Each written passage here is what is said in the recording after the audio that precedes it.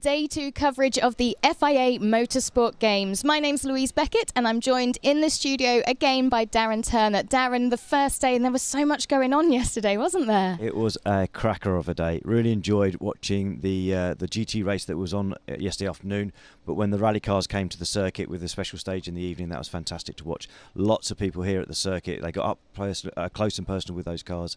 Great to see. But today, even more action here at the circuit, so looking forward to seeing how that all unfolds. Yeah, we've got lots for you today, a packed schedule of motorsport. But before we get on to day 2, let's take a look back at the first day of the FIA Motorsport Games.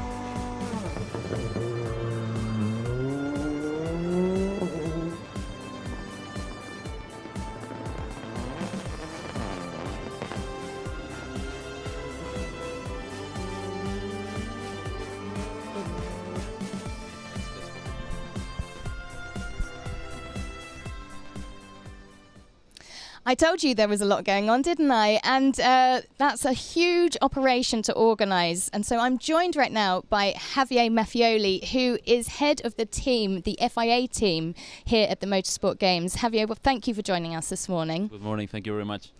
Now, you are in charge of 91 FIA officials that are here this weekend, and all of the operations with the 72 countries, the 16 disciplines. That's a huge task for you. It's a huge challenge for everyone, actually. I think that it's the first time that FIA and together with the promoter SRO, we are facing such an amazing flat challenge for us in all level, because it's not about the the pillars for the FIA, like the sporting or technicals or even safety. It's about the event sites, all the opening, closing ceremonies, it's all the event organization. So it's, as I said, a huge challenge, but at the same time, so beautiful to gather here with all the categories and all disciplines. Yeah. Yeah, and seeing everybody in the Old Port on Wednesday evening, all of those 463 competitors. For me, it felt special. It must have felt like a massive achievement for you and all the team. I mean, for the team, as I say, it's been a huge challenge. It's been almost 2 years of preparation. The first edition in Rome, then because of the impact of COVID, the cancellations of the event. So, I mean, we had the time, but especially because we had the time, we wanted to do things in the proper way. So a lot of efforts from all the FIA departments, from SRO. So I mean, to see all the people finally in the opening ceremony in Marseille was the beauty of the event, actually, because it was so special for the competitors and for the ASNs. But on the, let's say, FIA and SRO level was something unique, let's say. How did you even go about, was it 49 nations in the first edition? Yes. And now 72, that's such a big jump. How do you even start doing that? Some of those nations have just got one competitor, but they're here and they're present. Well, I mean, I think that's a part of the secret is the fact that also we increased the number of disciplines taking part in the event. Right. So the first edition was 6, now we are in 16. Why not in the future? Why not to increase? But first of all, we are in the process to consolidate all of them. And I think that the secret also is that, of course, from all the disciplines we have, we can clearly differentiate the top ones, which are like the classic ones of the circuits, like GT, touring car, single-seater. But part of the efforts have been also to approach the ASNs to, let's say, the affordable ones in terms of competition. For example, karting slalom, auto slalom, the esports are something that are so popular, and because the ASNs have different dimensions and the reality of the countries are completely different, I think that by having these formats, we are allowing like a tailor-made program for each one of the federations involved. So the ones having the ambition to go for GT or touring car, they can do it, but also for, as you say, the only one nation formats, that they can perfectly join the esports or auto slalom. So I think it's for all public, it's perfect. Darren, you work in the sim world as well. Do you think that those 58 nations that are here in esports is showing, and this is actually a great representation of what's happening in motorsport? This is your opening into motorsport. Yeah, for sure. I mean, esports is booming at the moment, but it's the cheapest way into motorsport. Yeah. I really do believe it. Now you can pick up a home rig for a few £100 that gets you started in esports. And I understand one of the entries, this is the first time they've been using an actual rig for esports. They've been on a keyboard before, so it shows exactly the level that is possible to enter into this arena. We're having a few problems with your mic, so we're going to ask for you two to share the mic. Right. So you go again. Sorry, I go again. So yeah, I think esports right now it's the cheapest way into motorsport, and it gives everyone the access into being able to go racing. I understand that one of the teams, it's the first time they've been able to use a rig, actual sim rig. Beforehand, they've been on a keyboard. So it's even the fact that they can have just a simple PC at home, get started in esports, and then be able to come here and compete with all the other nations that are in esports. So it's fantastic to see a way in for countries that are developing in motorsport. And even this morning we've got so many different things happening all at the same time. I mean, I'm having trouble keeping up with it all, and I'm sure that you've got a grip on it all. Look, we can see some pictures now from the karting. Yeah, amazing.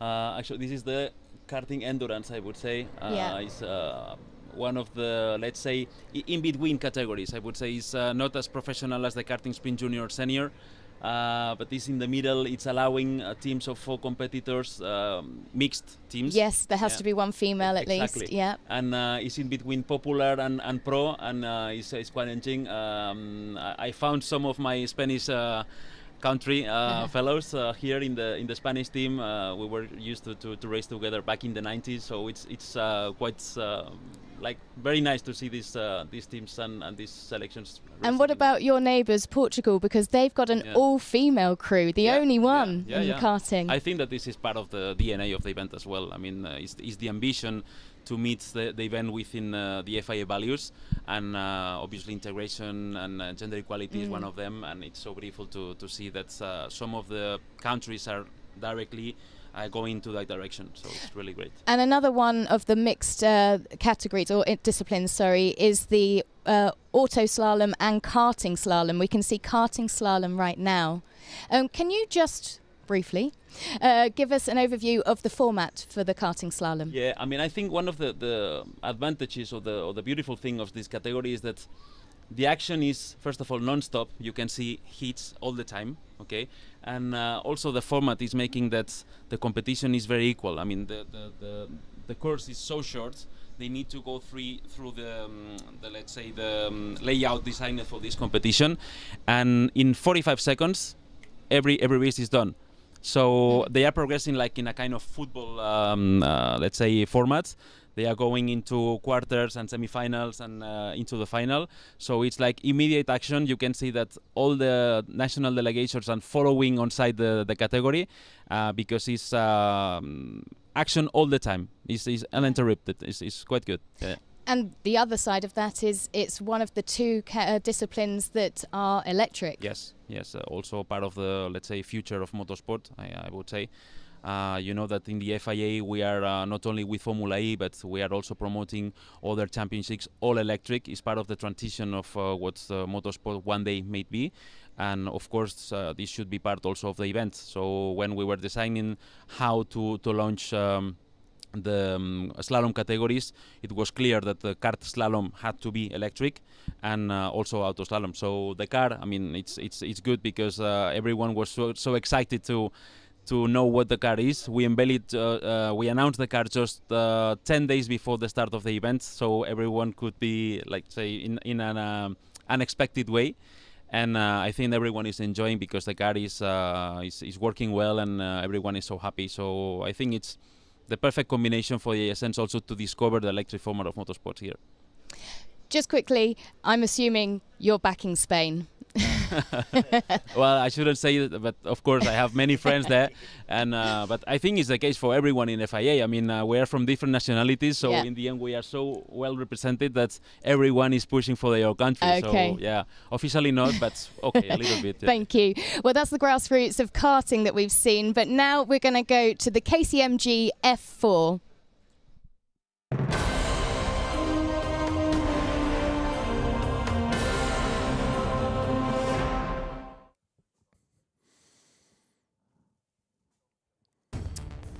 In the sunshine, Saturday morning at the Circuit of Paul Ricard, we are ready to go for qualifying for the KCMG Formula 4 Cup. Welcome everybody to the 2022 FIA Motorsport Games and the track activity. There will be, of course, loads of action available from the other disciplines such as esports and drifting and karting and auto slalom, to name but a few. But on track today, we can look to GT cars, we can look to touring cars and single-seaters, and it's the F4 Young Guns that are going to be out on track first. Yesterday, they had 2 free practice sessions, David Addison and John Watson trackside. And this, John, is going to be fascinating because, like all of these different disciplines, it is bringing competitors from far and wide onto one grid that wouldn't ordinarily race against one another. Indeed it is, and we're going to see something now which I hope is going to be both entertaining and a portent for the future of certainly racing on a circuit. That's the Formula 4, and they're looking at Manuel Espirito Santo, that's the Portuguese entry. These are young competitors, some of them probably 14, 15 years of age, and if you're 20 years of age, you're probably past it, and that's the shame of where motorsport is. But you've got to be young, you've got to be coming out of karting, absolutely ready to tear apart all your competitors, and no doubt we will see some very entertaining driving in this 25-minute qualifying session on a racetrack that is cool. Track temperature only 14.2 Celsius. Now, Paul Ricard, we know, is a racetrack of very many different personalities, all temperature related. So hopefully we'll see some quick times. Around about 2 minutes and 8 seconds was the best we saw in the free practices on Friday. So maybe somebody will nip into the 2 minutes and 7s. We wait and see. Indeed. I mean, it could be that it'll be a quicker session now with the temperatures being cooler before things get hot and strangle the power. You're looking at Malaysia's Alistair Young, the son of ex-Grand Prix racer Alex Young, and away he goes as the lights go green at the end of the pit lane. This qualifying session is 25 minutes. Let me just get the admin out of the way. This is a qualifying session which will determine the grid for the qualifying race, which is 20 minutes long, and then the result of that sorts out the grid for the main race, which is 30 minutes long, and the medals, gold, silver, bronze, of course, are awarded for that main race. The other point to make about all of this, some of the disciplines you'll see, there are different teams running different brands of car. This is a grid which is absolutely one make, and it's one team, because KCMG bring the cars, bring the engineers to operate them, and so everybody has the base equipment that is exactly the same. The cars are KCMG built, have our 1400cc turbocharged hybrid engines, and it's been a great effort by KCMG to build all of these cars for the original edition of the FIA Motorsport Games, but perhaps more than anywhere for these young stars of the single-seater future, John, that level playing field, very important. Yes, it is. It means that the talent is what's going to shine through. It's not because daddy's got more money who can buy you the best. We've seen what's happened in other formulas, even as recently as young drivers getting into Formula One, and how their fathers have spent millions to get their darlings to those positions. This is all about your ability, with the engineers who are looking after your car, to get the best. But there's a limited amount of work you're allowed to do, you're permitted to do. And on a circuit like the Grand Prix circuit here, Paul Ricard, divided the Mistral straight here, divided by the chicane, probably very wise, because when these cars are racing, they're so close together, it's like a swarm of bees. Yeah. And all the way down, if they ran that straight 1 kilometer Mistral straight, goodness knows how many of them would go into this corner here, seen this is the big and most challenging corner on the racetrack. How many would go in, how many would come out online on the racetrack, and not all over the runoff on the outside? Well, one can only think about it. Now, the stars to keep an eye on here. Number 3, which is going to be Italy's Andrea Kimi Antonelli, who is this year's Italian and German champion, and he's also part of the Mercedes-AMG Formula One Junior program. And number 5 for Brazil, Pedro Claro, who is the Brazilian F4 champion. You've also got Julius Dinesen, who for Denmark, number 7, is the Danish champion of the season. Charlie Wirtz, son of Alex Wirtz, the UAE, United Arab Emirates F4 champion from the start of the year. So there are people with good track records on this grid. Yesterday, as John was suggesting, the times were 2 minutes 8 in one session and a slightly lower 2 minutes 8 in the first, both set by Andrea Kimi Antonelli, whose father, Marco Antonelli, a regular successful race team owner. He's really the man to beat. I would think so, and he's achieved his own national championship success, and he literally has been marked down for bigger and better things over the next coming years, and it'll be a matter of how quickly he can progress into those other formula and make his way through those formula. Yeah. So if he can emulate the success he's had in this championship this year, then he will be looking to bigger and better things 3 to 4 years down the road.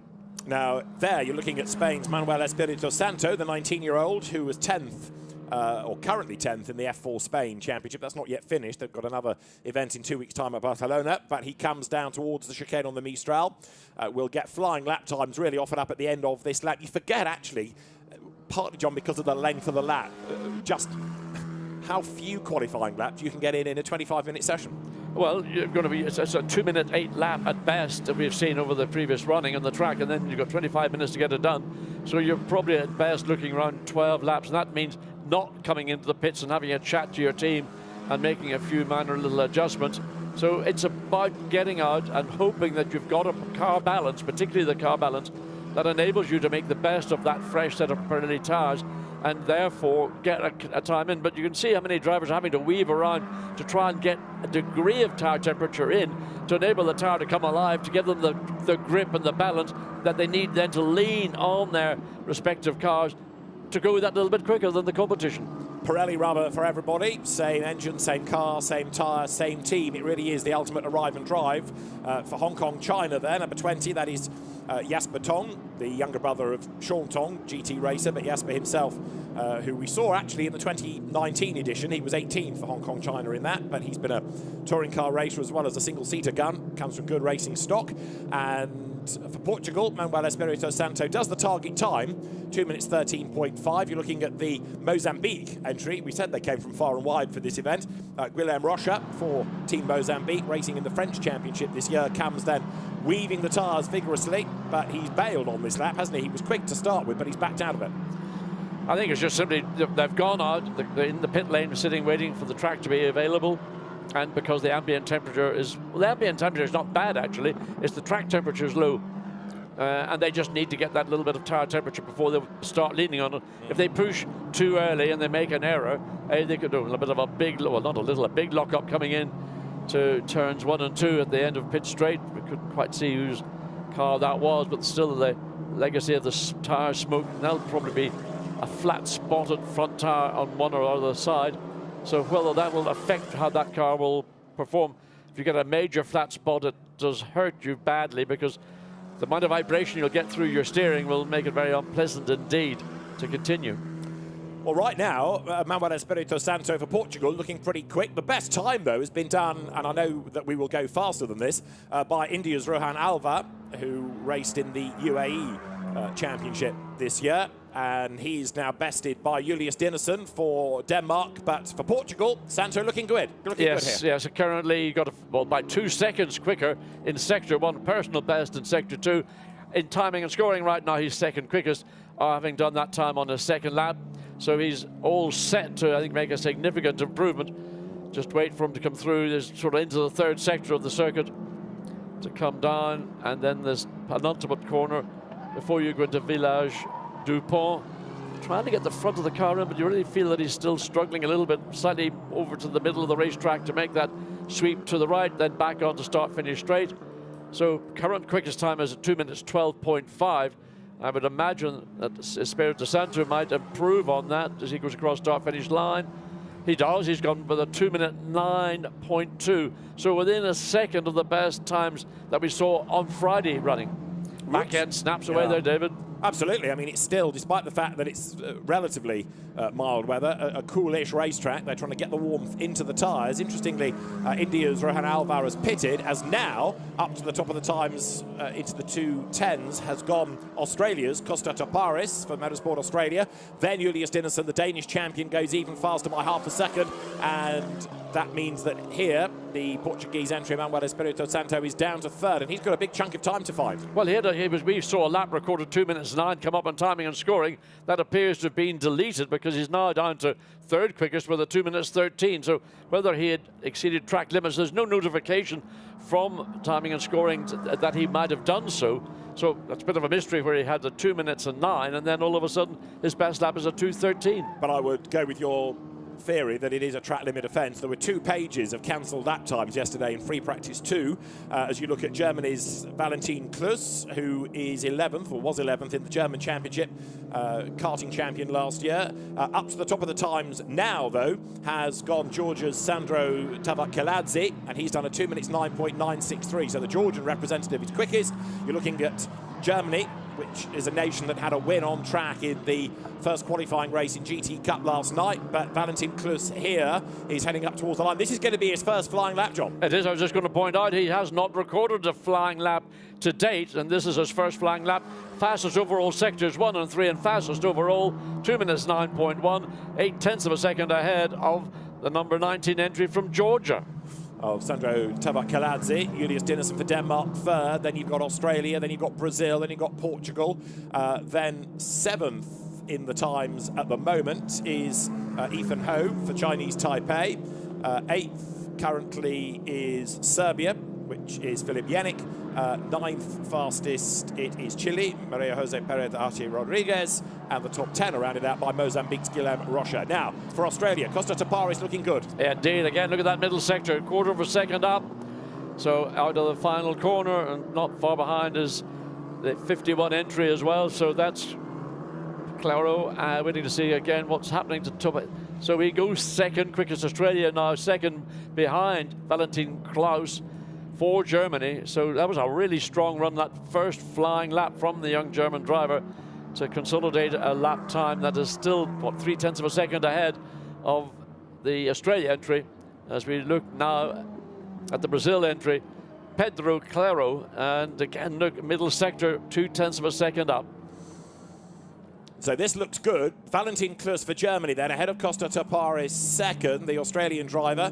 Portugal third again, Manuel Espirito Santo. But you would say that the Brazilian champion, Pedro Claro, now ought to be able to get himself up to the very top of the times then. So the junior champion in the Brazilian Open Karting Cup. He's raced in Formula Delta in Brazil. He's also raced in the Italian Championship this year, but it's the Brazilian series that he has won. So he's done the miles. He comes up over the curb on the exit of the Virage du Pont. Brazil for pole potentially, as up towards the timing line comes then Pedro Claro. He breaks the beam, and that puts him at the very top. 2 minutes 8.544, 6/10 of a second quicker. Brazil take provisional pole. He's certainly at the races right now with that time. That is getting into the zone. And we now see the second place car, number 10, from Serbia, Filip Janik. He's gone second quickest, just 77/100ths of a second behind Valentin Klaus. So it's beginning to kick off. Look also for Espirito Santo in the Portuguese entry, currently in 5th place, but fastest overall in Sector 1, personal best Sector 2. So he's looking like he's going to challenge that top, well, the top 2 positions for the grid for the race later today. And so Valentin Klus for Germany back to the top of the times, 2 minutes 8.383. For Portugal, across the line to go second, Manuel Espirito Santo, 2 minutes 8.408. He's only 25 thousandths of a second shy of Germany. We would expect this, wouldn't we? Yeah.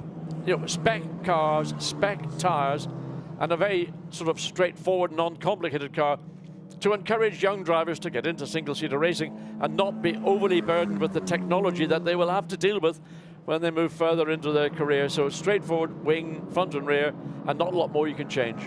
We haven't yet had a lap time that stands out of India's Rohan Alva, nor out of Switzerland Dario Cabanilles, nor out of Valentino Mini, who represents Panama and is a driver that will have raced here because he's been in the French F4 Championship this season. They have yet to do lap times, but they are back on track now. As you look at the Serbian entry, number 10, which is Filip Jenic.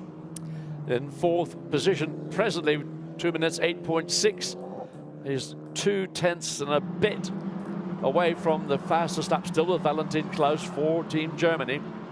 But again, look, going back to what we've seen from Brazil, Claro is fastest in that middle sector. That's a car that was moving around quite a lot, so trying to get the warmth still in the Pirelli rubber as up towards the timing line comes Brazil. This for pole position then, he's got to find just over 1/10 of a second. Finds it, goes quickest, so it's Brazil at the top of the times. Pedro Claro, 2 minutes 8.317, 66 thousandths quicker than Germany. It's what you really expect. I mean, if you take the top 4, they're covered by 0.3 of a second, but the top 3 are covered by 91/100ths of a second. So it is exceptionally close. But David, you're right. Even though they've been on track for virtually half this 25-minute session, they're still looking to find a way to get or retain heat in the tyre. It is a long circuit, 5.8 kilometers, and there's parts of the track, particularly on the straight, where the tyre temperature might just drop away a little bit. And then when you get to the chicane, you wonder, well, where's the bite on the turn-in? Now, one of the surprises of the session is that Italy, the decorated Andrea Kimi Antonelli is not fastest. Well, he might be at the end of the lap because although he's only 13th in the times, he's done an absolute best in the first sector. So there you can see for Italy, the Italian and the German champion, 2 absolute bests. So Andrea Antonelli, or Kimi Antonelli as he prefers to be known as, Andrea Kimi, his full name, comes down towards Le Beausset. This is the man that everybody is predicting is going to be the gold medalist. Quickest in FP1, quickest in FP2, but he's taken his time here at getting himself up to pace. Well, he knows he's got so much self-confidence. He knows when he needs to push. He didn't go out and try and be quickest immediately. The circuit will be changing. This is part of the character of Paul Ricard. And literally by the minute, the circuit will give you a slightly different reaction. So now, fastest overall Sector 1, fastest overall Sector 2, into the final sector, coming down to Virage du Pont. Here you turn right, be careful with the curbing on the exit. You don't want to run that too aggressively. Good, clean exit indeed for Antonelli, and he will no doubt go quickest overall with this lap because as he goes across start-finish line, waiting for timing and scoring to clear. He does. 2 minutes 7.4. He's blown the doors off all the remaining competitors. 0.8 of a second and a bit more quicker than Brazil. So Italy, Brazil, Germany, Portugal, Austria now 5th. Charlie Wurtz goes up to 5th quickest. Serbia 6th, thanks to Filip Jenic. Belgium 7th, Laurens Lesetua. And then it is Georgia 8th. 9th currently it is Spain. And 10th is Australia. This is the Swiss representative in F4. This is Dario Cabanillas, who is the driver from the French Championship, 9th this year. He has finished 8th the year before. So again, he has some Paul Ricard knowledge, but at the moment, only 11th in the times is Cabanillas. Whoops, there's a car off in the background, look, going all over the curb and the runoff area. But having said that he's only 11th, Cabanillas has now done 2 personal bests. Yes, he would like to have a purple in those first 2 sector times, but nevertheless 2 personal bests. If he can consolidate with a further green personal best sector in that final sector, he has a chance of making a bit of progress. Currently in 11th position. He is 2 seconds away from the quickest time so far by Kimi Antonelli.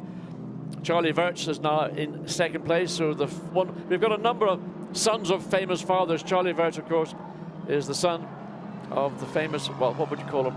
GT or Formula 1 or Le Mans prototype, or all of the above. Alex really. Wurtz. He's done it, and his father, of course, before him was a European rallycross champion. Franz Wurtz. Franz Wurtz. That's it. In a VW. Beetle. That's right. Isn't that correct? And he was. And then Franz Wurtz was one of the first people that brought an Audi Quattro into rallycross, if you want to really get your anorak on. But that's going back a long, long time. But you're right, he comes from good racing stock, and he's up to 2nd fastest then now, Charlie Wurtz. As you look here at Valentino Mini for Panama. Now, Mini is 19th fastest at the moment. The session's got 8 more minutes, as you can see, on the clock. A couple of the other sons of famous fathers, Pedro Sarrazin down in 22nd place, Alistair Young down in 23rd, but Young is on a lap, so it expected, well, he has made a small improvement, but it's only his 22nd overall. He's completed a lap, but that's 2 minutes and 21. That was his last lap, so I wonder what's happened to those 2 sons of famous dads. Stefan Sarrazin was one of multitasking competitor, both as a rally driver and as a race driver. Used to be sort of strapped in at Le Mans for one of those scintillating pole position charges that Stefan Sarrazin carried out very successfully indeed. I dread to be with him when he was doing it, but he managed to find the time. Way up the curb, and a big moment, and around goes Wurtz. Austria spins, throws away a lap, and that was all self-induced. There was no traffic around. What did he do? Just hook a wheel over the curb. Just a little bit too wide on the exit of Beausoleil. And once the car went, the momentum, the pendulum effect just continued around. So Charlie Wurtz there was bouncing over them, and no wonder the car just went into a hop, skip, and a jump over those quite aggressive curbstones on the exit of La Beausoleil. And well, hopefully again he's not damaged the car. I don't think there will be any damage to any of the parts that matter, but the tyre might be the area where he's flat spotted, or maybe taken a little bit of the edge of the tyre away as he was spinning all his way up to the left turn. And tyre management is a part of the weekend. 2 free practice sessions, a qualifying 2 races. You get 7 front tyres, 7 rears, not sets, but individual tyres. So doing things like that and damaging a set, not good news. No, that's the concern that I would have had, was not the car particularly. These things are pretty strong in terms of they're going to be driven by youngsters, so they have to be built in a manner. I mean, they weigh 635 kilograms. My Formula 1 car in period weighed 575. So it gives you an idea. And that's all down to the construction and the design of the chassis, because it's carbon fiber, and these things are built to last, but principally to protect. So there, ready to rejoin the session, is Sandro Tabakaladze for Georgia. Gets the indication that he can go now once the pit lane is cleared. And the KCMG squad looking after all the cars. Driving standards flag there. Look for India's Rohan Alva, who's up to 15th in the times. You can see the light, and you can see the white triangle flashing, which is the track limit warning. So here is the Australia entry, again pushing as he now comes into the 3rd sector to complete another lap. Personal best by 0.4 of a second, but loses most of it in the middle sector. So I don't know what he did. We didn't quite see the beginning of the middle sector to see where that time loss took place.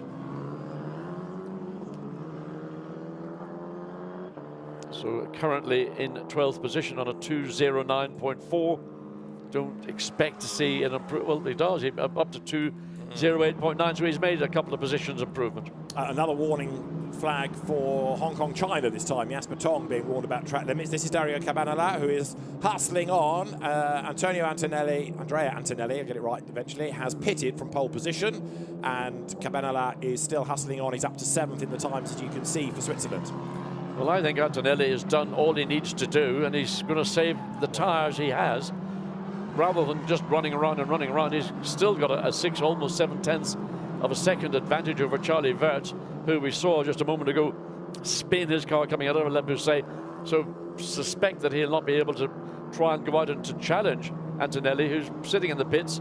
And we've got just under 4.5 minutes of the session to complete. So roughly another 2 laps or so for those that are on track coming across start-finish line now.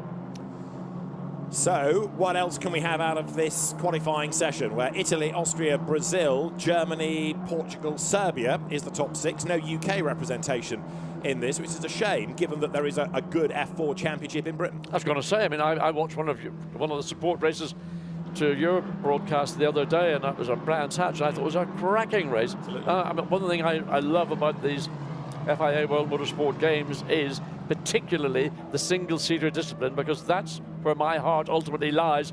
And to see the future of, Malaysia, and that's Alistair Young. So whereabouts on the track is he? Can't quite the wide. Open the camera lens up. Let's have a look and see where it is. It's coming towards the Virage Dupont, isn't it? It's just before the last corner. Yeah, it's the left-hander before Virage Dupont.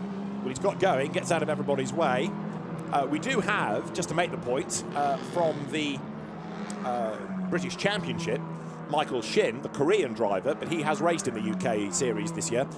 He's the nearest we've got to an honorary Brit, if you like. There's Charlie Verts here pressing on, but recovering after his spin. The times are slower. Is that because he's taken the best out of the tyres now? I would think that maybe the best of the tyre ultimately has gone, but he's still going out and going to try and push. But on this particular lap, well, you can see the sector times. He's down sector 1 by just under 2/10, but more significantly, just over 3/10 in sector 2. So I don't think he's going to be capable of clawing back any amount of time. So all he will do is now prepare to reset, clean exit out of Virage Dupont, which he gets. A good run down across start-finish line, and he's got traffic ahead of him, 1 car ahead of him, so he doesn't want to get too close to that car. I think he's probably got sufficient distance. He doesn't want to, in the sector that he's coming into now, sector 1, and all the way down to turn 7, which is this corner that leads on to the first part of the Mistral Straight that's now being, of course, split by the chicane midway down it. So Charlie Verts has got a lot to do. He's still second quickest overall, provisional front row of the grid starting position, but just 1/10 of a second behind is the Brazil entry. So they are not, well, actually, they're in the pits. So as we look at the Panama, and one of the things, again, is the nations here, you never hear about, of course, if you race in Central America, Panama, of course, but in terms of European racing, we don't often see a Panamanian competitor competing. Yes, you're right. I mean, Mozambique was one that stood out to me. I can't think of that many Mozambique racing drivers. Well, you used to race in Mozambique in the 70s in a thing called the Springbok Series, which was a series for 2-litre sports racing cars. And unfortunately, in the 1973 fuel crisis, that Springbok Championship was cancelled, and I was a part of it, and I was very disappointed not to go to Lorenzo Marques, which was the capital, or is the capital of Mozambique, I believe. Now, stepping over the curb there is Ukrainian, sideways Ukrainian, Alexander Patishev, the 16-year-old, who's been busy this year, racing in the Italian and the German championships. He's also raced in the UAE and the Spanish series, was a karter in 2021, but then stepped into car racing that season and has done a lot of miles since. But Patishev here comes towards the Virage Dupont. He will squeeze one more lap out of the session. Ukraine 14th at the moment. He improved last time. Well, he's certainly illustrated to me he's got a lot of car control, because he got out of shape coming out of Le Bousset, and then he got out of shape going into the following turn left, and he managed to keep the car pointing in the right direction. So if he's got the speed and he can smooth out that little, a side of his character where he's overdriving, then we could maybe see something very impressive. Well, right now, Antonelli is back out again. So Andrea Kimi Antonelli locks up and there's contact, and that would have done him no good at all. Collides with Chile. Totally unnecessary. Yeah. He was on a push lap, I'll grant you, but he was down anyway in the middle sector, and that has done potential damage to his car, potential damage to Maria Jose Perez de Arce Rodriguez for Chile, and it's also now with the flag out, scuppered anybody else's chances of improving, because there's a yellow at the last corner, there's a checkered flag coming out of it. Valentin Klus for Germany had just gone third, but Andrea Kimi Antonelli there rather blocked his copybook. I mean, totally unnecessary. So, I mean, he was never in a position to take the corner away. He certainly was quicker in the first sector. He wasn't any quick, but it goes down the inside and there's a closing gap. And I mean, he's been outstanding all the way through the running, and that's just one little mistake. And maybe it just shows you where the maturity and the experience of these competitors is. Yeah. They've got the skills and the abilities, but maybe the experience and the knowledge when and when not to exercise and overtake, and that was a case in point where bad judgment in my view. I mean, even in a race, that would have been a risky move. Oh. But in a qualifying session, when you're on pole anyway, what was the point? No point, in my opinion. But listen, I'm not a schoolmaster, and some might say I'm lecturing these young competitors. Listen to Uncle John, all you drivers. So it is at the end of the session, despite that incident, Andrea Kimi Antonelli that is the fastest. Italy, Austria, Germany, Brazil, Portugal, Serbia, Denmark, Belgium, Georgia, Australia is your top 10. How's that for an international lineup for the grid?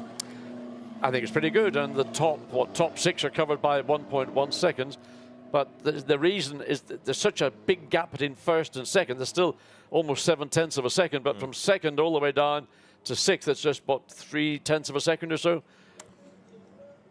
So there is the Chilean car, which is 23rd out of the 24. So penultimate in the times. Big disappointment for Perez de Arce Rodriguez, as that car is now going to be retrieved. Let's have a look at the order at the end of qualifying for the KCMG F4 Cup. It is Italy topping the times by 0.6 of a second and a bit more from Austria, with Germany 3rd, Brazil 4th, Portugal 5th, Serbia 6th, 7th Switzerland ahead of Belgium, Georgia and Australia. In other words, it is Andrea Kimi Antonelli that is the fastest, Austria's Charlie Wurz 2nd, Germany's Valentin Klus 3rd, 4th Pedro Clero for Brazil, 5th for Portugal Manuel Espirito Santo, and the Serbian Filip Jenic 6th at the end of qualifying. And the incident between Antonelli for Italy and Rodriguez for Chile will be investigated at the end of the session. Slowest, Malaysia, Alistair Young having a difficult start to the day. But what that gives us is a really nice, interesting grid ready for the qualifying race that will come up later on in the day here at the FIA Motorsport Games. And provisionally, Andrea Kimi Antonelli is going to be on pole position and very much starts as the favourite when we go racing later on in the day.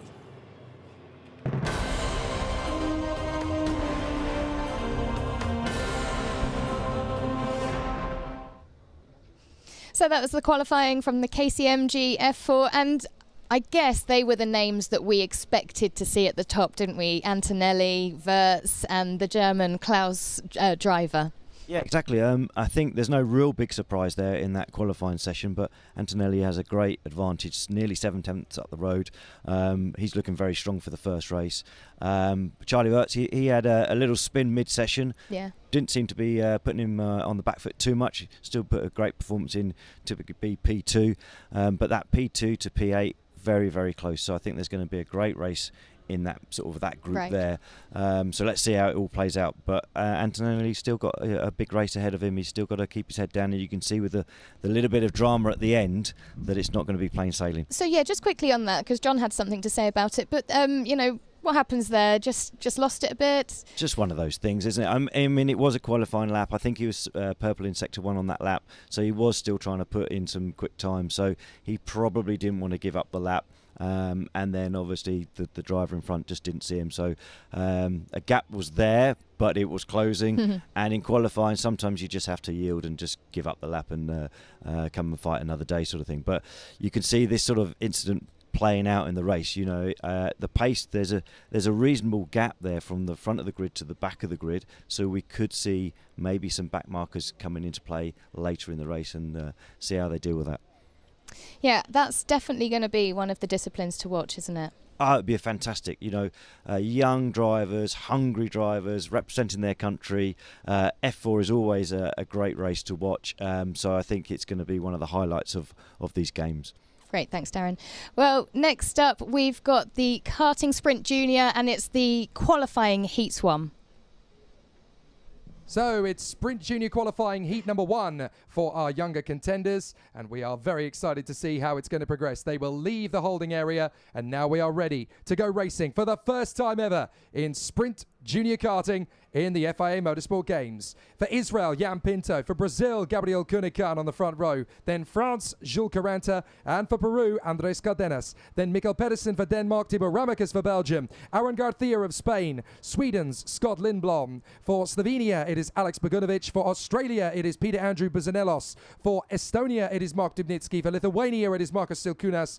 For the Czech Republic, Jakub Kamenik. For India, Ishan Madesh. For Poland, Boris Liesen. For Mexico, it is Edgar Rodriguez. For Slovakia, it is Matic Koenig. For Portugal, it is Rodrigo Seabra. For Indonesia, it is Ali Wibowo. For Costa Rica, it is Diego Ardiles. For Mozambique, it is Ghazi Motlakar. For Turkey, it is Alpak Soy. For Finland, Kimitani. For Germany, Matilda Pats. For Switzerland, Elia Epifanio. For Georgia, Lado Kukianic. For South Africa, Divian Naidu. For Malta, Kian Gauchi. For Uzbekistan, Amir Kamrav. And for the Ukraine, it is Mark Brovko.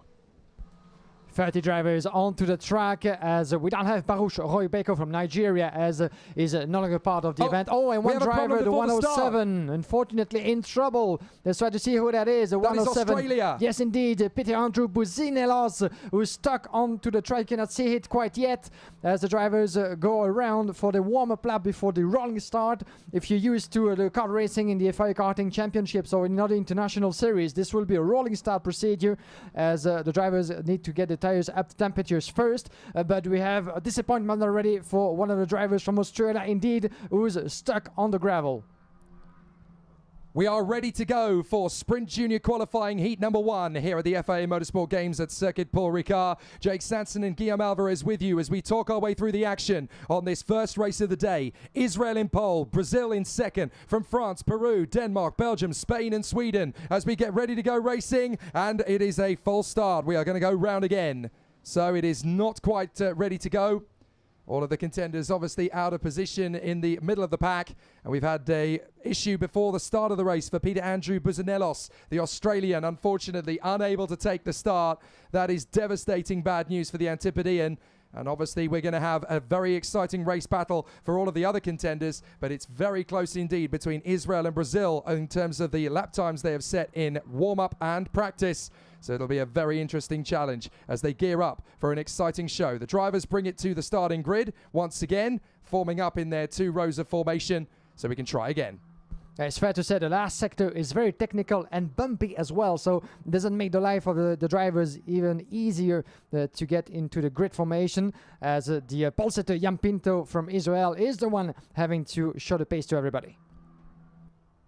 Out of the final turn, Sprint Junior karting heat 1 is about to get underway. Israel on pole, Brazil in second. Jake Sanson and Guillaume Alvarez with you as we get ready to start racing. This time we're underway up to the first corner, and it's a great start from Pinto. Cunican is going to try and go round the outside. Is everybody going to get through? There's already some contact, 2-3 karts in the mix, and unfortunately that is already a problem for the 108. That's Team Mexico. Edgar Rodriguez in trouble. So too is the 128. That is Team Poland for Boris Liesen, and it looks as though there's another kart involved. That is Mozambique, Ghazi Motlakar in problems there. So the Joker is already in trouble. And look, that is a big charge forward from Jules Caranta. Team France running in second position behind our pole sitters, Israel. So it is already a very strong challenge. Yellow flags, yellow flags. So we are under yellow flag proceedings for a couple of cars. Oh, and that's a problem. Into the hairpin. That is Mikkel Pedersen of Denmark.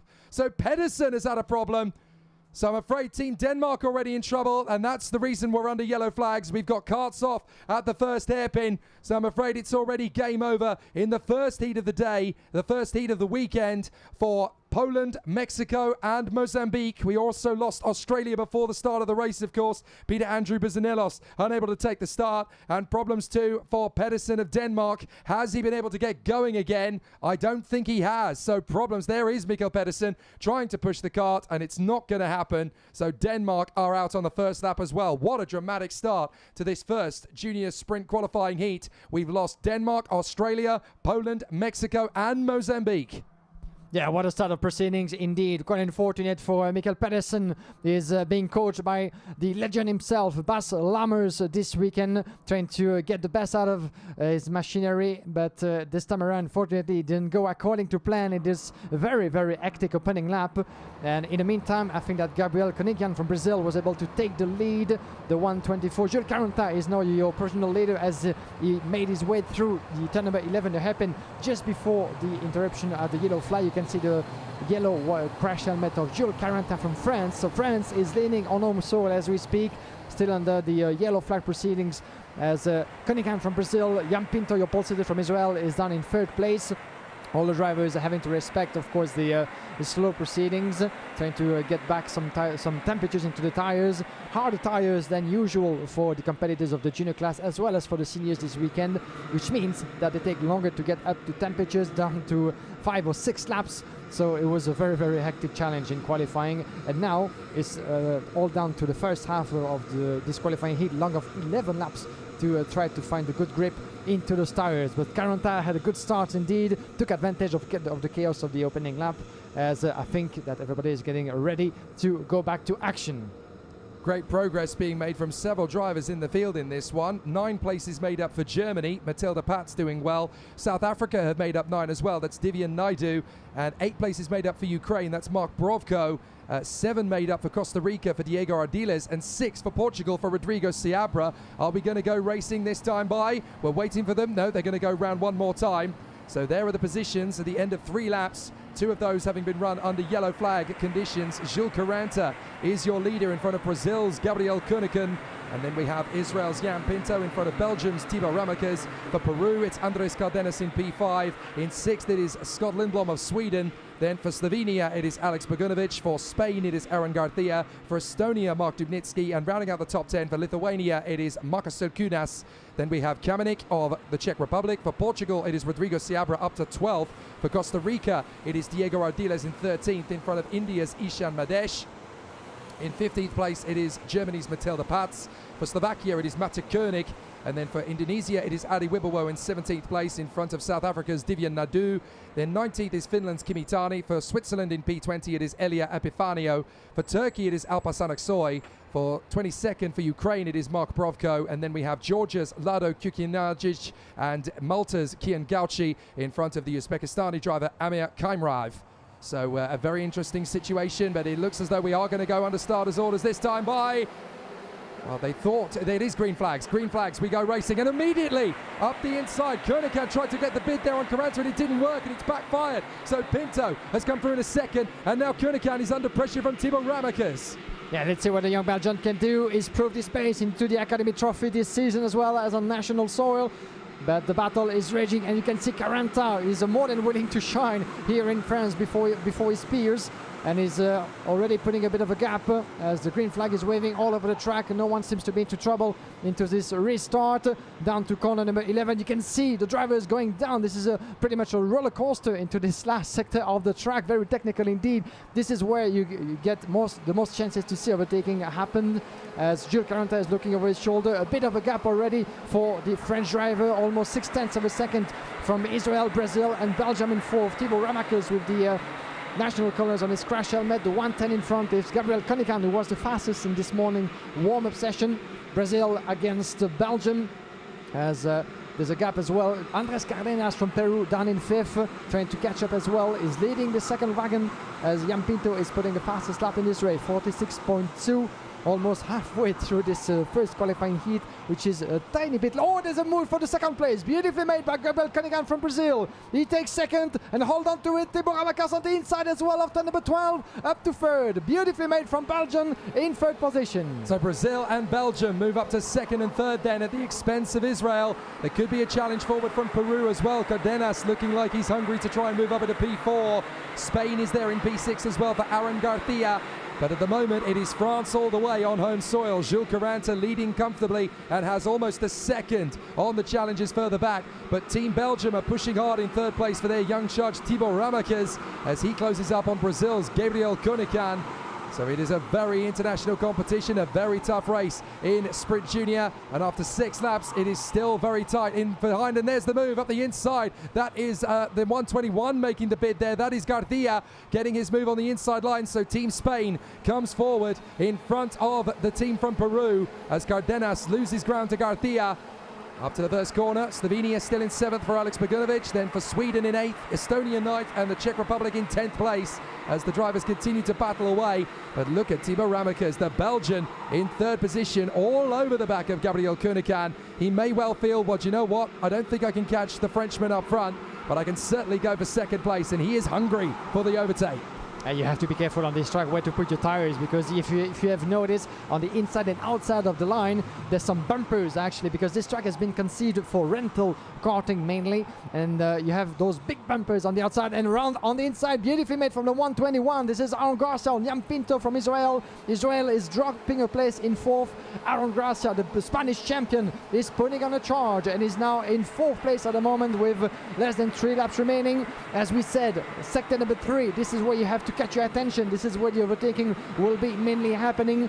The first 2 sectors very fast flowing indeed, very tiny, a few actually heavy braking points. Jules Caranta, the leader, responding to the opposition with the fastest lap, 54.4, as we keep an eye on the battle for 2nd between Brazil and Belgium. Thibaut Ramacas, the 106, very close indeed, on the way down to turn number 11, very heavy braking point, down to the roller coaster, 12, and this is where you have to kick the throttle wide open to climb onto the fast finish straight to complete the lap, sorry.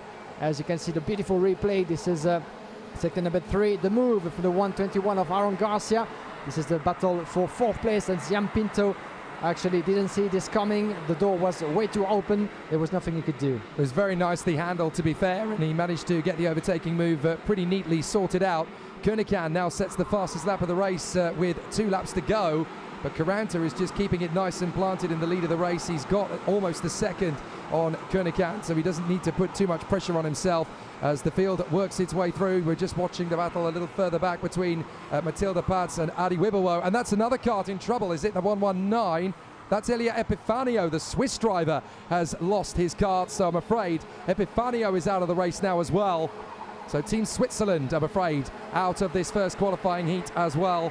As we go into the final lap, Jules Caranta looking strong. There is a very unhappy Mikkel Pedersen, the Danish driver, alongside Elia Epifanio on the right of your screen. But it's looking good for France, Belgium and Brazil. Brazil are going to come through in 2nd place here for Gabriel Cunningham, who sets another fastest lap. But it's not going to be quite enough to close up on Jules Caranta before the end of this epic opening encounter in Sprint Junior. The first qualifying heat of the weekend. There's yellow flags out, of course, for Epifanio's kart, which is being cleared away very well indeed by the marshals here.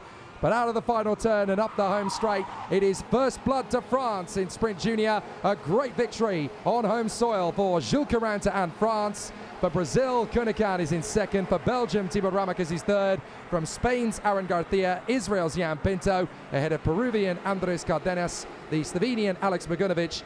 For Sweden, Scott Lindblom. For Estonia, Mark Dubnitsky. And for Lithuania, it is Markas Sirkunas. But it's France that comes through in 1st place in the first heat of the weekend. Lots of incidents happening there at the Karting Sprint Junior, which is happening just over the other side of the circuit here at Paul Ricard. But other disciplines that we've got today are drifting. Now, this is one that Darren and I are really keen to see and excited for, but if we're honest, we don't know that much about it. So we've got Robbie Nishido in, who is the FIA drifting judge, to talk us through it. So Robbie, that's what the games are about, actually. Giving a stage to some disciplines that maybe people don't know so much. Yeah, so since it is a new sport in the world, or fairly young sport, there's a lot of things that people don't understand because it is probably one of, or maybe the only judged motorsport that there is that's professionally done all over the world. So there are, different criteria that usually multiple judges watches. So if there's, let's say it's just like any other race, there's a qualified, then there's a main, tandem, battles that they have usually after the qualify. And for the qualify, we usually look for line, angle, and style, and that is usually divided into 3 judges. And depending on the region and also the sport, they're allocated however many points for the line, however many points for the style, and however many points for the angle.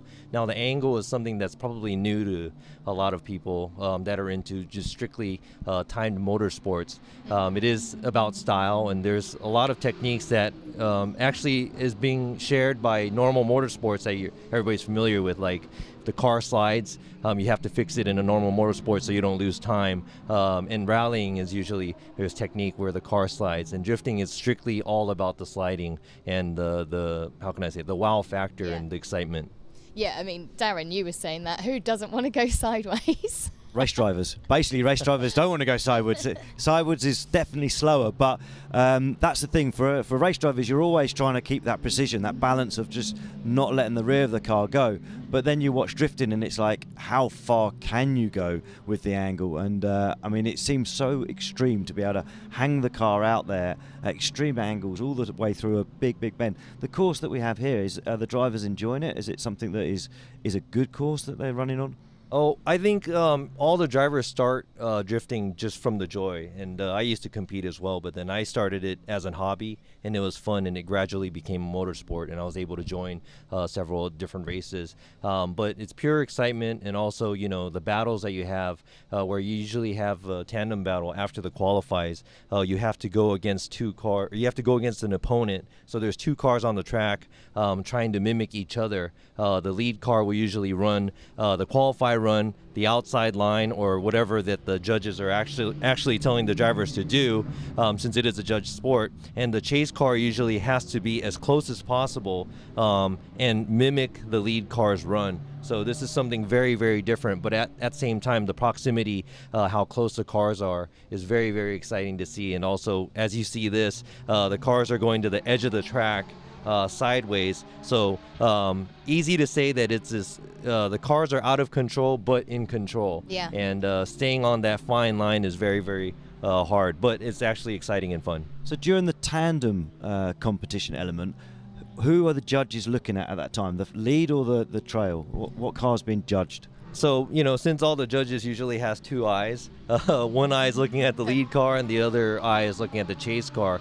So for the tandem runs, the lead car has to do the qualifier run as high as they can do, like closest to a 100-point run as a lead car. Now, they're not supposed to worry about what's behind them. They're not supposed to run away. They're just supposed to run the line at a high rate of angle and stay very stable. So you have fluidity and commitment, which is in the style factor, where you can't go all over the track. You have to be very stable. You have to be on throttle as soon as possible sideways. Now, the chase car has to mimic the lead car, and we're going to see what the chase car does behind the lead car. After the first run, they're going to switch places. Now the chase car becomes the lead car, and the lead car becomes the chase car. We watch both of the runs. The lead to lead and the chase to chase is what we compare, and whoever does a better job in the lead position and whoever does a better job in the chase position will move on to the next in the tournament. Right. Okay. Yeah. I always wondered if it was the lead was being judged, or it's how that competition on the tandem worked. But it's fascinating watching the 2 cars go side by side. There must be a lot of trust between the drivers.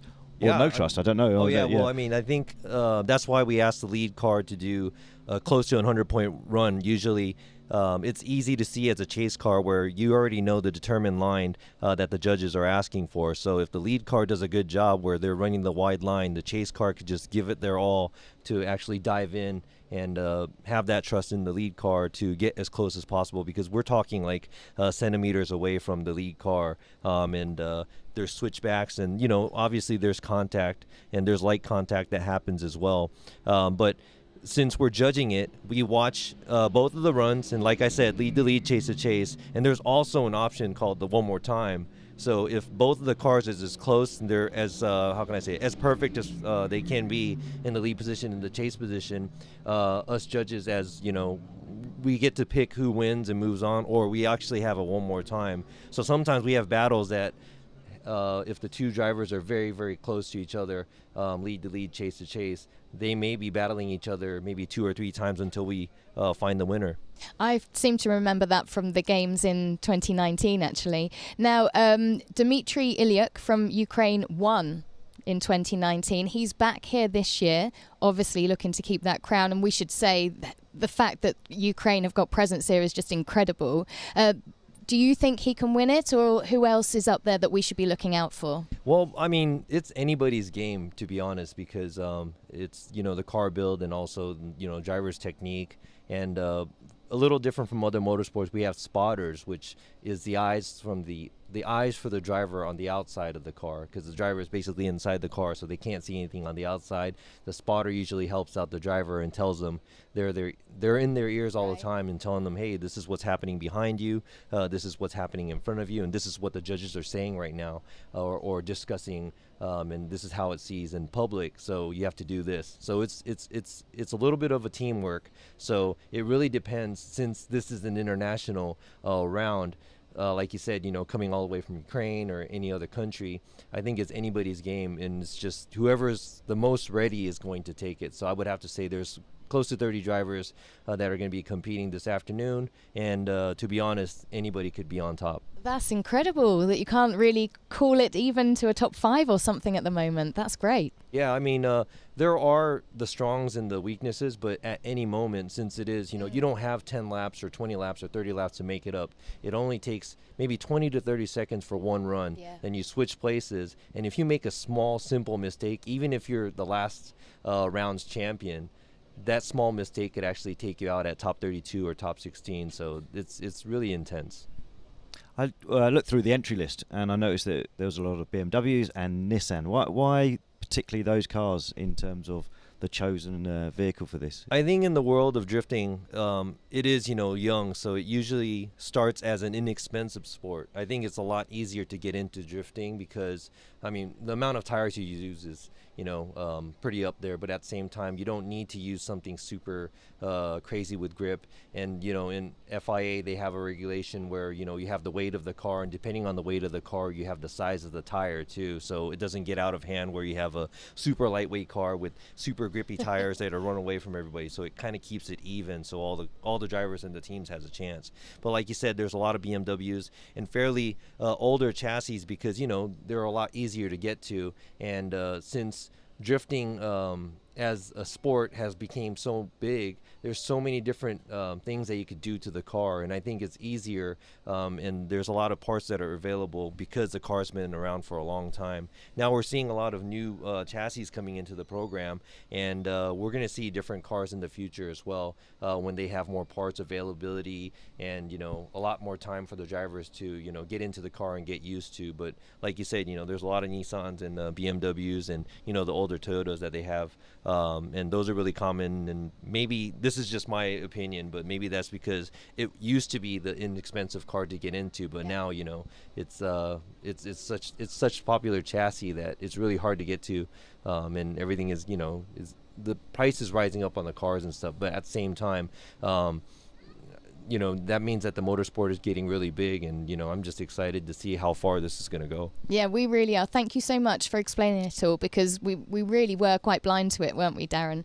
But we have got GT Cup coming up next. It's their qualifying race 2. I don't know if you saw any of the action yesterday. I got small bits and pieces of it, yeah. I mean, Darren, you've got to be looking forward to this one because it was quite heated yesterday. If it's anything like yesterday's race, then it's going to be another cracker of a heat. Obviously, Germany, they dominated the race. They got out in front in that first section before the pit stops, and then I think pretty much were able to pace themselves to the flag. France eventually got past the UK after the pit stops, but the UK team, Sam Neary, he's rocked up here really late on into the day in terms of knowing that who's going to be part of the event. never been to the circuit before, so he was on catch-up the whole way through. But now he's got a race under his belt. Hopefully the UK team will be a bit stronger. But there was some great efforts from Poland as well. They came through really strong in the second half of the race, and the Puerto Rico team I believe is the only bronze driver lineup, and they came 5th, and I thought that was a tremendous effort to be able to come all the way through to 5th. So a great effort by those guys. So let's see what happens in the second race today. And they've got quite different conditions to what they had last night.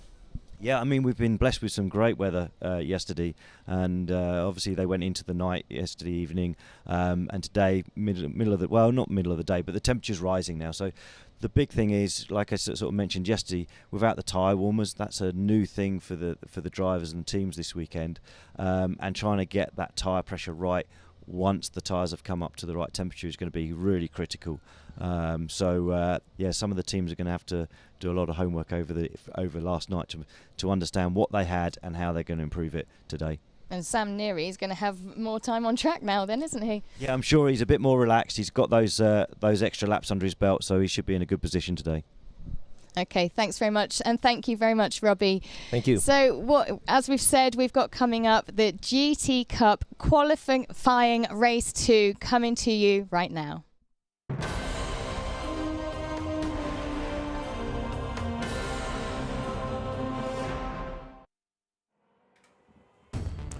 Qualifying race 2 for the GT Cup is about to get underway here at Paul Ricard as part of the 2022 FIA Motorsport Games.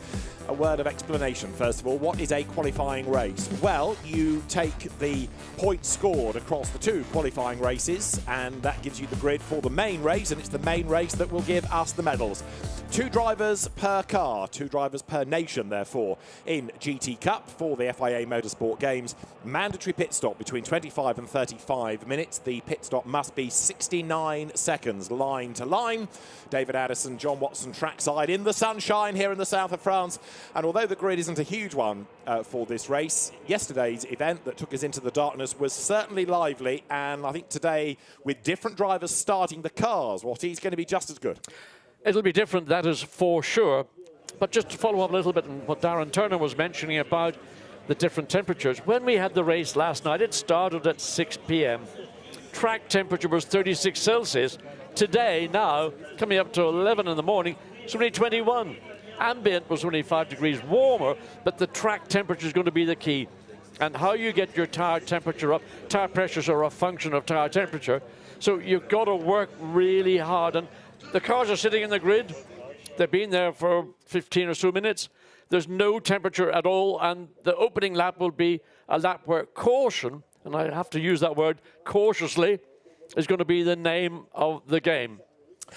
Well, the grid is formed, and you saw a moment ago Fabian Schiller, who will start second on the grid.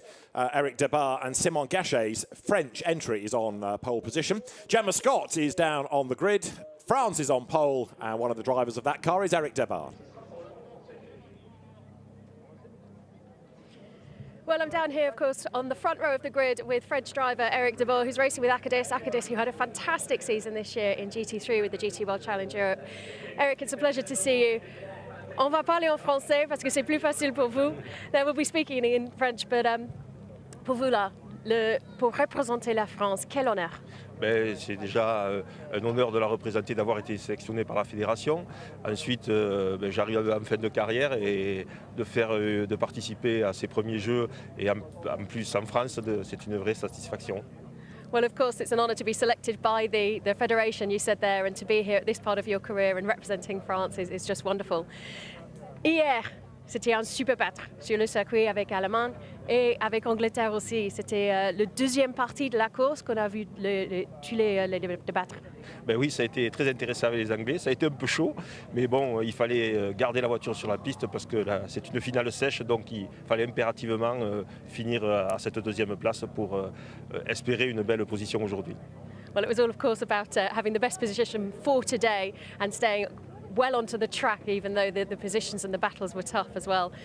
Eric, aujourd'hui, la première ligne de départ, tout est là. Et oui, bon, écoutez, c'est encore une course qualificative, donc l'important est de bien se qualifier pour ce soir. Again, it's another qualification race, so it's important to be careful and to be in a good position for the race for later on today. Eric, merci beaucoup. Bon courage. Merci. Eric Debar will do a second stint because although he started yesterday, Simon Gachet will do the first stint, and it's Simon Gachet that therefore is on pole position. The results of yesterday's race don't affect this grid. That was a standalone qualifying session, and this grid set by the times of a separate driver in Q2. The only difference to this grid is that Brazil, the car started by, for this race, Bruno Baptista, got a 3-place grid drop for overtaking under a red flag in qualifying. But that's the only shuffle based on the qualifying times. Evan Chen, very rapid yesterday. He will start the Chinese Taipei Ferrari. Thumbs up from the very rapid Evan Chen. We've seen him in the Motorsport Games. We've seen him also in Lamborghini Super Trofeo, for example. And the spectacularly coloured Chinese Taipei entry, John, starts a little further back on the grid. Yes, I mean, that's also a consequence of the Q2 qualifying, but, well, we've got lovely, lovely conditions here right now. I did mention the track temperature. That's going to be the key to the opening laps. So there's a car that also, Carol Bash was one of my heroes, got tagged early in his stint and drove through the field and had fastest lap upon fastest lap. Only towards the end did that lap get taken away by, I think, Simon Gachet in the end had the fastest race lap. But Carol Bash made a wonderful drive back through the field. And that car was a bit more like it was punch-board and countersunk, but the number of times it got tagged by cars amongst the field. Well, certainly Karol Bash was mighty impressive yesterday. He will start third on the grid. And what we ought to do next is hear from the Ukrainian entry, because Yevgen Solokovsky will drive the Aston Martin, and he is with Gemma.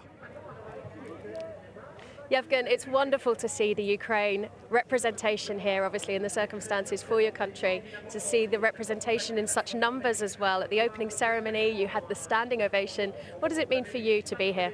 Yeah, thank you very much, because it's this difficult time. It is not easy started here, but for us, for Ukraine team, it is very important stay here and starting in this event in FIA Motorsport Games. And you're on the third row of the grid. You're standing a very good chance in this competition. Yeah, for me, I'm first time here in Paul Ricard and first time with GT3 cars. Ivan have more experience, is good GT3 driver. And from yesterday, I am happy with my performance. I have yesterday good start in P4. For chicane, I have spinning with car because tires is too cold. And yeah, we're looking. Today is, I think we have lucky and good luck to you. Have a great one. Thank you very much. Thank you. Thank you. Bye. So Yevgen Sokolovsky will go second, and as Gemma has been making the point, lots of support for Ukraine, understandably. It is excellent to see the car here.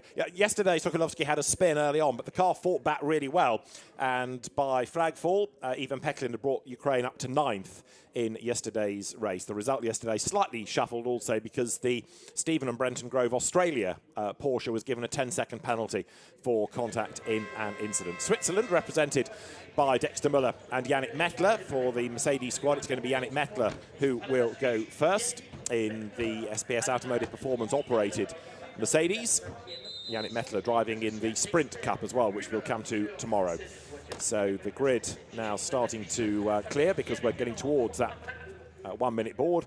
Rolling start, and then it's going to be really interesting in this first stint, isn't it, to see what Gachet can do about Fabian Schiller, because yesterday the gap was a large one when they got into the second stint, and therefore we'll see what is going to happen today. And factor in as well Sam Neary. He's with Gemma. I'm just down here with Sam Neary, who stepped in at the very last minute here with Sky Tempesta for the UK. Sam, enjoying getting to know the car and the circuit. Yeah, exactly. It's my first time in an Evo Merc, first time around Paul Ricard, first time with Ram, and I missed pretty much every bit of running in FB1 and FB2. So I think I did more laps in the race than I did in any practice. So hopefully I can climb up this order a bit and see where we end up, try and get a few points for the main race later. Thank you very much. Have a great race. Thank you. Yeah, Sam Neary races Mercedes in British GT with his father Richard Neary. They so nearly won at Brands Hatch, had late race dramas with fuel and therefore didn't finish. So he knows the Mercedes, not the Evo necessarily. Certainly doesn't know the circuit, but he learnt well yesterday. So he's one to watch here, starting for this race based on his own qualifying efforts. 7th on the grid. Their 8th on the grid is Victor Gomez, or Victor Manuel Gomez Donato, the 4th, to give him his full title for Puerto Rico. Yeah, we'll just call him Victor, I think. Anyway, but Sam Neary did a very good job in his stint because basically it's so little running prior to that first qualifying race. And as the race progressed, he progressed. We could see just simply he was getting to understand the rhythm of the Paul Ricard Grand Prix circuit, and literally by the lap he was picking up time all around the circuit. So he will go into this morning's race, I think, with a level of confidence that he didn't have when he jumped in on Friday evening. That's Bruno Baptista for Brazil. This car penalised with its grid drop, so another of the regular Mercedes teams, Acudis ASP, running that car, and it will have work to do. But over the course of an hour, it is going to be a race, I suspect, where the bulk of the work, in terms of opening up a gap, is done by the pro. But it's the AMs in the second stint keeping out of trouble, not making mistakes, that are going to be key to all of this. And just to explain briefly how the grid works for the main race, and it's the main race that gives you the medals, you get a point for the position you finish in. So a win gives you 1 point, 5th gives you 5, and so on and so forth. Add them together, lowest total on pole position, highest total at the back of the grid, but it's the final race today which the medals will be awarded from. Well, the field is waiting now to go off on its parade lap. Tyres probably stone cold. The other big factor will, of course, be the driver change between 25 and 35 minutes, no tyre changes. And there we saw yesterday, some teams were marginally quicker by a margin of maybe 2 or 3 seconds over others. And again, between the France entry and the German entry, Germany was very good. France were slightly slower. And the great United Kingdom entry, likewise, did a pretty good job. I think Sam Neary is going to be a real gun in this first stint, because with the confidence of knowing the circuit greater today than yesterday, and the fact that he's racing in daylight, not going into darkness like yesterday, he will be one to watch. He will, but he will be starting on the 4th row of the grid, so he's got, what, another 7 cars ahead of him to find a way through. And of course the opening lap will be a lap where any little penalty will be magnified. We saw that with the Ukraine Aston Martin on the opening lap there. We can see the car, the blue and yellow with the green markings around the air intake. It got tagged on the opening lap going into the chicane and the Mistral straight, and that set it on the back foot. But they came back strongly and they ended up finishing in 9th place. And I think starting here on the 3rd row, they've got an opportunity, particularly with Ivan Petkin behind the wheel, to be at the races. Let's just run through that grid. It is France, Simon Gachet on pole position. From Germany's Fabian Schiller. The 2nd row, Poland's Karol Bach, Chinese Taipei's Evan Chen. The 3rd row, Switzerland's Yannick Mettler alongside Ukrainian Ivan Peklin. For the UK, Sam Neary lines up alongside Puerto Rico's Victor Gomez on the 4th row. Row 5 for Hong Kong, China. Great to have them here given the travel dramas. Marchi Lee, Brazil's Bruno Baptista. 10th on the grid. 11th is Brenton Grove for Australia. Jonas Gelzinis for Lithuania is starting 12th, and 13th it is Gonzalo de Andre, who didn't have the pace yesterday, but Fernando Navarrete for Spain did have the pace. And I think the Spanish entry, if it doesn't drop a lap in the first stint, will be one to watch as the race progresses. Yes, he also, as a driver, he got a penalty, a 5-second penalty, I think, at this part of the racetrack in the chicane, when he went wide and he gained a position. He didn't give that position back. He got a 5-second penalty. But I reckon, actually, because he got into clear air and he could pull away, the penalty ended up being more to his own advantage rather than being a disadvantage, because I think he finished more than 5 seconds ahead of the car that he should have given the position back to, and on it went. So there may be a little bit of gamesmanship being played out, because if a 5-second penalty is the only penalty you're going to get, if you don't give a position back, you might think, well, if I've got clear air, that's got to be something I can make use of. Now, this is Sam Neary's view. We know from British GT that Sam can get out his elbows. I have no hesitation in suggesting he will not be 7th by the end of the opening lap. The leading car, the pace car as it is, will head for the pit lane this time, of course. The race director, Rui Marquez, will, if he's happy, give the indication that we can go racing. Bruno Baptista's view here. He has got a really crowded house ahead of him. Just to make the point about Sam Neary, he was parachuted in at the 11th hour, as he was suggesting in the interview with Gemma Scott. The UK team captain Chris Froggatt, taken poorly in the couple of days before the event, and Sam Neary was able to get himself here and of course knows the car. Ian Loggett, the other driver, this year's British GT champion, so on paper that should be a really good combination, and we look forward to seeing what will happen in the medal deciding main race later on in the day. But GT Cup qualifying race 2 is about to get underway. The cars now make their way down towards the Virage du Pont. Simon Gachet for France on pole position. Germany alongside, Poland, Chinese Taipei, Switzerland, Ukraine, rounding out the top 6 on the grid. 60 minutes of racing. Lights will change. We go racing now. It is blast off, and France gets the drop on everybody, but only just. But have a look at Poland, virtually pushing the Mercedes of France along. Karol Bash desperately looking for a clear bit of room where he might be able to make a move. He goes through on the inside into second place. The Audi absolutely on the tail of the French Mercedes as they dive into turn 1. France, Poland, Germany, Switzerland 4th, and here comes Germany back up the inside of Poland as there Fabian Schiller sorts out Karol Bash, or does he? I think it's going to be very close going into the chicane as we go on board with the Brazil entry down into the chicane. Sam Neary gets tagged on the left-hand side, has to run off racetrack, but force measure now on the outside, round turn 5, and well, round goes Brazil. Body work on the track as well. Yeah, a bit of help. I think that was Lithuania that went past. Jonas Gelzinis for Lithuania may well have been involved in all of that. So the officials will have a look, no doubt, at their feed of all the incidents. But up front, it is France. Simon Gachet leading the way. That's Marchilly in the Honda being monstered, or is he monstering? Almost 3 wide up towards the chicane. And the Porsche's got a problem, hasn't it? It's got a right rear puncture. It ran wide on turn 7, coming onto the straight. I don't know whether that was the cause or effect, but that looks like a right rear has been tagged, and that is a problem for Australia. They'll have to limp back into the pits, get that tyre changed, and in effect, even though it's a 1-hour race, there's very little chance of being able to claw back lost time, plus the additional having to make a mandatory pit stop between 25 and 35 minutes.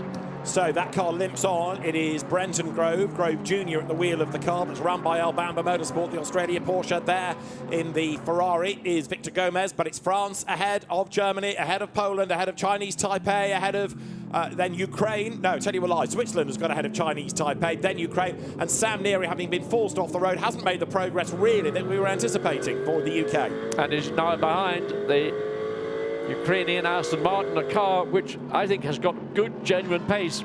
And it might be a handful for Sam Neary to find a way around that car, because they're both essentially, there is the Australia Porsche limping back with that right rear tyre that got cut down. I don't know whether that was on turn 7 or not, but or was there contact? I think there may be been a bit of contact in that group of cars that he was running in, coming down into the chicane. Saw lots of fans in the grandstands. Free admission to the FIA Motorsport Games. You register online for a ticket, and people have been arriving in their thousands this morning as the leaders go by. And with 1 lap in the book, 9/10 of a second between France and Germany. Great little battle pack going on here.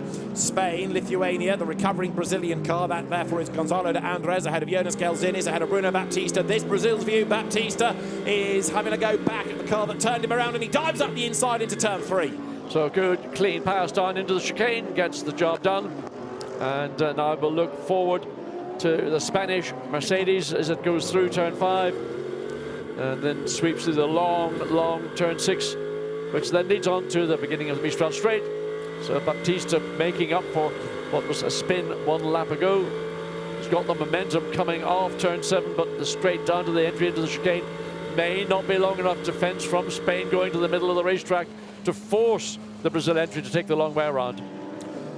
Australia's Porsche into the pits. Bruno Baptista for Brazil up 1 place, goes through on the inside into the top 10 now. So this has been a good recovery lap for him after that spin. We know though that Baptista has always had good speed, good pace. So Brazil working forward, and as he comes back onto the Mistral Straight, so Baptista, as I say, Brazil into the top 10. Let's try and piece it all together, John, from the start with the Brazilian view here. Yeah, this is on the run down into the chicane, a bit congested there. Sam Neary on the left of the screen, you see there's a slight contact, so he has to take the inside of the curbing. Didn't really make up any ground then. The Ferrari sort of stacked up behind the Brazil entry, tags the car, and around it goes. And this, another view as the cars dive down. This was the tag, and around went the Brazilian Mercedes. That was from Lithuania's perspective. Now, the Australia Porsche still in the pits, and therefore he's about to drop a lap as the leader goes by. France 9/10 of a second up the road, but Fabian Schiller has actually just done a quicker lap time. Karol Basch third, there he is for Poland, and then Yannick Mettler in the Swiss entry, fourth. Chinese Taipei fifth, Ukraine sixth. There, look, is Ivan Peklin in the Aston Martin. The car run by the German Pro Sport GmbH team, but for Ukraine, Ivan Peklin going nicely here. Went very well last evening and doing equally well as here this morning. In third place, looking now at the Polish Audi entry. There is the Porsche in the garage. Looks like it's all over. Yeah. Sadly for the Australian Porsche entry, maybe more damage than we saw with that rear tyre being cut down. Always a problem when a bit of rubber's flailing around under the rear guard. So got piping and cooling coming from the front of the car to the back of the car. Maybe something there has been additional damage. Well, hopefully they can get the car back out by way of a test for the main race, on which the medals will be awarded later on in the day. The top three covered by 1.8 seconds at the start of this third lap. France, Germany, Poland. It is Mercedes, Mercedes, Audi. And you could argue this is very much a Mercedes circuit with all of the grunt that those cars have. It's Mercedes 4, it's Ferrari 5, it's Aston Martin 6, and Sam Neary's still 7th for the UK, which again surprises me. I really did think that he would have been fighting his way up the order. Well, he got shuffled a little bit in the opening stage into the chicane. But again, he's behind that Ukrainian Aston Martin, which is a car which was quick last night in the hands of Petkin. So where's he going to find a way around? They've got very similar performances. Oh, watch that coming out of scene. That was always a little bit of interest to see whether Gonzalez Martin de André in the 19 Spain entry and being pursued by the Audi in 12th position. Yeah, Jonas Gelzinis for Lithuania, somebody that was rapid a good few seasons ago in Porsche racing in the UK. He's also been a regular in the 24-hour series of late, so an experienced GT driver. The team manager of number 25, Hong Kong, China, is being sent to the race director. So something has happened for Marchi Lee. There was an incident between Hong Kong, China and Brazil. So I was suggesting it was Lithuania, but it looks like Hong Kong, China was judged to have been the guilty party. And so to answer for the sins, the team manager of Hong Kong, China has to go to the race director straight away. Well, there is our race leader. The gap still, well, there's 1.2 seconds when they came across the line. Looks marginally less than that down at the far end of the racetrack now. Karol Basch more or less in clear air. He's got nobody directly behind him. And he's just hanging on more or less, but he is actually 1.5 seconds behind the second place German entry Mercedes, and now 2.7 seconds behind the race leader, who entering into the chicane. So the first three cars covered by 2.7 seconds. Karol Basch then turns his way through, running in third place for Poland right now, and his last lap was a 2 minutes 3.886. If anything, that lead gap is coming down, isn't it? Because Fabian Schiller now knows that his co-driver is quicker than Simon Gachet, so as long as he can stay on the tail, doesn't even need to get through. But in the second stint, his co-driver can perhaps play more of a part than can Team France's Eric Debard. Yes, I think that will be part of the strategy. Of course, the whole strategy will be contingent on at the point at which they bring their respective cars in, and I suspect because these are the more experienced or maybe semi-pro or pro drivers, that they will stay out to the maximum driving time, which is up to, in this case, should be doing 33 minutes. I think that would be the maximum you could risk running, and then they'll hand over to their second driver. But between Germany, with Valentin Pierberg taking over, and Eric Debard, I think sort of the balance would go more towards Pierberg in terms of ability and speed. Yeah, I'd go along with that. Certainly Pierberg yesterday was able to build quite a good gap. Now, I'll grant you that while he was doing that, there was a battle going on behind him. There's a battle here as well. Switzerland versus Chinese Taipei as they go through together with 0.3 of a second between them. Evan Chen for Chinese Taipei pulls out, has a look, pulls back in again. Great to see two differing brands here, so evenly matched. The Mercedes versus the Ferrari, very different ways of, if you like, cracking the GT3 nut. Yeah, very much indeed. One's mid-engine front, one's mid-engine rear. A bit of a battle coming as we come down into, and this is for 12th and 11th position, so that's been a change. So the Audi has taken over that battle, and so that was up into the first and second turns. What about Puerto Rico versus Brazil as well? This now is for 9th place. Victor Gomez ahead of Bruno Baptista. So Baptista penalised after qualifying for an infringement under a red flag and then having had a spin. So the Brazilian driver trying to fight back. The 2014 Formula 4 South American champion, Porsche champion. He's raced single-seaters in Europe as well. So Bruno Baptista, experienced driver. And I don't think it's going to be long before he gets himself, for Brazil, past Puerto Rico. Well, the Ferrari has got good straight-line performance. We were seeing that battle that's taking place for 4th and 5th place with Chen in the number 68. That's the Chinese Taipei entry. So Ferrari has got good pace. We know that from other events that we broadcast on here at Paul Ricard. They're a very, very effective car around the Paul Ricard circuit. There is the Ferrari then. Evan Chen turns out of Le Beausset.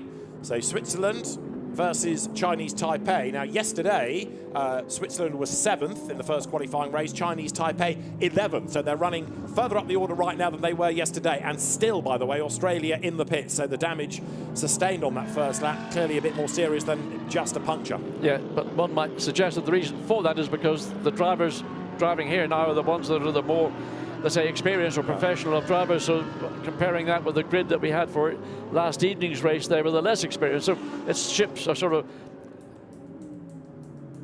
So there over the line go the leaders, 9/10 of a second between them. Karel Bash dropping away a little bit now, isn't he? Because he's lost about a second on that last lap.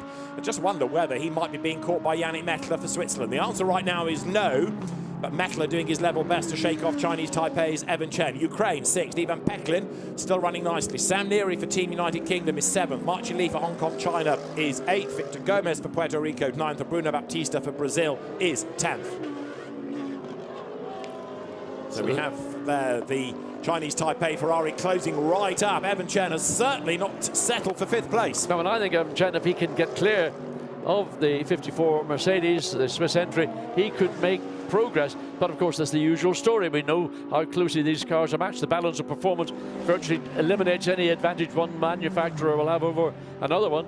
And where's he going to find a place? He's not close enough to think about a move into the chicane. He closed up down at the far end of the racetrack, but that's fairly normal in any events that we ever would see here at Paul Ricard. In the back end of the Ferrari immediately snaps sideways as he turns right. That's, well, a Brazilian problem. Big problem, because that car has suddenly slowed right down. And Bruno Baptista in 2nd gear limps up the Mistral. He's going to be lucky to get that back to the pits, I would have thought. So it sounds mechanical more than a tyre, doesn't it? It certainly doesn't sound very healthy mechanically. Now, there's a lot of lash in a gearbox when you hear clunking and crashing its way back, but he's coming back virtually in limp home mode. Whatever the issue is, again, for Brazil, disappointment that's going to see their car back into the pits, but more importantly, back into the garage to effect whatever repairs they will need. And in reality, as we saw with Australia on the opening lap when the Grove Porsche got contact, a puncture, that car's not returned to the circuit. Leaders go by. France from Germany then. And the margin is just over a second between the two of them. 3rd as they go over the timing line. Poland, Fabian Schiller for Germany. The fastest man on track. But I still think, yes, he wants to win the race, but he doesn't have to be leading at the end of his stint, because his co-driver quicker than Simon Gachet's co-driver for France on the evidence of yesterday. Hong Kong, China being given a 10-second penalty for causing a collision. So Marcin Lee 8th, but he will fall down the order, a legacy of that penalty. Leaders go through, they're heading towards the Mistral straight once again here. Yes, 1.5 seconds the gap when they came across start-finish line. And whether Fabian Schiller, well, he's going to give Simon Gachet a bit of a hurry up. Suddenly the headlamp flashers becoming active on the 2nd place Team Germany entry. Fabian Schiller, sector times fastest in sector 1. So he has closed the gap fractionally to the Team France entry. So there is the Brazilian Mercedes making its way into the pit lane and into the garage, I suspect. I think you're right. And so the car limps its way at pit in. Number 44, the Acudis ASP team entry. Well, we don't often see Acudis ASP team cars with mechanical maladies, but it struck today as Bruno Baptista limps down the pit road. Now, the good news is that, all right, they might be starting further back on the grid for the main race, but it doesn't massively affect your chances of a good result in the main race later on. It's a clutch problem, Gemma tells us from the pit lane. She's been to ask the team, and so a clutch drama is what we're hearing for Brazil. I don't know what kind of clutch problem it will be, because all the gear changes are done on the steering wheel, so it's a system which is pretty much standard across all the GT brands. The old-fashioned gear shifter, which of course is what a GT car should be all about, but modern technology has now got automatic shifts on the paddle on the steering wheel, and seamless shifts they are to. There's the third place, Polish Audi, and dropping further back. Carol Batz was 4 and a bit seconds, now 6.4 seconds behind the second place Team France Mercedes. There is the second, the leading, sorry, France, the second place Team Germany Mercedes. So the margin between them was down to 0.4 of a second that time. Fabian Schiller doing 2 absolute bests in sectors. This is game on. We are 10 minutes away from the pit window opening, but you can anticipate the quicker drivers here to stay out for longer for their nations. But Fabian Schiller certainly now is giving Simon Gachet a very tough time indeed. Well, he was giving him a lap ago with a bit of a hurry up on the headlamp flasher coming there. Again, he's at it, look. He can't stop it, can he? He just has to flash those lights. But right now, there's no suggestion that Simon Gachet is going to crack under the pressure.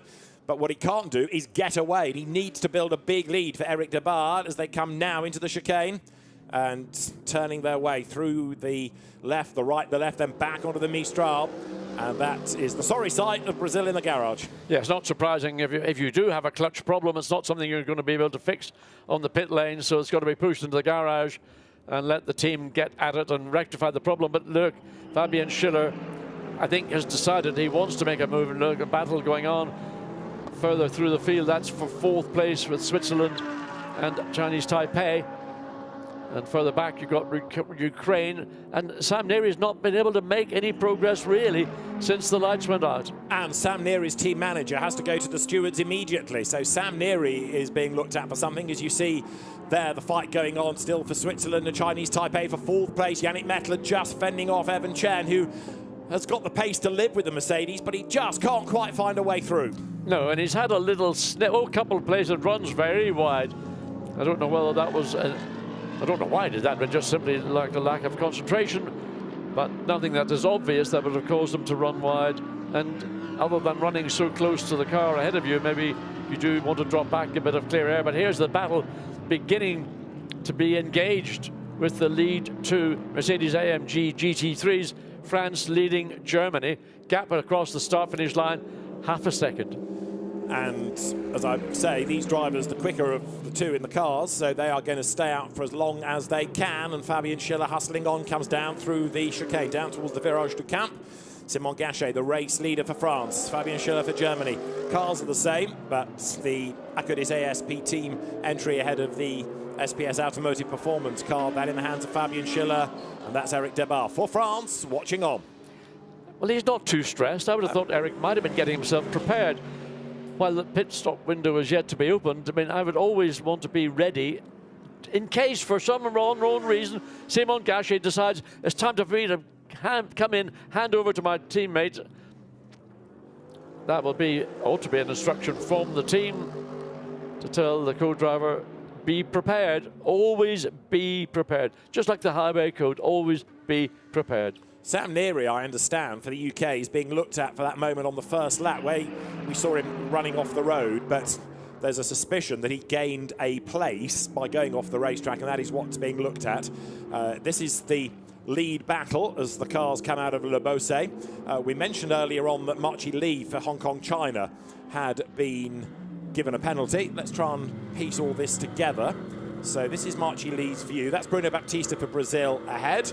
This is down at the Virage du Camp, so the Honda of Hong Kong, China gets up the inside. There's the contact, but turns around the Mercedes. And then have a look at the Porsche, because Brenton Grove goes around the outside, and there's a bit of a biff and another biff between him and another car. That's where the puncture came from. So that was a contact, the right rear of the Porsche got cut down. So here we are on to lap 9. As still the situation, status quo unchanged.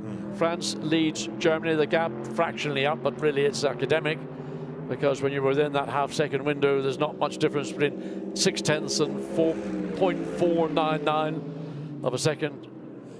And yet again, seeing the pace of Fabian Schiller, he's able to catch, but he can't do much about finding a way around.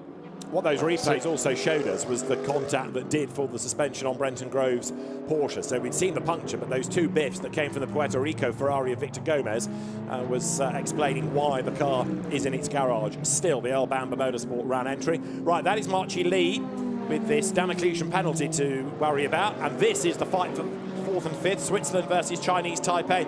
Evan Chen is absolutely determined to be ahead by the pit stops. Yeah, and he was slightly closer coming through turn 6 through 7 runs. A little bit wider than necessary, but he's got a bit of a momentum built up. Whether he can do anything again down in... the Mercedes is going defensive, realizing that Ferrari is closer, forcing the Ferrari to go the long way. Now dive up the inside. A good dummy by the Ferrari. Well done. Well done. Chinese Taipei. Chinese Taipei's Evan Chen goes ahead of Switzerland's Yannick Mettler, and he's worked hard for that. Like 20 minutes he's been working to try and put that move together. Now we'll see whether Chinese Taipei can get away. Evan Chen accelerates 4th up towards Senior, and look at the background. You've got Ukraine versus United Kingdom. And Sam Neri is suddenly finding pace. He's going to put a bit of heat on pressure onto the Ukrainian entry, the Aston Martin. So pit stop window will open in about 3.5 minutes, but I think all these drivers are, no. Well. Ukraine goes wide, Pecklin loses time, Sam Neri for the UK right with him. Yeah, but Neri was unable to take any advantage of that. The Aston just about got back on track ahead of the United Kingdom entry, but Sam Neri will think, well, maybe is that my pressure causing those little errors to creep in? Through they come together, nose to tail, and the pressure is now telling on Ivan Pecklin. That car looking a little bit ragged as it came into Virage Dupont there. Yeah, maybe the car's just beginning to give up a little bit of grip. But out of the final turn on to start-finish straight performance, moving forward. So Sam Neri not able to do anything about the speed in the straight line of the Aston Martin. It's going to be in the turns where he will gain. Look how much he's closed down under braking and going through turns 1 and 2 then. Through this gentle curve to the left down into a fairly big braking zone before you go right left through the chicane. So Sam Neri has closed the gap, which was opening up on pit straight almost into the back of the Aston Martin. Swings to the left to make the undercut on the exit through 5. No opportunity. Be patient here through 6. Just position yourself to move when you come through this second part of turn 6. Then the cut back through turn 7. If you can carry extra speed, which Sam Neri I think ought to have been able to have done. Now under braking up into the chicane on the straight. Again, look at the speed the Aston has got. It's able to pull away all the time and really frustrate Sam Neri in the United Kingdom entry. But Pecklin made a mistake a lap ago. He might make another one, especially with Neri breathing down his neck. Neither of them exactly circuit experts, so they're both learning and learning fast. Yeah, the Aston has not got the grip. It's got straight line performance there. We see the Ukrainian flag and proudly being displayed by Ukrainian fans around the racetrack. So now he gains on the straight, but he loses. Here 1 lap ago ran way wide at Le Bousset, got the car out onto the dirty stuff. This time, better position. Sam Neri not able to move up the inside to try and get alongside. So he's got to be patient. Nose to tail they run. Sam Neri trying to find a gap. He knows also that the pit window opens in about 2 minutes' time. Now, does he bail because he's a bit stuck in traffic and put Ian Loggy into the car? Ian Loggy knows the Evo version better than Sam does. Sam way up the curb there, so that shortens the run into Virage Dupont. But Ivan Pecklin looking as though he's calmed down now. That car pulls away coming out of the corner as well, the Aston Martin of Ukraine. Yeah, whatever way the Aston is working, it's certainly got good performance in a straight line, and that's a big frustration for the United Kingdom entry. There's nothing Sam Neri has been able to do. He can close all around the racetrack under braking through the corners, the 15 turns here, Paul Ricard. But as soon as the Aston Martin gets on the straight, it's up and gone. So they dive now down towards the chicane, heading towards the Virage du Camp. Go right, go left. Sam Neri, remember, being looked at for going off the road and gaining an advantage on the opening lap of the race. He sort of got spat out of the pack, but it is being looked at by the officials. I think it's force majeure. For the images we have seen, I can't think there was any malice involved in what Sam Neri was doing. Now, this is the lead battle, and you can see now just how far back the Polish Audi has fallen. Look at Karol Basz. Considering that that car was absolutely with the race leaders on the first lap, he is now the best part of 10 seconds adrift. I just wonder whether he's got a problem, because the lap times are nearly a second a lap slower than the leaders now. Well, whatever the reasons are, different to what we saw last evening when that Audi was being driven really, really hard and was making progress all the way. Here's the battle we were looking at just a moment ago, the battle for 6th position, with the Ukrainian Aston Martin in 6th and the United Kingdom Mercedes AMG GT3 in 7th position. Sam Neri can close all around the racetrack where you get the twiddly-turny bits, but when it comes to the straight line bits, and there we see already Valentin Pierberg getting himself prepared to take over. I suspect that Fabian Schiller may be the earlier of the two stoppers, because I think Simon Gachet will want to stay out and use the advantage of having the lead before he hands over to Eric Debar, his co-driver. We're getting track limit penalties of 5 seconds for Lithuania, up the inside, Hong Kong, China, and a change as Sam Neri has done it. He's gone by on the inside line. So Sam Neri for UK goes 6th, goes through. Now, can he get away? I think he's one that has escaped penalties thus far for track limit offences at least, but others are going to be affected when the cars make their pit stops, and that won't be far away because the window is now open. So Sam Neri has finally made it through into 6th position, and now that he's cleared the Aston Martin, he ought to be able to move away from it. He shouldn't really be being challenged, but he's got a further 7.2 seconds before he can even find a way to catch up to the Swiss entry Mercedes AMG GT3 of Mettler in 5th position. There is our race leader into the chicane on the 13th lap, and the gap between 1st and 2nd has stretched by a 1/10 of a second up to 3/4 of a second. It's all, I think, somewhat academic. It's going to be more about what Akota's ASP can do with their pit stop entries. The Spanish entry makes an early pit stop, and the fact that pit lane is only open by just over a minute. But yesterday we did see for Spain Fernando Navarrete be faster than Gonzalo de Andrés, so it makes sense to get the quicker driver in, maximise his time.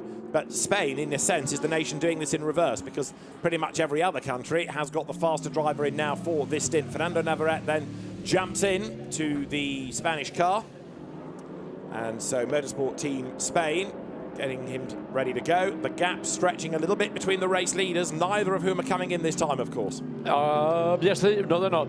The gap looks to be bigger than the 3/4 of a second it was when they came across the line at the beginning of the lap they're about to complete.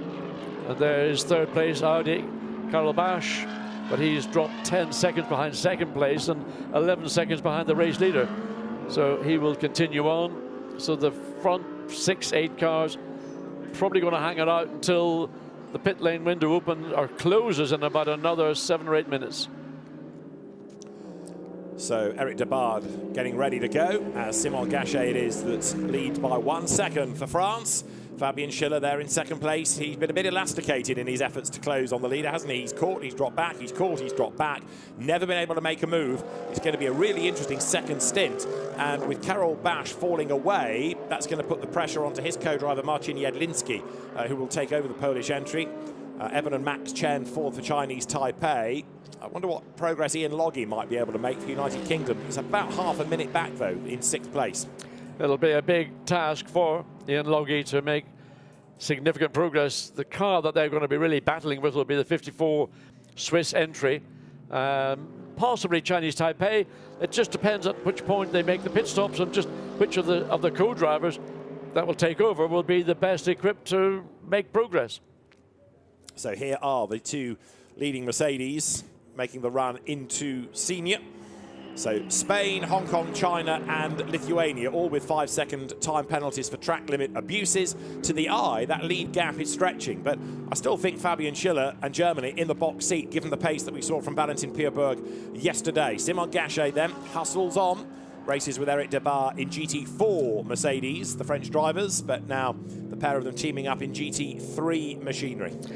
I suspect that this race outcome will be determined not so much by these drivers or their co-drivers. It'll be which of the two Mercedes teams.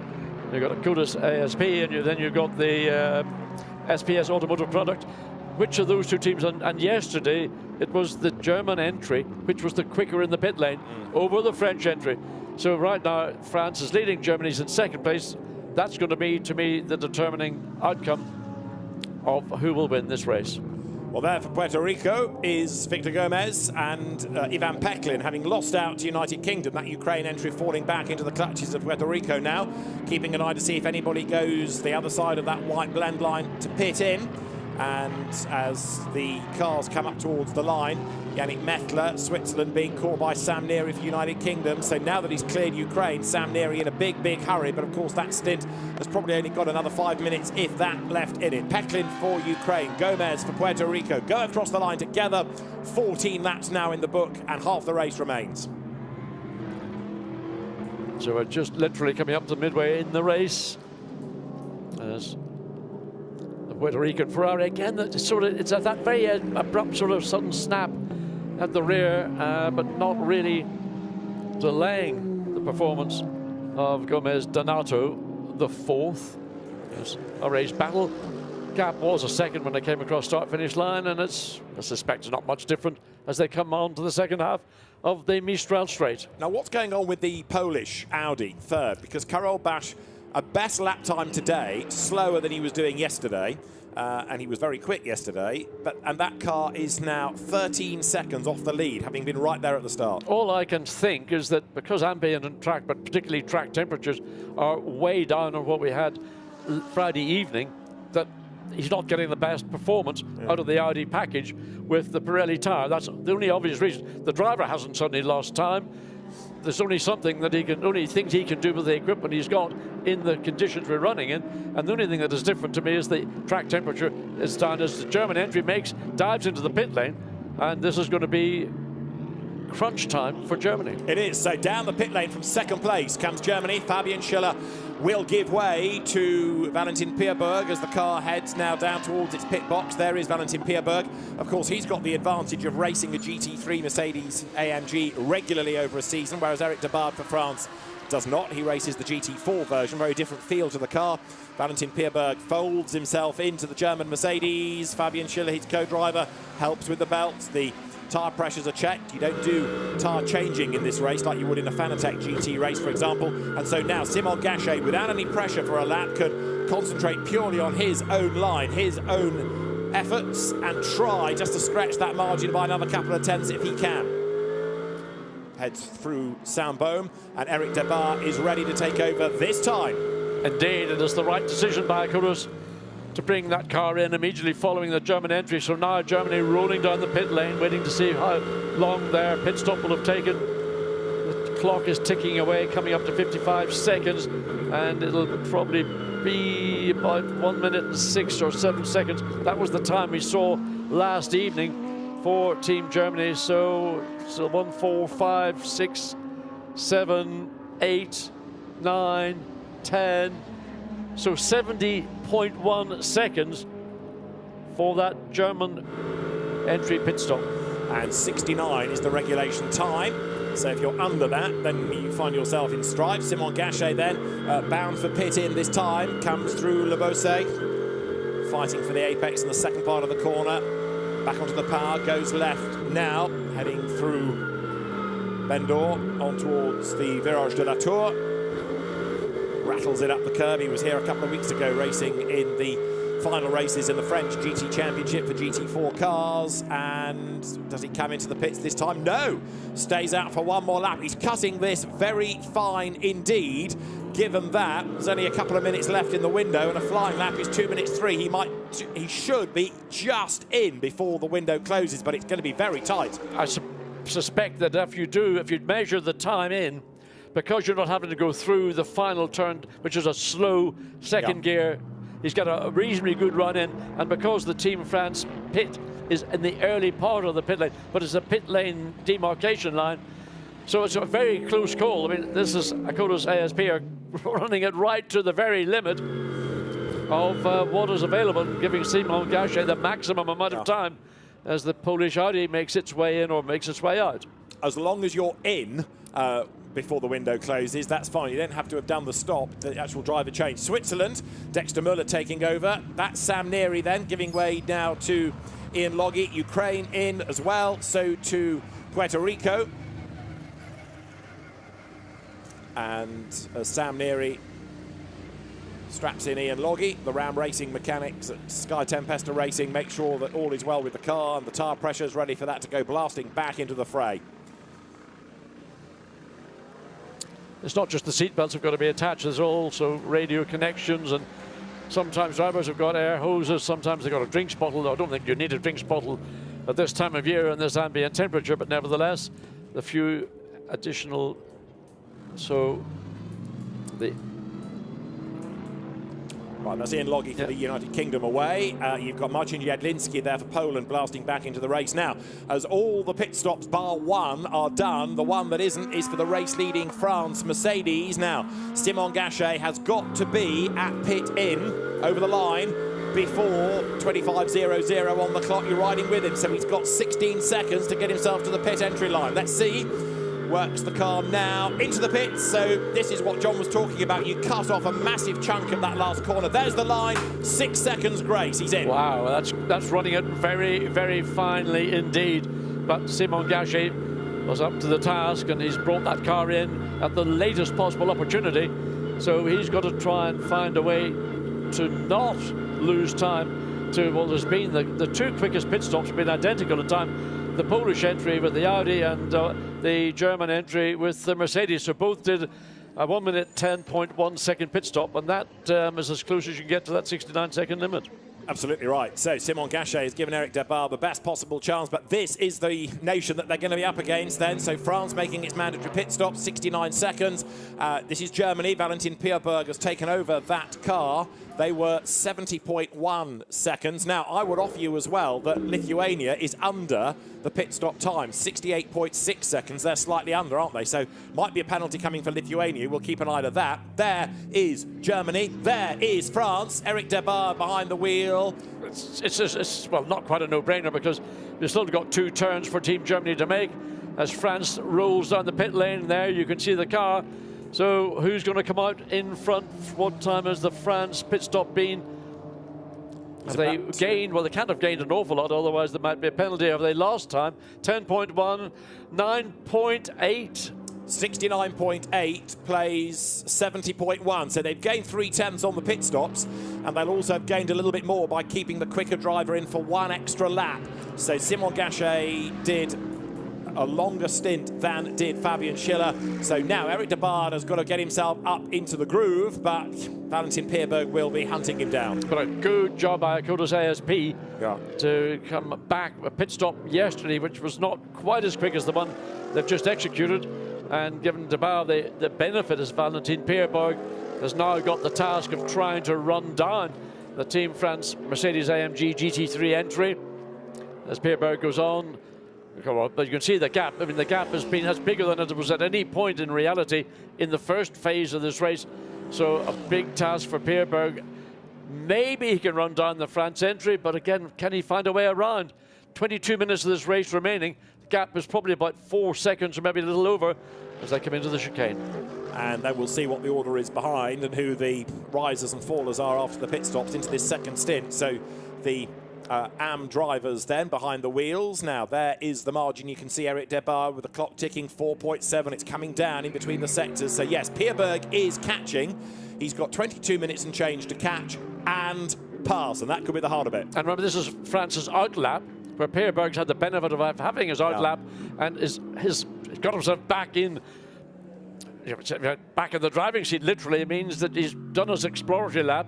Track conditions are different. Everything was different to how he found it last night. Remember, he started this race last night. Eric Debar has just jumped into the race-leading Mercedes, so he's just acclimatizing and using a lot of the racetrack in the process. He is indeed, and I make the point again that he's not a regular GT3 racer. Valentin Pierberg is. So Eric Debar comes up across the timing line with 21 minutes and change on the clock. Valentin Pierberg is behind him. It's France versus Germany. Same cars, different teams, and the gap between the pair of them now then with 21.5 minutes to go is just under 5 seconds, 4.9. That's actually extended in the favour of France, because there were 4.7 seconds when they came out of the chicane at the end of the middle of the scene, So, in fact, Eric de Boer has done a very good job on that outlap indeed, and Ian Loggy likewise. Yeah, because he's jumped ahead of Chinese Taipei. So the United Kingdom up into 5th at the expense of Chinese Taipei here. This is Ian Loggy in the car that he's really comfortable, really familiar with, and all the engineers operating it. He knows them, so very much at home here. And this year's British GT champion goes through now into 5th place. And this is how he did it, John. Yes, down into Le Bouzet, the Ferrari high up, taking the high line. The Mercedes dives down, hugs the inside line, a bit like racing in an oval. Some drivers stay low and hug that low line. Ian Loggy did that and got the benefit and got the position. Effort being made there by Puerto Rico up against Lithuania. No way through there. So Pio Venetti trying to get himself up past Navickauskas. Couldn't do it. So Navickauskas for Lithuania, keeping at bay, at least for the moment. Francesco Pio Venetti, Audi versus Ferrari. 7th and 8th they run. Lithuania just fending off Puerto Rico at the moment. So Imantas Navickauskas for Lithuania comes here, down towards the Virage du Camp. And for Puerto Rico, Francesco Pio Venetti has fallen away a little bit compared to the pace of Victor Gomez earlier on. But I do love the graphics on the Puerto Rican Ferrari. I mean, some of the graphics, but sort of, you might say, are the bog standard, but that one, it just jumps out of the screen at you. Yeah. As also, in fairness, as the Hong Kong China livery, whether it's on the GT car or a touring car, as we'll see over the weekend as well. Some great liveries put onto the cars to represent the colours of their nations. There is the Puerto Rican Ferrari, and Francesco Pio Venetti starting to drop away just a touch now with 20 minutes to go. 1/3 of the race remains. So that's the view looking from Scene down to the end of the Mistral Straight, which is the Ukrainian Aston Martin going through. And there is Puerto Rico running in 9th position. So 9th, 8th, 7th, all within 3 and a bit seconds of one another, but getting on top of the Ukrainian, or the Lithuanian Audi is going to be a different task. And coming through the middle of the final section. Is it the screen, or is it everything looking more, just maybe the way the light is shining around? It's almost like a haze over the circuit in certain parts. So the race leading cars accelerate on lap number 20 with the gap down to 4.2 seconds between France and Germany. And so Simon Gachet, having done his stint for Team France, can watch all of this now, but he's a nervous spectator. Let's interrupt him. He's with Gemma Scott in the pit lane. Simon, you were pushing ever so hard. Of course, you had to get that gap up, and since you've changed over now, the gap's reducing slightly with Eric behind the wheel. Yeah, true. The car was really good to drive, honestly, since the beginning. We had only new set on the left part compared to Fabian. He had four tire new, so yeah, honestly, it was a good stint. Now we just need to see what Eric can do. And just a quick word there on that pit stop window. You left that right to the end, right? Yeah, honestly, I don't know. My engineer told me 2 more laps, and I saw on the mirror Fabian box, so I was a bit confused, but let's see. You got it in by 6 seconds, so it was very well calculated. Yeah, so congrats for him. Thank you, have a good one. Well, the race officials are having a look at that pit stop. They're also looking at Lithuania's, but we know why that is. It's because it's under the 69 seconds. But I think the officials want to make sure that he was at the pit entry line, not just the timing loop, at the given time. Oh, nothing goes undiscovered, does it? I mean, it's every potential infraction of regulations is going to be investigated. As we see the 1st and 2nd place Mercedes AMG GT3s make their way into turns 1 and 2, and the German entry, well, certainly looking at Valentin Peerberg, leaving nothing on the table. The gap's down to 3.3 seconds, so he is on a charge, and he's taken on that last lap. You can see over the last 3 laps, a second on lap 18.7 of a second, lap 19, 0.8 of a second. So he's taken significantly more than half a second, probably 3/4 of a second a lap consistently over those last 3 laps. So Peerberg is on a charge. He is, but he's not there yet. The gap, as you say, is certainly coming down. Now, what's happening behind? For Poland, Marcin Jedlinski is running third. Then you've got Switzerland fourth, Dexter Muller, who is dropping back. But Ian Logge is quicker than the two ahead of him. In fact, Ian Logge is quicker than everybody apart from Valentin Pierberg. So the United Kingdom entry is certainly good for one more place before the very end of the race. Whether it can catch up to Poland, I rather doubt. But Ian Logge, fifth for UK, should be fourth by the end of the race. All things being equal, Ian Logge will catch well before the end of the race, and of course catching a normal story, finding a way around is another deal, but he is certainly running a very quick pace right now, and fourth place will be within his grasp with, what, 15 and a bit minutes of the race remaining. So Germany using all of the racetrack there. Valentin Pierberg accelerates through. And there is that gap between Switzerland and United Kingdom that's come right down. Ian Logge quicker, hunting down Switzerland. And the change is on here for fourth place, isn't it? They took 2.1 seconds out of the Swiss entry on lap 20. That's a massive amount of time. Now, whether that was somebody because he's that much quicker or whether the Swiss entry made a little error and that's where the time lost. But catching, coming up into scene, this is the view from on board the United Kingdom entry all the way around. The quickest corner on the racetrack closes even, going into Le Bousset. Runs now slightly the higher line, contrasting that when he got past the Ferrari, went down low. The pace of the Swiss entry is going to control what Ian Logge is capable of doing. And you can catch, we know this is from time immemorial with these GT3 cars, you can catch where you're going to find a way past. Well, the thing that Ian Logge will want to do is he's brought that momentum to the table and has caught the Swiss entry. He doesn't want to get stalled out and have his pace determined by the Swiss car. Dives up the inside. It's a big, can he get away with it? Was there contact? Well, I think there might have been a very light contact on the right rear for the Swiss entry, but Ian Logge, the Scottish driver, used all that personality and character, hip and shouldered his way through. Absolutely. British GT champion Ian Logge for the UK goes through.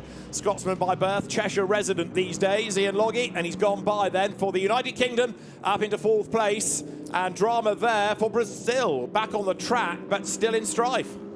Well, whereabouts was that? I'm just trying to work out because I think that might have been coming off scene. I think he must have spun on the exit of scene.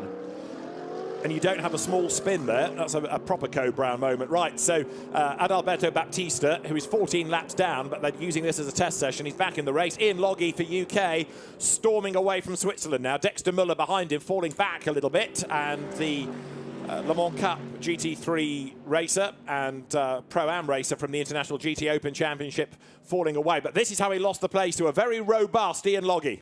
Yeah, I mean, there's a late move down the inside into Virage Dupont. There you can see the angle now. He cuts from left, launches it down the inside. I don't think the Swiss entry expected to have that overtake. And there was contact. Maybe you'd call that a racing incident. So I don't think there's anything untoward, but certainly Ian Logge, a man on a mission, dives down the inside. There's the contact. So whether that will be determined to be an overtake that was unfair, I don't know. That's up to the race director and the stewards to determine. Well, certainly Ian Logge has got the pace, as we have been saying, because he's gone storming away. There, Eric de Baard still leads. Now, yes, that gap is coming down, but Valentin Pierberg has not got there yet. And again, we come to the balance of performance. It is going to be really interesting to see when Pierberg catches, if at all, how easily he can get past, because the cars are going to run at a very similar pace. Catching in a GT3 car is one thing, overtaking is a completely different kettle of fish. I remember what Simon Gachet said, there's the Brazil Mercedes in the pit. Simon Gachet said we had two new sets of tyres on the left side, whereas the German entry had 4 new tyres. That may ultimately become, with 12 minutes remaining, the determining factor. It may just be that the German Mercedes entry has got that little bit more bite, albeit we're now sort of, 50-odd seconds into this race. I'll come back to tyres in a moment just to make a point about them. First, let's just catch up with the Brazilian spin. And Adalberto Baptista loses it. Well, that set of tyres can go in the bin because they are going to be like 50p coins. Well, I was going to say a threepenny bit. They'll be flat spotted. There is the car in the pit lane. There's the spare tyre being brought up to the left rear of the car. The left rear would be the tyre that was the one that lost adhesion, so that's the one that's going to suffer most. But I think probably all four will be pretty much trash. Absolutely. Now, just to make the point about tyres, you get 5 sets for the weekend. So it makes sense if you can use half a set in these qualifying races and keep a fresh, full set for the main race where the medals are, because that's the real purpose of the weekend. Down to the cords. And that tyre is, well, that's a souvenir for somebody. I hope somebody around the racetrack might walk away with that as a souvenir of a weekend here at the FIA World Motorsport Games and think, what a great weekend I've had. And look at the souvenir I've got. Can't do much else with it apart from make a coffee table. Leaders over the line. France still leads. Germany second. But you put them on a full, fresh set of tyres in the main race, and it could be a very different story. So now Eric Debard on only 2 new tyres has got to try and work this car very hard indeed. Yesterday, in the race that took us into the darkness, they did 29 laps. They are on lap 24 now, so 29 is your target for Lappery, and the gap is down to 1.4 seconds. Pierberg is, for Germany, nearly up with France for the lead. And you can see on screen how much is taken out of the car. Lap 23, 0.8 of a second. I mean, when you're leading the race, Eric Debard driving wheel perfectly, doing the maximum he's got with the equipment he has, and all of a sudden the German entry just running you down mercilessly. But Eric Debard knows how to defend us there. Through goes Spain ahead of Hong Kong, China. So Fernando Navarrete gets ahead of Paul Ip for 10th place, and having secured the position, he's going to be able to accelerate away. Mercedes ahead of Honda, Spain ahead of Hong Kong, China now. Fernando Navarrete was really racy yesterday in the first stint. We're seeing it from him again here in the second stint right now. And this is Paul Ip's view as he starts to fall away. These cars a couple of seconds on the last lap slower than the race leaders, but of course the likes of Paul Ip has done hardly any racing miles around Paul Ricard, whereas the likes of an Eric Debard, Simon Gachet, a Fabian Schiller, a Valentin Pierberg, they've done a whole lot more in their careers. There's the lead gap, and you can see visually it's down to, well, it was 1.4 seconds coming across the line. It is now under 1 second. And the momentum clearly with Valentin Pierberg. He's decided to get on the old headlamp flasher and give Eric Debard a bit of a hurry up, and well, same old story. Catch so where you can catch, but where you're going to overtake. Yeah, he's nearly with him, isn't he? Now Valentin Pierberg. So France versus Germany. The gap is coming down and down and down and down and down. Pierberg doesn't have to win this race necessarily because the medals come in that main race, but he's a racer. Of course he wants to win. Comes out of the Virage Dupont, now back onto the power. Accelerates on this long drag past the pits. France versus Germany. There is certainly less than a second in it as they break the beam. They now go down towards the first corner with the margin 0.4 of a second. Is this the lap on which Germany makes its bid for race leadership? Well, Pierberg would like to think it will be. I don't know whereabouts on the racetrack he thinks he's going to find a way past, but coming down into the chicane, he's on the headlamp flasher again, trying to distract Eric Debard. Probably, well, you can see again, 0.1 of a second here, a second on the last lap. That's a bunch of time. Now, almost into the back of the France Mercedes as they come through turn 5 into turn 6. So he is going to be lining up the France entry, not here, but into the chicane. That will be his first significant opportunity to find a way to take the lead of this race. Eric Debard may well go defensive and go more towards the middle of the racetrack to deny that. Oh, what have I said? Did I predict it or did I predict it? It's like you've been here before. Down they come towards the chicane. France ahead of Germany, closing up a little bit, maybe under braking. Valentin Pierberg applying the pressure all the time. He's got time on his side, and there's a little error out of France. Eric Debard gets down the power and the back wags. Germany on the prowl now. Pierberg lines up to have a go, maybe on the inside at senior. Eric Debard feeling the pressure, and surely he can't resist for 7.5 more minutes. He will try it into Le Bousset. That's the long right-hand corner, the semi-bank corner. Here he goes. Pass is made on the exit of scene. So clean and easy pass, ultimately, for Valentin Pierberg. I thought he might have been trying to do it into Le Bousset, but he didn't need to bother.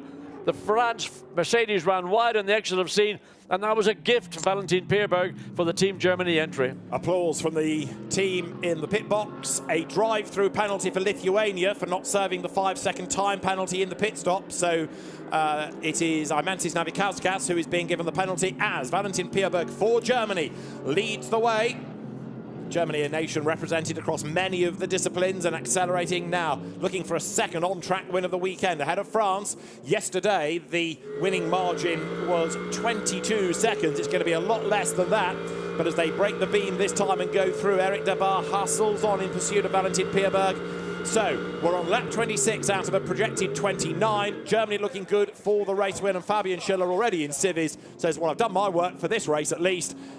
And now we're in the lead. Well, the decision by SPS Automotive Performance to put 4 new tyres on the Team Germany entry has been justified. If you want to worry about winning or not winning, coming second or winning, that's the reason why. It's basically about the level of grip one of the 2 Mercedes-AMG GT3s had over the other. And it's going to give them 1 point for race 1, 1 point for race 2, and therefore pole position ahead of France on the front row of the grid. So it sets them up very nicely into that main race, where one would anticipate it will be the AMs that will go first. So it'll be a sort of mirror of yesterday's first qualifying race. You're on board with Eric Debar, having to settle for second place on this lap 26 now up the Mistral Straight.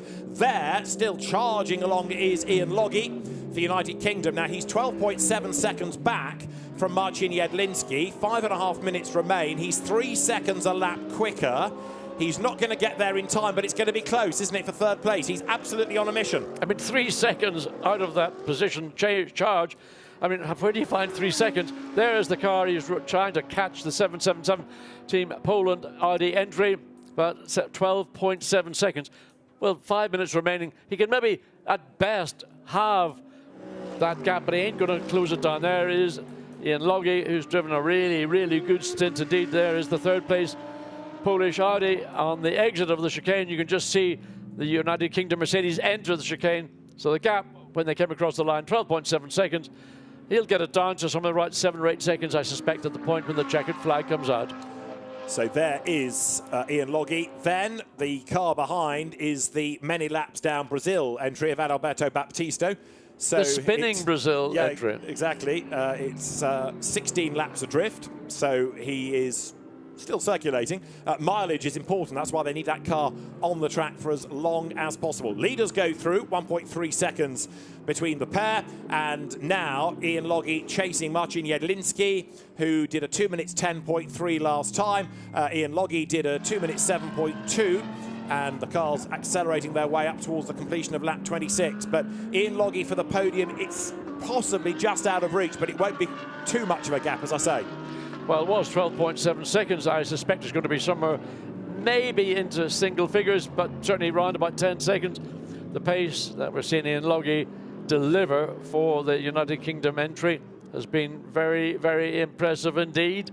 So comes across start-finish line. Now there it is. And what is the gap? Well, it looks like it's extended us up to 13 seconds. So we were bigging up the performance by Ian Loggy, but didn't deliver on that last lap. Yeah, that time Marcin Jedlinski responded and was quicker. So he is pulled away. Now, what about the Yevgen Sokolovsky Ukraine entry? That's catching Chinese Taipei for 6th place. This is on, because with 3.5 minutes to go, that gap has come down from 2.9 seconds to 11 tenths. So Ukraine for the top 6. This is on. With this lap and one more to go, Aston, remember, has got really good straight line performance.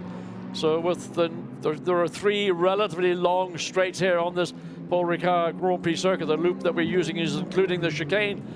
So if Ukraine can just use the strengths that they've got and try and run the Ferrari down on one of the quicker parts of the racetrack, they've got a realistic chance of gaining another position. Battle on here, Puerto Rico versus Spain as well. It's all coming together. Late race, isn't it? Puerto Rico's Francesco Piovanetti, Fernando Navarrete for Spain. Absolutely nose to tail. This is for 8th place, so we've got a change imminent for 6th, another one for 8th. They both got up past Armantis Navikalkas of Lithuania, and Spain for another position before the end. Should be possible. I think it's going to be done maybe on the entry into the chicane. The Puerto Rico Ferrari does not have to wander around the racetrack to defend. This under brakes, whether the Spanish entered Mercedes does what it's got. Just simply had a little bit more bite and grip under braking. And in fact, that was an easy overtake. Puerto Rico didn't offer a lot of resistance. They realised the pace at which they were being caught, it was inevitable, and we've got just 2 minutes of this race to go. Absolutely, it's flown by, hasn't it? So here, with one change we've just seen for 8th place, the 6th place change has not yet happened. So Yevgen Sokolovsky is right there on the back of Evan Chen.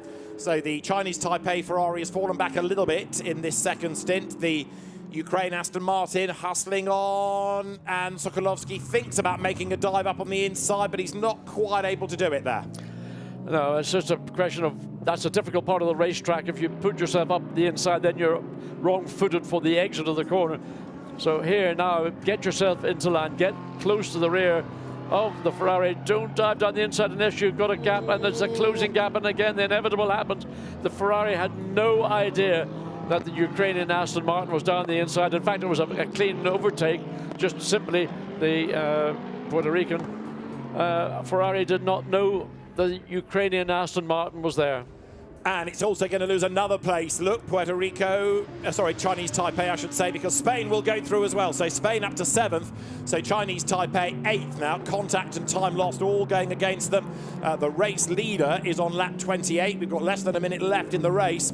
And Chinese Taipei then on the back foot really now as a legacy of the incidents. Here's the replay, John. Yes, you can see the Aston lines itself up. Then it gets a clean run down the inside. It is fair and square alongside the Ferrari, and just the Ferrari did not know the Aston Martin was there, turned in, and all of a sudden the collision occurred.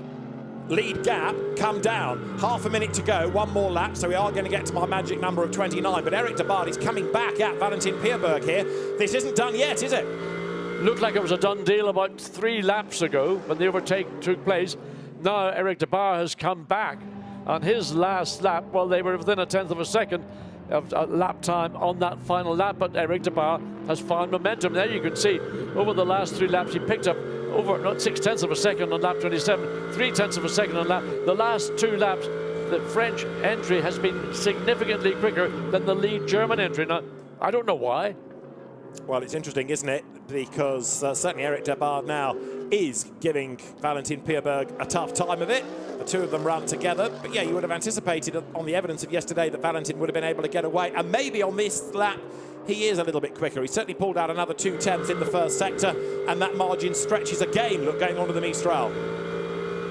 Difficult sometimes to understand why somebody, a car, lead car or a pursuing car. Look here, Spain closing now on the Ukraine, and this has got the momentum behind the Spanish entry. Again, down to the part of the circuit where the Aston made that overtake one lap ago, and all wandering around all over the racetrack. Watch for the undercut from Spain. They're going to gain the advantage on the acceleration of the final turn onto start-finish straight.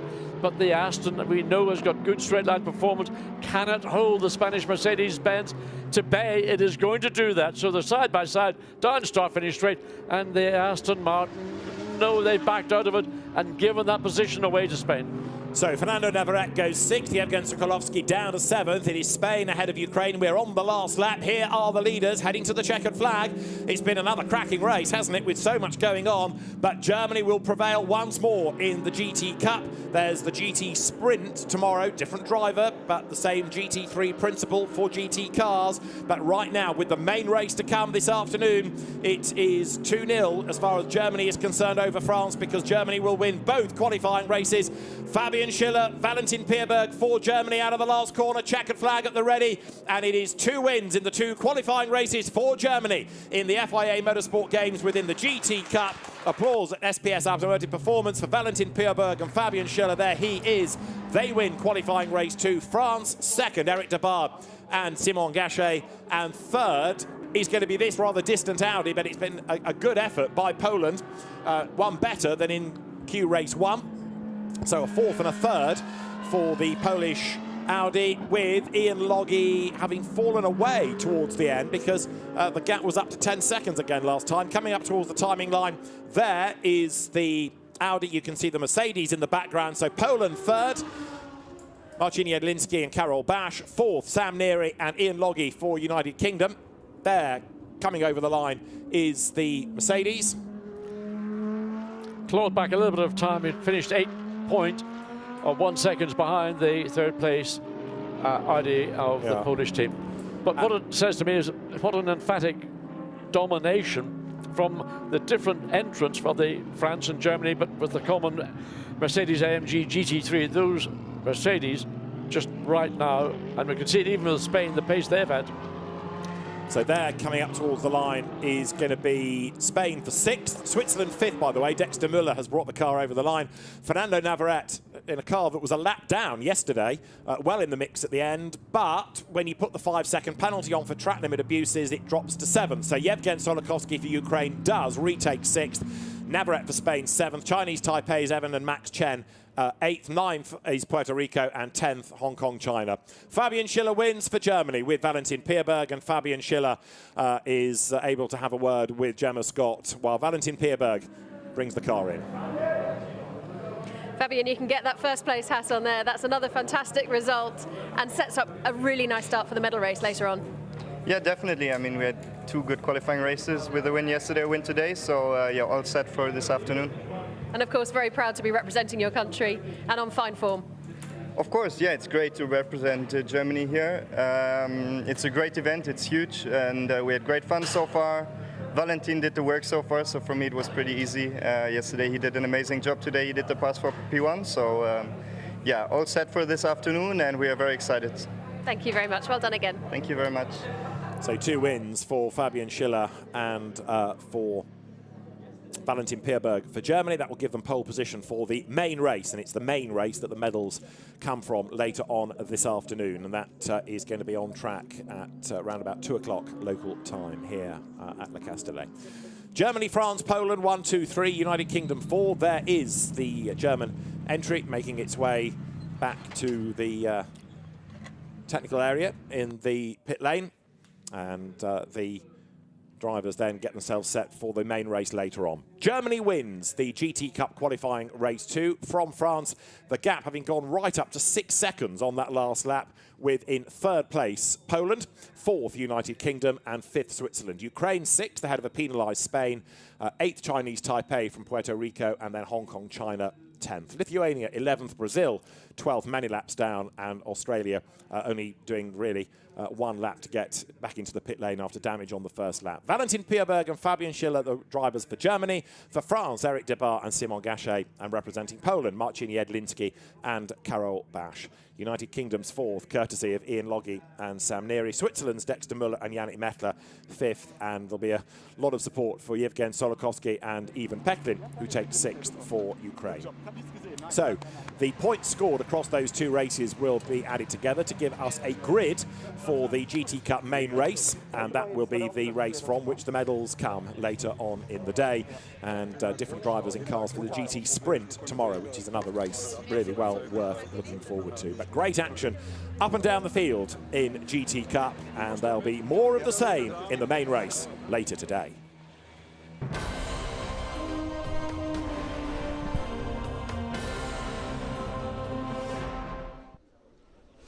Well, that was our final qualifying race for GT Cup, and the grid has now been decided. Darren, that just showed how much it means to them. Yeah, it does. It was a great race to watch, really fun. Again, we went on yesterday's results. You could see that Germany had a great advantage in yesterday's race, but you knew after the pit stop that France really closed in, and it was like, okay, what's going to happen today? They're on the front row of the grid, and France looked strong. And it was only in that last sort of sector of the race when Pierberg came back for Germany and did a great job to get into the lead and set them up for the main race later on this afternoon. So it's going to be between those 2, but let's see how feisty they get in the main race. And you did also call it with Poland. Yeah, again they've had a superb race coming again in that sort of top 4 or 5 of the result there. So that was superb for those, and the UK team, they came through strong as well. There was a great battle between Neary and who was the gentleman, Peklin, earlier on for the Ukraine team. That was really good before the pit stops, but then Ian Loggy had a superb second stint and managed to bring the car back up there. So you've got like 2 leading groups there. You've got the France and Germany, and then you've got Poland and the UK. So I think between the top 4, it's going to be those guys are on the podium, but let's see how it all plays out. And unfortunate for Brazil. I mean, we spoke about drifting earlier. They were drifting on that track. Yeah, I mean, they obviously got into a bit of a argy-bargy in the first part of the race, came in, repaired the car, got the car back out, and then a huge moment for Brazil into scenes. And yeah, I'm sure it's up by where the drifters are going on at the moment. So everyone would have been confused where the smoke was coming. Was it coming from the drifting circuit or was it coming from the GT Cup race? But yeah, down to the canvas. I'm sure they've got another set for the main race. I think everyone would have probably kept one new set for the main race coming up later today. Yeah, 2 o'clock is when the main race is happening. So if you're a GT Cup fan and it looks like it's going to be a good one, it's 2 o'clock that we will have coverage of that race. Now, we've got touring cars next, haven't we? Obviously, it's a lot shorter race or sessions, but tell us the difference between the two disciplines, between the GTs and touring. Yeah, so GT, I mean, they're still quite short races for GT racing. You know, it's a 60-minute race when, you know, you can have up to a 24-hour race. But touring cars are always short and sweet and feisty. So that's what we should expect really from today's, well, not the practice session. You know, the guys are going to be trying to dial the cars in, ready for qualifying later on this afternoon. But the best part about touring car racing, you know, you're going to see action, and it's all going to be, you know, pretty aggressive from the word go when they do get into the racing. The big difference, obviously, a GT car, huge horsepower, 500 plus horsepower, generally mid-engine, but there's a couple of front-engine cars out there with the Ferrari, with the Aston Martin, where the touring cars, front-wheel drive, less horsepower, a different type of driving style altogether. But yeah, I'm a big fan of watching touring car racing just because you know you're going to have some excitement on the circuit and some sort of fisticuffs out there. Well, we know Tom Coronel is racing for Team Netherlands, and I'm sure it was him that used to have Rubbing Is Racing on his car, was it? Yeah, he had something on the back of there, like, or go hard, go home, go home. But he definitely had something on the back of his car that was Tom's sort of saying for the race weekend. But you know, you look at the drivers in touring cars, their skill set of managing a front-wheel drive car is really tricky, dealing with that.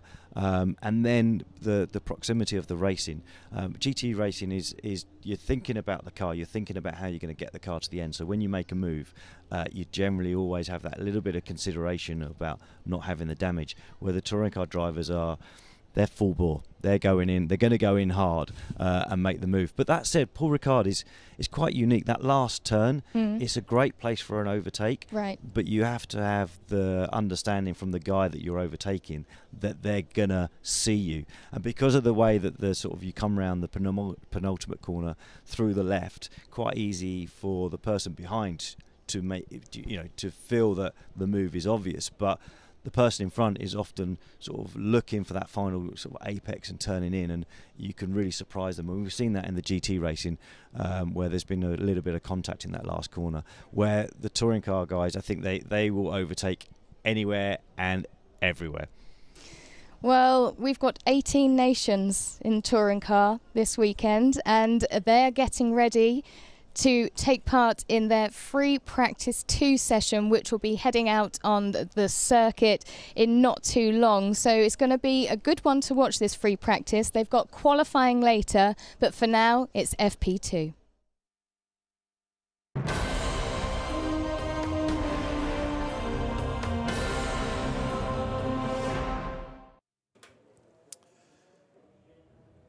Here at Paul Ricard, we are ready for free practice 2 for the Touring Car Cup at the 2022 FIA Motorsport Games. It's 30 minutes. It doesn't affect the grid. It does give the drivers a chance to get used to the circuit, which for many of them is new. Not everybody, of course. Some have got quite a bit of experience, like Teddy Claret, who's representing France, like Gilles Magnus, who is representing Belgium. Jack Young, although he's a Northern Irishman, he's representing Ireland, and he's been a race winner here in the International Clio Grand Prix Sport race a few years ago. And the likes of Tom Coronel, who seems to know everywhere. There are others, like Chris Smiley, representing United Kingdom, that doesn't know the circuit at all. So this is a step into the unknown for him. The pit lane emptying, and yesterday in free practice 1, it was Gilles Magnus for Belgium, who was the fastest, 2 minutes 13 in his Audi RS3. All of these cars run to the international TCR regulation. And so, unlike, for example, F4, this is a similar concept to what we had in GT3, as in there are different brands available. So you've got the likes of Audi, you've got Cupra, you've got Honda and Peugeot all on this grid. 18 nations represented and a real mix of drivers as well. And this is going to be fascinating, John Watson. And of course, they're all front-wheel drive. An anathema to me, a racing car I've always felt should have a rear-wheel drive, but the nature of touring cars across the world has all gone in favour. And I know there are some rear-wheel drive touring cars, but the predominance of the formula is all about front-wheel drive touring cars, and they are entertaining. Oh, absolutely. And with a capital E. Indeed. And this, I think, is going to be absolutely the same when we get to racing. We've got free practice 2, we've got qualifying to get through first of all, but it gives us a chance to see some of the different drivers representing their nations. You're looking at Norway's Didrik Esbjerg here. He's 10th in this year's Scandinavian TCR Championship. His father, Kim Esbjerg, former Scandinavian Touring Car Championship independent winner, and he has been a junior class winner within the Scandinavian Championship this season past. We'll have a look at lap times in due course, but as I say, for a number of the drivers, there's quite a bit of track learning to go on here. Well, we had a free practice session here yesterday, and it was Gilles Magnussen, the Belgium entered Audi, who was quickest in a 2 minutes 13.1, followed by the Republic of Ireland entry. Is it Jack Young? It is Jack Young. And in his Honda Civic KR7. The titles for these cars just longer and longer. There's the Audi hop, skipping and jumping over curbing. And that's Sweden's Andreas Backman off the road. Yeah, just backed out of it as a consequence. Yeah. Not entirely sure what he was doing there, but the Audi RS3 off the road. Let's have a look. Massive actually locked up the front wheels. Easily done on a front-wheel drive touring car.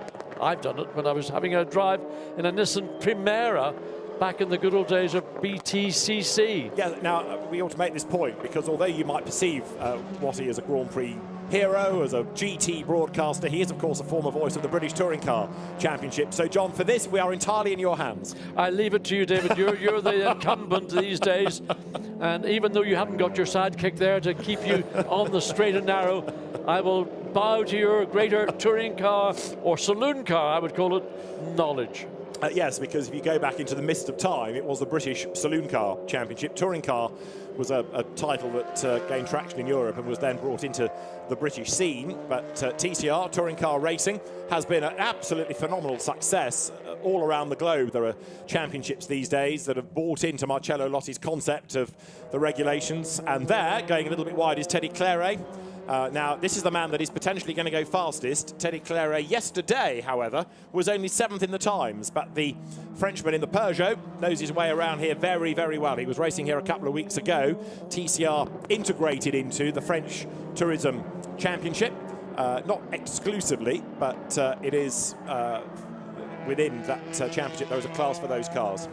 And Peugeot as a brand has always been an excellent touring car product.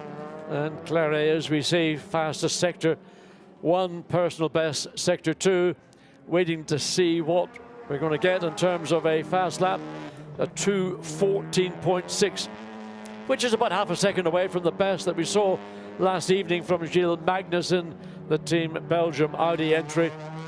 As gap between, well, Gilles Magnussen has actually gone second quickest, just 0.3 of a second behind. Magnus has gone quickest. The time you're scoring, I think the Clairet's time has been deleted because it is now Magnus who's been accredited. But look at this, 3 purples. Oh dear me, and that's going to see a big, big gain.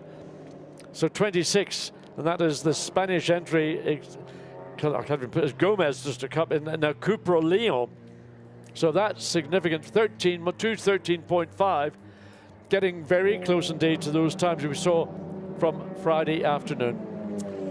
Right, there is 62 Jack Young, and this is Tom Coronel, who in a sense ought to be the favourite here, but as we discussed at Vallelunga back in 2019 at the FIA Motorsport Games, he didn't really deliver then because all these young guns came along and took a pop at him.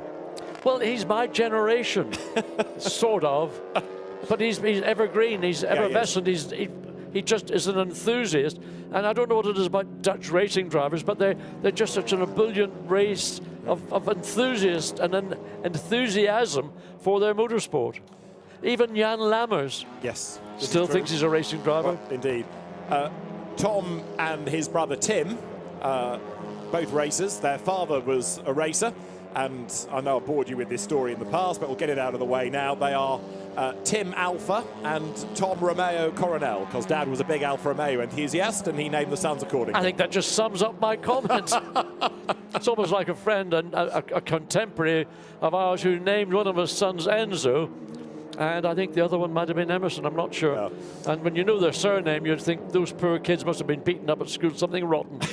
I know who you mean. You're looking here at Isidro Callejas, the 18-year-old Spaniard. He is the TCR Spain Championship leader right now, and is going to go up to the top of the times, I would offer you, at the end of this lap, because Callejas here has done an absolute best and a personal best, and so as he comes down towards the Virage du Pont, let's see what he can offer out of this. A 2:14 from Gilles Magnus is currently the best. A 2:13.1 in FP1 yesterday, the absolute best. And Callejas Gomez then, Isidro Callejas up towards the timing line. He'll break the beam on a 2:13.502, goes fastest. Yes, and that time hopefully he will stand. The previous lap he did, I think it had been deleted. We didn't get a notification of that, but I think it had been deleted. So the Spanish entry is quickest of all right now, and an appropriate Spanish car. Well, it's a VW ID brand, but it's a Cupra Leon Competizione TCR. Cracking little car. I used to rent those when I was going over to Ireland fishing. Oh, right. They're the best little hot rod you could ever have for Irish roads. Now, Tom Coronel has arrived in the pit lane to have a conversation with the team, so that'll be a long stop, the loquacious Dutchman. And the car returned to the ComTu Racing mechanics, and a new set of the Pirelli tyres getting ready to go. Pirelli is a tyre not always used in TCR, so for many of them, they're learning about a new rubber compound here. You might think that's not a big issue, but in fact, the construction and the philosophy of one tyre brand or another can affect your car's setup, handling, pretty significantly. So, a very experienced driver, of course, Tom Coronel, from single-seaters to touring cars, GT cars on the way. Go back to the early 1990s. He was the Dutch Citroën AX Cup champion. He went out to win the Japanese Formula 3 championship. He won the F3 Masters at Zandvoort, Formula Nippon. You name it, he's been there, he's done it. Rafa Reis for Brazil sets off down the pit lane with his Cupra. The Swedish entry, Backman, in that Audi again, Jan Andreas Wilhelm Backman. So they're within 0.6 of a second of the time set by the Spanish entry.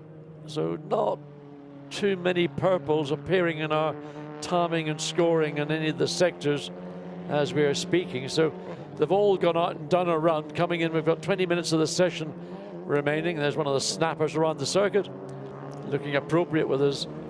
Where are the corks? Should be some corks hanging from that hat. Talk about liveries at this event. This is the Team Hong Kong China entry. How about this for a colourful car for Andy Yan, who is the TCR Asia champion from 2016, one of the leading lights in touring car racing in that part of the world. And this, again, just illustrates how much effort the nations have made in the colour schemes. Absolutely. I mean, it's just a visual treat. Yeah. This car with a bit of help from KCMG and on track. Big, bold move being made there by the Latvian entry. Valters Svideris. Yes, another Audi. Audi's been very strong all through this TCR championship. Again, as you would imagine, a turnkey product from the factory, I think based in Ingolstadt in Germany. But I have always been a big fan of the Peugeot, the various 308s and 307s, and all the way back to the 205s. But certainly, I mean, these cars are virtually identical, although they're different manufacturers, and they are a restricted, I think, is a maximum budget for per car is 150,000.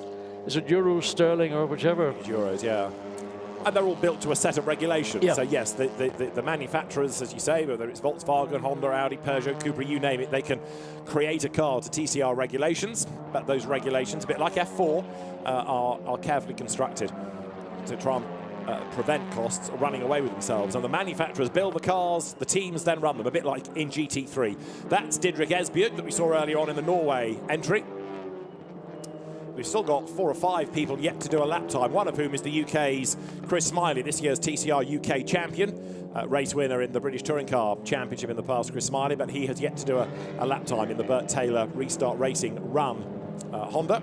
Right, Valter Zviedris, in the meantime, heads towards the completion of a lap, but he's down in the sectors this time around. The 2021-2022 Baltic TCR champion, there he is. So again, decorated driver, knows what he's doing in one of these cars. Yeah, and another colourful livery on the side of the Latvian entry as we come down. Start, finish straight. And I mean, these cars, spoke to Chris Smiley yesterday. I said, what speed are you doing down the straight? I said, 100 mile an hour. He looked at me a bit askance and said, no, 110. Oh, okay. I think that they're doing about, in kilometres, about 240 kilometres out of turn 7 down to the first chicane. So quick just enough. 370 odd horsepower from a 2-litre aspirated engine. Pretty impressive. As I was talking to Chris the other night, and I said, how many laps, if any, have you ever done around here? None. No, he said, never raced here, never been here, nothing. But he said, I've done about 1 million laps on the sim, so we'll see whether that stands him in good stead. That is Gilles Magnus. Now, he was the silver medal winner in the Vallelunga Games. For that edition, it was points scored across races for the medals. This year, it's just the main race that gives you the medals, rather than it being slightly more confusing. So he was the winner of race 2, but only the silver medalist on the points scored. But he wants to be the gold medalist for Belgium this weekend. Well, he's done a good job in the middle sector as he's up by 0.3 of a second. So that should see Magnus leap up from 4th position. Assuming he gets a clean run through this final sector, which looks like he's going to achieve. He's got no traffic to interfere. And under braking, normally the inside rear wheel, you see it just puffing a little bit of smoke. But anyway, Magnus comes across start-finish line in a few seconds' time. Seems an interminably long run. And he goes quickest with a 2:12.4, a second plus up from the time established by the 26 Spanish Cupra entry. There's the 62, which is currently down. That's Jack Young, who was second quickest yesterday evening in the Ireland entry. So that's a Honda entered by the Irish operation. So yeah, purple sector 1, green sector 2. Looking good, absolutely. Yeah. ALM Motorsport running this car for Jack Young, who's been a race winner within TCR Europe this year, star of the British Renault Clio Championship a few years back. Takes me back to my formative years growing up in Ireland. I come from the north. This car represents the Republic of Ireland. And as the case of all the entries here, you've got Ireland written on the left side, but ERA, which is the official title or name of the Republic of Ireland, ERA, E-I-R-E. So Jack Young comes across start finish and goes quickest. Good effort, 2:12.175. That is the best lap of the weekend thus far then. So Jack Young into the 12s ahead of Gilles Magnus. As I say, he's raced here before and he's a very, very accomplished driver, is Jack Young. And there into the pit lane is Didrik Esbjerg, the Norwegian. I assume that that's not an electric plug socket they've plugged that car into. Perish the thought. I don't know what it was they plugged into that rear. I mean, I know that they want to put a neutralizer and earthing. So looking inside, look at the size of those discs. Yeah. And the caliper. I mean, again, these are serious bits of kit. I mean, I know people get into a froth when they see a caliper that size on the front of a car. Of course, being front-wheel drive, the disc and caliper setup on the front is massive. On the rear, it's a skinny little small. I mean, it's just tiny. It does illustrate, though, how far saloon car, touring car racing has moved from the early days when it was a road car converted to go racing. These are proper race cars built from the ground up. Chris Smiley, the TCR UK champion, member of the British Racing Drivers Club, heads up towards the timing line then for Restart Racing, Bert Taylor's team, and Chris Smiley goes through 10th fastest he is at the moment. Still learning about the circuit, but really up for the challenge. They've come straight from Snetterton, where they were racing last weekend, to Paul Ricard. The car ran actually in its national colours last weekend. They'd done the livery change in anticipation of being here, but yeah, he's been a race winner in TCR UK. He took the championship in that final weekend, 3 times a race winner in the championship, and Chris Smiley, who's a very feisty racer. He's a mini champion. He raced in the DTM supporting Sirocco Cup a few years ago. He was never far away from action in the British Touring Car Championship, and the more he learns about Paul Ricard, the faster he's going to get. Well, I had a chat with him in the pit lane yesterday, and I said, which part of the problems do you come from? And what is that? Is that the drone? I think that's little Nelly arriving, isn't it? Oh, I haven't heard it. Anyway, that's the Chris Smiley lives on one side of the Belfast Lock, the north side, and I grew up on the south side. And roughly where I lived and where he was living, if we had a pair of binoculars, we would have been able to see each other's respective homes. Good heavens. Except I was about 50, I'm 50 more years older than he is, so I don't think his parents were even born at that time, let alone Chris. Travis Hill for Canada, looking at in the pit lane. He's been racing in TCR in America in the IMSA Michelin Pilot Series this year, and he's raced in Radicals. Experienced saloon car driver is Travis Hill. Yet another nation on the grid, illustrating not only the spread of the FIA Motorsport Games, but also the spread that TCR has had around the globe. So Jack Young, Gilles Magnus, the top 2 there in the pit lane. Andy Yan for Hong Kong, China is on track 3rd. Netherlands 4th, Tom Coronel. Spain 5th, Isidro Callejas. And 6th is Andreas Backman, who is the Swedish entry. So Hondas are 1st and 3rd quickest. Is that what the form book would have indicated? Potentially. Although, what did we have yesterday? It was an Audi from a Honda, from an Audi, from an Audi, from a Cupra, from an Audi. They're all meant to be identical performance, but certainly right now, it looks as if Honda have got the slight advantage. Yeah. There's Tom Coronel. Continue. What I noticed a lot in these cars, when they hit the brakes, how much dive there is in the front. You see it more in a touring car than maybe you see it in the GTs. Certainly you not see it in a single-seater.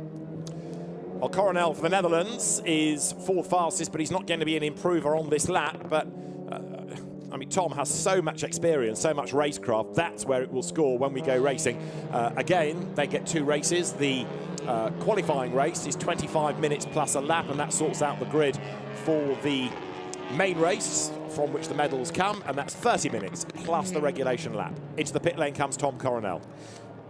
France has dropped back. They were quickest initially. They're back in the pit lane. So they've dropped from being quickest all the way down to 8th. So Clarinet, I don't know whether he's done his best lap on, I think it was lap 5, and looking at the timing and scoring.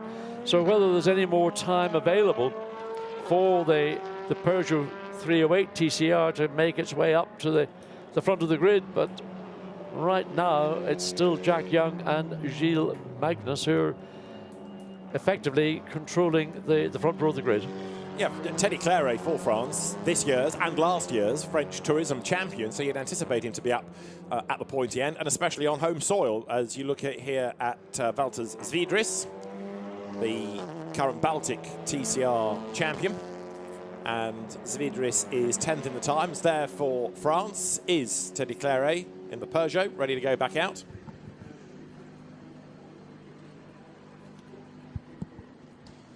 Is that a fresh set of rubber going on, or is that the original set of tyres the car had when it came in? It looks like a tyre, used tyres come off. Just checking the brake temperatures. 18 dry weather tyres for the weekend. Why would you waste them in free practice? Surely you'd want as good a set for qualifying in the 2 races. So you would. You know, this is only really about gaining information, isn't it? It's learning the track, it's getting the setup right for qualifying.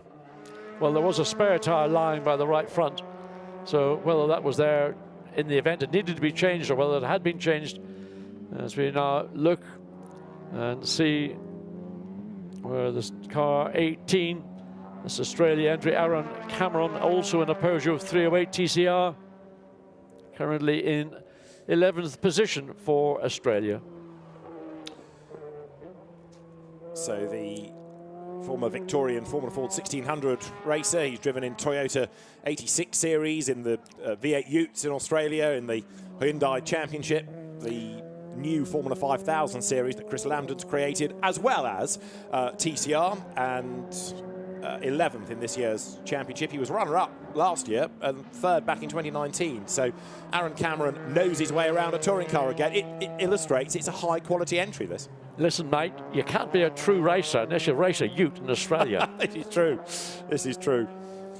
Always takes me back to being at the first Bathurst 24 Hours when Alan Grice was brought into the Channel 7 commentary box with us, and he'd been racing a ute and a Porsche over the course of the weekend. And one of my colleagues asked a rather intricate question about, you know, the differences between the Porsche and the ute, and without a moment's hesitation, Alan Grice said, "Ute carries more beer." Well, Alan Grice is a true Aussie, believe me. Absolutely, absolutely. A legend in most people's eyes, and in a few people's eyes, a legend, but actually a genuine legend. Briefly a politician, wasn't he? Aaron Cameron, in the meantime, is, where did we have him in the Times? 12th, learning about the circuit. There is the Swiss representative, Gabriel Lonsquinos. I say representative, technically they are athletes representing their nations. So Gabriel Lonsquinos goes through, and he's 14th fastest. So nothing really moving around. The only thing is the 29 Argentine entry has moved up to 3rd quickest. So again, that's another Honda Type R FK7. So the Honda's looking, you know, they've got a bit of the Audi is the sort of the meat in the Honda sandwich right now. Andreas Bachmann going back out, 3rd in TCR Scandinavia this year, and former rallycrosser as well as kart racer and ice racer, so he should be there or thereabouts, an experienced peddler. This is for Team Spain, a car that was quick to begin with, but has faded a little for Isidro Callejas. And we've just had another change because Valters Svidris has gone up to 4th quickest now for Lithuania. Latvia, I should say. Latvia, forgive me.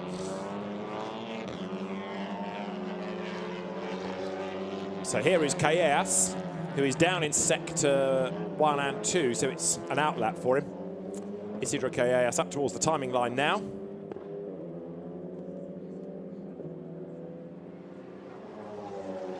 So he's in 7th position, waiting to see whether he makes any change. Doesn't seem to have altered his position from his best lap was actually set on lap 2, if I'm reading that timing and scoring correctly, or his 2nd lap on track.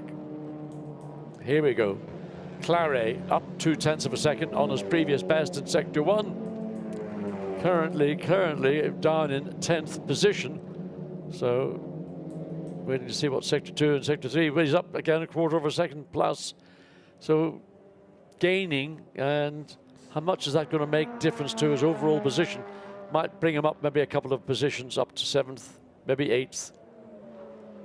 Well, there is the France Peugeot that gets all sideways. Teddy Claret with a hop and a skip and a big slide is going to save it. Fantastic recovery. And when you do that, you nail the throttle. In a front-wheel drive racing car, you don't back off, you nail the throttle, and that'll bring the car back into line, and that's what Claret did there. Good save. And he's lost time, obviously, that final sector, so all the work he did first 2 sectors to make those improvements, sadly, he'll be disappointed.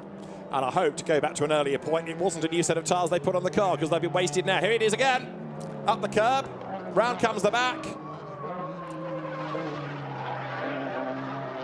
Do you think he was one of the drifters who's found the racetrack and not the drift track? I was thinking the same thing, actually. Front-wheel drive drifting is a new concept. Right, so Teddy Claret was down in the last sector. Imagine our surprise. Over the line he goes. What did that cost him? It was a 2:15. He actually only lost about 1.5 seconds. Yeah, but he was 3.5 seconds down in that final sector. Yeah. So had he put it all together, that would have been a very good run from the Frenchman. So he has to reset, go again. Runs down to the chicane. At least he's got a clear track. He's not having to consider anybody else around him. And the team all having a little... Look at the way it just drags that rear wheel. Well, it looked really scary stuff. But actually, it didn't probably cost them too much time. But we'll wait to see what timing and scoring is going to say when it comes up to the end of the first sector, just coming up to the chicane on the Mistral straight. Well, it's a good effort by Teddy Claret in terms of commitment. It's not necessarily helping with the time. Gilles Magnus for Belgium, by the way, has gone back to the top now. So Gilles Magnus in number 16, and that's Andreas Bachmann off the road again. So he rejoins, but Andreas Bachmann off the road and back on again, and he has dropped to 8th in the times. Right, Gilles Magnus the fastest, but Jack Young for Ireland, quicker than anybody in the first sector. We're into the 2:11s now. That's Tom Coronel, who is down to 6th.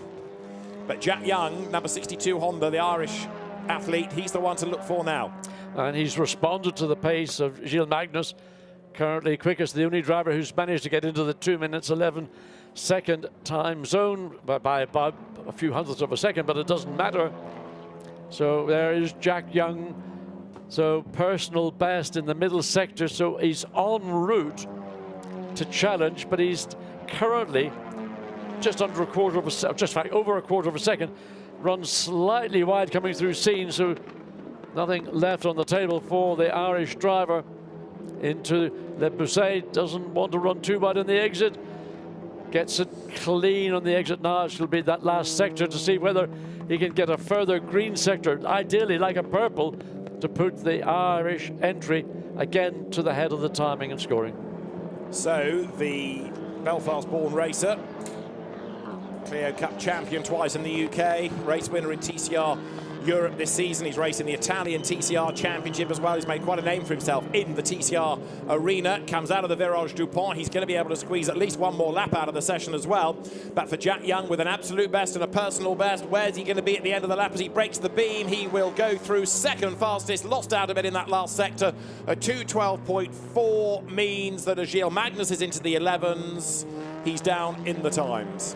Yeah, that last sector really, I don't know where he lost the time, but that's where the time was lost.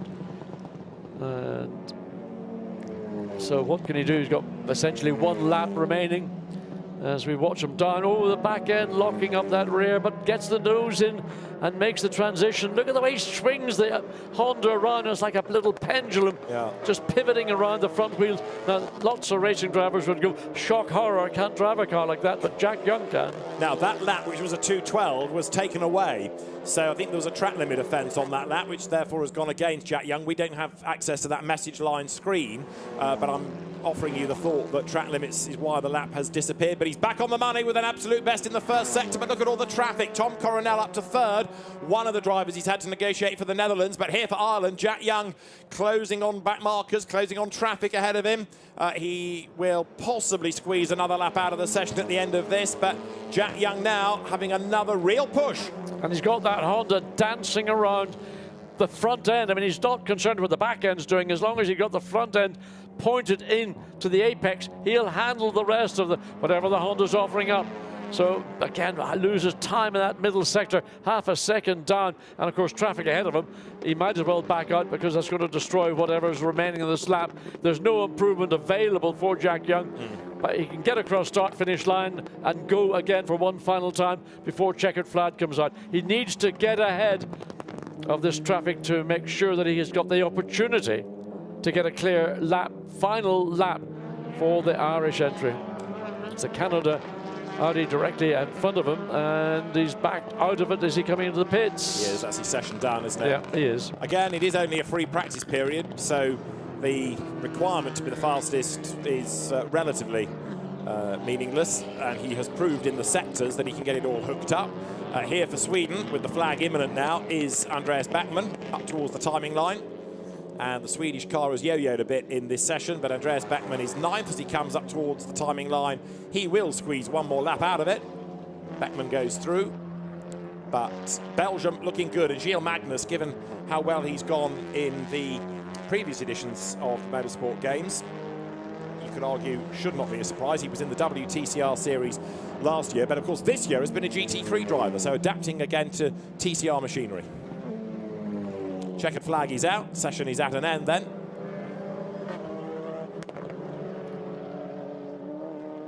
And Andreas Bachmann will take the flag this time. Jack Young had pitted, Tom Coronel pits.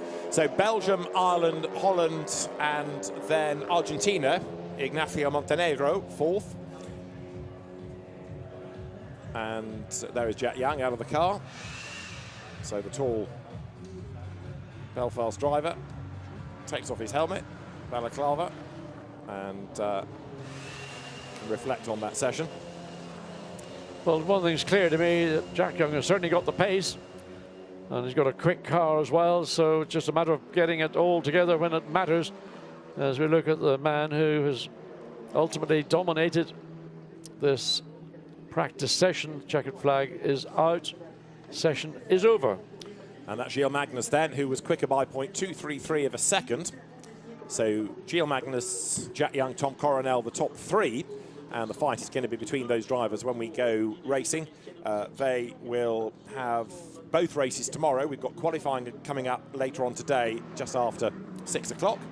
And Gilles Magnus for the ComTU team heads back to the garage. Go and have a look at his data. And a job well done for Gilles Magnus by a fifth of a second, the fastest at the end of the second free practice period. Others still to take the flag, including their Valter Zviedris for Latvia, who is fifth in the times, got himself ahead of Andy Jan in the end. Is there anybody, though, that looks like they're going to improve on this last lap? No, I think the majority, if they've not taken the flag, are on a slow lap anyway, so I can't see the order being changed much. Eat My Cheese is the legend on the back of Tom Coronel's crash helmet because of his cheese sponsor. And the third place driver in the time for Dutchman walks away. What about Teddy Claret, who's been the source of much spectacular driving over the course of the session? He's going to end up ninth, has ended up ninth. In fact, he's taken the flag. Chris Smiley improved towards the end, got himself up to 12th for the UK.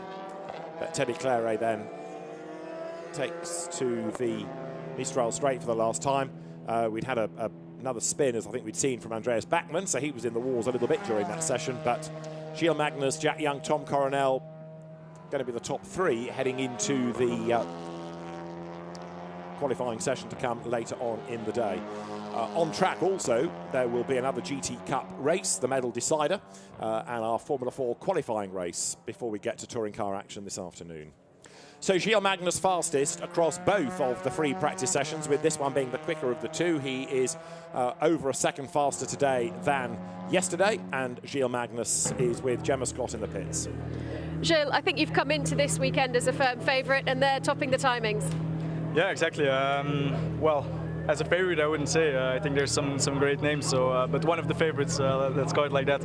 No, we started off well with a P1 in FP1, now a P1 in FP2. Good pace, was a really good lap. I cannot do anything more than that. I see Jack Young still improves his Sector 1, so he's still got some potential, but so it's not done yet. Quali won't be easy. I think he will be very strong on one lap, but I'm confident we have a good race pace, so feeling confident. We'll see you later on in quali. Thanks a lot. Thank you. Cheers. So, well done to Gilles Magnus. He is the fastest. So it is Belgium from Ireland from the Netherlands, the top three. Argentina 4, Latvia 5, and Hong Kong, China rounding out the top 6, with Spain, Sweden, France, and Canada to complete the top 10. Gilles Magnus 4, Belgium ahead of Jack Young for Ireland and Tom Coronel for the Netherlands, the top 3. And they're definitely going to be the 3 drivers to beat once we get to that qualifying session coming up a little bit later on in the day, with the 2 races to go tomorrow. The qualifying race determining the grid for the main race giving you the medals. Slowest in that session was the Ukraine entry of Pavlo Chabanov, the Audi of Volcano Motorsport, just behind the Italian car of Giacomo Giamandi. And they're going to have to find a big chunk of time to get onto terms with Gilles Magnus when we get to qualifying. The Paul Ricard circuit, very, very busy, because not only do we have activity on the track, there is esports here, there is karting, there's karting slalom, there is drifting. It's also the base for the rally, which is off in the roads of Saint-Baume, and you can see just how many people are here as well, with the car parks getting busier all the time. So there's more action on track to come. Touring car qualifying will be this afternoon. Can Gilles Magnus take pole? Join us later to find out. Bye for now.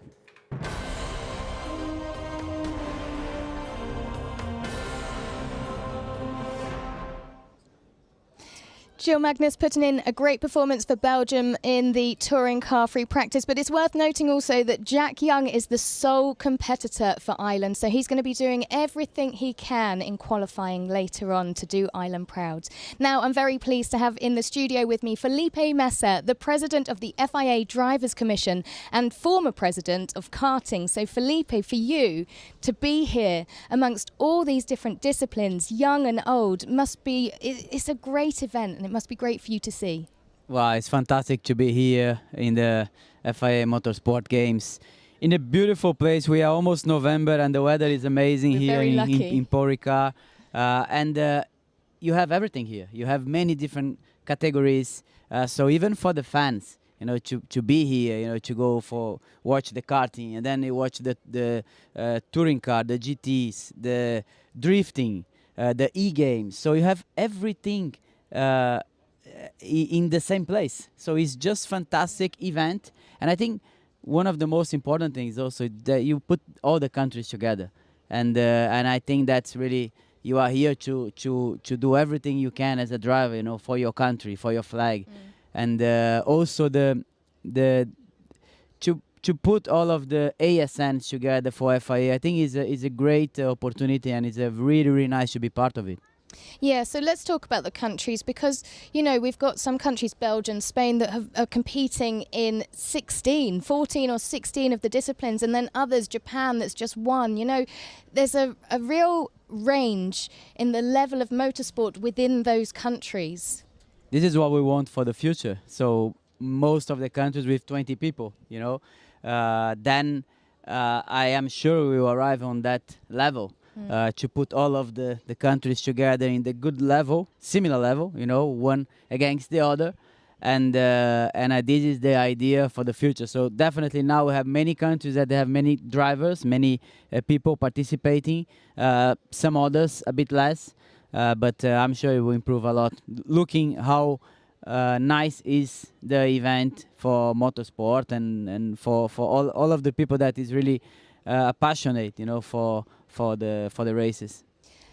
For a young driver, we've got a lot of karting happening today. For a young driver to be here on this platform, it's very important for them at the start of their career. It's very important for the young driver. It's very important also for all of type of drivers, because you are here to race for your country. And I think that is something different. It's something that gives you even extra motivation, or to try everything you can to show yourself also to your country, to really push hard in the right way, but also to be proud for what you're doing for your flag. And I think, you mentioned really well, I mean, the young drivers, this is a great opportunity for them, because you start to show to your people, that you have an opportunity, to be maybe one day a Formula 1 driver or professional driver in different categories. And I think that's really important. Yeah, we can see some of the karting footage here. Yeah, we had one of the junior heats earlier on today. Fantastic battles all the way through the field. Have you had much chance to get out and look around at the different events that are going on over the last couple of days? Yesterday, being around, to see many different categories. Karting, I was there. Also, drifting is unbelievable. How nice is the drifting, even for the fans, they all there also watching. It's so nice, because I didn't have so much experience, by watching the drifting and understanding all the rules, what you have to do. Today is the final. I will be there for sure, to watch the big final, but also many others. I mean, you have the slalom for the karting, which is very, very nice, because you can bring so many different people, not even professional drivers, people that is here, to participate for your country, but it's a complete different type of racing in a way. So, and I mean, as we were just saying before, so you have so many different disciplines, so many different sports here, that is so nice to go one after the other, to watch the races and all the competition around. I think the karting slalom is a bit like the esports, where it's so easy for people to organise and to put that type of event on back in countries that don't have the facilities, like even having a racing circuit isn't available. So having the availability of esports and the slalom, karting slalom, it just makes it very accessible for everybody. And I think it's also important because you promote the karting, Yes. you know, in the countries, even countries that maybe they don't have the championships. They are not really so into the karting or many different sports, racing sports. So I think that's a very, very good promotion to start, you know, to grow the races in many different disciplines in these countries. Yeah, we won't talk on it too much just now, but Bahamas, for one, you know, they've never karted before and they've got a team here. It's just lovely to see. And they have a massive team, so it was so nice to see them in the opening ceremony. They really motivated. They're really happy to participate here in the FIA Motorsport Games. And it's also nice for us, I mean, to see that you see countries really happy to participate, happy to be here first. Then they will try everything they can, you know, to win or to be competitive. But it's a very nice message, you know, for all of the other countries at the end, you know. Yeah, I mean, hopefully this weekend will inspire other countries that haven't got entries this year to come back for the following years, because they can see how much enjoyment there is from this weekend, and hopefully that message, like you say, will be out there for these people to just go, yeah, that we can do it. We can maybe just start with esports, then the karting slalom. It's a great message. It's a great message, you know, for us and for all of the fans and for all of the people to understand how important is this event, you know, and how important it is to keep growing, you know, to keep bringing more people, more countries, more ASNs. And I think, you know, when you put all of these countries together, all of these people together in the good championships, racing, so many different types of races, I think that's really a good message for all of us. One other thing I wanted to ask you about from the karting world particular is there's a big focus on bringing more females into motorsport in general, but obviously we have to start at grassroots. And from your time in karting to now, are you seeing that growth? Yes, but not enough. Okay. So I think the karting is the most important event, you know, for the girls to start. So we need definitely more girls, kids at the end, you know, to start in the karting, because at the end the dream is to have a woman, you know, in Formula 1, you know. So this is the dream for all of us. But I think we need to improve even more, you know, the numbers of girls, you know, that is racing in the karting, because that is the when you, I mean, you know, pretty well, I mean, how you create and how you learn and how you prepare yourself, you know, to be really a top professional driver in the different championships in the future. So I think still we need to keep pushing that, you know, because that's the most important thing at the end. Absolutely. I was going to say, with the mixed entries for the endurance racing here at the karting as well, it's vital that continues to make sure that we do keep introducing the girls into the lower level of the sport, the grassroots of the sports, to bring them through, because it's a numbers game. The more girls that are doing it, the more chance you're going to find the exceptional ones, like you do in the boys that go all the way up to Formula 1. So if we get more girls in there, that's going to make a big difference. Great. Well, thank you very much for your time. It was lovely to speak to you, and have a good games. Yes, we will have, for sure. It will be a nice afternoon, many different championships, even finals. So, yeah, I will go around, you know, to have some fun and to enjoy these great FIA Motorsport games. Enjoy the drifting. I will. Right, now we have more karting. It's the Karting Sprint Senior, and it's their qualifying Heat 1.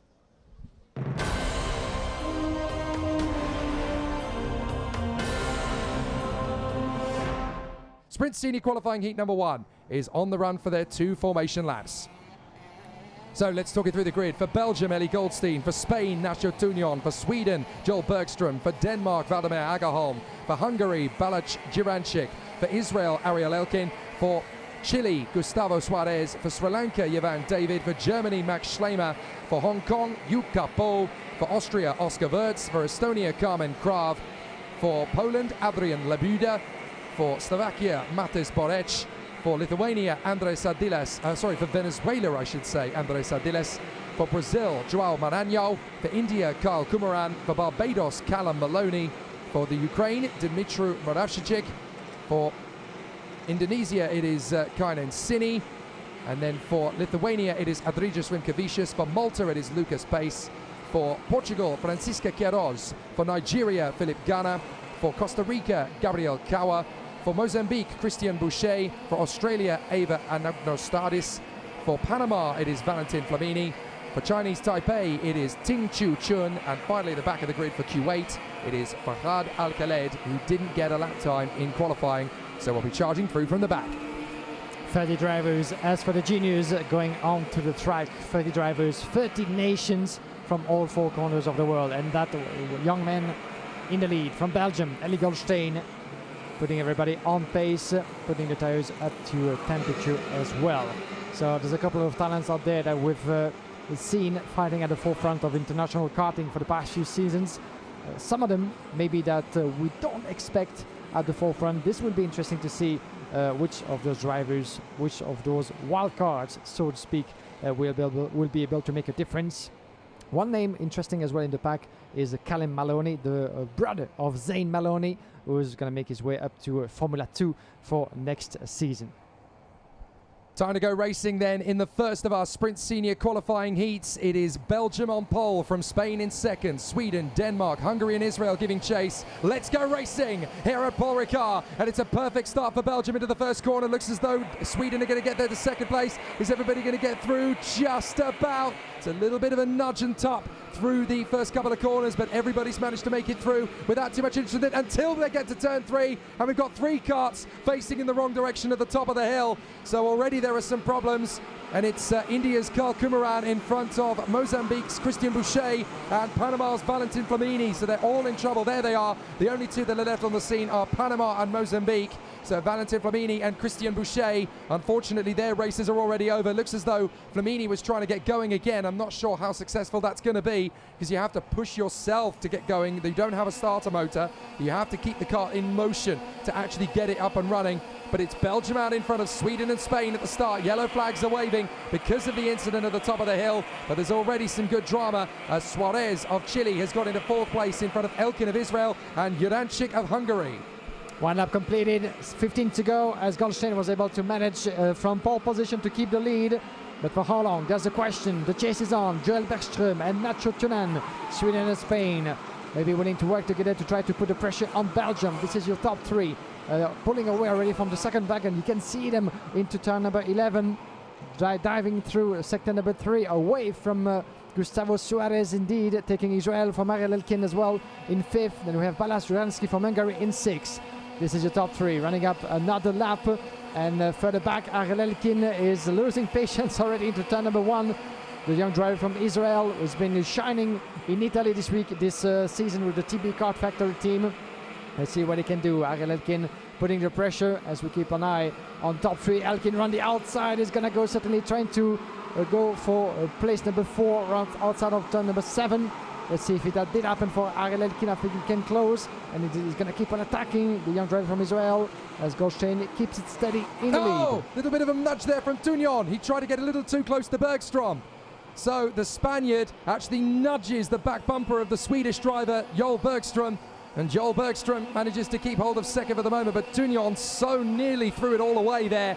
I really want to see that again, because he came so close to binning himself out of 3rd position completely, and that would have given Gustavo Suarez and Ariel Elkin the chance to move forward.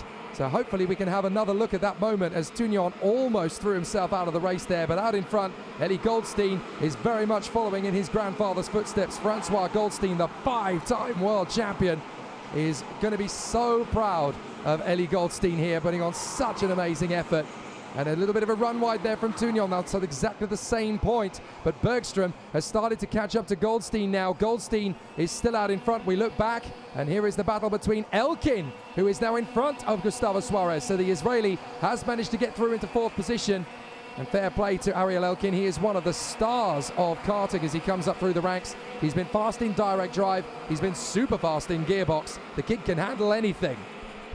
Yeah, and then anything indeed. As always very proud when we talk to him, representing Israel on the international karting scene. But while doing so, making his way up to 4th, he lost a pile of time, 2.2 seconds down from Nacho Tunan in 3rd place. Joel Bergström from Sweden is putting the fastest lap in this race. Look at the battle that we have right now, the 201 on your picture. This is for the back, this is Oscar Wurst for Austria, all the way down to 10th place, battling along with Jevan David from Sri Lanka, as well as Adrian Aduba. There's a lot of move going on outside of the last turn. Look at them, the 212 side by side. We're back with the 214 and the 209. These are your leaders, actually. Andy Goldstein from Belgium still in the lead, but Joel Bergström is adding some more pressure corner after corner. He's waiting for the good moment at the end of lap number 6 with the fastest lap in the bag. Goldstein is going defensive already, can kick on the throttle. Let's see if he's going to be able to do something. I think we've lost Yu Kapo. I think we've lost the young driver from Hong Kong. There he is. So I'm afraid that is Yu Kapo, who has had a big problem. He was running up in the top 10, and I'm afraid his race just ended. Didn't quite see what happened to him, but I'm afraid his race is over for the moment. Look how close Bergström has got to Goldstein. This is Belgium versus Sweden, and Bergström really feels he's got a chance here to get through on Goldstein. You've got to remember that Goldstein does not have as much experience on an original kart compared to his programs in X30 in Europe, so this is a big knife edge for Goldstein to play with here. Bergström knows the OK kart very well indeed, so this is very much his bread and butter. He has a great chance here. The only advantage that Goldstein has, of course, is that neither driver knows this circuit very well, so obviously everybody has been learning all through the weekend. So can Bergström of Sweden make his attack on Goldstein of Belgium in the lead of this race? It's looking very tight and very tenuous between both drivers, but as they come up over the top of the hill, Goldstein is doing his best to hang on from Bergström. And the question is where to pass, where to make that overtaking maneuver happen, because the first two sectors, as you can see, there's barely any heavy braking point. You know, there's very fast flowing, the drivers keeping the line, shutting all the doors, and there's pretty much nowhere for those OK karts to find a place to go through, unless they can make it happen in sector number 3. This is where the hairpins are, this is where the heavy braking points are. And this could be certainly coming down to turn number 11, this particular one, as well as 12 and 13. This is where actually something could be made. Hey, look at Joel Bergström from Sweden, how fast. Then, and the 208 out of this race. Unfortunately, this is Chung Ting Chu. Unfortunately, it was out of this race. I think it just happened outside of turn number 2. Yeah, Ting Chu Chun, unfortunately for Chinese Taipei, is now out of the race as well. So that's 4 retirements now. Ting Chu Chun, Yu Kapo, Christian Boucher and Valentin Flamini all out of the race. There is a very disappointed racer at the sidelines there. I think that is Ting Chu Chun. So problems there. But we can see how close Sweden are to taking the lead in this one. And of course, in both junior and senior sprints, every driver gets 3 qualifying heats where they obviously set the grid for the final. And they are 16 laps in length in the senior sprint. It's a long qualifying heat. They come up over the top of the brow. Belgium leading, Sweden second from Spain, Israel, Denmark, Chile, then Austria, Sri Lanka, Germany and Hungary in the top 10 at the moment, with Estonia's Carmen Krav doing her best to work herself into the top 10. And she's been going beautifully all weekend, to be fair. She has a good chance here of cracking the top 10.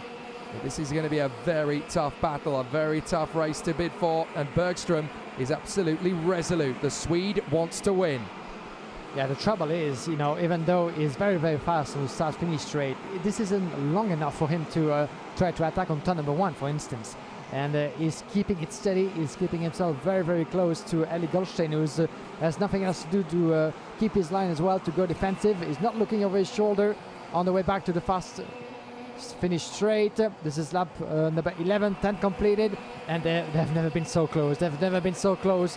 Belgium against Sweden. Look at Bergström clipping the curb, going aggressive, trying to find a bit of extra pace and maybe destabilize Goldstein in some of those corners where it's quite impossible to make an overtaking.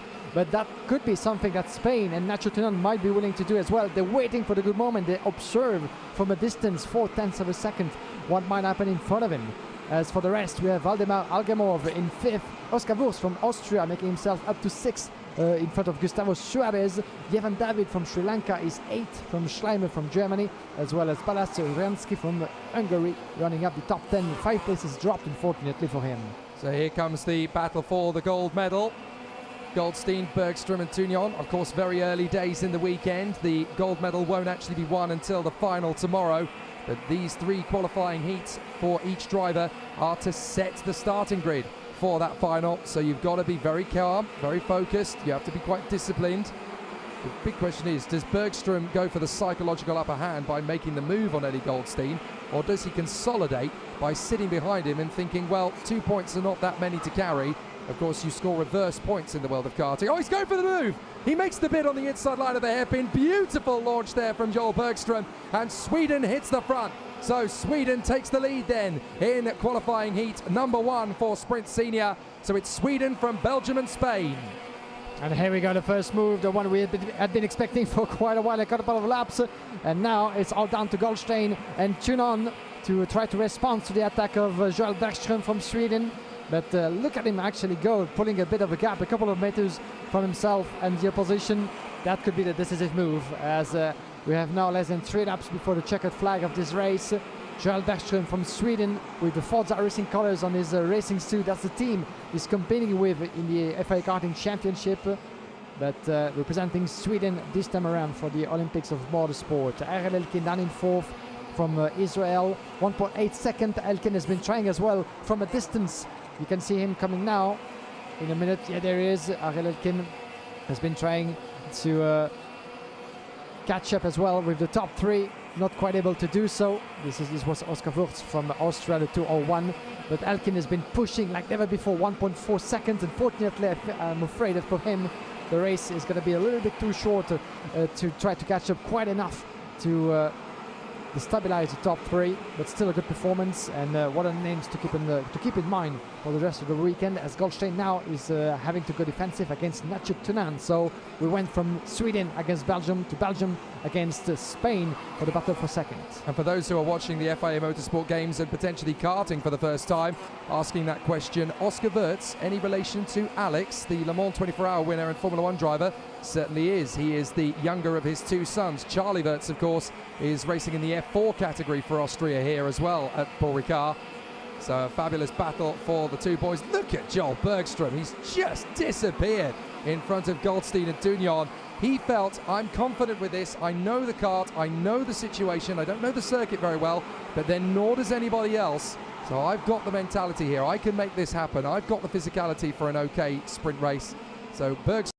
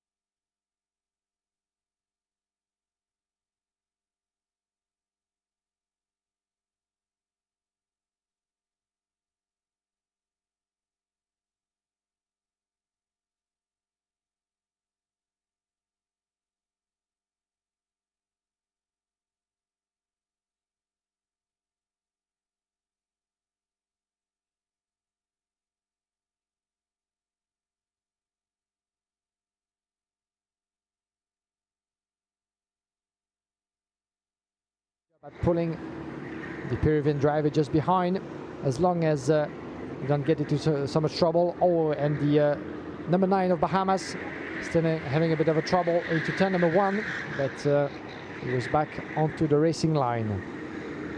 1.6 seconds, 1.4 seconds now between Spain and Belgium. This is potentially a very decisive moment into the battle for the lead and the win into this endurance race, considering that the UK has picked up a penalty of 10 seconds stop and go.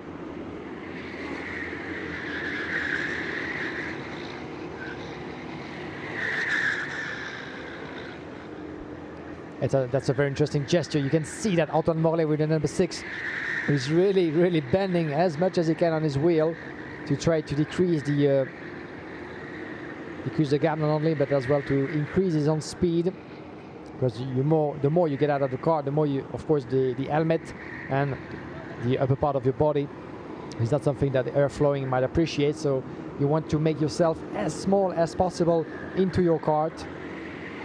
Not an easy task, but those drivers have the experience, as we're back here with a group of 3, the number 15 battling with the number 3, the number 15 being Israel, the number 3 Hong Kong China.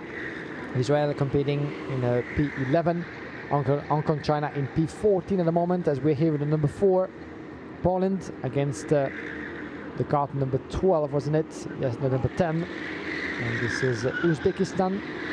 Israel in P11, as we said. Around the inside goes Uzbekistan on the number 4 of Poland. Poland in 9, Uzbekistan in P15. Uzbekistan unlapping Poland, not fighting for position. But the team and the kart number 4 is still currently in the top 10 position. And I think that UK has picked up his penalty and has gone through the pit lane. Yes, indeed. You could see, I think it was. Hopefully Jake Sanson was there to pick up on the situation. Let's see if he gets some information. But we've just seen on the corner of your picture the number 11 of Team UK getting out of the pits. Was it for a change of driver or was it for the penalty? I would go for the second option, because the sooner you get that penalty out of the way, a 10-second stop and go, the better it is, and then you can give it all for the last 2 hours of this race. And as a result, UK has just dropped to 4th position. They have 1 lap advantage of Czech Republic. And we're back with Spain. Watch out with Belgium. Antoine Morlet going around the inside. Change of position for 2nd and for the lead as well. Belgium is in the lead. Antoine Morlet with the number 6 making his move around the inside of the Spanish team, having to make do. And now we have a switch. Belgium 1, Spain 2, Georgia 3rd. That's another decisive moment. We had seen the number 6 of Antoine Morlet picking up the pace and picking up the gap lap after lap. And there's a switch of position. Belgium in the lead, Spain just behind, as we're here with Team UK, the number 11 in 4th place, with the number 10 just behind. This is Uzbekistan trying as well to get close to his own rabbit, trying to get pulled into a good rhythm, as we're here with the leaders. Belgium, Spain in 3rd place. This is the number 7 of Peru, and that's going to be an interesting situation as well for Peru, because as long as the driver can get close and get in touch with the 2 leaders, the better it will be for the rhythm, and he can actually start unlapping other rivals and progressing through the ranks. Peru is currently 7. And watch out not to, of course, get into the way, and he's gonna go for the move, or at least trying to, the Peruvian driver on the Spanish team. That's no good news for Spain. That's no good news for Spain at all, because while he's gonna have to go defensive, well, he's losing momentum and losing time on Belgium. So that could be a decisive point into the quest for victory and the gold medal into this endurance race. But at the moment, you can feel that the Peruvian driver might be slightly faster, than Spain. Let's see about that when they come across the start-finish straight in front of opposition. We're gonna have a close look at the respective lap times. Belgium in the lead, and number 6. And look at the Peruvian driver trying to get ahead of Spain in terms of lap time. We had a 1:03 for Spain, a 1:01 for Peru. So Peru not in 3rd, but just behind the driver in 2nd place is still at the moment currently faster than Spain. That's interesting. That's very much interesting for the rest of the proceedings into this race. So you can see that the Peruvian driver is doing an immense job at getting close, staying within distance from the leaders, and that pays off. That pays off for Peru, because at the moment he's lapping faster and he's going to try to go for the move. He needs to unlap himself by getting ahead of Spain in second. Always easier said than done, as it actually got away of Belgium, who's in the meantime able to pull away and watch out for the move coming up. Maybe the Peruvian driver was able, or at least wanted to go. Oh, and a bit of a contact, and the Bahamas driver, unfortunately, once again, around the wrong side of the track, going the wrong way into turn number 1. That's not the first time that we've seen that happening, unfortunately, but no harm done, as he was able to get back into the race. As Antoine Morlet for Belgium is still leading very much in front of Spain. Georgia in third.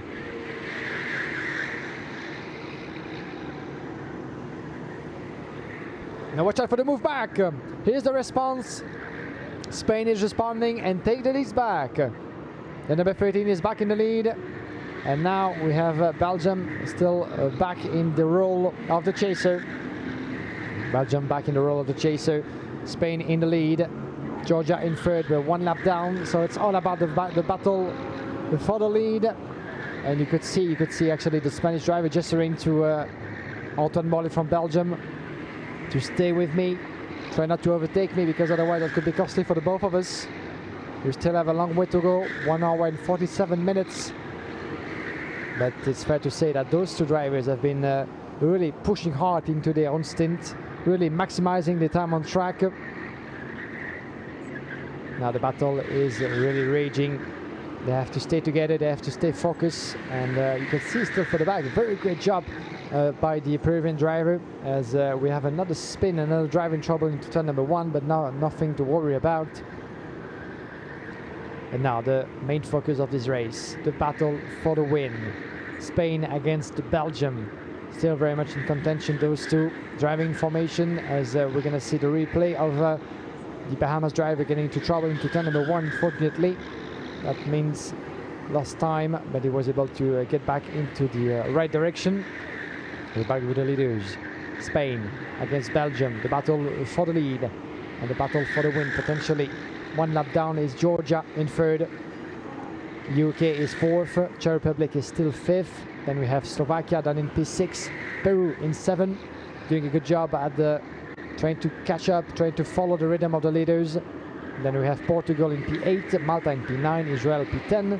Then for the rest of the classification, we have the UAE in P11, Poland in 12, Chinese Taipei in 13, Hong Kong, China in 14, Uzbekistan and Bahamas in P15 and 16 respectively. In terms of respective lap times, Spain 59.4, 59.436 and 59.496. So 600 of a second now at the advantage of Spain. Nothing pretty much. They're still glued together, as Antoine Morlet is certainly trying to go for the move. That's always a dilemma, isn't it? When it comes to direct drive in sprint races, you know that your time is limited, but you don't have that many options. You try to go for the move, and it's always a dilemma about when you find an open door, going for the overtake in the early stages of the race, or try to wait for the last 3 laps or even the last lap. We've seen that in plenty of occasions, last lap attack, but this time it's not what we're talking about, and the dilemma is even bigger. It's all about strategy for Antoine Morlet and Belgium. He's being advised on the sideline by his own father, Jacques Morlet, the team manager of the Belgian squad for the endurance team. And the question is, he's gesturing to his team right now. It's all about staying behind, and he's gonna go for the move, at least trying to impress his opponent. He's still showing the Spanish driver that he's very much into his shadow, but let's see if he's gonna be able to go for the move, as we're gonna hear, I think, from Jake Sanson down in the pit lane.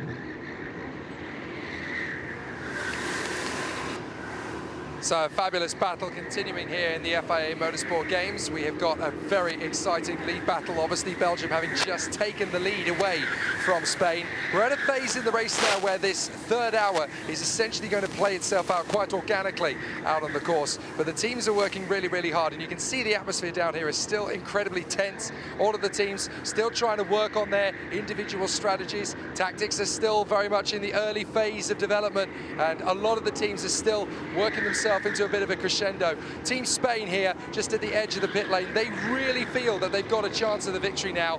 There's a real sense of expectancy with this crew, and there is a genuine chance that things are going to continue to develop for them. I'm going to see if I can have a quick word with Alba Caro Ramirez of the Spanish team, just to see how things are getting on. Alba, it's been a very good race for Spain so far. You guys have a real chance of the gold now.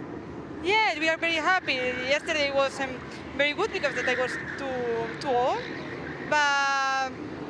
but today is very good. The qualifying was very good. Yeah, we are fighting for the win. So in terms of the strategy so far, the tactics, everything has been playing according to the plan, or have you had to make some changes through the race? For now, it's according to plan. Yeah, because it will depend on the four-course yellow or something like that, but the race is very clean, so yeah, it's according to plan now. And with this being the first time that we've had a karting endurance race in the Motorsport Games, I mean, obviously, being a first event, there's always going to be some getting used to the format and getting used to the racing, but how have you and Team Spain been enjoying it here in Paul Ricard? Yeah, we are enjoying a lot. We are very happy to have endurance racing. We used to do it, but in touring car, and in go-kart is very funny. So yeah, we are enjoying it. Fantastic. Well, we hope to see you on the podium a little later, Alba. Good luck. Thank you. Excellent stuff. Team Spain really looking good for a victory, but they are going to be pushed all the way, of course, by Belgium and the UK, who are definitely giving us plenty of competition at this point of proceedings. Just over to the far side here, we've got a few team personnel just hanging around as well. I'm going to see if we can cross over without really causing a bit of an issue. Fortunately, we've managed to kind of engage things without really causing an issue in terms of crossing the pit lane. So we're going to have to try and get a word with a few other people. So let's see if we can grab a couple more personnel within the field. We've already spoken with Team Spain. Obviously, the pit lane is kind of quiet at the moment, so it's not really a bad time to try and get a word with a few people down here in pit lane. Obviously, a lot of the teams still working very hard, trying to get things together. The Czech Republic, I believe that is, still working very hard to try and work their way up through the field. I want to see if we can grab a word with one of the contenders from Team Portugal and see if we can have one of the drivers from Portugal. Let's have a word with Anastasia Comín. Anastasia, it's been a good race so far for Portugal. The team is really making good progress, has always been towards the bottom end of the top 5, the middle of the top 10. Is the strategy going according to plan at the moment? Yes, I think it's good, the plan, and I hope we want to keep climbing. Yes. Perfect. Positions to finish. Fantastic. So, as a racetrack here at Paul Ricard, what has it been like to drive on the circuit? How have you been finding it? It's a very fast track. And the new track, we never drive here, but I like this track. It's very good and very cool, very funny, and yes, I think the whole team like the track. Very good. Fantastic. Well, hopefully you guys can keep pushing your way up to the top 5. Good luck. We hope to see you at the finish. Thank you so much. Thank you to Anastasia Comín. Very, very impressive work from all of the teams. We've obviously heard from the crews from Spain and from Portugal of late. I want to see, maybe we can try and grab a word actually with Jeremy Beckles of Belgium. He's only just got out of the kart, but the amount of hard work that Jeremy has done to bring him into the mix has been fantastic. Let's see if we can grab a word with the boys from Belgium. First of all, we can obviously have a word with Jeremy, but I also want to grab a word with Maxime Trion. Boys, you guys have a real chance of the gold medal now. There was a stage when you were close to the top 6, but I think now there is a genuine conversation. We can think about the gold medal here. Yeah, of course. We were struggling a bit in the beginning of the race, and with the strategy we had, we are good for the rest of the race.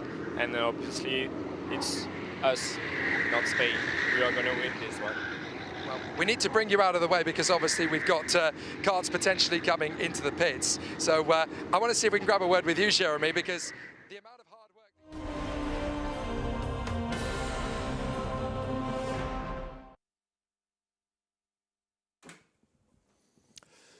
It's an important race for the FIA Motorsport Games that is about to get underway here at Paul Ricard because it is the medal-deciding main race for the GT Cup. They've had 2 one-hour qualifying races. Now the medals are at stake. 60 minutes extra ahead of us, mandatory pit stops, 2 drivers per car, both from the same nation. And this is going to be another fascinating hour. It's been a busy day for the teams because their previous 60-minute race was only a couple or so hours ago.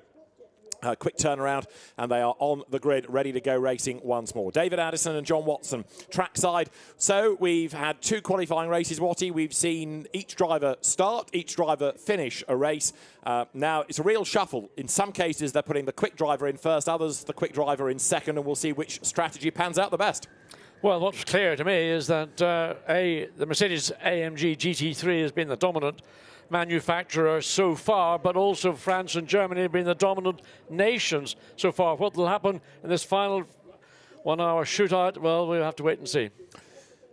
So with lots and lots of fans on hand ready to watch the action, let's catch up with 1 or 2 of the drivers. Gemma Scott is down on the grid, so also is the very rapid Spanish athlete this weekend, Fernando Navarrete. Well, it's a busy grid down here, and I'm on the penultimate row with the Spanish car, number 19, Fernando Navarrete, behind the wheel. Fernando, it's been a tough start to the weekend for you, but you've had a great pace. Are you looking to plough your way through this field? Bueno, este fin de semana está siendo un poco difícil. Mi ritmo es bastante fuerte, pero hemos tenido algunos problemas. Y bueno, ahora esperamos que vaya todo bien. Y tirar para adelante y hacer todo lo que podamos. Are we able to have a quick word in English? Yeah. This morning I have seen that my ride is very good, and I will try push very hard for lift the car in the better position, my friend. Thank you very much, Fernando. Have a great race. Thank you. So the Spanish driver Fernando Navarrete starts. If you're wondering why the car has Danny Juncade's name on it, it's because Danny Juncade will drive that same chassis in the Sprint Cup tomorrow. There for Lithuania is Imantis Navikauskas. He will go first in the Audi that he shares with Jonas Gelzinis. They will start on the 5th row of the grid. It is Germany with 2 qualifying race wins that's on pole position. You take points for your position, you add them together, and the least number of points puts you at the front of the grid. So Germany, France on the front row, Poland, United Kingdom on the second row, and there you look down on the German Mercedes alongside the French Mercedes, if you follow my drift. And it's been a really good brace of battles between those 2 nationalities thus far. For Chinese Taipei, Max Chen is going to go first in the car that he shares with Evan Chen. Evan has been the quicker of the 2, and that car again is one to watch when we go racing.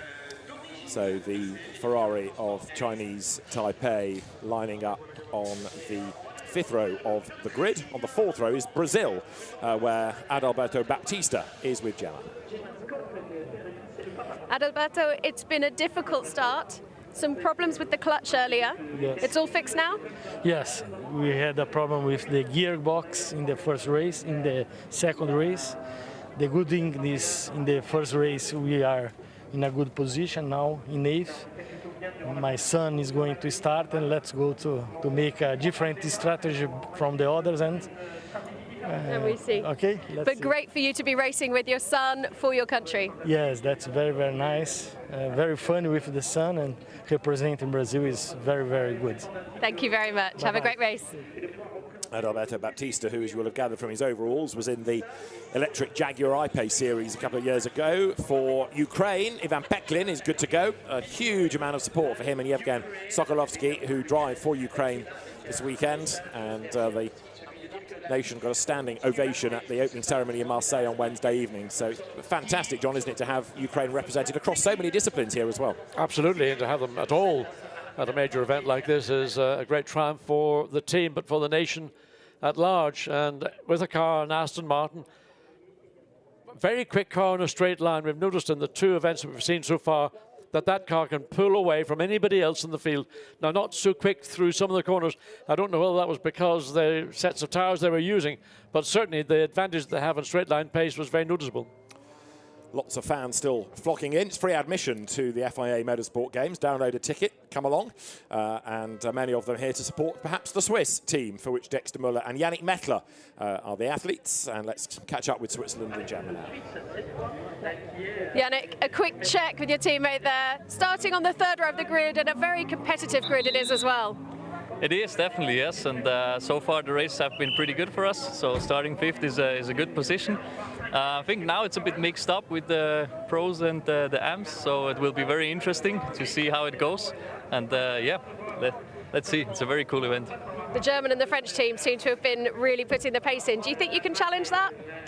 Not sure, really. They've been a little bit ahead, to be honest. So for the top 3, I think we're not quite quick enough at the moment, but obviously we try, and the goal is always a podium, so let's see. Thank you very much. Have a great race. Thank you. Yannick Mettler, who will also do the Sprint Cup for Switzerland tomorrow. There is 54 then, the Mercedes that is run by SPS Automotive Performance, the same operation that handles the German car, the German team entry. Francesco Piovanetti will go first for Puerto Rico in the car that he shares from the 3rd row with Victor Gomez. And you can see, as is of course the regulation, all the cars carry not a sponsor as such, but the colours of their nation. So Germany has had 2 qualifying race wins. Fabian Schiller is going to take the 2nd stint, and he could well be a race winner again. Fabian, this was the dream coming into the weekend, to be dominant, and you have been so far. The race ahead now, the objective obviously is clear. Yeah, of course. I mean, target is clear. We had a strong weekend so far. It's great representing Germany here. And yeah, we had a strong car.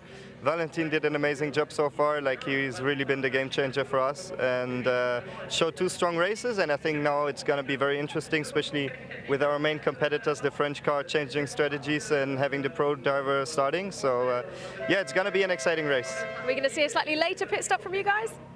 I'm not sure about that. I think most of the cars are going to pit early, so let's see. Thank you very much. Have a great one. Thank you. So Fabian Schiller will do the 2nd stint, and it's going to be Eric Debard for France in the 2nd stint. So Simon Gachet in the French entry has got one task here: go, go, go, build up a lead.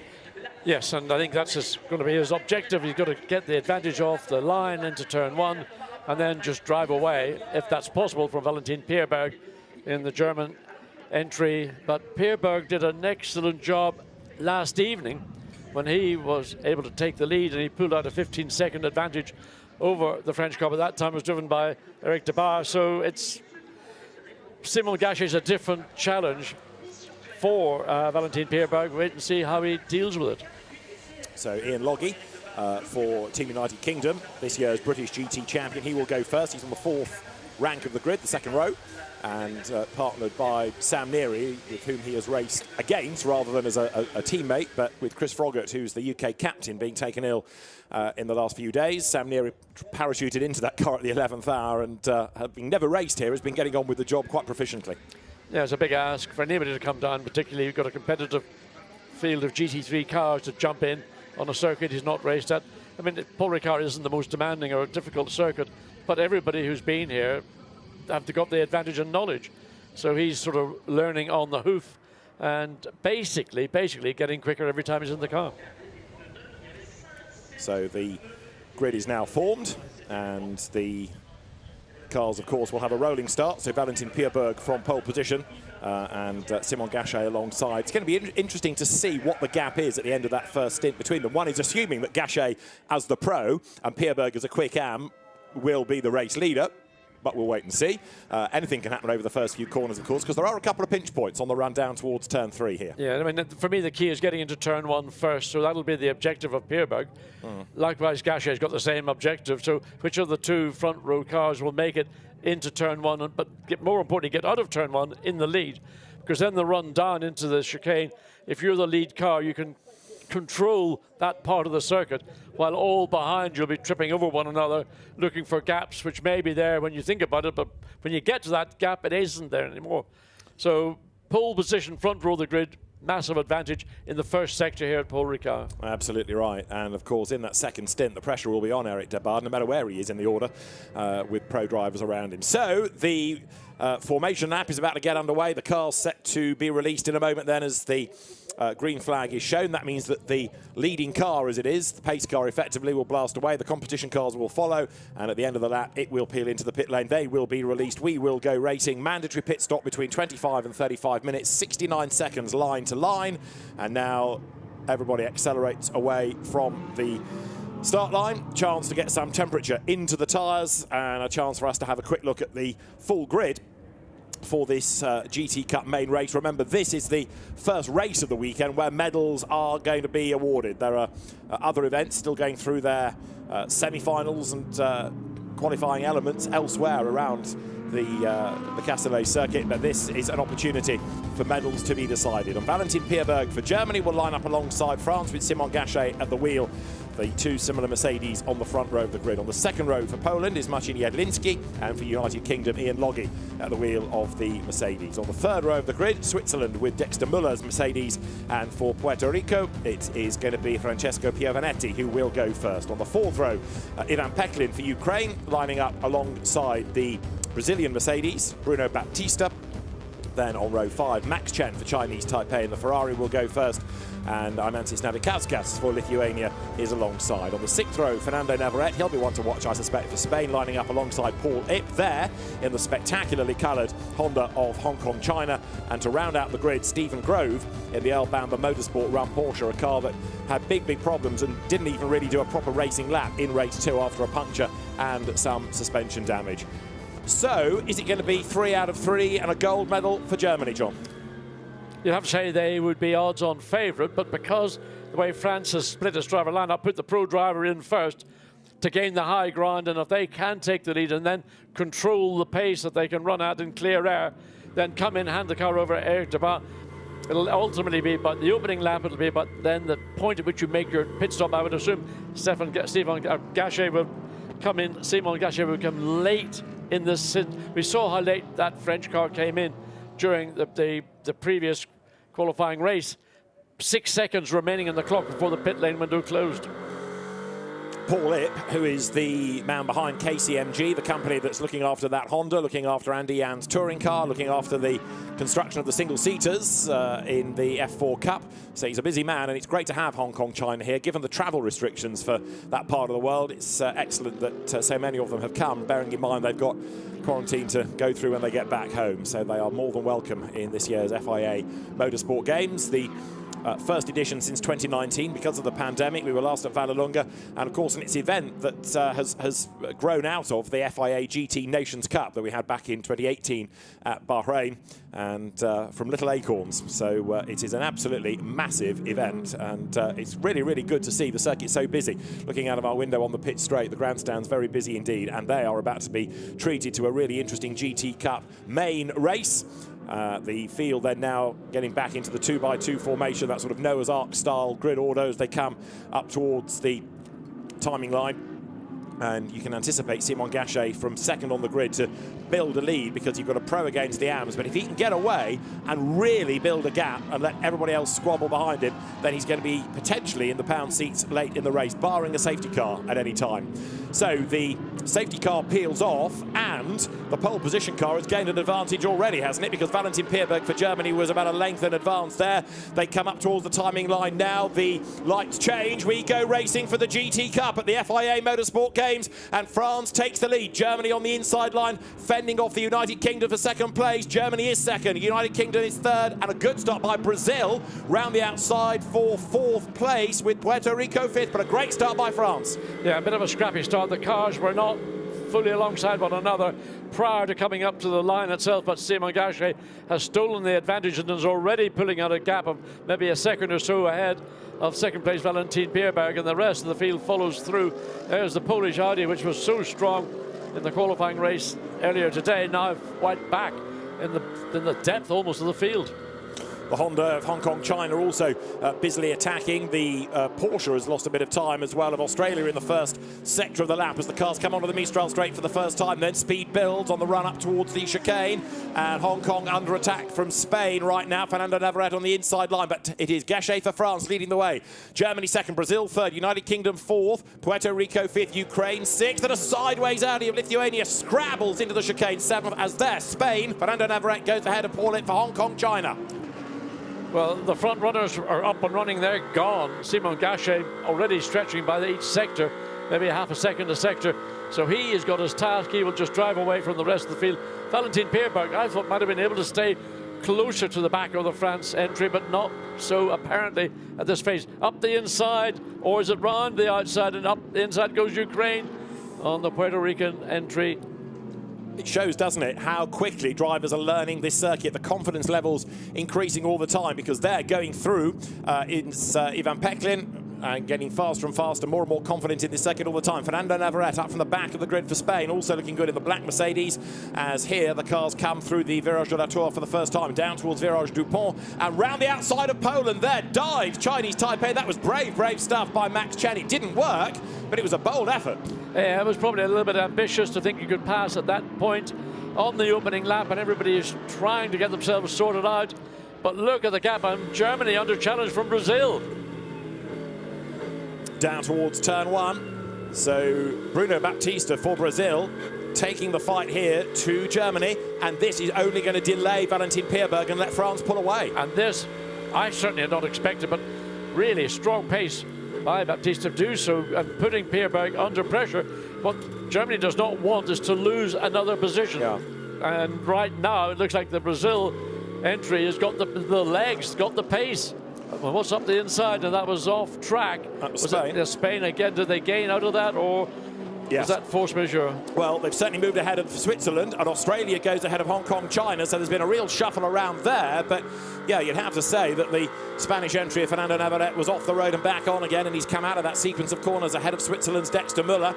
But yes, right now, Gachet building the lead. He was 3.3 seconds up the road at the end of the opening lap alone, so he's absolutely storming away for the French team, as there up on the inside, Chinese Taipei's Max Chen goes ahead of Poland's Marcin Jedlinski. The Polish Audi is falling away. It's not only falling, it started on the second row of the grid, and at the first lap, what is it, it's like an 8th position and losing another position, so down to 9th. Out of senior go the cars for second and third, Germany versus Brazil. And there, Bruno Baptista looking to try to get himself up and past Valentin Pierberg, but he can't do it right now. Pierberg having to defend, but the more he defends, the more time he loses against the French entry. This is absolutely playing into the hands of France. Surprisingly so. I didn't think that the German entry would fall back so quickly from Simon Gachet, because the pace I saw last night from Valentin Pierberg indicated to me he's virtually on the pace of his co-driver, but equally that of the pace of the French Mercedes entry. So through they turn once more onto the pit straight. Valentin Pierberg, who is a quick am, gets faster and faster all the time. The more seat time he has in a race car, he will come up towards the line. But Simon Gachet booms past the pits in the Mercedes. It was 3.3. It's now 5 seconds. He's done obviously the best lap of the race. As there, Pierberg to Baptista. Germany to Brazil is only a 1/5 of a second, and it's game on for 4th place. United Kingdom versus Ukraine. It's game on for 6th. Ferrari side by side. Chinese Taipei through on the inside line.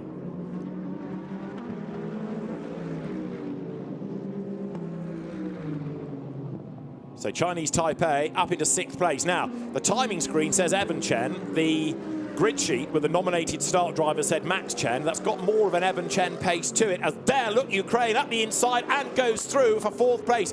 Ivan Peklin doing a fantastic job. Car looks a totally different car to the one we saw earlier in the day. It's got grip in the low speed corners, but it's got straight line performance, which it's always had. So whatever they've done at Aston Martin, they've found a way to give the car more performance over a lap, not just on certain parts of the circuit. But look at this battle for 2nd place up into the first chicane, and again Baptiste charging with a gap between first and second, 5.4 seconds as we're on the 3rd lap. That's imaginable. There you can see it as they come up into scene. Not quite a half a straight length advantage to the French entry over the German, and followed right up the wheel tracks of Brazil.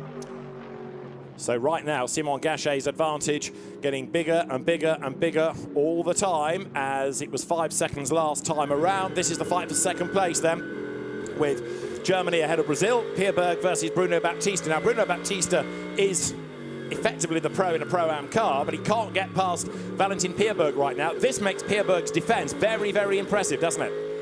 I mean, the usual story, you can catch, but how do you find a way around?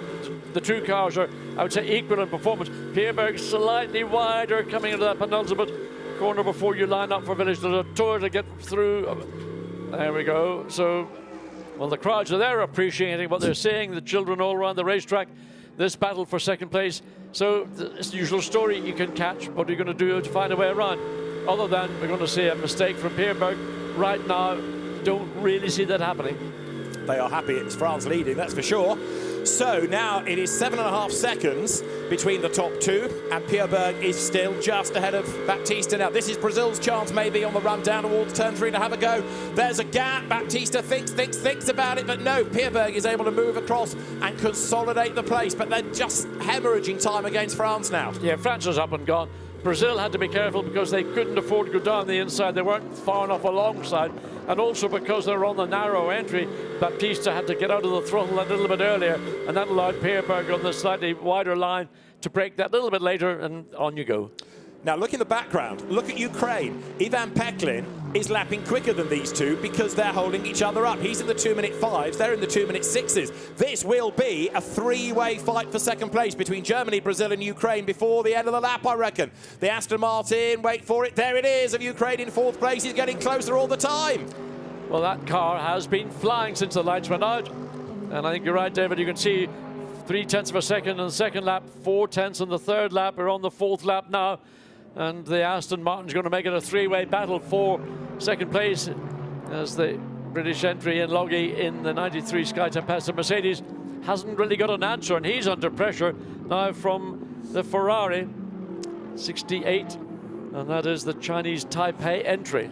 And it is Evan Chen starting for Chinese Taipei. There was a late decision to switch, which has been approved by the stewards. And you can see Evan Chen's pace here because he is looking for a way to get past Ian Loggy for United Kingdom. But it's Germany, Brazil and Ukraine, 2nd, 3rd, 4th. It's absolutely nose to tail, 5th as well. Which way to look? Because here comes round the outside. Evan Chen for Chinese Taipei. Can't do it. Brazil at the inside of Germany at Virage Dupont. Can't do it. Ukraine right there as well.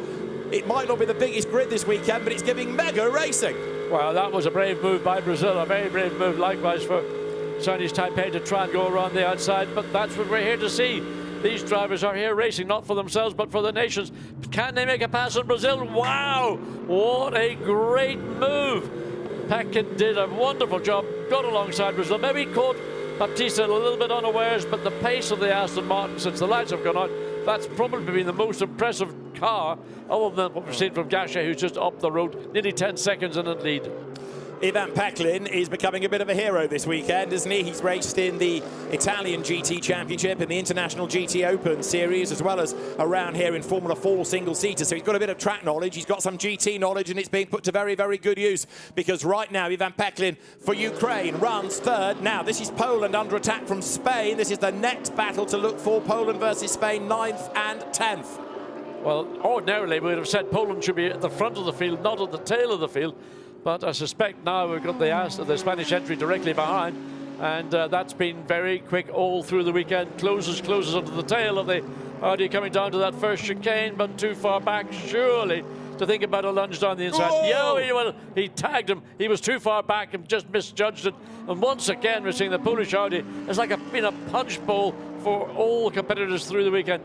Second place is under major threat from Ukraine. Phenomenal drive. And Peklin looks for a way through at Le Beausset. I should imagine that Spain will be hauled before the beat for that. Fernando Navarrete having created that contact. But Peklin is trying to attack and trying to defend. He's all over the back of Germany like a rash. He's trying to keep the Brazil entry of Baptista Jr. at bay as well as they come now up through the Virage de la Tour. Ivan Peklin riding the curbs there like he spends every day at this circuit. He's certainly on top of the racetrack, that is for sure. And is there going to be a move coming into the Virage Dupont? This the last corner on the lap.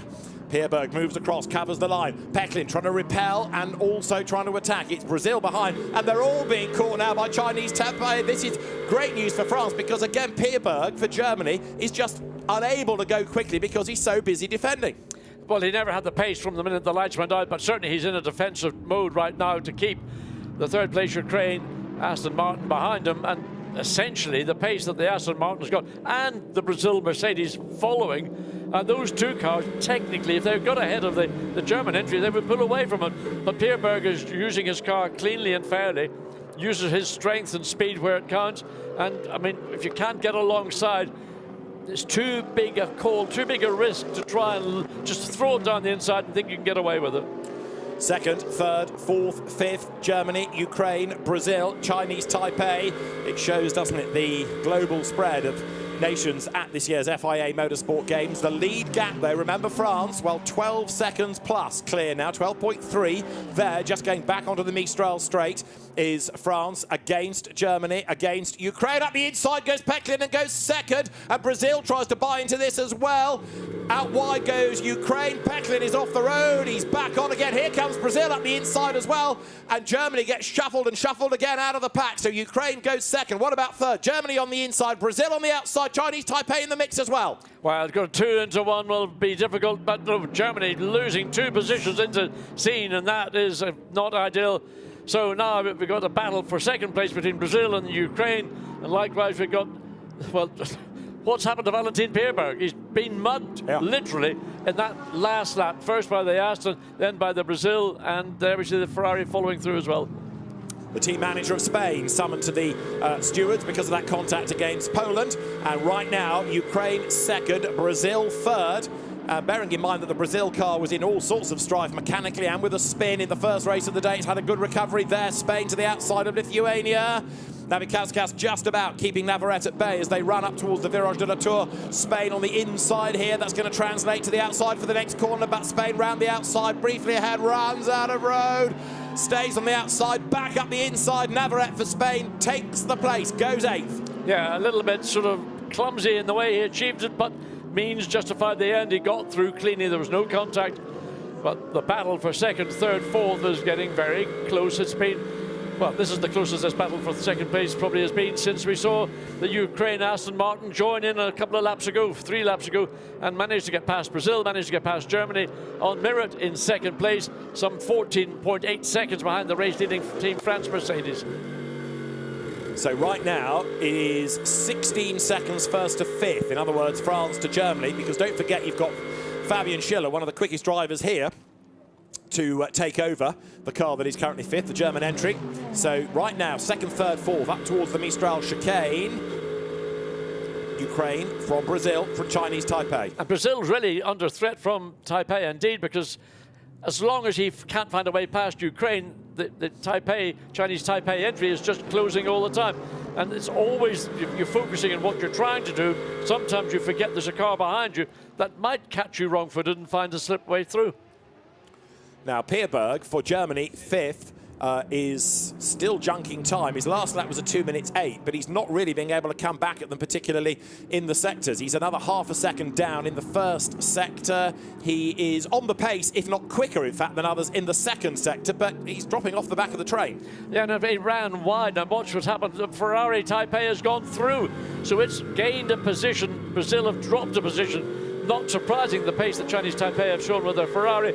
Now the sights are set on, can we catch it? Can we overtake Ukraine and then the Aston Martin? So where has this car come from? Runs slightly wide, Brazil trying to get back, get alongside, but on the wrong part of the racetrack. The undercut's available to Brazil, but not in the position to execute. Race leader has gone through then. France, Simon Gachet is on to lap number 8. We're looking at 29 laps in total. That's what's been achieved thus far in the qualifying races. And he's now 16 seconds ahead of Ukraine. So it's France, Ukraine, Chinese Taipei. And it is 19 seconds between France leading and Germany 5th. The United Kingdom's falling away as well. Ian Loggy 6th is now 22 seconds adrift of the race leader. 7th is Puerto Rico, 8th is Spain, 9th is Lithuania, 10th is Switzerland, 11th is Australia, 12th is Poland, and 13th is Hong Kong, China. But Chinese Taipei's Evan Chen, he's become another star. He's just got better and better over the weekend. Well, the combination of the Ferrari 488 and the Chen family behind the wheel, there is our race leader coming down into the first chicane. That's a 16.2 second advantage. But this is the battle now for second place. And I tell you what, I wouldn't want to bet against Chinese Taipei not getting up into second place. They've been quick all the way through, and they're going to have dives up the inside, but the Aston has always been quick in a straight line, and maybe that's going to be the Achilles of the Ferrari. It may be quicker in an overall lap, Chinese Taipei, but they may not have the speed of the part of the racetrack where they want to see a pass being made. It'll be only a mistake from Pekin that might see the Chinese Taipei Ferrari make its way up into second place. But Germany is becoming almost a distant memory now. Valentin Pierberg, having lost those places, is falling off the back of the train. He has lost a couple of tenths in the first sector. He has lost 3 tenths in the second sector. He comes then now up towards the left-hander of the Virage de la Tour out of Le Beausset, and there Chinese Taipei ahead of Ukraine, so up into second place now goes Chinese Taipei.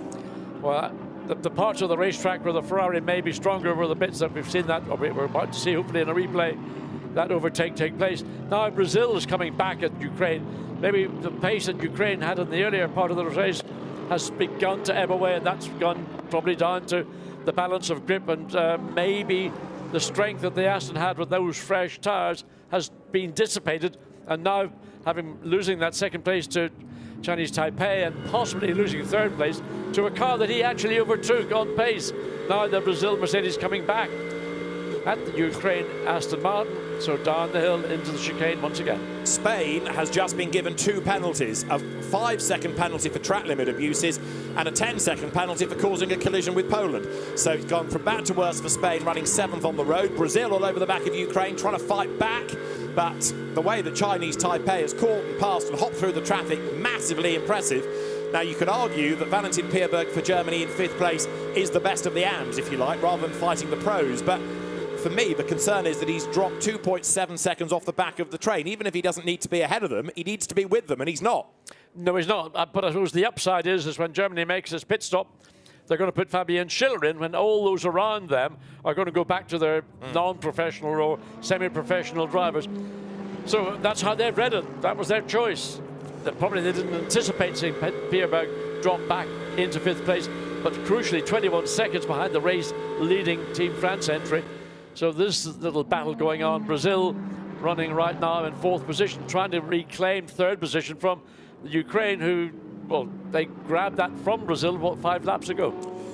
Yeah, of course, you've got drivers with the grading of bronze and silver, and just about all of those ahead of Valentin Pierberg, silver or above. So, as I say, he's kind of your leading AM, but ahead of Ian Loggy, therefore, by 4.3 seconds. And then the pendulum will swing again in the second stint, because you'll have the pro driver coming from the back, as it were, catching up for Germany against the AM for the other nations. So it'll be really interesting to see whether it's better to put your gun driver in at the end and play catch-up, or at the start and get them to pull away and build up the gap. It's very rare, actually, these days that you have a race where you've got the strategies that are different like that, because so often we see a GT race where the team decides we'll keep whoever is quickest for the end, come what may, just in case of a late race safety car. But here you tend not to get that many safety cars, and with a small field as well, because of the nature of the circuit, so many access roads and perimeter roads that you can easily move a car around without needing to neutralise the race. The leader has gone through, as you saw. That was France, 17 seconds clear of Chinese Taipei. Well, they've driven away from the rest of the field. There is the 3rd place, Ukraine entry, followed by Brazil. So Baptista believes that he's got the pace to get ahead of the Aston Martin. It's really, I think, has seen the best of its run. We're only 40 minutes of this race remaining, only 20 minutes into the race, so pit stop window will be opening in a 5-minute time span. Who will be first in? Well, I don't know whether it's going to be Valentin Pierberg. I suspect that will be one of the first of the competitors to make his way into the pit lane. And I think what France did in the first race, by hanging it out to the very, very end, other nations will follow suit. Keep the pro driver in for as long as possible, even with only a few seconds to spare. Out of the chicane comes this battle for 3rd. For me, Evan Chen for Chinese Taipei has been the driver of the race, though, because of the way that he's worked his way up from the 5th row of the grid. He's caught the traffic, he's got through the traffic, and he's pulled away. Correct.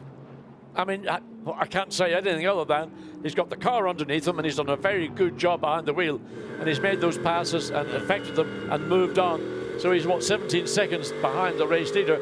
More important, he's just under 2 seconds ahead of the the battling Aston Martin here with the Brazil Mercedes. So I think we can say that Chen is in a comfortable enough position, and whether he wants to try and challenge, well, I mean, I'm sure he will do his best to try and reduce the gap between himself and the race leader. It's a question of who's going to go into that car, and we know that Eric Denard is going to be behind the wheel of the lead Mercedes. So over the timing line go the second, third, fourth placed cars, and the fight's on for third. Ukraine ahead of Brazil, and there is Valentin Pierberg. Now, as I say, he's still your leading AM, but now being caught a little bit by Ian Logie for the United Kingdom. So that gap, 3.7 seconds. Ian Logie doing a personal best lap last time around. So Valentin Pierberg's lap time's not stellar, but he is keeping that notional class lead, if you like, of being the best AM. Poland versus Switzerland up towards the line. Well, this is just a drag race between the Audi and the Mercedes, and the Audi looks like it's got the marginal advantage. That's more maybe to do with the speed of the final turn. But the Mercedes has dropped 2 places for Switzerland on that lap. So Dexter Müller, I think, has had a problem. And that's Fabian Schiller getting ready. We're 3 minutes away from the window opening, and he knows he's got a job to do. Well, he will be, I think, as soon as that pit lane window is open, depending where on the track the number 20 Mercedes, the German entry is, he will be the one, if not the first, competitor to be into the pit lane. And I would certainly, if I was running that car, that would be my instruction. Get Valentin in and let's put Fabian Schiller behind the wheel and see if he can resurrect a victory out of what would be, in their German terms, I suppose, a disappointing to find yourself actually demoted down to 5th place, having run second initially. And then, of course, there's also that fascination as to a Schiller lap time relative to a Gachet lap time when you have that overlap between them. And Simon Gachet last time for France did the fastest lap of the race. He's still pushing. Right, what about third? Ukraine versus Brazil, Peklin versus Baptista. They're still running together. So it looks like Peklin's got Brazil in control, because whatever Baptista tries to do. Now, this is what happened to Switzerland a lap ago. Remember, we saw Poland gain a place. That was how it was all done. Australia had already gone through, and that was how Poland elbows out. Sort of do unto others as you've had them do unto you, really. But like stock car racing, as you love, David, or as I would know it as Dodgem car racing. And that one, he certainly didn't dodge. No, you're right. Sorry, Ian Logie for United Kingdom, a 5-second penalty for track limits. So United Kingdom being given a penalty now for track limit offences. We haven't seen any of those, but undoubtedly somebody has had an eye on what Ian Loggie's been doing, and that's a 5-second added to your... Will it be added in the pit stop? Yeah. So the 69 seconds for everybody else will be +5 for United Kingdom and for Spain for track limit abuses. Here is Peklin, making his way for Ukraine down towards turn 3. And right now, there you can see the hard-charging Lithuanian entry. Amantis Navikauskas for Lithuania ahead of Pio Venetti in the Puerto Rican Ferrari. 8th and 9th, these two, 0.3 of a second apart. So they're having a little international or internation battle. So we're getting ready. There we see this is the 93 Team UK entry preparing. So that's Sam Neary walking out into the pit lane as race leader. Simon Gachet with an 18.1 second advantage over the Chinese Taipei Ferrari. So he's going to stay out until the last knockings, in my opinion. So when are we going to see the German entry? There it is, just exiting the exit of the pit of the chicane onto the second part of the Mistral Straight. This battle for second place back in the control, in my view, of Peklin for Ukraine. I know we talked about this a little bit in the first qualifying race, but isn't it fantastic to have a jumbled entry like this where we're looking at different people from those that we often see in a GT race, like, for example, Bruno Baptista, like Evan Chen, like Ivan Peklin, and seeing how they are as drivers, who the stars are, how improvements are made over the weekend. Yes, Simon Gachet should be leading because he knows this circuit like the back of his hand, you could argue, but the others getting better and better all the time, and people like Peklin and Chen, absolute standouts here, and perhaps we were ready to ignore them at the start of the weekend. And Peklin beginning to pull away. Here's in the pit lane. 2 cars are entering the pit lane. So just waiting to see which of the 2, waiting for the timing and scoring to refresh. Well, Pierberg will be one of them for Germany, I would offer you. It is Pierberg. Pierberg looks to be the first. There it is, comes to a standstill now. Fabian Schiller assists as Logie comes in, likewise hand over to Sam Neary. Well, 5 second, can't do anything with for the 5 seconds. Now you can go. Yeah.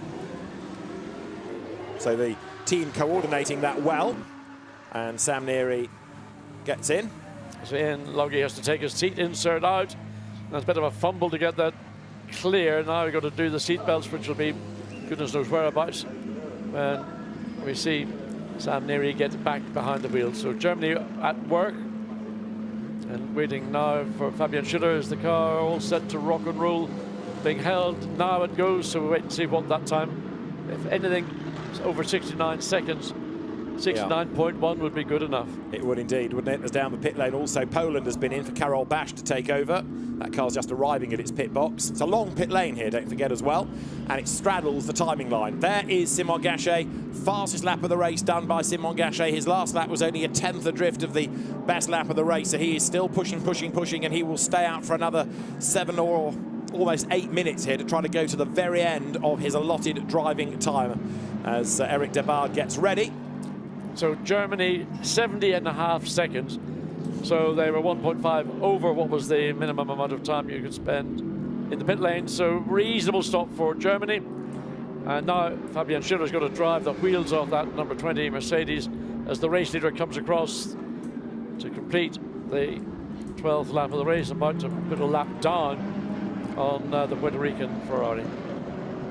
So once all the stops have cycled through, we'll have the proper order. But of course, not only Gachet, but Evan Chen, Ivan Peklin, Bruno Baptiste are all staying out as long as they can, up to the end of the window, or as close to the end of the window as they can get. Ukraine and Brazil go through then, still running third and fourth. And these two have dropped away by 7 seconds from Chinese Taipei as they drop down towards the first corner. Absolutely nose to tail with Brazil coming back at Ukraine now. Yeah, it's been coming back for the last 2 or 3 laps. And as I mentioned earlier, I suspect that when the Aston's on fresh rubber, it's very quick all around the racetrack. When the rubber begins to wear down, then I think it's not quite so good as these parts of the track where Peklin is having just to be cautious. He can't push in the manner he did in the opening laps. In the opening laps, he was absolutely all over the back of anybody who he came across. But now Baptista has got the momentum back in his favour. But where is he going to find a way around the Aston, which has still got that straight line performance advantage? Back onto the Mistral straight comes Bruno Baptista. We've got Lithuania into the pit lane, incidentally. Every car needs to make this regulation pit stop, drive a change, and it's got to be a minimum of 69 seconds. As there, the race leader caught out in traffic, and Simon Gachet has to go wide. Clips one of those markers. That was the Puerto Rico Ferrari that he suddenly came across, and he's been badly delayed and then effectively forced off the racetrack. Now, he hit one of those markers on the outside of scene. I don't know whether that'll be a penalty for the race leading Ferrari or whether that'll be deemed to be a force majeure situation, but whatever it is, it's not something that Team France had in its game plan and didn't want in its game plan. You can expect all the other teams to be shouting foul because they'd like some way of slowing down the French entry. That was Victor Gomez at the wheel of the Puerto Rico Ferrari, fresh into the car, but you'll see the French Mercedes go across the line now with a little bit of damage on the front, but also with a slightly slower lap by about 1.5 seconds. Here it was. So he's trying to find a way around, and I don't know whether he overran the back of the Puerto Rican Ferrari, just coming towards the exit of scene and had no choice but to move out to the left, I suspect. Watch what's happening here. Brazil almost got half a sniff of an overtake on Ukraine onto the pit straight, so Baptista's not given up. He's got another 4 and a bit minutes before he'll be out of time. So these two are going to go down to the limit as to where they can be. But Baptista nearly got alongside the Ukraine Aston Martin, but near was not good enough. Drivers then getting ready to go. Now we need to be seeing Fabian Schiller lap times. He's on his first flying lap now. Not surprisingly, he's doing the cars, the German entries, personal best sector times. Baptista Jr. still being held up by Ivan Peklin. Ukraine versus Brazil, but Peklin has driven a great stint and Baptista has another go. Down at the Virage du Camp, tries on the outside line, can't do it, and Ukraine hangs on to third place. So Brazil right under the rear wing of the Ukraine Aston Martin. Best chance probably they're going to get, or had up until now.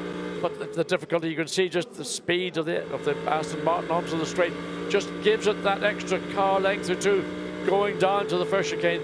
Baptista may have more grip, but he isn't close enough behind to execute. So again, he's got to fall in up the inside. Whoa! Well, that's not going to do him any good. That is unfortunate. That's going to be a penalty of some sort because, well, I think that was beyond what I would call a racing incident. Well, Ukraine gets going and badly delayed in all of that, so there is going to be no doubt a look by the race officials at that manoeuvre. You saw Adalberto Baptista applauding, but I'm not entirely sure that position is going to stay. I think that it will be reviewed. So let's look again and see. All of a sudden, the Brazil make a lunge down the inside. I mean, the contact occurred. I thought maybe Ukraine were trying to give as much room as possible, but there wasn't really enough room. The Brazil car had to go out to the left, whereas the Ukraine Aston was coming in from towards the right. So the inevitable occurred, and Ukraine was the loser in that incident. So towards the timing line comes Brazil, up into third place, Bruno Baptista, but with a big finger wag to come, I would have thought. Maybe a penalty for that, as France on lap 16 out of a projected 29 carries on. The Polish entry, Karol Bacz, absolute best in the first sector. Simon Gachet's last lap was a 2 minutes 4.6. Fabian Schiller 2 minutes 4.3. So effectively now, Germany closing on France. Into the pit lane comes Ukraine. Well, I don't know whether that's cause or effect, whether there's some damage or whether that was planned, but anyway, a great drive all the way through by Ivan Petkin in the Ukraine Aston Martin. There is our race leader. The gap, 16.7 seconds. In fact, the Chinese Taipei entry, that Ferrari, has managed to take a couple of 3/10 out of the race leader over the last couple of laps. Now there is the penalised Spanish Mercedes, and it is now going to be Gonzalo de Andres who will take it over. He's not as quick as Fernando Navarrete, and Navarrete's already been penalised with a 10 and a 5-second penalty. Now look at the front of the French leading car. Remember, it clipped that marker, and the damage on the right front corner has got worse. Have another look, because it is flapping away. There it is, dragging on the ground. A flappy front splitter. Yeah. Now say that without...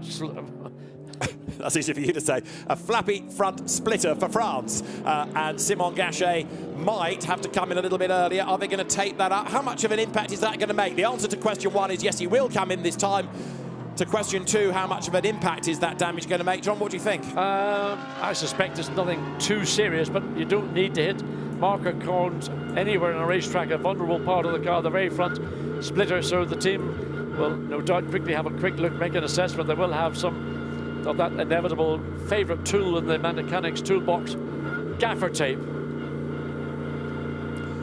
So it might be that sticky tape is enough. Don't forget that Simon Gachet had lost a little bit of time to Fabian Schiller anyway, and yep, they're going to have a go at doing a bit of a bodge, a quick repair on that right front corner as Eric Debar is slotted into the Acodis ASP team Mercedes for France. Evan Chen is in to give way to Max Chen for Chinese Taipei. Bruno Baptista in for Adalberto Baptista for Brazil. And how much sticky tape do you need? A lot, because the team are concerned that if that splitter starts to break apart, so they're putting, it's like helicopter tape they're putting onto the right front corner to ensure that the integrity of the splitter is not going to be compromised as Eric Debar goes out, as the father-son, and father sort of slides into the seat. I'm saying that politely. I think maybe fell into the seat more likely. So son, pretty impressive as we see the lead France Mercedes return to the track with a bandaged job done on the right front corner. So now this is the chasing car. This is Fabian Schiller, who has been one of the longest in already in this stint. And so as he comes up now towards the end of the lap, he's already 8 minutes into a stint. Yes, he is the man that has been in stint 2 longer than anybody. Max Chen heads down the pit lane for Chinese Taipei, and Adalberto Baptista sets off for Brazil. 25 minutes are on the clock. And at the end of this next lap, we'll get a proper idea of the margin between France and Germany. But they've got to clear Chinese Taipei. But look, Germany has bought back places. Yes, they're up to 3rd position. So they got ahead of Brazil. I've no doubt that Fabian Schiller will be able to do a little bit more than Father Baptista. There is Sam Neri in the Team UK entry, and followed behind by Ukraine and the Aston Martin. But I don't anticipate Ukraine making any further progress, because they've now got their arm, as it were, behind the wheel. And Sam Querrey, whether you call Sam the Pro or the Am in that car. I don't know whether Ian Logie would like to be called the Pro or the Am either.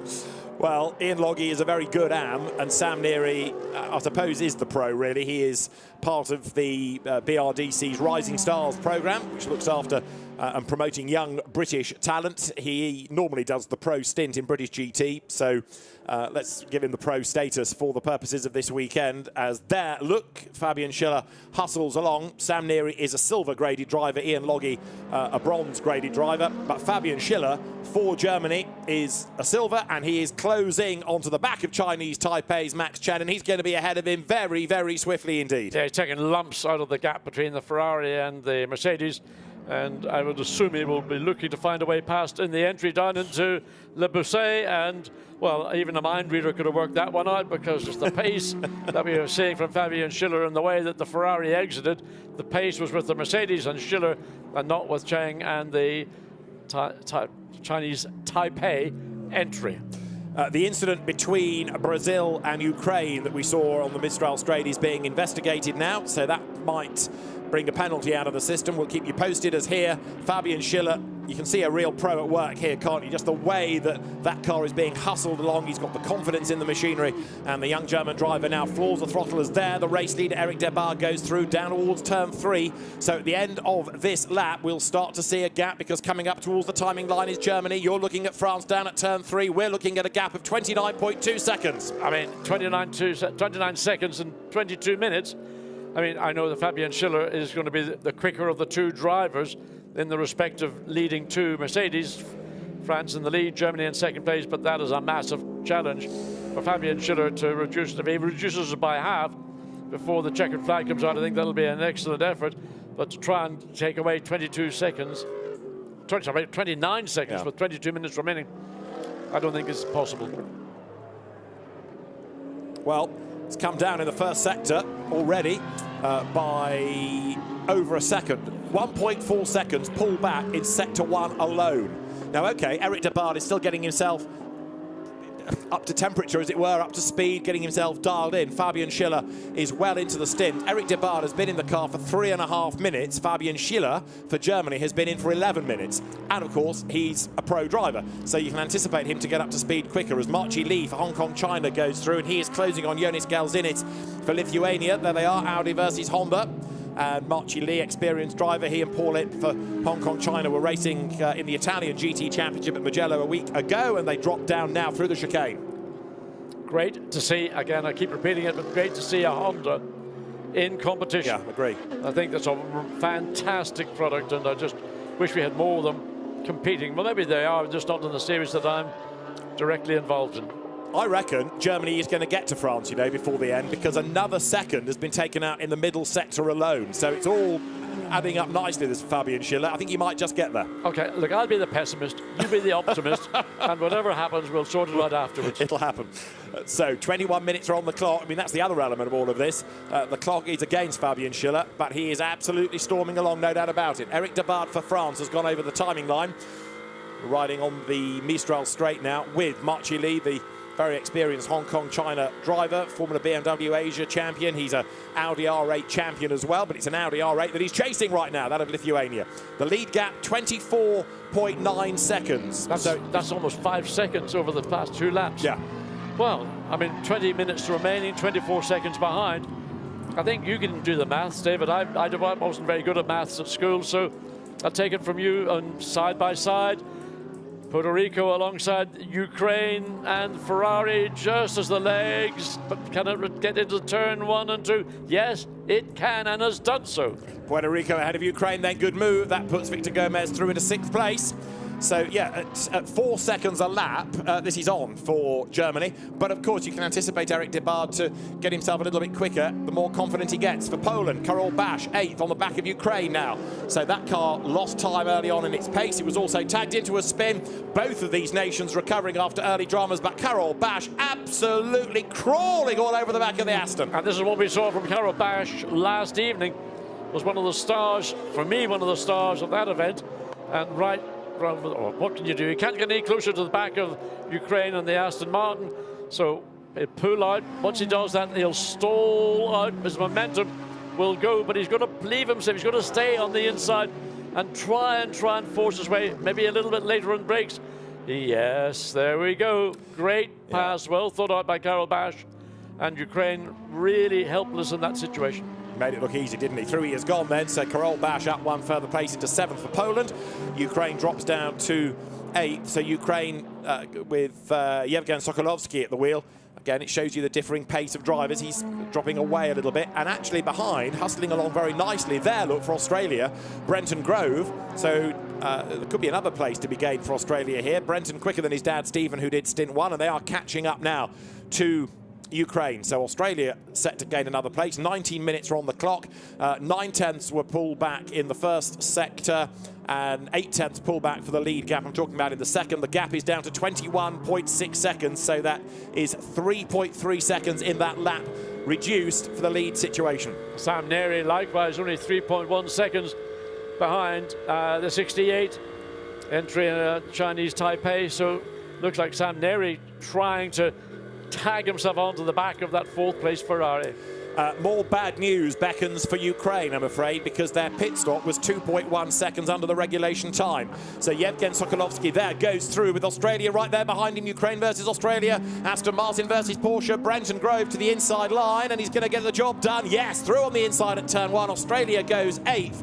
But there's a penalty brewing, I fear, for Ukraine, which is also about to get jumped by Switzerland. Yannick Mettler up the inside line. Australia and Switzerland both move ahead of Ukraine. Yeah, it looks like Ukraine is going backwards with, 17 minutes remaining. I mentioned that Sam Neri, in fact, Sam Neri is in 3rd position, just 15 seconds behind Fabian Schiller. So he did well in that round of pit stops. Did indeed. So Sam Neri jumping ahead, even allowing for the fact they had a 5-second penalty to serve. Max Chen for Chinese Taipei 4th, Alberto Baptista 5th, and this is the fight now for 8th, 9th, 10th places, with Yannick Mettler also looking as racy as is Brenton Grove. So Australia and Switzerland pulling away from Ukraine. It's Spain at the back of the pack, incidentally. Gonzalo de Andres as Australia rattles over the curb. Brenton Grove, who like his dad has been an inveterate Porsche racer over the years, and he comes on to Mistral straight now. That Porsche for Australia run by Albamba Motorsport, the Le Mans winners team, and to the right-hander of Senior it will come. Australia represented in the Sprint Cup tomorrow, incidentally, by Matt Campbell. That's a bit useful, isn't it? Absolutely, that's going to be a factory driver, Matt Campbell. Race there. Well, I'll tell you what, in a Porsche, I wouldn't bet against that being at the very front of the field. Matt Campbell versus Dries van Toor versus Lucas Stoltz, for example. Mirko Bortolotti's throw him in as well. Oh, can't wait. But very tasty. Indeed, right now, in a very different style of GT race this. 2 drivers and mandatory pit stops. Australia ahead of Switzerland, running 8th and 9th on the racetrack. The clock has got 16.5 minutes still to run of the race, and the lead gap down again to 18.3 seconds. It's about 3 seconds a lap it is being pulled back by. Well, I tell you what, if you can pull 3 seconds a lap over the remaining laps, 29 laps was mostly the distance we saw for a 1-hour race, so it is doable. But there is that battle going on between Australia and Switzerland, so pretty much status quo, not much to pick and choose. Arguably, maybe Switzerland is the quicker, potentially quicker car overlap, but again we go back to the same old story. You catch, but where do you pass? There is our race leader. There's Eric de Baarden in the background. You'll just see heading into the Mistral chicane, Germany, Fabian Schiller at the wheel, who has just done a personal best in the first sector of, again, 8/10ths quicker than France. But Eric de Baarden just has to win by 1,000th of a second. Doesn't have to win by much as long as he stays ahead of Schiller. But there is the German Mercedes. You can see the way that that gap has been coming down and down. We've been talking about it lap after lap. But you can see the difference between an AM and a Pro. You're kind of comparing an apple and a pear, aren't you? Well, 4 seconds, lap 18, 3 seconds, and on it goes. I mean, you're talking about the best part of 10 seconds over 3 laps. I mean, that's outrageous. Yeah, when we started looking at this gap, it was 29.2 seconds. It's now 18.3, and that's in, 4 laps. So there is Fabian Schiller for Germany, still charging along. Others, though, have been having their own battles, their own dramas. And we talked earlier on about Australia doing well. Brenton Grove then had this drama coming out of turn 1 and was either just collected or very narrowly missed by Switzerland there. But Australia went looping around, got back into the race. Yes, got to point you in the right direction. You sometimes want to hear Paul Ricard, because the nature of the circuit is quite featureless. You could end up going against the flow of traffic because of disorientation. Yes.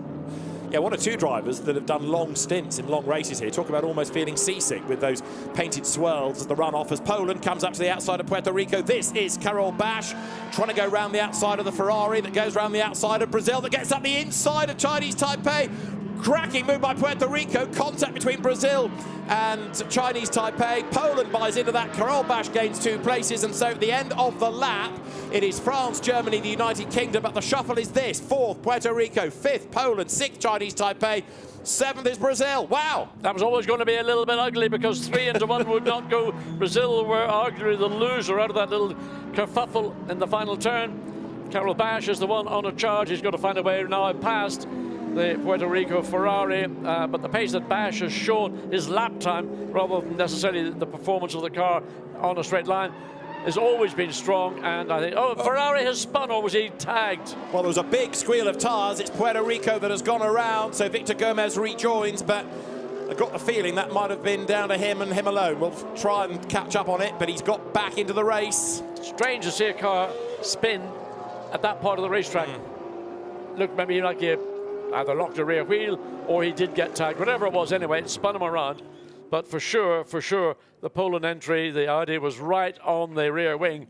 That car, can't see any indication of marks on the front of it that would have been the result of a contact. So maybe it was a self-induced spin by Puerto Rico. So certainly Karol Bash was close, and maybe the pressure caught out Victor Gomez, as the lead gap was 15.7 seconds last time around. Eric Depard is speeding up a little bit now, in fact, trying to stabilise that gap as he comes across the line. There he is, another lap in the book. That's 22 done. 15 seconds last time. Wait. There's Germany over the line.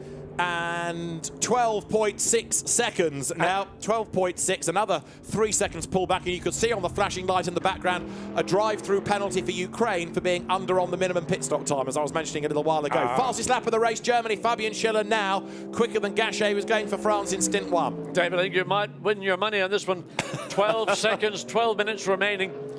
So Fabian Schiller is the man on the charge. He's got pace, the car balance, the grip levels, all working to his favour. That early pit stop by Valentin Pierberg to put Schiller in is about to pay dividends. Well, let's say in about 11 minutes and whatever number of seconds, may well pay dividends, and see Germany sweep ahead of France to take the gold medal. I think it's fantastic to see a race where you've got differing strategies like this, with the nations doing different things as to when they run the quick driver. Go out first and try and build the lead, or go out second and play catch-up. Well, in the case of Germany, you also factor in the relative lap times of all 4 drivers. Fabian Schiller has just proved to be quicker than Simon Gachet, because he's done the fastest lap of the race, admittedly on a lighter fuel load.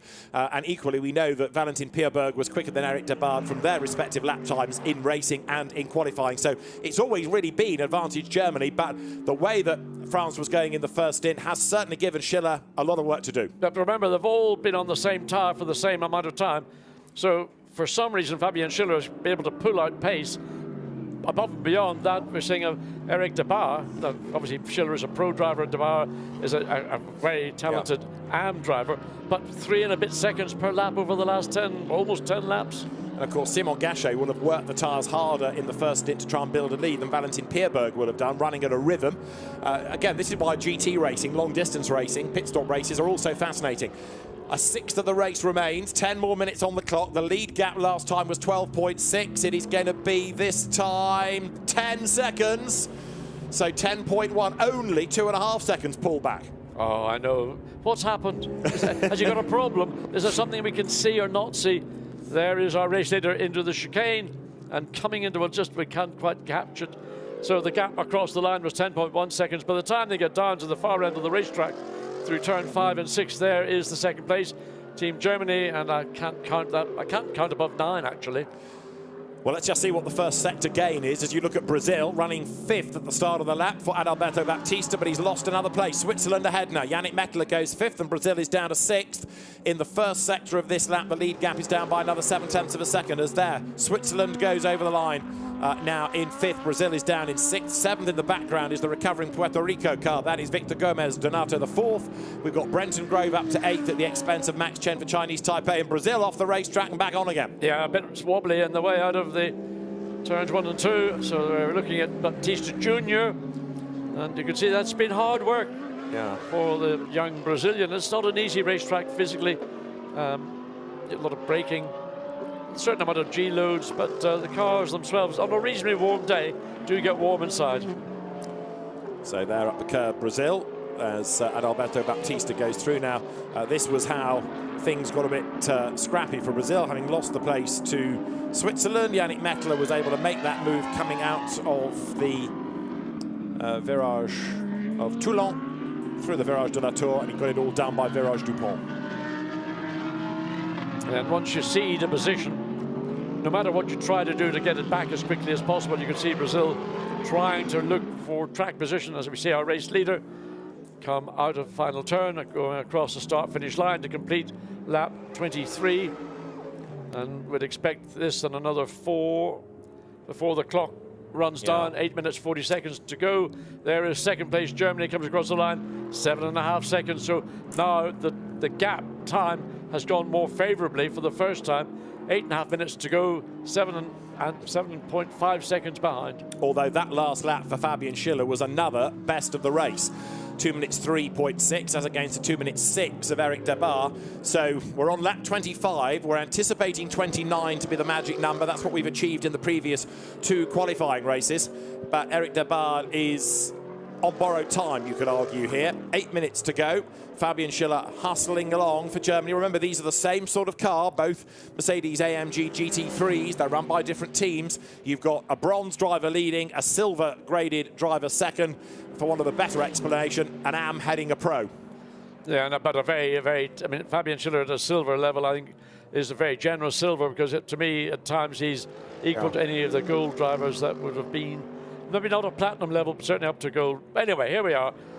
France leads, and the gap visually, almost by the corner, is collapsing. And we've got 7.5 minutes remaining. And by the time they'll come across the start-finish line, that gap's probably going to be down to under 5 seconds. It was 7.5 seconds when they went onto the start of this lap. It'll be under 5, I believe, when they come across to complete this lap. So France versus Germany. That has been the story of GT Cup within the FIA Motorsport Games all weekend. They had a qualifying race yesterday that went into the darkness. They had a second qualifying race this morning. Fabian Schiller, their confirmation that he's done that fastest lap of the race last time through. And you can see the way that the gap has come down again. 7/10 pull back in the first sector, 9/10 really pull back in the second. So the gap continues to drop. But another lap completed by Eric Debar. He's edging towards the end of the race, but I'm still convinced that Germany will catch France before the end. Here they come with just over 6.5 minutes on the clock. Through goes Eric Debar for France. Through comes Fabian Schiller now, and the margin is 4.9. I think I said 5. You did. You weren't far off. Give you that. 4.9 it is then. Bearing in mind we started this at 29 seconds and it's now less than 5. Well, you have to say that's just unfair. I mean, it was to get a 30-second gap to run that down before within a period of 30 minutes behind the wheel. Okay, that was an early stop for Fabian Schiller for the German Mercedes, so he's going to be behind the wheel for more. He's probably been, I suspect, maybe 35, 36 minutes behind the wheel, where in the case of Eric Debar, he will be running probably under or around about 25 maximum. Brenton Grove for Australia dives up the inside of Brazil, and thankfully contact is averted. Adalberto Baptista comes out ahead. He's got quicker and more confident over the weekend.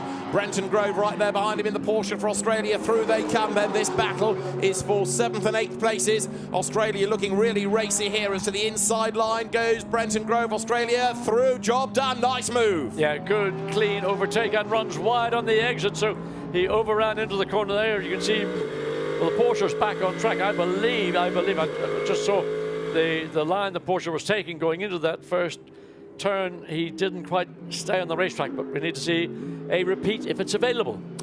So we are with just over 5 minutes to go, and a flying lap is 2 minutes and 6 for Eric Debar, 2 minutes and 3 for that man Fabian Schiller for Germany. And drama there with a wheel off the car. That's Chinese Taipei, isn't it? It is. Well, that's an unusual to see a rear wheel come off so late in a race. Normally, if a wheel's going to come off, it comes off literally the minute the car leaves the pit lane. There's going to be a safety car, full course yellow. Well, I was just wondering, because there the car is in a vulnerable place. We've seen other people run off the racetrack there, and so Chinese Taipei off the road. Now, was there contact? Yes, there was, and it was with Hong Kong, China. Safety car deployed, and this could gift France the win. Safety car deployed, the wheel off the car in a dangerous place. We go safety car. So that's going to be, I suspect, a safety car checker flag, because I don't know how they're going to clear that car in the time remaining, 4 minutes of this race remaining. So the safety car's got to catch the race leader to get it in line, and at the same time the safety workers have got to get to the Ferrari, and that's going to be a car that's going to have to be lifted onto the back of a flatbed truck. It can't be pushed. The wheel is one part of the racetrack car, and France, I think, are thinking, all the racing gods, all the GT3 gods working for us. Finally, as Germany now maybe somewhat naughtily gets onto the tail of the France car. It was very close to it before, but anyway. Yeah, I mean, I can't see the race restarting. So they are heading along the Mistral Straight.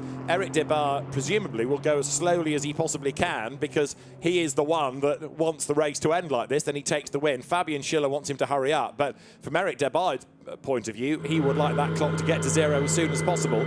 But by the time they come across the line, there's going to be one lap behind the safety car. So for my money, this is the race done. I agree. I mean, as soon as that happened, that incident occurred, for me, that was victory to France. I don't know how they're going to... look, Fabian Schiller. Are you sending a message, Fabian? You want to get on with this, we know, but for France, Eric Debar, well, you know, you slow when the safety car's on track, don't you? We've gone to safety car conditions. Absolutely right. You don't race under safety car conditions.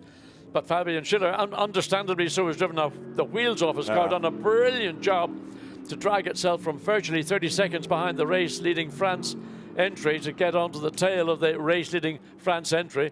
I mean, it's a real shame that a safety car is going to determine the outcome of the race, because Fabian Schiller has done nothing wrong here. Somebody else's incident has cost them the chance to win. They seem to have the right strategy, but it's gone against. There's the safety car, but there's less than a lap time left in the race now. Oh, absolutely. But you know, when I made my prediction about France winning, I did factor in the possibility of an incident safety car that would lead to where we are now. Now, I didn't want to talk about it on screen, but now we've got the opportunity, because we haven't got any racing. I'm going to over-egg the pudding in this one. Thanks, Pinocchio. Yeah, John, I believe every word. So, they will come through now, but France has won this. They will get scooped up by the safety car. The United Kingdom is there in third place, but even if we get the safety car in on this lap, it's only going to be a ceremonial run to the flag. So, what a shame. I mean, it's been a really enjoyable race to call, but it's going to be a win for France with the safety car. Their confirmation it's the last lap. Okay. All that can happen is the safety car decides somewhere around this lap, and it could be coming out of scene, to turn the light off, pull ahead and let them race for the last 2 or 3 corners. But where was it? We saw, was it in Barcelona? We saw somebody when a late safety car deployment and the light went out and somebody jumped. I forget where it was. I think you're right. I think at Barcelona, when the green flag flew, people got a bit toey on the last couple of corners, didn't they? And there was contact at the end of the race.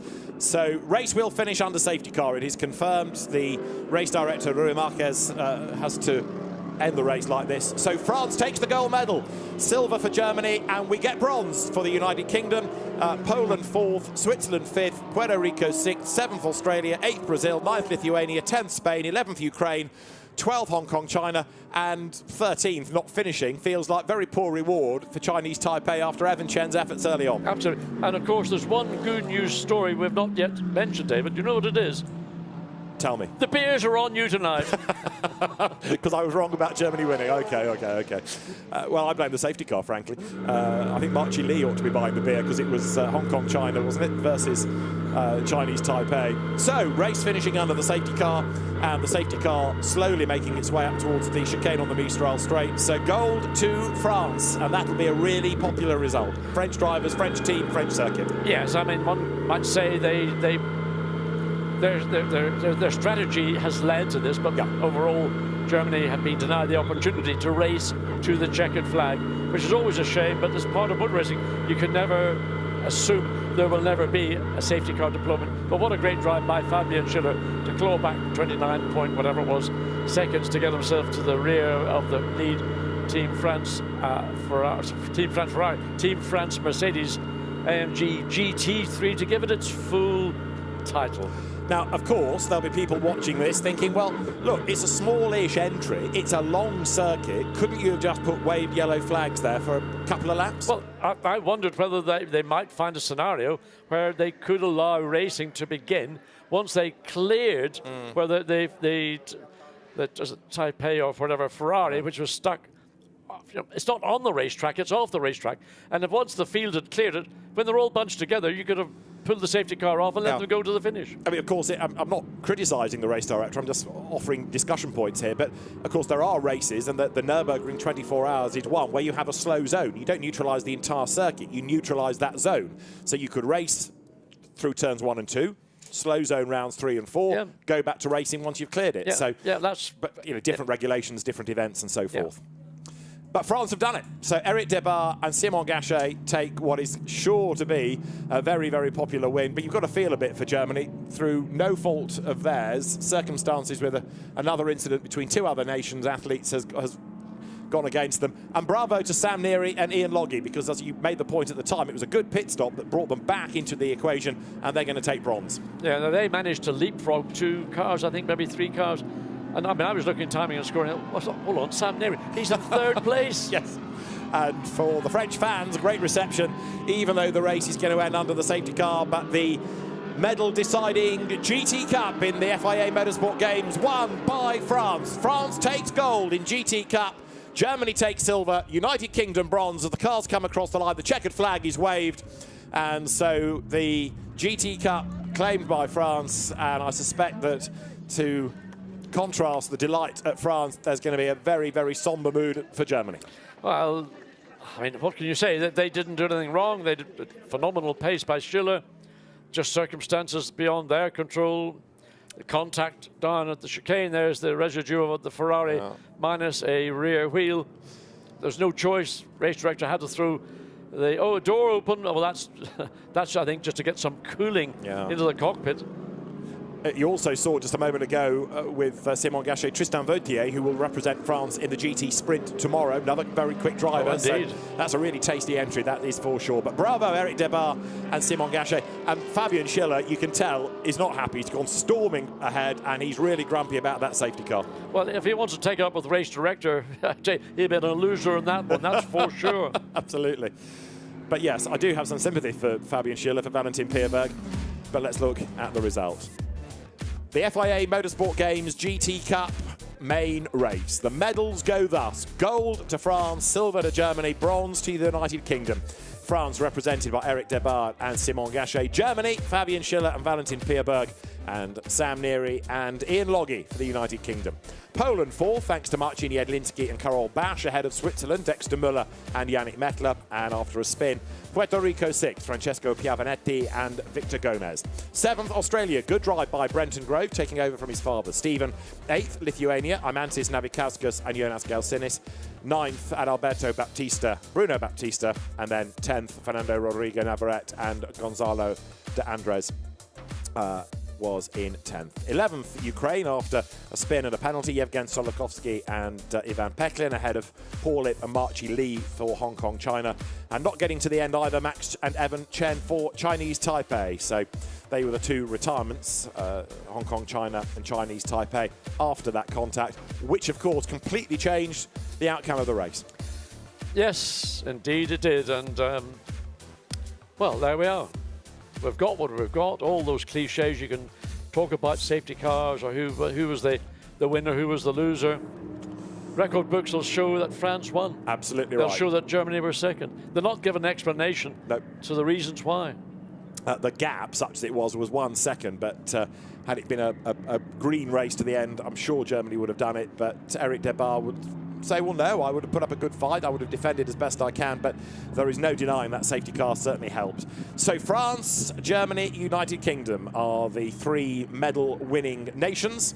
Of course, over the course of the FIA Motorsport Games, the more medals are decided. We'll bring you the medal table so you can see who is doing the best.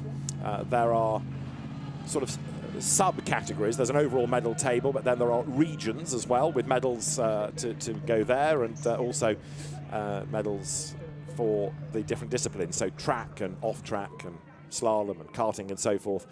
So everyone has something to aim for. I don't suppose broadcasting could ever be brought into the FIA World Motorsport Games as a discipline. We could get a medal each. It's fine, but the problem is that they have to be described as athletes, and that lets you and I out. I think you would qualify. Maybe I wouldn't. But I'll work on the thought with you. So their cars come down the pit lane there for France. It is the French entry, Eric Dabard at the wheel of it now. They go down towards the fan zone, which is where the podium is to be found. And we'll, of course, be able to catch up on the highlights of that race before the victorious drivers make their way to the podium area. So really good stuff, a fascinating race for the GT Cup. The cars making their way through the paddock. This area is behind our commentary position and down near the broadcast centre at Paul Ricard as the French entry arrives. So Eric Dabard and Simon Gachet victorious. And this is the first chance, really, we've seen of the victors area. The SRO team are there to receive the cars, and Simon Gachet walked around to say bravo and félicitations to Eric Dabard after taking that race win. So fantastic result for France on home soil. And out climbs Eric Dabard. Out he gets. Lots of applause, a very, very popular victor. And the French drivers can celebrate. We'll hear from them very shortly as the crew make sure that everything is turned off inside the car. So, Eric Dabard, Simon Gachet for France take gold in the FIA Motorsport Games GT Cup. It is time to hear from them in English and in French with Gemma Scott. Congratulations, félicitations. Quelle super course. Le premier médaille du week-end, c'est pour la France. Simon, a word in English if we can. Yeah, honestly, it was a good race for us. We had a big chance at the end, but it's a race like this. We win the last one. It was the important one. So thank you to Acodis, ASP, Team France, everybody, Matt Mut and Eric for this amazing drive this weekend on board the GT3. So thanks a lot to my teammate. It's true that those difficult conditions at the end, it could have gone the other way, couldn't it? Yeah, no, I touched Banana at Signe, so I distorted a bit the splitter, but he made a super job at the end, so thank you. Congratulations to you, Eric. In English, very happy. In English, very happy. Et en français, pour tous les Français qui sont là. On est content pour l'équipe, bien sûr. Ça fait quelques années que je roule chez Jérôme Polican. On avait gagné les courses, mais jamais le titre. Et puis je suis content. Puis avec Simon, c'est une histoire qui dure depuis quelques temps, donc ça fait plaisir. Et puis c'est les premières Olympiades en France et on les gagne, donc c'est sympa. Ah ben maintenant, il faut faire le deuxième. Oui, c'est ça. Enfin, je sais pas. Oui, peut-être. Congratulations to you. Congratulations to the team, of course. Eric just saying that he's absolutely delighted. His first equivalent of the Olympics with the Motorsport Games, and he's delighted to bring it home for his country there in France. So wonderful, wonderful result. Gemma, thanks. Well done, Simon Gachet. Well done, Eric Dabard. They have raced together in GT4 all season, and a great result also for Jérôme Policon's Acodis ASP team, which will be represented in the GT Sprint by Tristan Vautier tomorrow, and that's going to be really interesting to see as well. So there's more GT action to come, even though that is the end of GT Cup. Some of the same cars, other nations running a different chassis, but GT Racing, GT3 spec will be on track tomorrow. So the French drivers, the gold medalists, celebrate, and the photographer's trying to urge them to enter into the spirit of this, punching the air, but the victory finger in the air, and the French fans also being encouraged. Now our gold medalists clamber atop the car, almost. Go on, Eric, up you go. Simon Gachet helps his co-driver up. The gold medalists for GT Cup are France, Simon Gachet and Eric Dabard. They win the first medals on track this weekend. Let's look at the highlights of the GT Cup main race. The medals up for grabs, and Simon Gachet for France stormed away into the lead of the race. Valentin Pierberg for Germany tried to stay with him, but eventually slipped back in the pack as the cars wriggled their way through turn 1 for the first time. Drama around the lap, good battling between Ian Loggy and Ivan Peklin, and Peklin for Ukraine was making his way past the United Kingdom car and would continue to gain places as Fernando Navarrete for Spain clobbered the back of Marcin Jedlinski, a Polish Audi being turned around. Ivan Peklin working his way up through the traffic, moved ahead of Germany, and in turn, although he ran off the circuit, the Ukraine Aston looking oh so strong. Brazil through as well. Bruno Baptista past Germany. Then Chinese Taipei passing Germany. Evan Chen round the outside. More drama down at the Virage du Pont as Jedlinski for Poland clobbered Dexter Müller for Switzerland, and on the pit stops Fabian Schiller was installed into the Team Germany Mercedes as Simon Gachet picked up damage, having to go the long way around the outside of marker cones at Senior. Contact, Brazil hit Ukraine, Ukraine spun. More drama down at the Virage du Pont as a brave effort by Puerto Rico put its Ferrari up on the inside and more debris went to flying, but this was the incident that declared the result really. Chinese Taipei's Ferrari being hit by Hong Kong China's Honda, safety car deployed, race ending under the safety car. Gold medal for France for Eric Debar and Simon Gachet.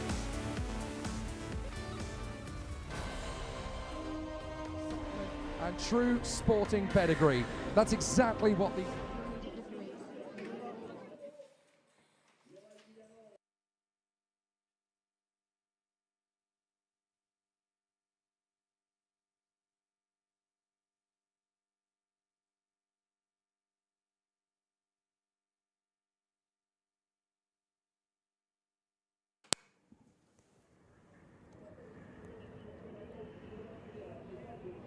Nos amis, on se congratule dans la cabine un petit peu avant la montée. Looking down onto some of the vast area of the Circuit Castellet, getting ready for the podium, our first track podium of the weekend at the FIA Motorsport Games.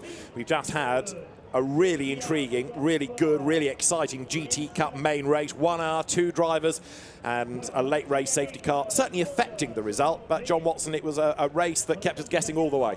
Well, the finish, the chase that we were seeing from Germany, trying to run down France, I didn't think it was going to be possible. You did, and I have to concede that you were correct. Mercedes, Germany had done all they need to do, and then all of a sudden, contact down at the chicane. What, 4 minutes to go, and immediately the safety car, or the full course yellow was then the safety car deployed. That was the race over. Unpredictable, but you always never can guess when that may happen again. Well, the cars have made their way through to the fan zone, which is where the podium and indeed our studio at the FIA Motorsport Games is. There are lots and lots of fans here. I've never seen car parks at Paul Ricard as busy. It's been fascinating to see not only lots of French fans, but of course people from around the world coming to cheer on their nation. Yes, okay, it might be that they have friends, relatives participating. You can also see just within the paddock there, if you look towards the left, the rally cars. This is the base for the rally. There's another regroup and a service before they go back out onto the stages. I think it's been children that have driven their parents to come here because this is an event which is not what might describe as a normal motorsport event. Yeah. It's a World Motorsport Games, and there's a major ceremony was held in Marseille on Wednesday night. The publicity of that would have garnered interest, but it's children who are coming and watching disciplines which are not normally a part of. We were here for the 6 hours of Paul Ricard. All the activities that are going on in and around the racetrack don't exist. So there's so much available to particularly the young generation and the youngsters who are going to come after the young generation. Yeah, because you come to watch circuit racing, but if you look on the bottom right of the picture, you can see the auto slalom and the kart slalom area. You can go and have a look at that, and then you can wander back to the circuit and watch the next race, or you can go over there and watch esports, or that way and watch karting. And it was free. Absolutely. Absolutely. Maybe there's a little sort of message there that maybe if you want to have fans come to your racetrack, you don't charge them to come in. Yeah. There will maybe be other mechanisms to generate income. Once you get them in, then maybe you can have other ways of whatever. Anyway, that's for another day. But look, I've never seen these images of the circuit prior, and it's I think, fascinating to see what actually this whole Paul Ricard complex is all about. I agree. And still, the fans are finding their vantage point for the next activity on track. There are a couple of youngsters. Yeah, absolutely. They're senior citizen youngsters. It caters for everybody, young and old. You're absolutely right. A bit of nostalgia because we've got historic rallying here, and we've got the junior kartists. So from one extreme of the age range to the next, whether it's the participants or the machinery. But look at that car park. I mean, that is rammed. That's on a Grand Prix scale, if not more. Well, I mean, anything outside of a MotoGP or a Grand Prix, that is a massive crowd at Paul Ricard. Now, of course, we're at the end of October. Normally, when the circuit is used for Formula One, it's in the middle of June or end of June or early July. And most people at that time have only got one thing in mind, and that's to get a suntan on the beach. Exactly, but also the Grand Prix here is catering for Formula One fans. Here, correct, you've got race fans, you've got rally fans, you've got esports fans, you've got karting fans, you've got drifting fans. So there's the kart circuit. circuit. Track, yeah, absolutely. And the drifting is always a popular part which attracts people. And the next thing, sorry. No, only to say, John, that the podium is ready. So there you can see our athletes making their way for the United Kingdom. Sam Neary and Ian Loggy for Germany. Fabian Schiller and Valentin Pierberg cursing the safety car intervention. They will go to the second step for the silver medals. They bring their flags with them. And then up to the top of the podium will come the gold medalists, and a great reception, I'm sure, because the GT Cup at the FIA Motorsport Games of 2022 is won by France as up step Eric Debard and Simon Gachet.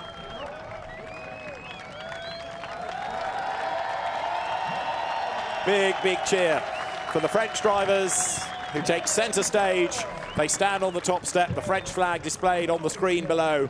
And as Germany steps forward, as the United Kingdom steps forward, gold medal in GT Cup at the FIA Motorsport Games to France. And Felipe Massa is there to award the prizes.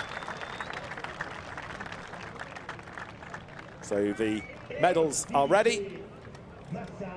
Felipe Massa, with an FIA involvement, of course, these days, will now step forward and present Ian Loggy with the bronze medal for the United Kingdom. Felipe Massa, the president of the FIA Drivers' Commission. Sam Neary, brought into the United Kingdom squad at the 11th hour. He takes his bronze medal. Silver for Germany, so near, and yet so far they won both qualifying races, but that safety car just went against. Valentin Pierberg and there Fabian Schiller, who take the silver medals. But it's gold for France, for Eric Debard, there receiving his medal from Felipe Massa, and for Simon Gachet, the first gold medal to the weekend. Go to France.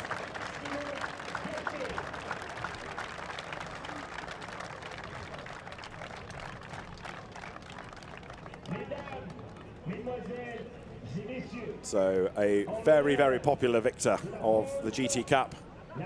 And now the national anthem for the winning nation.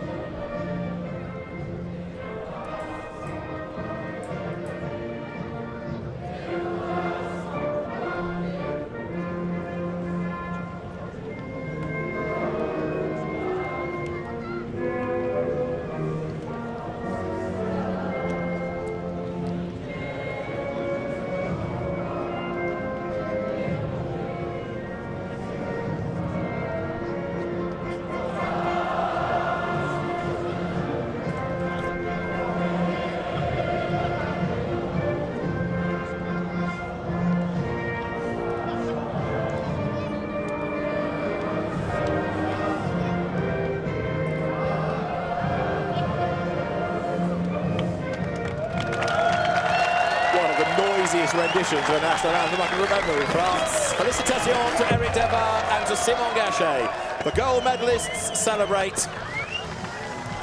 The United Kingdom, Germany and France in the reverse order, 3, 2 and 1. Bronze to the United Kingdom, silver for Germany, gold for France at the end of the GT Cup. And a very happy Eric Debard and Simon Gachet celebrate a well-deserved win. Yes, indeed. They worked very hard through the qualifying events, and one might say fortunate the safety car was deployed, but nevertheless it's what the record book shows. There are the totals of the medal award. So it is a gold for France, it is a silver for Germany, and it's a bronze for the United Kingdom. That medal table is going to change, of course, over the course of the weekend, and we'll be able to hear from more of our drivers shortly. So, great action from the GT Cup, and to get the reaction of more of the drivers, let's join Louise Beckett.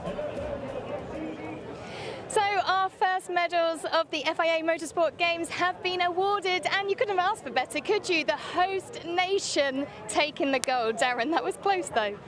Well, we sort of knew the top four. We had a good idea after both of the qualifying races, but the order, I wasn't expecting that, and it obviously fell into the hands of France at the end with that safety car.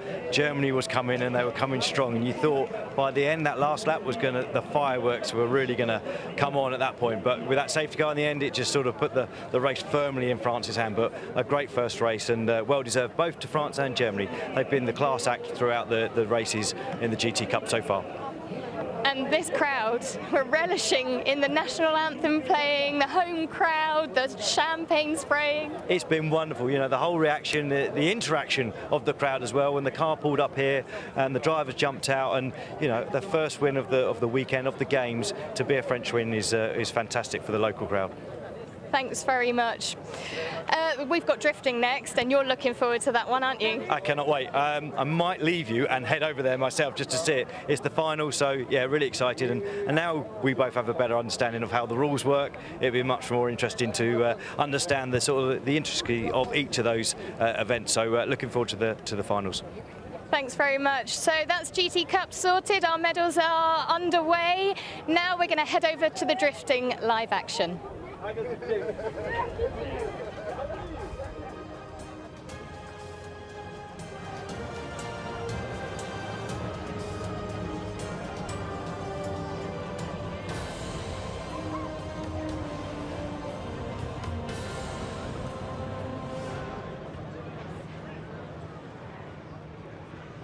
So, hello and welcome once again to the FIA Motorsport Games Drifting Cup 2022. We are already in the final runs, we are already in the top 16, and here we see the track layout. Really fast initiation with outside zone 1, then onto outside zone 2, then a deceleration zone onto inside clip 1, and then a long back coming corner of outside zone 3. So that's the zones where the drivers should be, and where the lead cars should be, as we are also already on to the tandem runs. We are already in top 16, so we will have a lot of great battles coming up.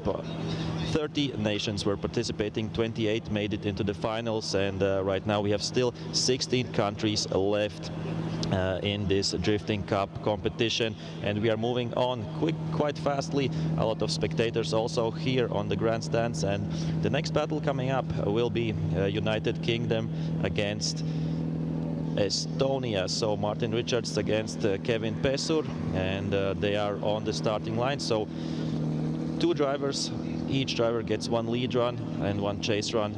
So right now Martin Richards will be in the lead positions. After the run they will switch that, and then Kevin Pesur from Estonia will move on to be the lead car. So really interesting battle, and it should be really quite close battle, because Martin Richards was second in qualifying. He is a Great Britain champion former, and Kevin Pesur is the Estonian champion and Baltic champion as well.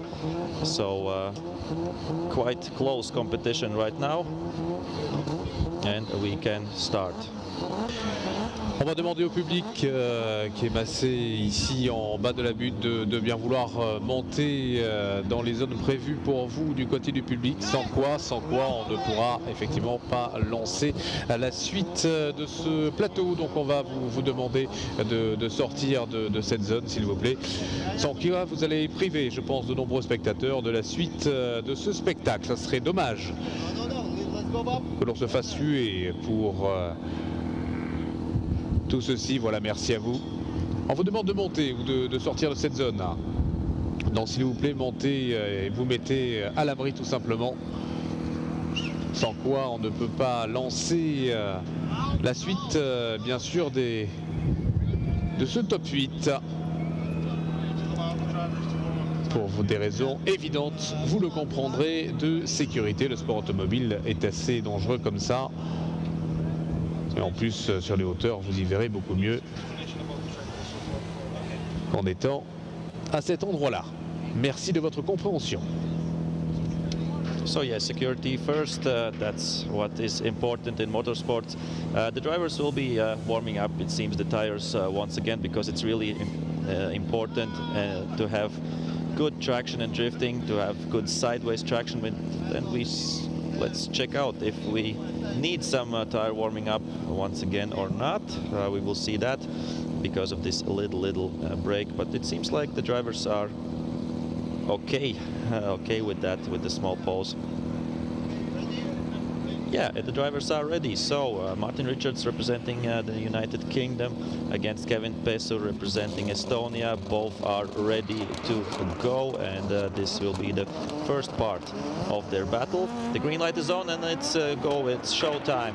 Martin Richards out front. He has to try to put up a good lead run. Kevin Pesur with a really close proximity right now during the first two corners, the first two zones. Right now, here's the inner clip. Everything went smoothly here, and right now we see the Estonian driver putting on some aggression or side-by-side action, really close, almost touching there, and over the finish line. What an aggressive run there by Kevin Pesur, but yeah, Martin Richards with a really solid line in his lead. So we will see the replay here once again, and yeah, amazing. Drifting is such a show.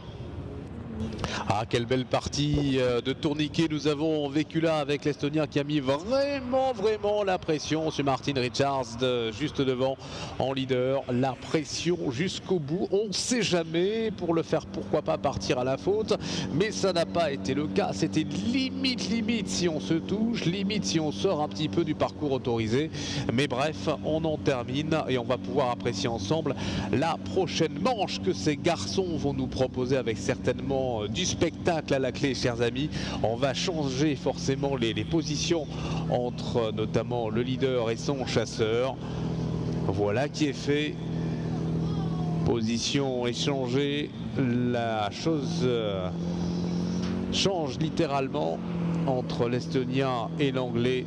Kevin Pesur, Martin Richards, voici la belle, chers amis, que nous pouvons proposer avec une place du côté est valable, bien sûr, pour l'accession dans le top 8. Ça va partir dans quelques instants.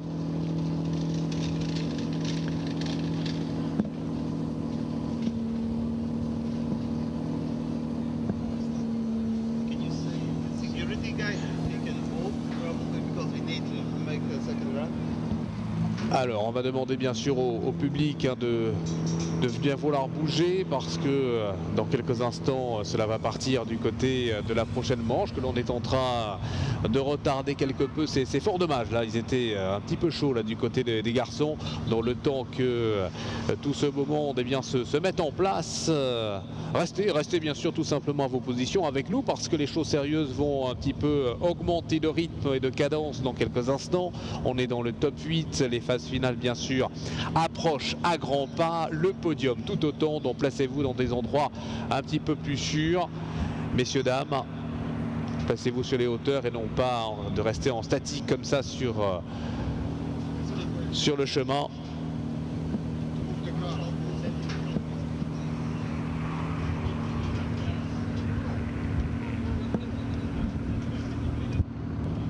So of course, from one point, it's really nice that we have so much spectators coming up here to watch drifting, but yeah, please stay behind the fence.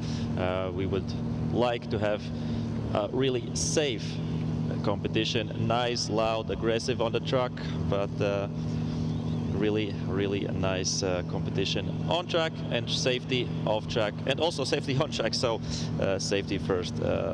As we are waiting for the second part of this battle, Martin Richards, of course, former Great Britain champion in drifting, Kevin Pesur, the champion in Estonia and in the Baltic states. So a really young driver, but already with some championships. I think 3-time Estonian champion he is with his BMW M2, only 23 years old. Martin Richards with a little bit more experience. driving this beautiful Nissan Skyline R32, and both drivers are ready, so the second part comes up and only one of them will advance on to top 8. So the green light is on. Let's go, let's go, let's go. Kevin Pesur, Estonia out front. Martin Richards will try to keep up. Of course, the M2 of Pesur usually is a little bit faster, and here we see shallow angle at some points while chasing from Martin Richards and Kevin Pesur from Estonia going to the outside zone. Martin Richards is there side by side with a little bit shallow line, but good action, good spirit from both drivers, and we saw that they both gave everything. They went on yeah, to do a maximum run right there here, and let's wait for the replay and of course then for the score from the judges. Alors on a assisté à une belle passe d'armes avec Martin Richards qui a essayé de rendre l'appareil au pilote estonien, lui dire bah écoute, tu m'as fait ça tout à l'heure, je vais te la faire aussi au passage, notamment là-haut, tout là-haut dans la parabolique. On a essayé de lui mettre la pression jusqu'au bout. Est-ce que cela va payer? Est-ce que cela va scorer pour les juges notamment? Est-ce qu'on a fait bonne impression? Résultat dans quelques instants, chers amis, alors que les deux voitures sont immobilisées, les deux pilotes bien sûr toujours à bord de leur monture, qui attendent dans tous les cas les résultats des juges. Cela va tomber dans quelques instants. Qui va décrocher l'accession désormais dans le top 8 et on s'approche gentiment des phases finales? Résultat dans quelques instants. On a chaud à bord des montures. Plusieurs centaines de chevaux pour ces voitures-là. Attention, résultat des juges dans quelques instants. And the results are coming in, and it's one more time between the two drivers, so they will be battling once again. So I'll give it to David, one of the judges, and he'll explain why. Okay, as here we need to, in battles, compare lead to lead, chase to chase.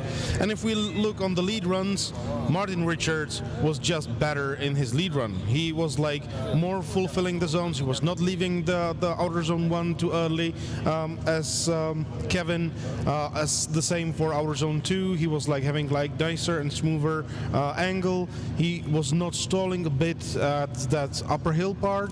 But if we look on the chase run, the Estonian driver was capable of being more aggressive, getting more proximity toward Martin Richards. So we would like to see it one more time if the drivers can provide Kevin better lead and Martin Richards better chase. Thank you, David, and we are moving on to the next battles, but of course we will explain this a little bit in French as well. Voilà, nous allons voir bien évidemment, nous retrouverons ces deux garçons-là pour une troisième manche supplémentaire, chacun ayant fait sa petite faute à un moment ou à un autre, a été meilleur par moment et par autre. Eh bien nous les retrouverons pour bien évidemment défendre ses chances dans une troisième manche tout à l'heure entre l'Estonien et notamment bien évidemment l'Anglais pour forcément remplir ensemble ce top 8. Artus, attention parce que nous avons là bien évidemment la suite du programme avec de nouveaux concurrents qui vont s'élancer. And the next battle coming up, Colin Kjorten from Romania against Marko Zakuril from Czech Republic. Kjorten out front and Zakuril chasing two really good aggressive drivers, and we see it once again from the first two corners. Then they come out, of course, to the last corner in really close proximity. Marko Zakuril trying to be as close as possible, and right now side by side action. Always a little bit of a tap there as well. Great car control by both drivers, by Kjorten and of course by Zakuril. So amazing run, and yeah, the runs are getting just better and better and better with each, of course, round coming on from top 32 to top 16, and right now we're battling for a place in top 8. Wow, amazing.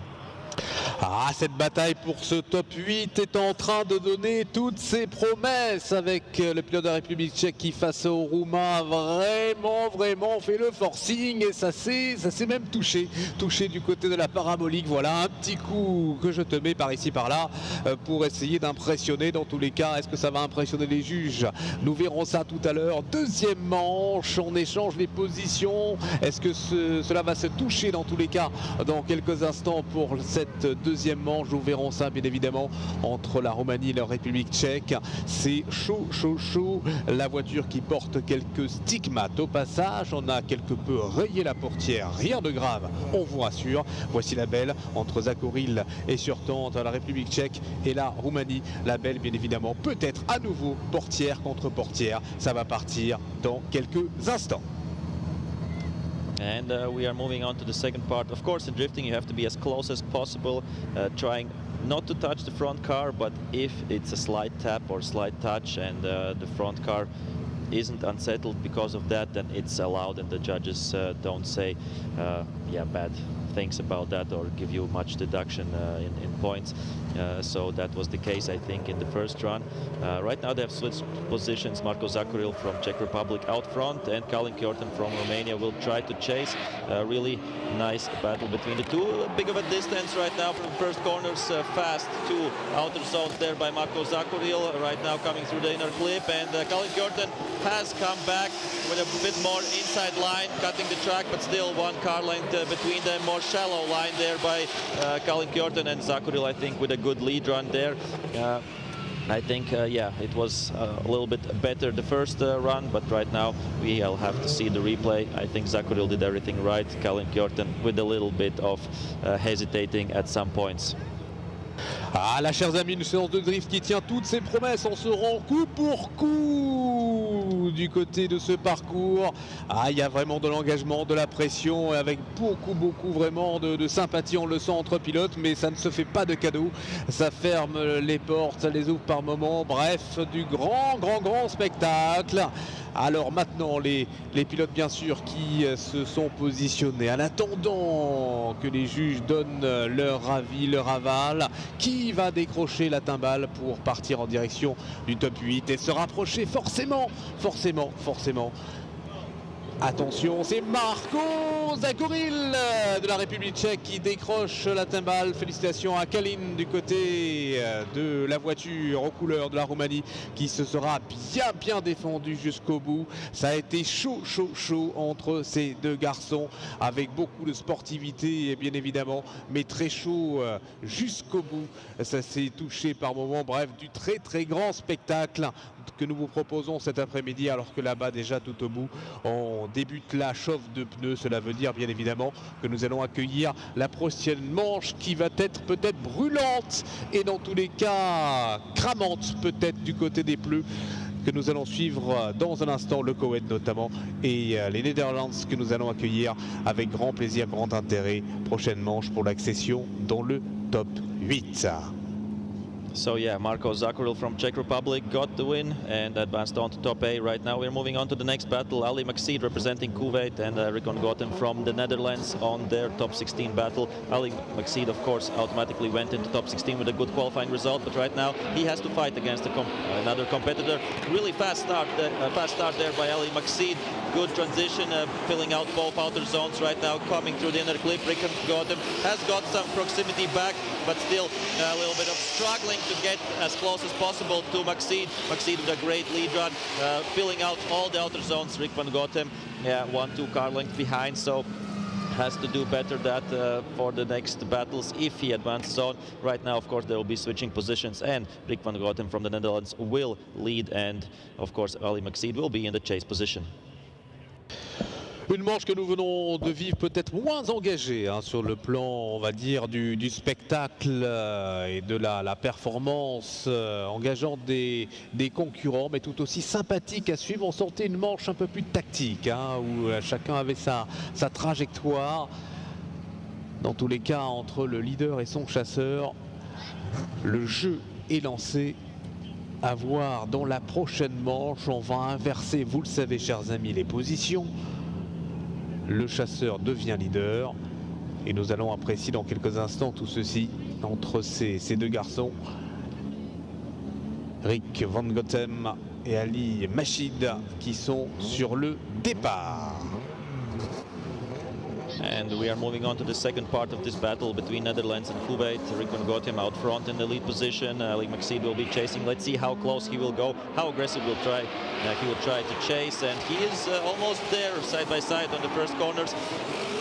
Going off track right now during the chase, Ali Maxid. So with some big mistakes there.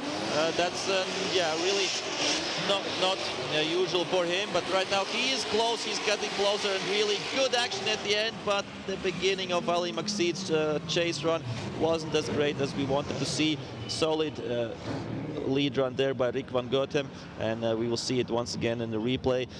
But yeah, a little bit of mistakes there, chasing from Ali Maxid. Ah, c'était portière contre portière, on était vraiment dans une très très belle symphonie et chorégraphie. Notre ami Coétien qui s'est même permis au passage de déplacer quelques cônes pour dire tiens, je vais le placer peut-être un petit peu ailleurs pour mes camarades. Dans tous les cas, c'était une très très belle manche, un petit peu plus engagée que la première. Nous verrons bien ce qu'en pensent les juges dans quelques instants.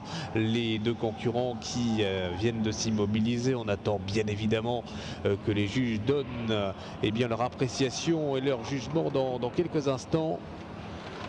Qui va prendre part au top 8 dans quelques instants, avec l'accession du côté également des phases finales et du podium qui se dessinera ensemble tout à l'heure. Alors que nous avons ici des vues du public venus extrêmement nombreux sur ce circuit Paul Ricard pour ces FIA Motorsport Games. Plus de 15 disciplines représentées, plus de 70 pays et de 450 également participants. So we are waiting for the results to come in, and after that we will go on to the judges. So just wait a sec. As they are preparing the results. Okay, and here we got them. David Kala says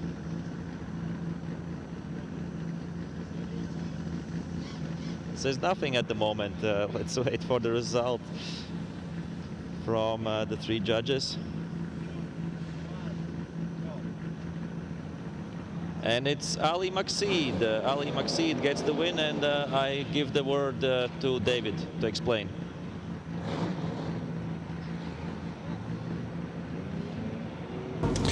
Unfortunately, we did not see it on the graphics, but we needed to decide for our Ali Maxid. Everything goes to the place at outer zone 2 when Rick van Gotem was leading.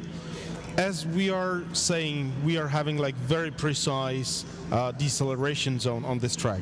This is very crucial for the battles, because without good lead there is no good chase. And unfortunately, the Rick was braking before outer zone 2 with his handbrake, which is like affecting very crucially the chaser. So the chaser needed to decelerate in place where he was not expecting that, and that pushed him out of the track, which was 4 wheels. But we've been blaming the leader for that mistake. That's why Ali Maxid is going through.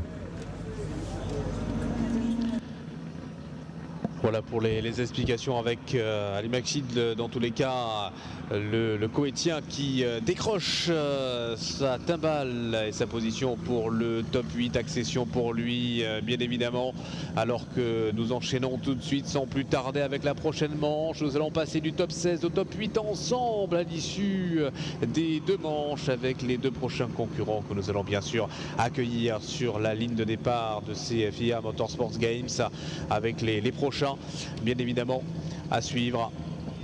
On est prêt dans tous les cas sur ce départ.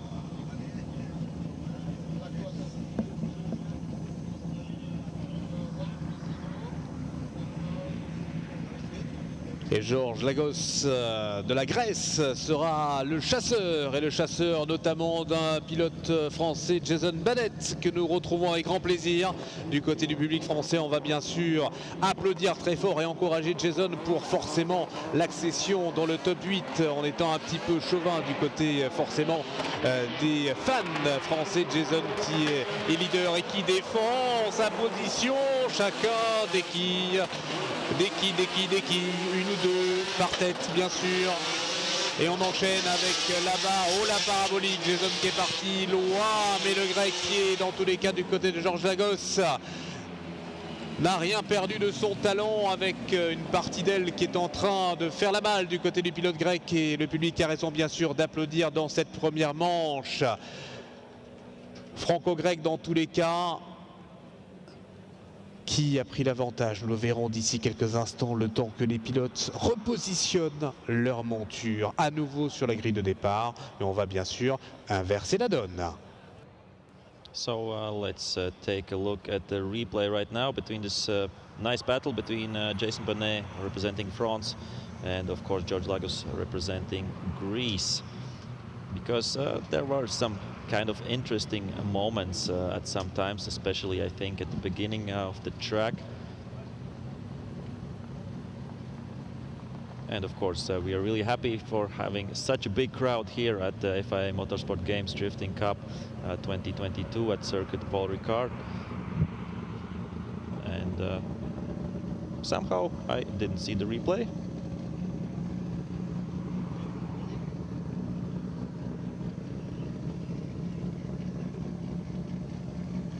But it seems that we are moving on to the second part of this battle. Okay, let's go. Allez, Jason Bonnet dont la voiture porte quelques stigmates de manche précédente, un petit peu trop proche de la sortie du terrain. Voilà, c'est le grec qui, dans tous les cas, pour George Lagos, en tant que leader et devant, Jason Bonnet qui va essayer effectivement de chorégraphier au mieux et de mettre peut-être la pression sur le grec pour le pousser à la faute. On se touche quasiment dans la parabolique. Oh là là là là là là, chers amis, Jason qui nous a mis de l'engagement dans cette manche. On s'immobilise pour le pilote grec. Jason qui arrive à son tour et s'immobilise avec des bouts d'ailes qui commencent du côté du pilote grec à partir. À force effectivement de toucher quelques quilles et d'aller un petit peu au-delà de la limite autorisée. Ah, c'était une manche très engagée de la part des deux pilotes. On s'est rendu coup pour l'accession dans ce top 8. Alors, qui va décrocher ce top 8 entre la Grèce et la France?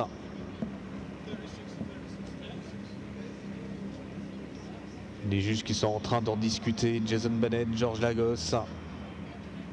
Grèce, France, France, Grèce. Nos trois juges qui vont donner dans quelques instants leur feu vert pour l'un ou l'autre des pilotes pour décrocher le top 8. Est-ce que ce sera Jason Bonnet ou George Lagos? Réponse dans quelques instants. La décision se fait attendre. Sous l'œil bien sûr du public français et des fans venus en masse du côté de Jason Bonnet. Va-t-il décrocher son top 8? Et non, c'est George Lagos pour la Grèce qui est directement qualifié pour le top 8. Jason Bonnet qui se sera bien battu jusqu'au bout et que le public bien sûr français peut bien évidemment applaudir dans son dernier tour d'honneur. And we give the word there for our judge David to explain what happened here between Greece and France. Like it was said before, without good lead there is no possible good chase. Unfortunately, Jason was not showing us the style which he was showing us all weekend when he came to this track. Like everybody was amazed how aggressive he can be running here. But unfortunately he was treating the outer zone 2 as a front clip. He was doing the transition from outer zone 1 to outer zone 2 just too late. And as a chaser you just cannot predict that, and that pushed the chaser completely out of the line and messed it for him. So because of that huge mistake, we needed to give it to the driver from the Greece. Alors pour l'explication, effectivement, chaque pilote ayant fait quelques lots d'erreurs, il y en avait un petit peu plus malheureusement du côté de Jason pour cette manche. Malheureusement, quelques erreurs de plus, ce qui fait que dans tous les cas derrière, eh bien, c'est le pilote grec qui décroche quant à lui le top 8. C'est fort malheureux, mais c'est malheureusement la loi du sport et la loi des juges effectivement qui sont là pour l'intégrité bien évidemment de l'intégralité également de ce plateau que nous suivons avec grand intérêt. Et là, à présent, c'est une prochaine manche que nous allons vous proposer. So we are going on to the one more time, the last top 16 battle between United Kingdom and Estonia. So Martin Richards out front against the chaser Kevin Pesur. Let's see if they can do better than before. And good initiation there by Martin Richards. Kevin Pesur really close proximity there at that point. One more. Oh, that's a little bit of a mistake, I think, from Pesur going on the too much on the inside zone, but he's still really aggressive on the chase. So, only centimeters between the cars, and what a show there by Martin Richards and Kevin Pesur. I think he has some small mistakes by Pesur at the beginning, but after that, really aggressive, really side by side. That's what we want to see in drifting. Un run également très agressif où les deux pilotes ont vraiment tout tenté en utilisant toute la largeur de la piste et même au passage le pilote estonien qui a conservé une quille sous sa voiture.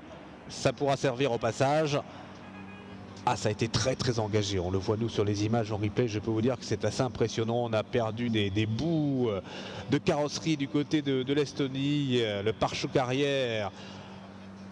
On a quelques séquelles. On aura peut-être un petit peu de travail du côté du paddock pour essayer de remettre tout ça un petit peu en état. Mais dans tous les cas, c'était très engagé de la part des deux pilotes que nous allons forcément retrouver pour la deuxième manche, où nous allons bien sûr échanger nos positions. Et toujours du public, un large public que nous retrouvons ici massé sur cette butte. Et ce circuit Paul Ricard qui accueille bien sûr cette deuxième édition des FIA Motorsport Games. Plus de 16 disciplines représentées tout au long de ces journées que nous passons ensemble. 72 pays, plus de 450 participants. Kevin Pesur, leader, Martin Richards sera le chasseur au départ pour cette belle et cette deuxième manche pour décrocher le top 8 pour ces deux pilotes. And we are moving on to the second part of this one more time battle. Kevin Pesur from Estonia will be leading. Martin Richards from the United Kingdom will be chasing. Three amazing runs we have seen from both of them already, and right now they are trying to get a winner in this pair. The winner will move on to top 8 and will be driving against Czech Republic Marko Zakuril. So really important run right there right now. Both drivers know how much they are willing to risk to get the win. So Pesur with a big Scandinavian flick at the initiation, fills out of zone 1, out of zone 2 as well. Martin Richards is there side by side. A little bit of a mistake there by Richards, it seems like that. But maybe it was something what the lead car was doing. But still, Richards also really close.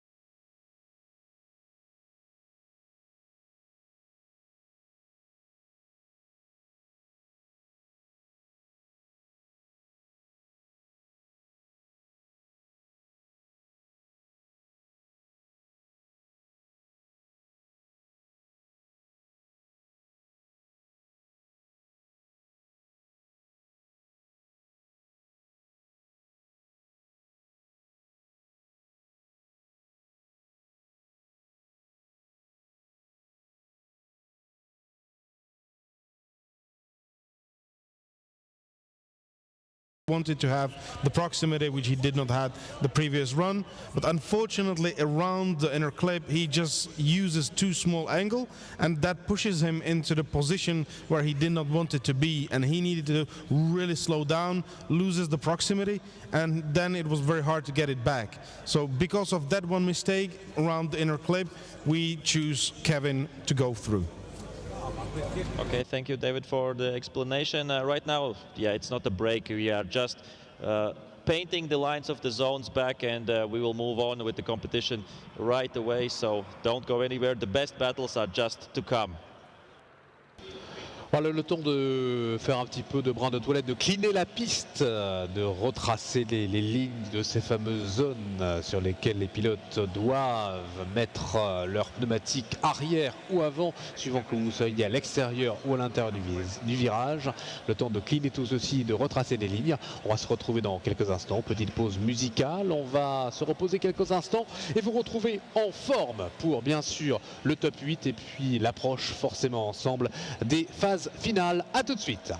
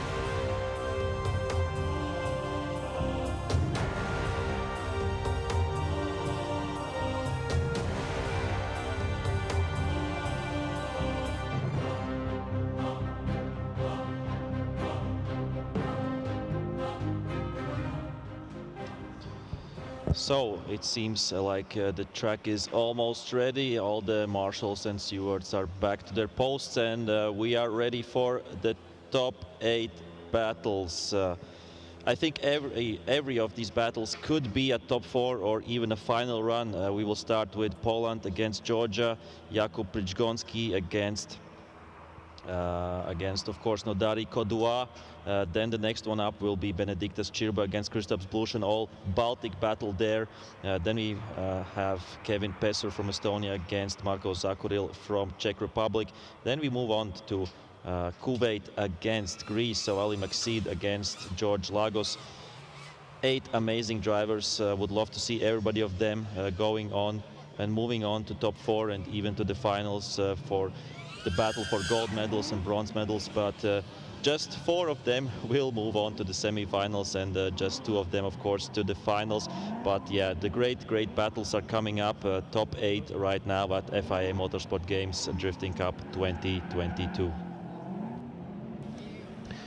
Dans un instant, chers amis, début de ce top 8, ce qui va nous rapprocher forcément ensemble des prochaines demi-finales. Les choses sérieuses vont vraiment débuter dans quelques instants, demi-finale à suivre, et forcément nous enchaînerons avec la petite finale et la finale, bien évidemment, avec celles et surtout ceux qui vont décrocher dans tous les cas les différentes médailles.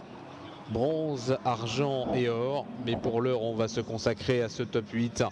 Direction dans quelques instants les premiers tickets d'entrée pour partir directement en demi-finale. Voilà un petit peu la donne que nous vous proposons cet après-midi. Voilà le jeu auquel ces garçons vont être proposés dans quelques instants dans ces FIA Motorsport Games. Dernière ligne droite vraiment pour ces drifters dans quelques instants.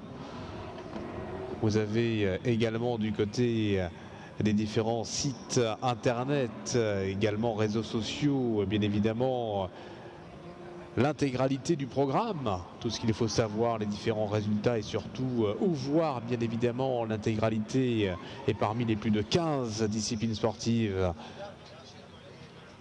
Donc vous pouvez bien sûr apprécier le spectacle. Nous avons du karting, du rallye bien évidemment, du circuit avec différentes formules qui sont proposées. Et voici les premiers prétendants que nous voyons approcher de la ligne de départ. On est là et on va partir pour le top 8 dans quelques instants. So we have the 3-time Polish champion Jakub Przygoński going against the 4-time Georgian champion Nodari Kodua. So both drivers with experience, and of course Jakub Przygoński competing in other disciplines as well, has been a Dakar Rally competitor for a lot of years right now, and but still his heart is at drifting, and he's still drifting at these great events like this, of course, FIA Motorsport Games Drifting Cup. So Poland against Georgia, that's the first top 8 battle. Przygoński and Poland, of course, the winners of qualifying yesterday against Kodua, who was 8th in qualifying. So yeah, can't wait for that, and the green light is on. So the first top 8 battle is on. Przygoński against Kodua Nodari. Good initiation there, filling out outside zone 1, filling out outside zone 2, and Kodua Nodari has a little bit of corrections to do there, but he comes back and tries to be as close as possible. Przygoński with a good outside line. We see that Nodua is really close, just centimeters away without touching, and a great first top 8 battle, and I think this sets the scene for the next top 8 battles as well. So yeah, I'm excited. I think you can hear that in my voice, so let's see the replay. Avec le replay que nous allons vivre dans quelques instants du côté bien sûr des réseaux sociaux, des live streaming, bien évidemment, avec le Polonais en tant que leader hein, qui a pris les devants, et c'est fort logique qu'il va changer de position d'ici quelques instants. Manche assez engagée dans ce top 8 pour forcément d'ici quelques instants les premières places pour la demi-finale. Ce pilote que l'on a vu évoluer dans plusieurs disciplines, dont forcément également les pistes du Dakar et autres. Et on en termine On va les retrouver bien sûr sur la ligne de départ pour la deuxième manche. Là aussi, même chose du côté de ces battles, on va changer de position. Le leader devient chasseur. Et dans quelques instants, le départ de cette deuxième manche pour ces deux garçons, pour Nodari et Pisgowski. Et bien sûr, leur monture entre la Géorgie et la Pologne. So both drivers are ready for the second part of this first top 8 battle. Nodari Kodua out front, Jakub Przygoński chasing, so Georgia out front and Poland will be chasing this second run. We see a really aggressive initiation there by Nodua Kodari. A good outside zone there, and now to the inner side, inner clip. Losing some proximity there by Jakub Przygoński at some point. And Kodua Nodari is on the outside line, and Przygoński is catching up, but still half a car length between them. So yeah, maybe not the most aggressive chase. But we remember the judges compare lead run against lead run and chase run against chase run. So I'm not quite sure about the result, but let's see the replay once again. So yeah, interesting fight going on. Le Géorgien qui aura tenu bon derrière face bien évidemment aux Polonais qui mettaient la pression jusqu'au bout, jusqu'au dernier mètre, jusqu'au dernier centimètre de la sortie de la dernière zone. On attend bien sûr les juges pour commencer à compléter les premières cases du côté du premier nom qui va partir directement en demi-finale. Est-ce que nous aurons un Polonais ou un Géorgien? Réponse dans quelques instants.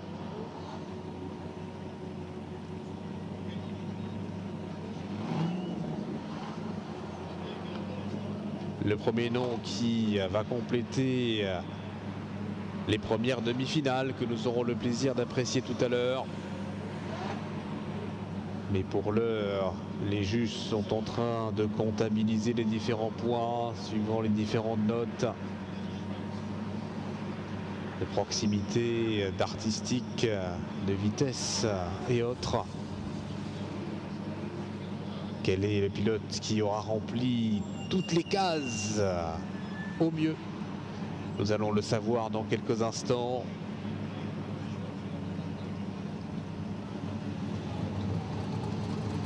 So the judges are looking at different replays right now, because as I said, it's not a straightforward result, and we will see a replay here once again as well. The lead run of Przygoński with Kodua chasing, and yeah, the chase, as we saw, was really great. Here we see some left foot braking just to settle the car in the right place and be as close as possible. So yeah, some discussions going on between the judges, and it's really important, like, to see every detail, just to have yeah, everything on point, and that the judges also can explain their decisions as well. So we will get to that a little bit later when we have the result. But still, yeah, two great drivers, three-time Polish champion Jakub Przygoński against four-time Georgian champion Nodari Kodua, and we are waiting for the result. Only one of them will move on to the semi-finals and will have the ability to chase for the medals, gold, silver or bronze. I think everybody will be happy with at least one of these. So the next battles up coming are also really amazing. So yeah, it's been a really great week, I think, for everybody here at the FIA Motorsport Games 2022. Paul Ricard, this circuit is, or this complex is really amazing, with a lot of action going on, a lot of different disciplines. I think in total we have 16 this year at the FIA Motorsport Games. So it's nice to be a part, and it's nice that drifting is a part here as well, as it was in the first FIA Motorsport Games back in 2019. And it seems like the results are coming in. We see the graphics right now, and it's Jakub Przygoński gets the win, but Robin Ishida was giving one more time. So let's quickly move to David for a quick explanation of this result. Sorry that it took us that long. We needed to see both runs a couple of times to find small details in between those runs. If we look on the lead runs, Kuba was doing everything what we said on the briefing. He was like fulfilling all the zones. His fluidity was close to perfect. And he was having like small bubble at the last corner. He can have slightly more angle in the last corner, but that was basically it for his lead run.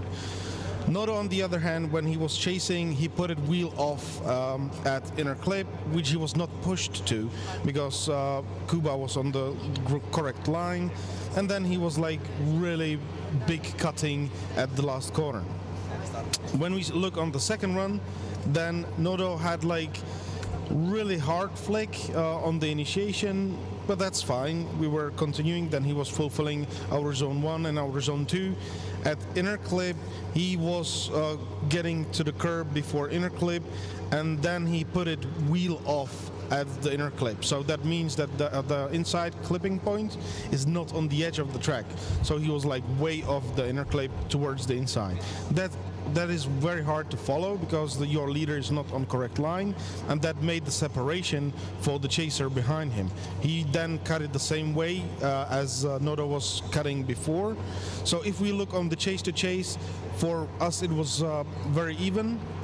If we look on the lead to lead, it was slightly better for Kuba Przegonski. That's why me and Vernon put it for Kuba, but Robbie said it was not enough, so that's why he put it one more time. Voilà, pas facile pour les juges de donner leurs notes et appréciations. On a pu les voir juste à côté de nous en train de revoir à plusieurs reprises les vidéos pour voir qui a défauté à quel endroit. Ça se joue à pas grand chose, des fautes infimes pour l'un et pour l'autre. Et voilà le résultat que vous avez pu bien sûr entendre tout à l'heure, alors que là nous avons les prochains, Benediktas Sirba, le représentant de la Lituanie, et Kristas Blus pour Latvia, qui vont dans tous les cas être sur ligne de départ entre leader et chasseur. And we come up to a Baltic fight right now. Benediktas Sirba from Lithuania against Kristas Blus from Latvia. We see two visually similar cars with different concepts, and here we see the first zones, filling them out correctly there by Sirba. Kristas Blus is coming close and is really close and will try to keep up with Sirba, and there is a little bit of a separation between the two cars. Sirba going off the track, I think, at some point. We don't know if it was before the starting line or after the starting line, but we saw that the speed of Sirba was really, really high, and Kristas Blus couldn't get as close as he usually goes to other competitors. Yeah, interesting run there, and we will see, of course, the second part when Kristas Blus will be out front and Sirba will be chasing. Run intéressant où on va même titiller les limites du terrain du côté notamment du leader lituanien. Ça s'est joué un petit peu au-delà des limites autorisées. On a pu le voir notamment au fin fond de la parabolique là-bas. On est allé au-delà du bitume. Alors on avait la pression, on avait vraiment la pression, il fallait rester devant, contenir cette pression au mieux. Deuxième manche, Blus sera leader et Sirba sera le chasseur. On a inversé bien sûr les positions pour cette deuxième manche et l'accession directement valable et le ticket pour la demi-finale. So we are on to the second part. Right now, Kristas Blus representing Latvia will be on the lead, and Benediktas Sirba from Lithuania will be chasing. And we are ready for the second part. Really two fast and aggressive drivers, so the second part I think will be one to watch. So let's go, green light, Blus out front. Sirba tries to follow as close as possible. They're through the outer zone 1, through outer zone 2.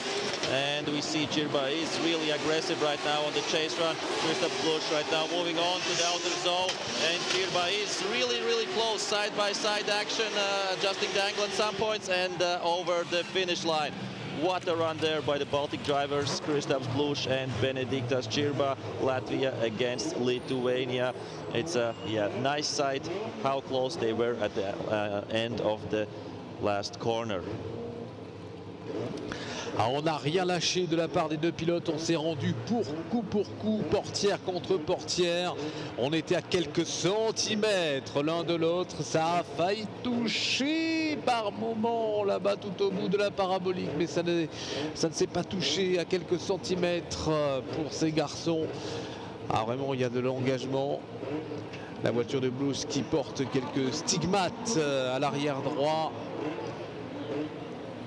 Et c'est Christophe Blues qui décroche son ticket pour la demi-finale tout à l'heure.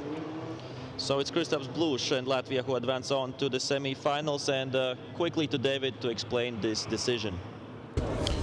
Like, a lot of people are saying that drifting is one mistake sport, and now we definitely saw it. Like, Benedictas showed us like really good lead, but unfortunately just a couple meters before the finish line he put it 2 wheels off the track, and he just like scrapped all that perfect run he had in the first run. Then Kristaps knew that when he's coming into the second run, he's having big advantage, and he was just playing it how he needed. He fulfilled everything, being where he needs to be, and went through. So thank you, David, for the explanation. That's what I think also we saw in the first run, that Cirba was out of the track in the last meters of the corner.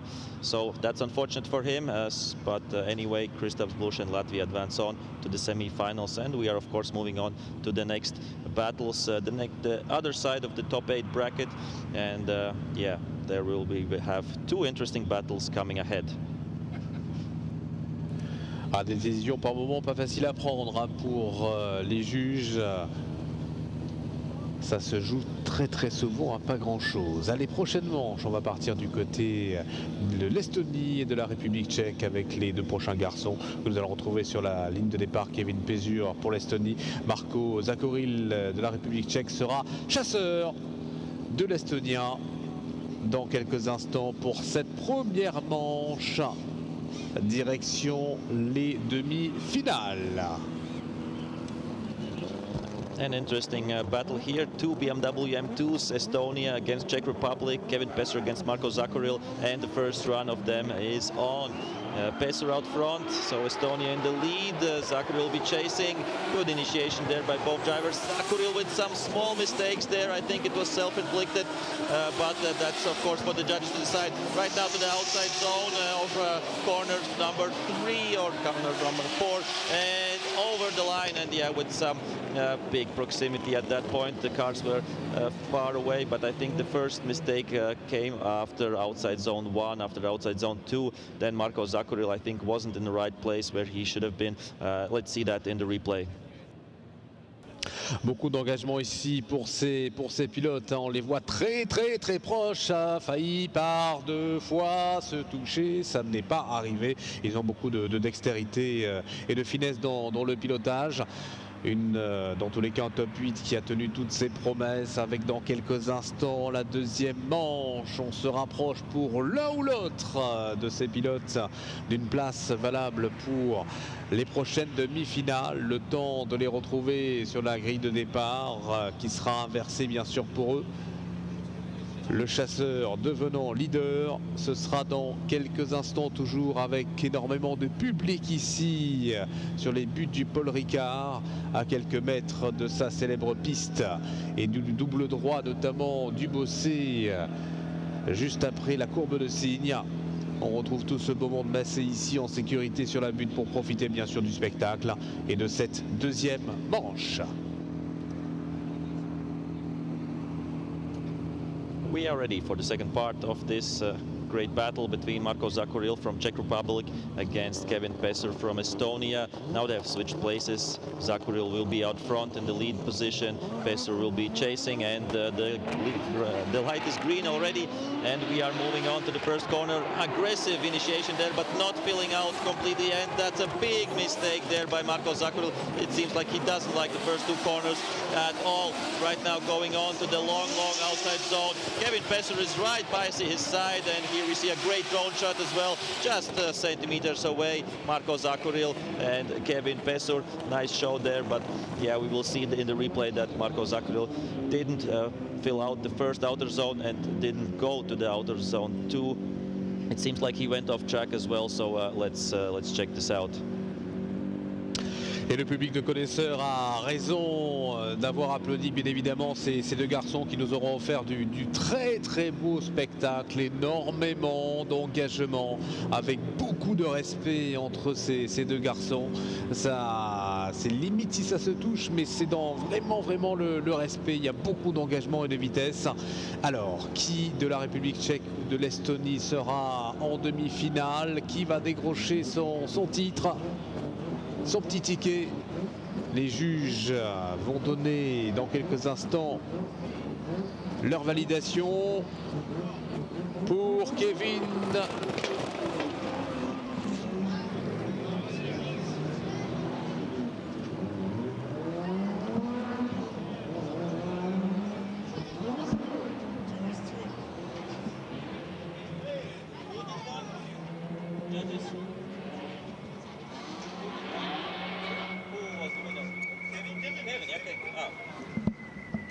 So yeah, everything all right with the graphics. Kevin Pesur, Estonia, is the winner, and he advances on to semi-finals. So everything, yeah, two big mistakes by Zakuril in the chase and also in the lead. So logical decision there, and we are moving on to the last top 8 battle. That will be Ali Maksid representing Kuwait against George Lagos representing Greece. Nissan against BMW, also an interesting battle here. And yeah, it's the last top 8 battle, and then we will have all the 4 semi-finalists who will fight to get into the final, and of course the losers of these semi-final battles will fight for the bronze medal. So everything is still up for all the drivers right now involved, and the light switches to green. Ali Maksid out front, George Lagos chasing, and really aggressive initiation there by Ali Maksid, losing a little bit of angle there. Yeah, then putting one wheel outside of the track, the inner side, going on to the outside zone. Quite a distance between the two cars. George Lagos tries to come closer, cutting the track a bit, but still a few car lengths between the two cars. But yeah, I think there was quite a messy start, for Ali Maksid at his lead run. George Lagos had to adapt to that. So let's see once again.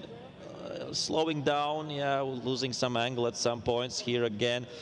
So George Lagos, yeah, with some adaptations for that, and yeah, we will see, of course, them switching positions and move on.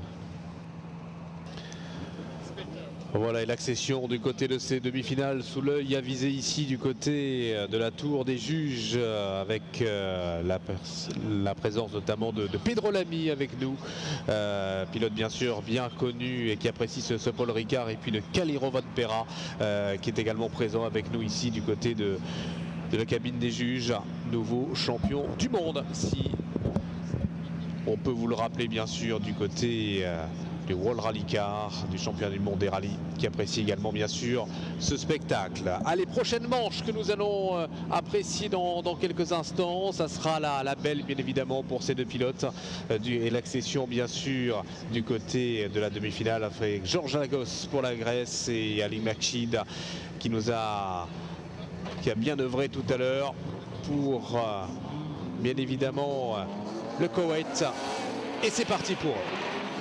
And the second part, George Lagos out front, Ali Maksid chasing. Let's see what they can show us right now. Ali Maksid with really aggressive chase run through the first through few sections.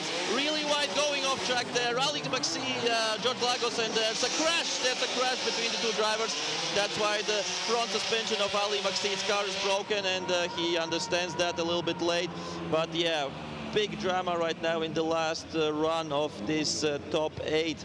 Oh, yeah, it's difficult to say. I think that George Lagos went off the track before the long right-hander, and that's why there was this contact. And yeah, the front right suspension of Ali Maksid's car is broken, and yeah, that's now a question what will follow. But yeah, the judges will have a look at the replays. Wow. Ah bien là, chers amis, c'est la dépanneuse malheureusement pour Ali Makchid, le Koweïtien malheureux, qui nous avait tout à l'heure offert vraiment un très très beau spectacle avec énormément d'engagement pour ce pilote. Malheureusement, ça ne sera pas passé jusqu'au bout et on va en rester là forcément, et pas de demi-finale pour lui. Il doit être bien malheureux et on compatit bien évidemment à cette malheureuse désillusion. Il y a de l'engagement, il y a eu de l'engagement avec ces deux pilotes. Ah voilà, et puis cette touchette là malheureusement qui sur le plan de la mécanique va laisser le pauvre Koweïtien sur le bord de la route dans cette fin de parabolique. Alors là il va falloir, je pense, ou la dépanneuse ou des hommes costauds pour enlever le malheureux Koweïtien de cette fâcheuse posture.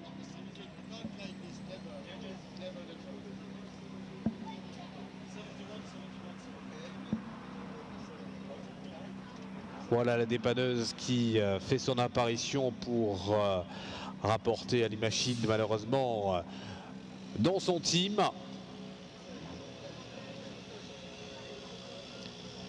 Et pouvoir à nouveau remettre une piste claire avant d'accueillir les prochaines manches dans ce top 8 pour compléter ensemble. Il reste encore quelques cases à compléter pour faire l'apparition bien sûr tout à l'heure des demi-finales ensemble.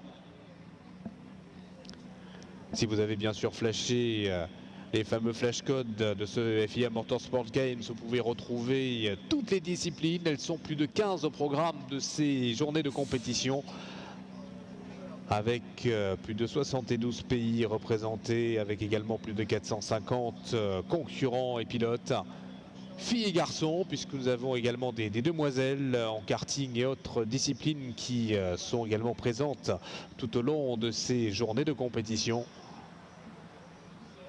Ça sera la fin du drift, bien évidemment.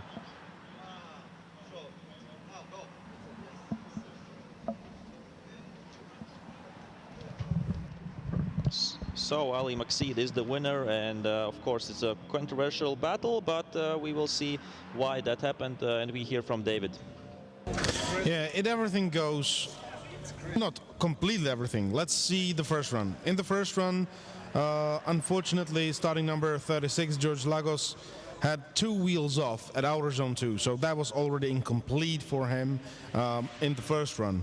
From Ali Makchid, he was having like wheel on really on the edge, but overall it was good lead. Then we are going to the second run, and George Lagos overshoots the car just before, just after the inner clip. He over rotates, slows down there a lot, and there was like no place for the chaser where to go. So when he transitioned back, there was already the chaser, and he hit the chaser on the front wheel, which was broken afterwards. So for that contact was blamed number 36, but he was basically incompleted even before the contact itself. So overall, Ali Makchid is going through. Il y a eu malheureusement le pauvre Ali Makchid qui a eu ce contact dont il n'est pas forcément à l'origine.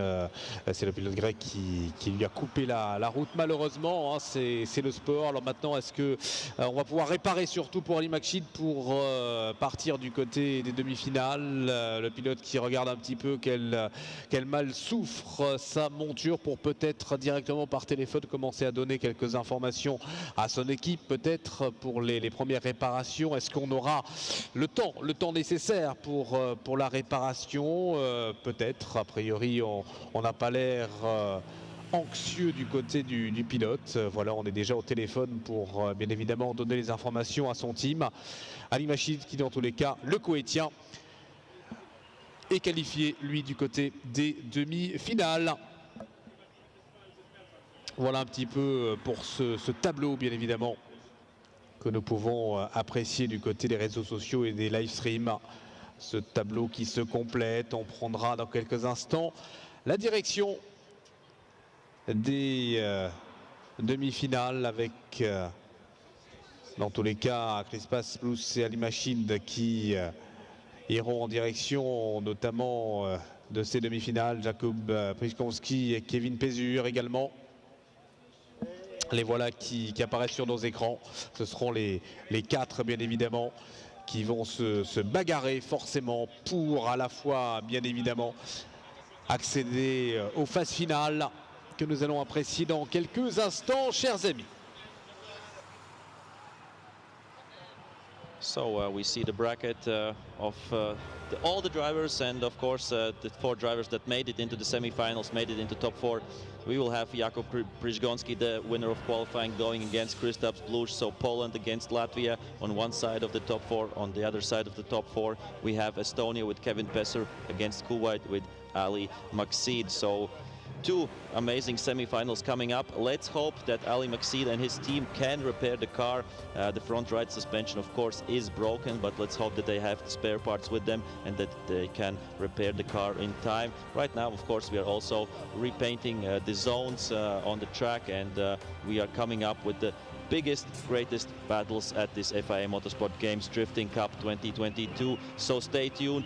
We are still here. We are waiting for the big battles. Who will get into the final? Who will have to fight for 3rd place? That's all open, and yeah, it will be a great show, that's for sure. So stay tuned with us, and we will have the battles coming up in just a few minutes. Voilà, le temps de quitter la piste. Nous retrouverons bien sûr nos 4 protagonistes pour forcément seulement 3 places sur le podium. Ce sera dans quelques instants à suivre et à vivre ensemble. Le temps d'une pause, bien évidemment, pause musicale, et on se retrouve très vite pour vivre ensemble ces demi-finales.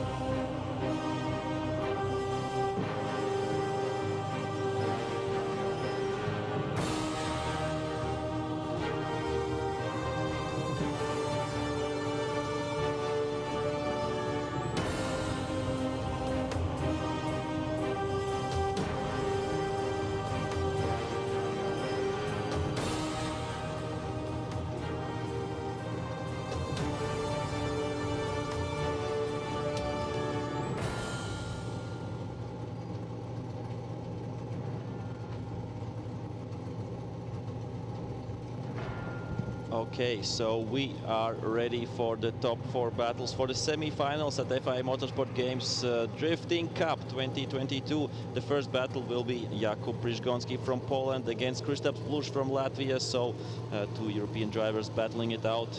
They have competed in the same competitions at some point, so they know each other, I think, very well, and it will be an interesting and aggressive battle, that's for sure. Jakub Przygoński, 3-time Polish champion, and Kristaps Blush, 2-time Eastern Europe champion, of course, and as well 5th place in Formula Drift a few years ago.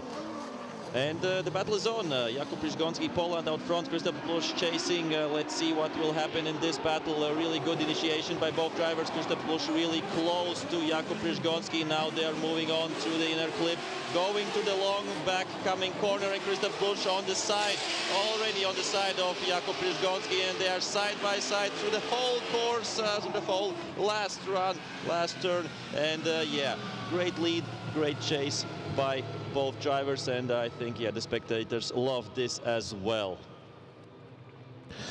Ah, la première, bien évidemment, des demi-finales qui promet, qui, dans tous les cas, dans tout son intérêt, ça se chiffonne, ça se bagarre, ça se bastonne comme on aime bien, dans tous les cas, avec beaucoup de respect, on le sent avec et entre ces pilotes, mais ça se rend coup pour coup, et ça devrait se rendre coup pour coup, dans tous les cas, dans la prochaine manche de cette première demi-finale. Nous en aurons bien sûr une deuxième tout à l'heure à vous faire vivre, le tout en 2 manches, et on va départager bien évidemment, et nous donnerons le premier nom dans tous les cas du finaliste d'ici quelques instants à l'issue de cette deuxième manche. Latvia, Poland, tel est le programme que nous vous proposons. Deuxième manche entre Kristaps Blush et Jakub Przygoński. Cela va partir dans quelques instants pour une place en finale. And the second part of this first semi-final is on the run. Kristaps Blush out front, Jakub Przygoński will be chasing. Aggressive initiation there by Kristaps Blush. Jakub Przygoński also right behind him. Right now coming up to a really important part of the track, of course. Really close, really good on the outside zone. Przygoński half a car length behind, and they are over the line.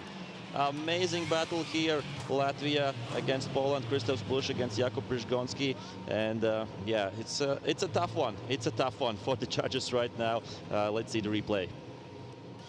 Ah, les deux garçons ont fait le job, comme on dit, ont fait le travail. Ils auront tout donné dans tous les cas pour l'accession avec ce ticket valable, le ticket d'or pour aller en finale. Dans quelques instants, nous aurons le premier nom, le premier finaliste, celui qui va compléter cette finale que nous apprécierons bien sûr ensemble d'ici quelques instants, avec toujours énormément de monde. Les deux concurrents, les deux protagonistes pour l'accession dans cette finale qui sont bien sûr immobilisés dans l'attente de l'aveu bien sûr des juges d'ici quelques instants. Quel nom va compléter notre grille de cette finale dans quelques instants? Nous le verrons bien sûr d'ici quelques instants. Le temps de revoir du côté du live stream quelques belles images où là aussi il y a eu énormément d'engagement dans ce tout dernier run.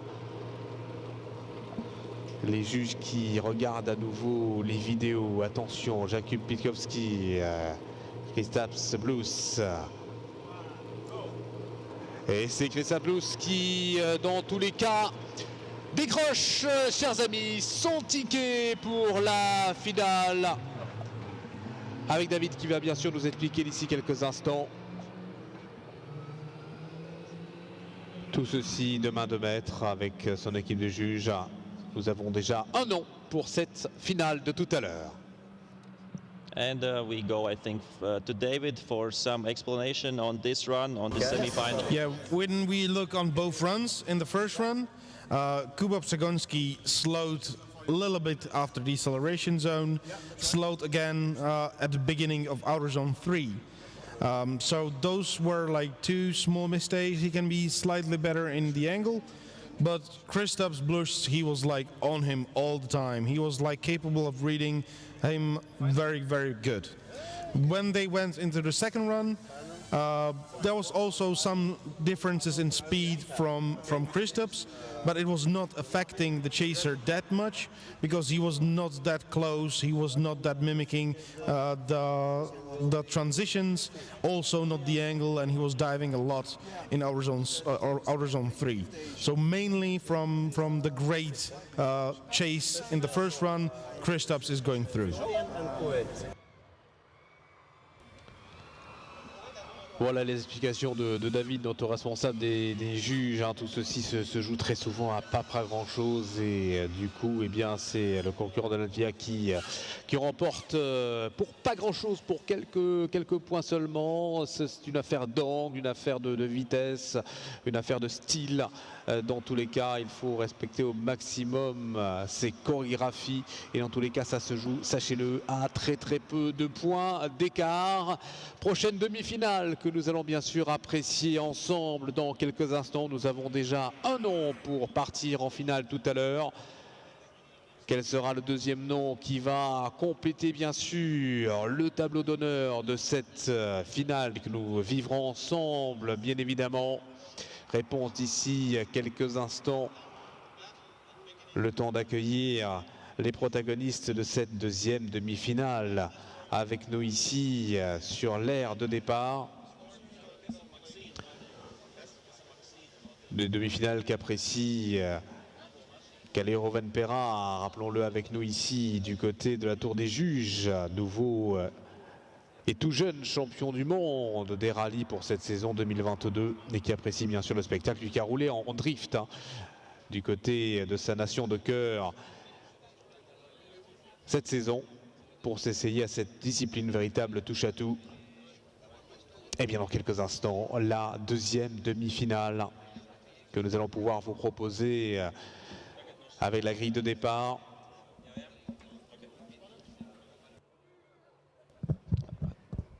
So right now we are waiting for Ali Makseed. He has 10 minutes to repair his car because of the crash before. He wasn't at fault at the crash, that's why he has these 10 minutes to repair the car, and let's hope that he can do it. We want the second semi-final where he has to go against Kevin Pesser from Estonia.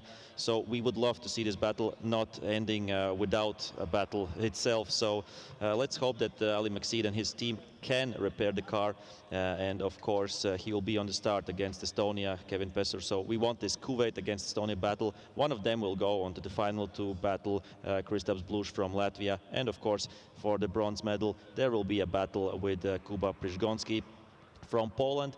So yeah, I think amazing battles ahead of us. We still need this one semi-final, and then we are starting the battles for the bronze and the gold and silver medals. So great battles ahead. Don't go nowhere. Stay here on the track, and of course follow us here on the live stream. Beautiful event, FIA Motorsport Games 2022 here, and also of course with our Drifting Cup. Voilà, Artus qui précise à nos internautes bien sûr du live stream en anglais qu'on a 10 minutes un petit peu de laps de temps pour une réparation notamment du Koweïtien. Tout à l'heure à l'imagine on a pu le voir avec une roue qui se faisait la malle, donc les juges lui autorisent, et c'est dans le règlement, 10 minutes supplémentaires pour réparer notamment sa machine endolorie, la roue qui se faisait la malle. Donc on va bien sûr les retrouver du côté de cette deuxième demi-finale d'ici quelques instants, ici même sur ce parcours avec ces multitudes de zones qu'il faut bien sûr franchir avec grand intérêt, surtout correctement du côté forcément de ces manches de drift, avec dans un instant la deuxième demi-finale que nous allons bien sûr apprécier ensemble, avant forcément tout à l'heure la finale et puis la petite finale que nous aurons également ensemble pour l'attribution de la médaille de bronze. On se retrouve donc très vite avec la suite de ce plateau et la deuxième demi-finale. À tout de suite. And here we have some highlights going on, showing this battle, the semi-final between Jakub Przygonski and Kristaps Blush. And we have still a few minutes left for Ali Makseed, as we are getting some information from the organizers.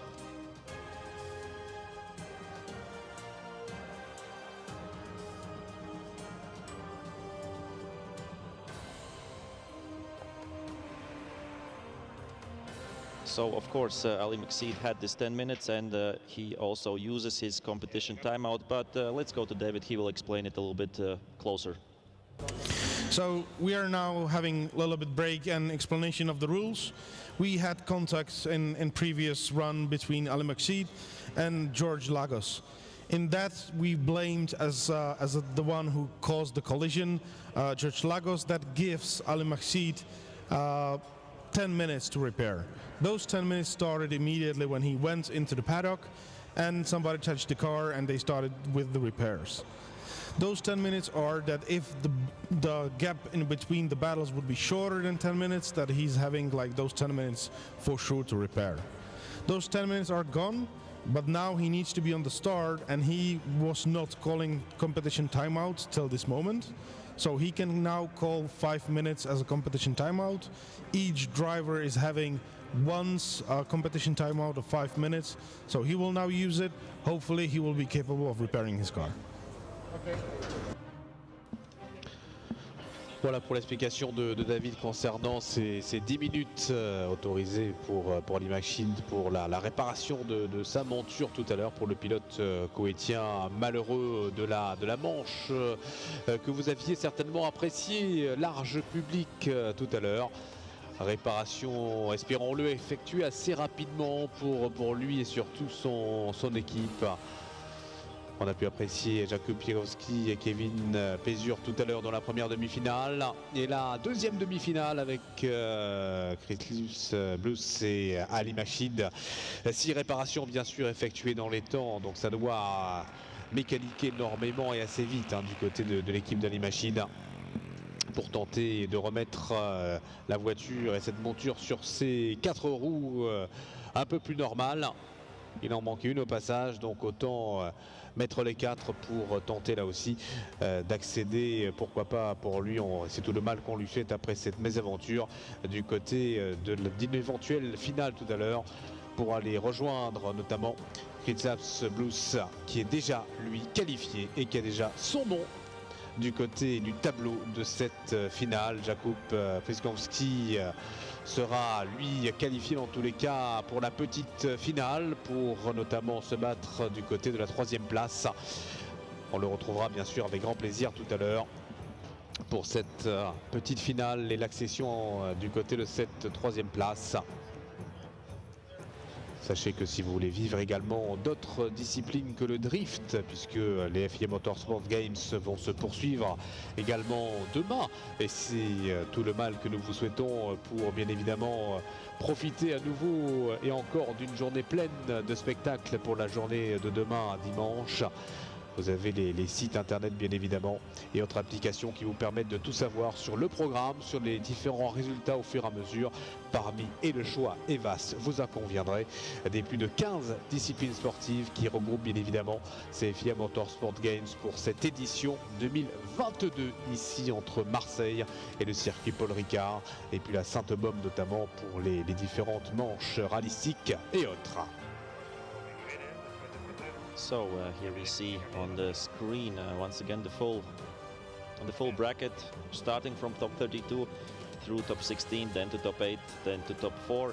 And right now we have, of course, one side of the top 4 completed. We see Kristaps Bluš from Latvia is in the final. Jakub Przygonski from Poland will be fighting for 3rd place. But we still need the second part or the second side of the top 4. Kevin Pesser against Ali McSeed. As David, the judge, was explaining before, of course, we are hoping that Ali McSeed from Kuwait can repair his car to fight against Kevin Pesser from Estonia. And yeah, that it's a fair fight, not because of this crash, not because of the crash that Ali McSeed can't advance on. So let's hope that his team is ready and has repaired the car. Of course, it's a big task to do it in 15 minutes, that's for sure. And yeah, teams can do that. Let's hope that this team also can, and let's hope that the damage wasn't as big as it maybe was shown at the beginning.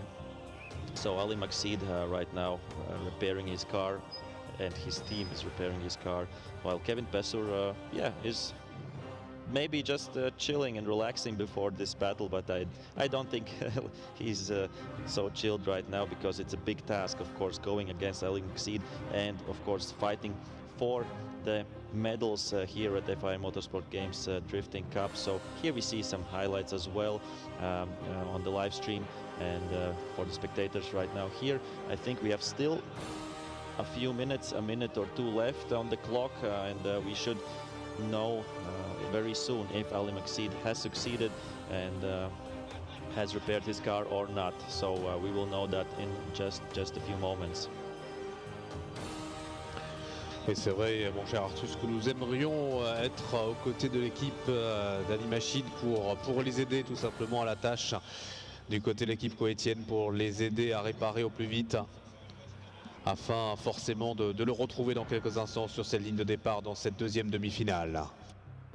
And so we got the information that the car is repaired for Ali Maxid. They are changing right now the tires and coming onto the start line. So that's a big relief, and we are really happy that we will have this second semi-final, and Kevin Pesser will have to fight against Ali Maxid, Estonia against Kuwait.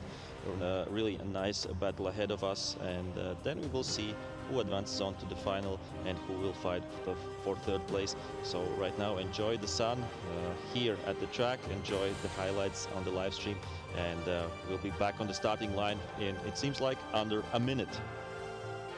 Voilà, l'information du côté de la direction de course, c'est que tout simplement l'équipe d'Ali Maxid a réussi pour l'équipage, pour le pilote koweïtien de réparer sa voiture. Donc on devrait les voir logiquement d'ici quelques instants à l'échauffement des montures et des pneumatiques, et de retrouver forcément cette deuxième demi-finale dans quelques instants, après cette réparation de fortune ou non. C'est vrai que la voiture a porté des stigmates tout à l'heure. On s'est dit, est-ce que cela pourra être réparé jusqu'à la demi-finale? Et c'est fait pour l'équipe d'Ali Maxid, qui a vraiment géré de main de maître pour permettre à son pilote de représenter dans tous les cas le Koweït et d'être dans la deuxième demi-finale, que nous allons bien sûr apprécier d'ici un instant, où les pilotes vont être en approche de la ligne de départ, aux couleurs de ce FIA Motorsport Games pour cette édition 2022, et de reprendre part donc à cette deuxième demi-finale avec, dans quelques instants, eh bien, le deuxième ticket valable pour une place en direction de la finale, alors que la petite finale est en train également, bien évidemment, de se dessiner. On revoit le tableau avec le premier des finalistes, Kristaps Blues, et du côté de la petite finale, Jakub Pikowski, qui avait réalisé pour le pilote polonais les meilleurs résultats hier du côté de la séance de qualification. Et bien, et le premier nom à apparaître dans la petite finale pour la bagarre, forcément, du côté de la troisième place. And it seems that we see Ali Maxid's car. He is ready to go and warm up his tires. I assume Kevin Pesser is there somewhere as well. So that will be the second semi-final for this FIA Motorsport Games Drifting Cup. And I can't wait. I can't wait for the semi-final, and of course for the battles for the medals, the battle for third place, and the big final. So here we see Kevin Pesser is also coming, so Jakub Pirzgonski is ready for his battle for the third place as well. So he's waiting there at the pre-grid as well. And right now we are warming up the tires. That's of course a big important thing. And here we see of course the place where they warm up their tires to get them sticky, grippy, and that they have also, good grip going sideways, trying of course to be faster than your opponent. And here we see Kevin Pesser is done with his tire warm-up, and Ali Maxid is getting ready there as well. Let's hope that the car is fine, and we will have a nice battle for third place. Big crowds here all day long. And And the nice thing for the crowd is they can watch drifting, and if they turn their heads on the other side, they can see the GP track as well. So good spot for you, everybody who came here.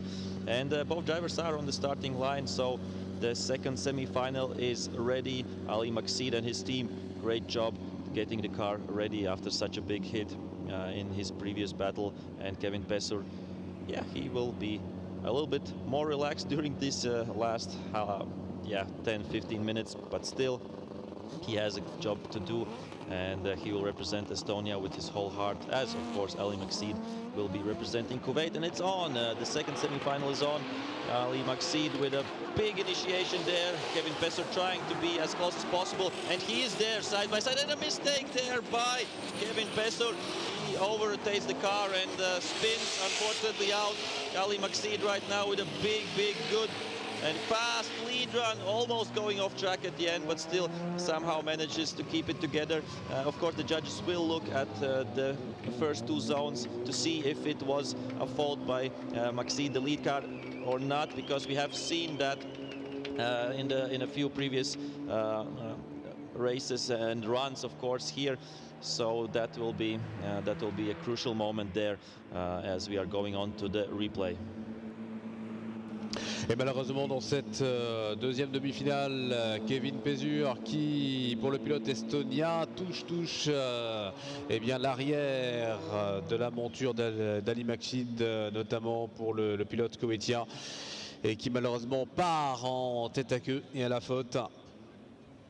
On est rentré en contact, ce qui jette la voiture du pilote estonien et malheureusement laisse le champ libre à Ali Maksid pour aller rejoindre la ligne d'arrivée du côté du Koweït. La deuxième manche dans quelques instants, le temps que ces pilotes bien sûr reviennent du côté de la ligne de départ, se positionnent à nouveau. On inverse bien sûr les positions, vous le savez, depuis le début. Et on va bien sûr les retrouver dans quelques instants sur la ligne de départ. Alors qu'on le voit, Ali Maksid envoie un petit SMS au volant. On vous rassure, il va poser son téléphone dans quelques instants. Avant de retrouver bien sûr la suite. And Kevin Pesser has requested a 5-minute competition timeout, so it seems like he had a little touch with Ali Maksid, and they're checking the car if everything is all right before the second part of this semi-final. So 5-minute competition timeout right now for Kevin Pesser to check the car and to be back on the starting line where he will have the lead run and Ali Maksid will chase. Voilà, 5 minutes autorisées par la direction de course et les juges pour que le concurrent, bien évidemment, puisse faire un petit check du côté de sa monture avec son équipe technique. Du côté de Kevin Polland, notamment après ce choc contre la voiture du Koweïtien. Dans 5 minutes, le temps, bien sûr, de checker la mécanique du côté de l'équipe de l'Estonie et de retrouver bien sûr tout ce beau monde sur la ligne de départ pour la deuxième manche dans 5 petites minutes.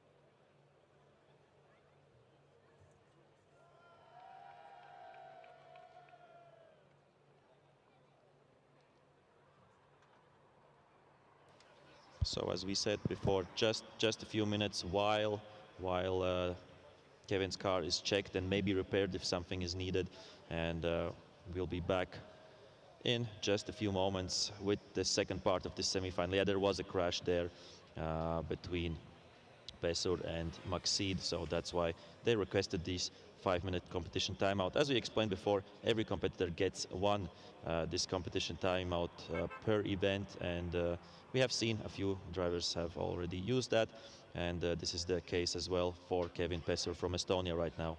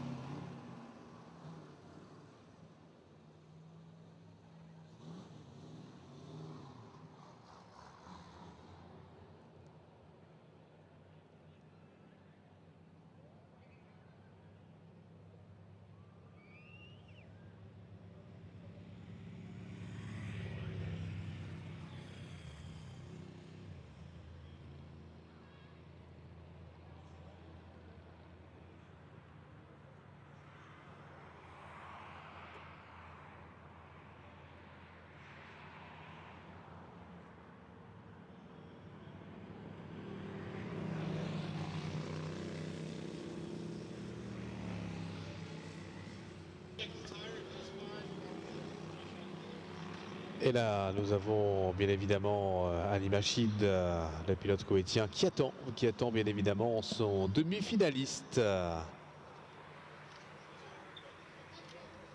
dans la zone de chauffe, en position pour bien évidemment.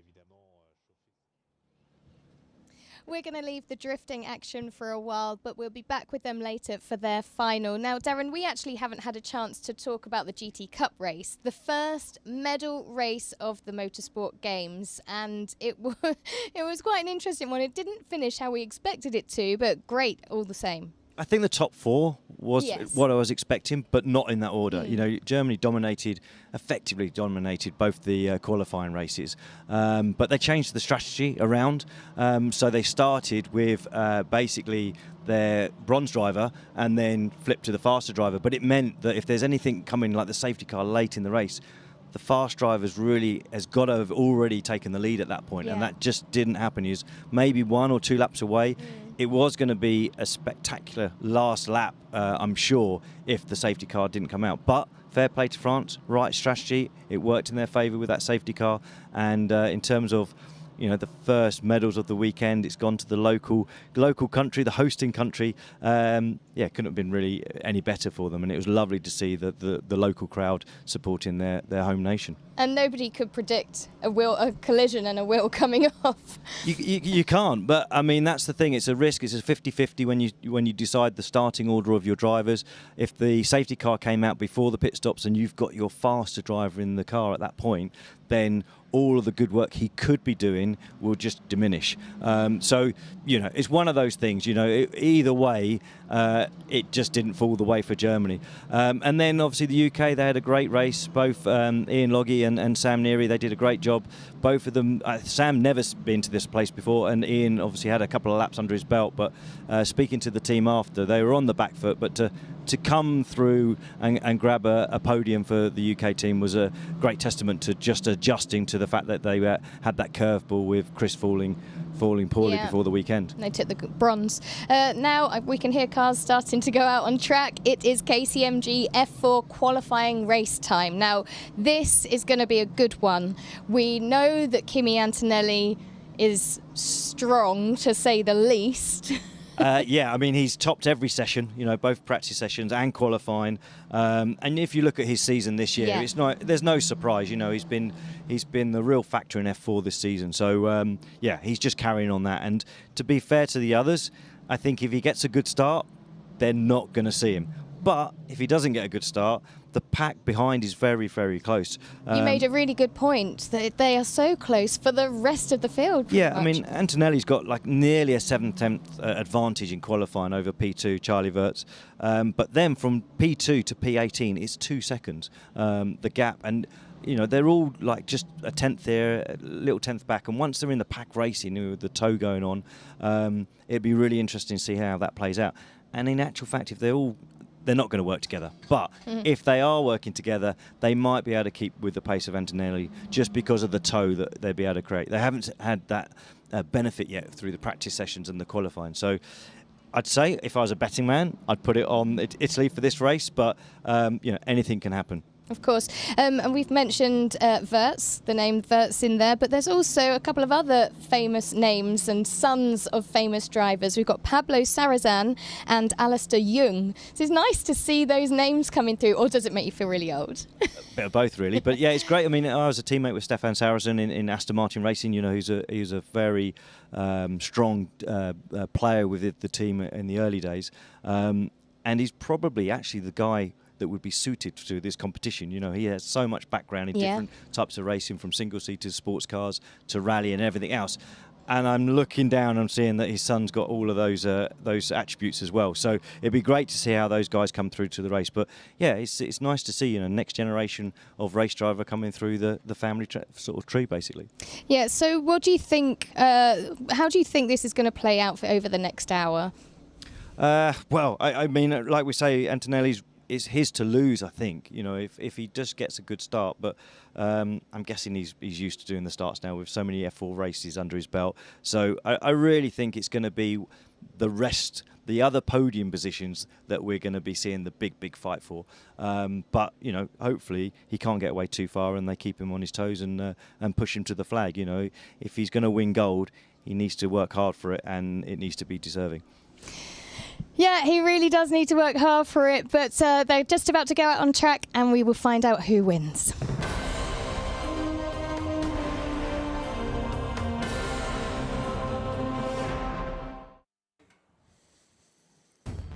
The first race of the weekend for the KCMG Formula 4 Cup is coming up. The qualifying race is about to get underway here at the Paul Ricard circuit, the single-seater track element of the FIA Motorsport Games. David Addison and John Watson trackside, and a grid full of young Formula 1 hopefuls are about to head on track, which include the Brazilian champion Pedro Clero, the Danish champion Julius Dinesen, and the Italian and German champion Kimi Antonelli, and he very much is the man to beat. He got himself in a bit of strife at the end of qualifying, tangled with a car right at the very end, but the stewards had a look at it and decided that actually it was one of those things, so no real blame apportioned to either party. Kimi Antonelli then starting on pole position on this one-by-one staggered grid. This qualifying race, 20 minutes in length, it determines the grid for the main race on which the medals are awarded. They're all in the same car. They are KCMG funded chassis with Abarth 1400cc turbocharged hybrid engines. They all run on Pirelli rubber. They're all run by one team, by High-Tech GP as well. So it's the same car, same team. Everybody has the same equipment going into this race. It means, John Watson, that talent will out. Well, I've been waiting all weekend to see this race get underway. This is the future in terms of single-seater racing for maybe the next decade or even beyond that. And already we've got some outstanding names. I mean, first of all, Andrea Kimi Antonelli just won the Italian championship last weekend. You got the son of, you've got Charlie Wirtz, the son of, not Franz Wirtz, that's his grandfather. That's right. Alex Wirtz, his Alex dad. Wirtz, yeah. Indeed. And a couple of others, Alistair Young and Pablo Sarrazin. Pablo Sarrazin, yeah. But this is representing what will be down the road in 5, 10, 15, even maybe 20 years' time. And all in the same car, same chassis. It's down to talent. And I just hope that that talent doesn't carry them away going into turn one. It's a big field, and I'm sure nobody's going to concede an inch, but sometimes it's better to give up than it is to end up in the barrier. Especially as this race sorts out the grid for the main race. This isn't the race to win necessarily, it's the race to keep out of trouble. However, we'll find out exactly what happens very shortly. Eduardo Liberati, who races for KCMG in GT racing, is down on the grid, and also down there. Microphone in hand is Gemma Scott. Well, I'm down here on the grid now, joined by KCMG representative and driver, Eduardo Liberati. Eduardo, you won the GT3 championship in Italy this year, but you've raced in these particular cars in the past in Formula 4 in Italy. Yes, I did. I was 15, so it's back in 2008. And that's how I started my career, and that's basically how all these guys are starting their career. So it's really emotional also for me to help KCMG in this project. I also drove these particular cars. I did the shakedown for a little bit of development of these cars. So it's a really emotional moment for me as well. I mean, it's wonderful. KCMG have provided every single one of these cars. So many nations here taking part and all coming together. And for these drivers, like you say, the majority of the grid are under 20 years old. So they really are on the very early steps of their racing career and all aiming to get towards Formula 1. Yeah, sure. The Formula 4 is the first step to Formula 1, and then for sure it's you're starting at 15, so most of them are between 15 and 17. And the particular thing about the motorsport games is that you're representing your nation, which usually doesn't happen because you're representing yourself or a team. But this time you have your nation written on your car, so it's a special moment, like you're representing your nation in World Cup soccer or whatever, and that's particular in motorsport because usually we don't have it. So that's a very special race weekend. Yeah, I mean, watching the opening ceremony, watching some of these young guys come out and the stars in their eyes as they approached the stage and saw the audiences before them was really special. And we've got some really strong talent here. I mean, our Italian driver down the front here is incredibly quick, and he's hard to beat. Wirtz behind him there is putting in a good fight, but he's struggling to get there. Yeah, I mean, Antonelli, he just won Italian Formula 4 and German Formula 4, so he has a strong background from this year. It was his first year in Formula 4, so for sure he's the guy to beat, and we already expected.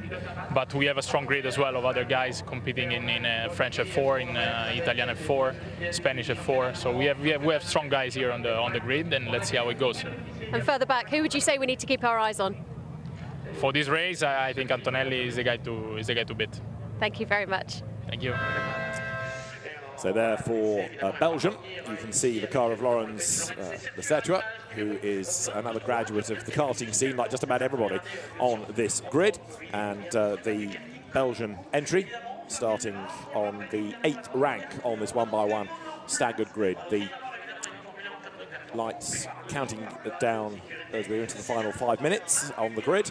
The lead car has just blasted around, ready to park itself where it might be needed should an intervention be necessary. The grid walk comes to an end, and gradually the grid will clear and the drivers left to their own devices. Again, to make the point, this does not win medals. This sorts out the grid for the main race. So this is the race where you keep out of trouble.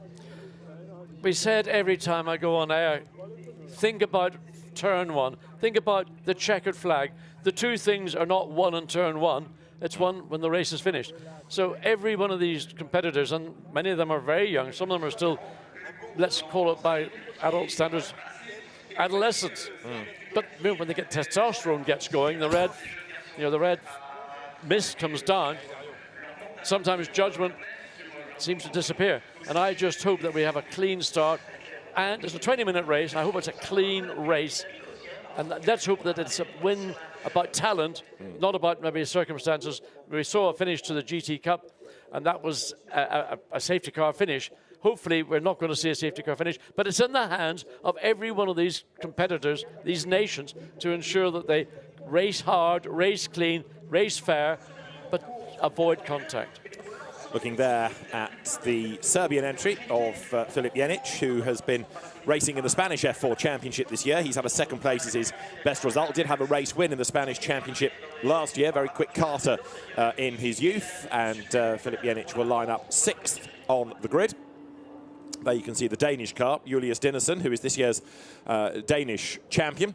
But before we go any further down the grid, let us hear from a Formula 1 star of the past. Felipe Massa, driver's representative, is here. It's always nice to see who you bump into on a grid. Felipe Massa here supporting a lot of the junior drivers over the course of this weekend. Yeah, I think it's nice to be here, to give some motivation, for them. It's a very important race. You know how motivated they are, to try to get the trophy for the country, for their home country. And I think it's always nice to push them, Really a pleasure to be here in the FIA Motorsport Games. And there's some very famous names on this grid with famous fathers. Yes, very famous names. Future drivers, that maybe can be in the Formula 1 in the short future. So let's support all of them. Thank you very much, Felipe. Felipe Massa, of course, former Ferrari Grand Prix racer, Sauber Grand Prix racer, and these days the FIA drivers representative. He's been presenting medals on the podium, and there you see is the Portuguese entry, Manuel Espirito Santo, driving for Portugal, and he is 5th on the grid. He's another driver out of the Spanish Championship, in which he's currently 10th for the Teo Massa Motorsport team. That finishes in 2 weeks' time at Barcelona. We've talked about the famous names. You've got Alistair Young, whose dad Alex Young was a Grand Prix racer. There's Charlie Wirtz, Alexander Wirtz's son, and as we've been saying as well, Pablo Sarrazin, Stéphane Sarrazin's son, who's a regular in the French F4 Championship, so he knows the circuit. There's Alistair Young, the Malaysian athlete, who lines up towards the rear of the grid. He's another regular single-seater racer, having done F4 and F3, but spends a lot of his time these days either as a mechanic or as a sim racer, as he tries to get the funding to participate more regularly. And it is going to be Alistair Young starting for Malaysia from 14th on the grid. There you can see number 22, the Austrian entry of Charlie Wirtz, son of Alexander Wirtz, grandson of great rallycrosser Franz Wirtz, And he had a spin in the qualifying session, but one to watch, I think, and a good start. If he can take the battle to Kimi Antonelli, it's going to be fascinating to see how those two squabble for the duration of the race. Charlie Wirtz, who has already won this year's UAE Formula 4 Championship, the United Arab Emirates Series at the start of the season, and has been a front runner in the Italian Championship, won by that man Kimi Antonelli that out-qualified him earlier on in the day. So the grid now is being cleared. They'll have, of course, one formation lap before the cars are released. A very, very busy Paul Ricard circuit, not only in terms of the numbers of athletes here and disciplines being fought out, but also fans trackside. The 15-second board is there. And very shortly, John, time to get some warmth into the tyres. Exactly. The very thing I was going to say, crucial on this parade lap is to try and get as much temperature as you possibly can. The Pirelli tyre they're using is a very, what I would call, durable compound. It's not one of those sort of treacle and melting sugar type compounds that will stick to the tarmac. You've got to get energy into the tyre, you've got to get temperature into the tyre. The other thing about temperature is it equates to tyre pressures. So there's always this balancing act of getting what is your static tyre pressure. And then you've got to get your brakes up to temperature likewise. So there's so many things they've got to consider on this outlap. Do you want to go quickly enough to get those temperatures up and then have to come and sit in the grid and wait for the tail of the field to join onto the grid, or do you take it more slowly and risk not getting that tyre temperature to the best you can achieve by going that little bit more quickly? Kimi Antonelli for Italy starts on pole position with Austrian Charlie Wirtz lining up alongside. Third on the grid is Germany, and that is Valentin Klus. And then the Brazilian champion, Pedro Claro, will line up fourth on this grid ahead of Portugal's Manuel Espirito Santo. And for Serbia, Filip Jenic starting sixth. Seventh is the Swiss driver Dario Cabanela, and eighth for Belgium is Laurence Lecertois. On the fifth row, Georgia, represented by Sandro Tavakilazzi, and then for 10th, the Australian driver Costa Taparis. 11th is where you find Spanish driver Bruno Ventos del Pino, and 12th on the grid for France, Pablo Sarrazin.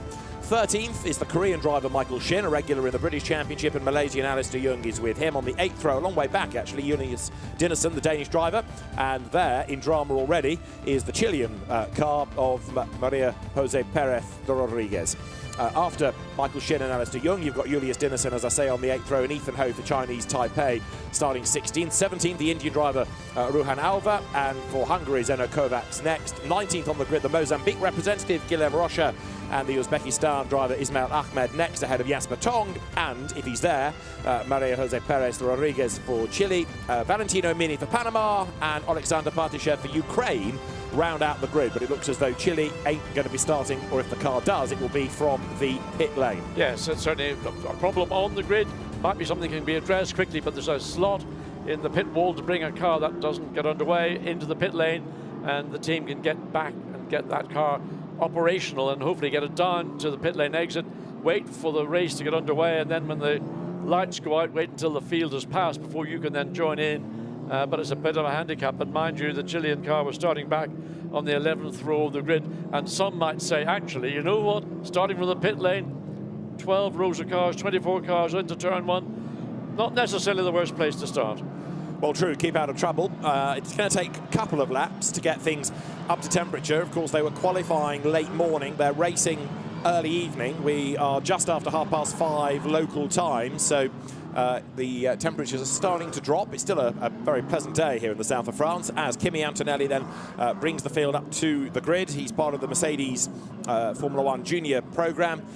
He started in karts. Last year he was in Italian F4. There is the Chilean car still trying to be started, but it looks like bodywork, engine cover off so they can peer in, and big shame that it's happening now. The only consolation is that it's not the main race where you need a good result for medals. But anyway, we'll keep an eye to whether Maria Jose Perez can get into the race.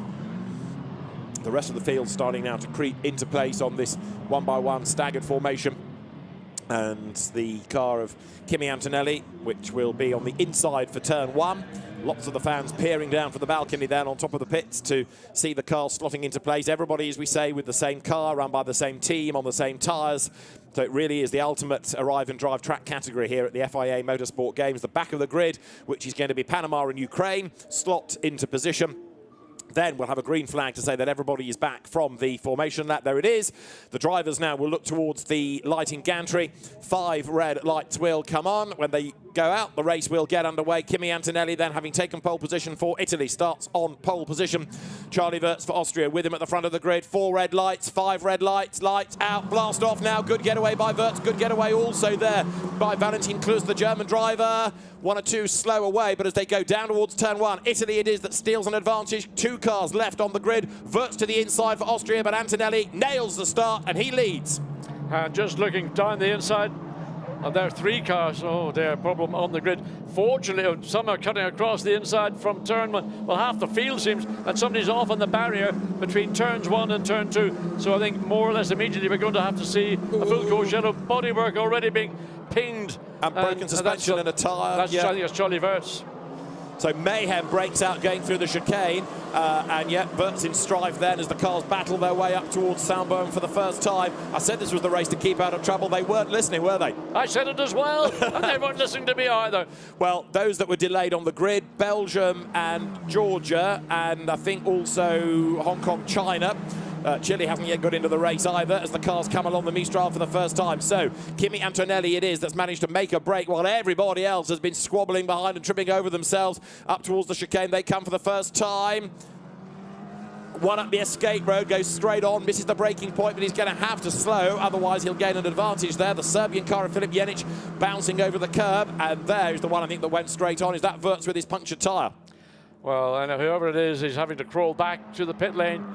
And that's his race over, damaged front wing because they come through scene. So a bit of a wild start. Oh, it is, look indeed. So you can see that that was Portugal's wing that was flapping around. Oh, I thought it was Germany. I thought it was Valentin Klus for Germany, but we'll double check in a moment when the cars come towards us, because as the field turns through, another one with damage there going through is Australia's Costa Taparis. So there are going to be quite a few with not only damaged cars, but damaged chances in the main race, because they're all compromised on the grid for the main race on which the medals are to be awarded.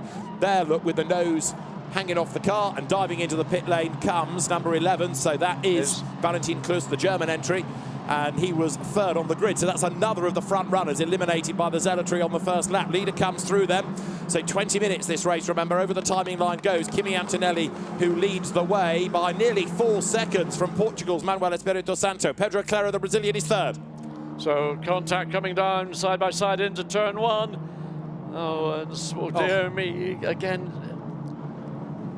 I mean, this is what you get with young single-seater racing. There's no quarter given. And I don't know what the steward or the director is going to say about that, whether they gained an advantage, whether they'll have to drop back, I don't know. Well, there with damage is Valentin Klus, so he needs a new nose section. There is Charlie Wirtz, who's got an absolutely destroyed rear tyre, and possibly worse, and another big dive there up on the inside. That was number 14, the Ukraine driver, Alexander Partishev, who is coming up from the very back of the grid. Now, Partishev, from 24th on the grid, was 14th at the end of the first lap. He's absolutely on a charge right now. The order is Italy, Portugal, Brazil, then it is Spain, Switzerland, 5th, 6th, Serbia.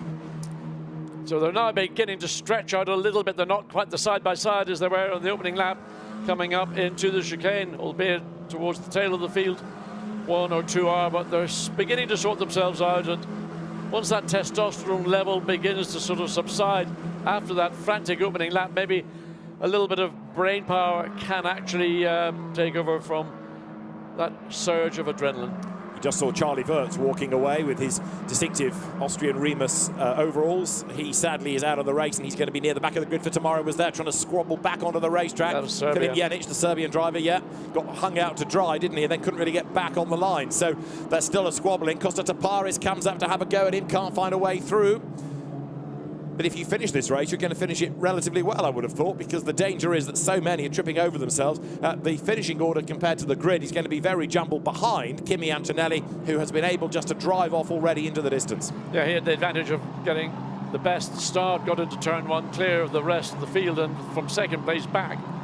It was a case of mayhem on the opening lap, and 2 of the front runners, Austria and Germany, getting tagged. So there is the advantage visual. It must be nearly 5 seconds, well, 4.2 to be accurate. So Antonelli has got this race in his pocket. The only thing that may change it is if we go back to a full course yellow, then a safety car towards the end, and then go green for the open the last lap or two. But I think right now it looks like it's Antonelli's to lose. So the cars all bunching up behind. Now that was the incident had already happened there to dislodge Valentin Kusi's wing and to give the puncture to Charlie Wirtz. That's why he was limping into the pit lane, but they'd already tangled coming into the corner. Another one skipping across the centre of the run down towards the Virage du Camp. There'd been another car off in the background earlier on in the lap as well. 3 of them were stranded on the grid. So it was a really frantic first few corners. But out front is Kimi Antonelli. 4.2 seconds clear of anybody else. Antonelli then coming now up towards the chicane on the Mistral and just being able to, as I say, drive clear of everybody else, keep out of trouble. And it's probably unlikely he'll see another car in the race now, because unless it's somebody out of the pits, then he's not going to catch any traffic, and he's pulling away from the rest all the while. Yeah, and more or less from the exit of the chicane up to Scene, he's almost got that straight in terms of distance between himself and the second place Espirito Santo. There is the second place car amongst the gaggle, and another one making its way through. Was that a self-induced over-braking? Yeah. But he's got to let the cars that are coming through the chicane regain their position. More or less, I think he may have achieved that. So there, Australia versus India. That is Costa Taparis versus the Indian athlete Ruhan Alva. And Alva is under attack as well there from Denmark. Julius Dinesen goes through on the inside. So good past that, but Alva ran wide. Yeah, well, he just opened the door and Denmark says, I'll have that. Thank you very much, and made the pass. So different lines in Le Bousset. We've seen it throughout the weekend. People like to go high and then swoop down late. Others come in lower and sort of hug the circumference on the inside of the corner. So the field here turning down towards the Virage du Pont, then heading up towards the timing line once more there. Number 24, the Malaysian driver, that's Alistair Young, up to 11th. So he's another one that's gained ground as Antonelli goes through now 5 seconds clear. It won't surprise you to learn he's done the fastest lap of the race. But for second place, Portugal, Brazil, Switzerland, absolutely together. The Swiss athlete, which is Dario Cabanela, has got better and better over the course of the weekend. 5th then as they went through for Spain that time around was Bruno Del Pinto. And also you've got Michael Shin for Korea, who's been racing in the British Championship, in the mix as well. Serbia ahead of Australia, ahead of Denmark here. Julius Dinesen, the Danish champion, makes a move on the inside, up the curb, but he's gone through. He did. He took a lot of the curb to achieve it. And again, whether we're going to see any track limit penalties being handed out, we don't know, but that certainly was a move where probably only a part of the left-hand side of the car was actually on the racetrack itself. Onto the Mistral straight they come then as the race approaches half distance. This 20-minute dash for grid positions for the main race. These Formula 4 single-seaters, this qualifying race to determine the grid for tomorrow's main race, the usual format in the FIA Motorsport games for the single-seaters. As into the chicane they pour then. Australian Costa Taparis still hunting for more places, delayed on the opening lap of the race, keeping Ruhan Alva at bay. Challenge being made here, look, because you've got there on the outside line Switzerland, on the inside line is Brazil.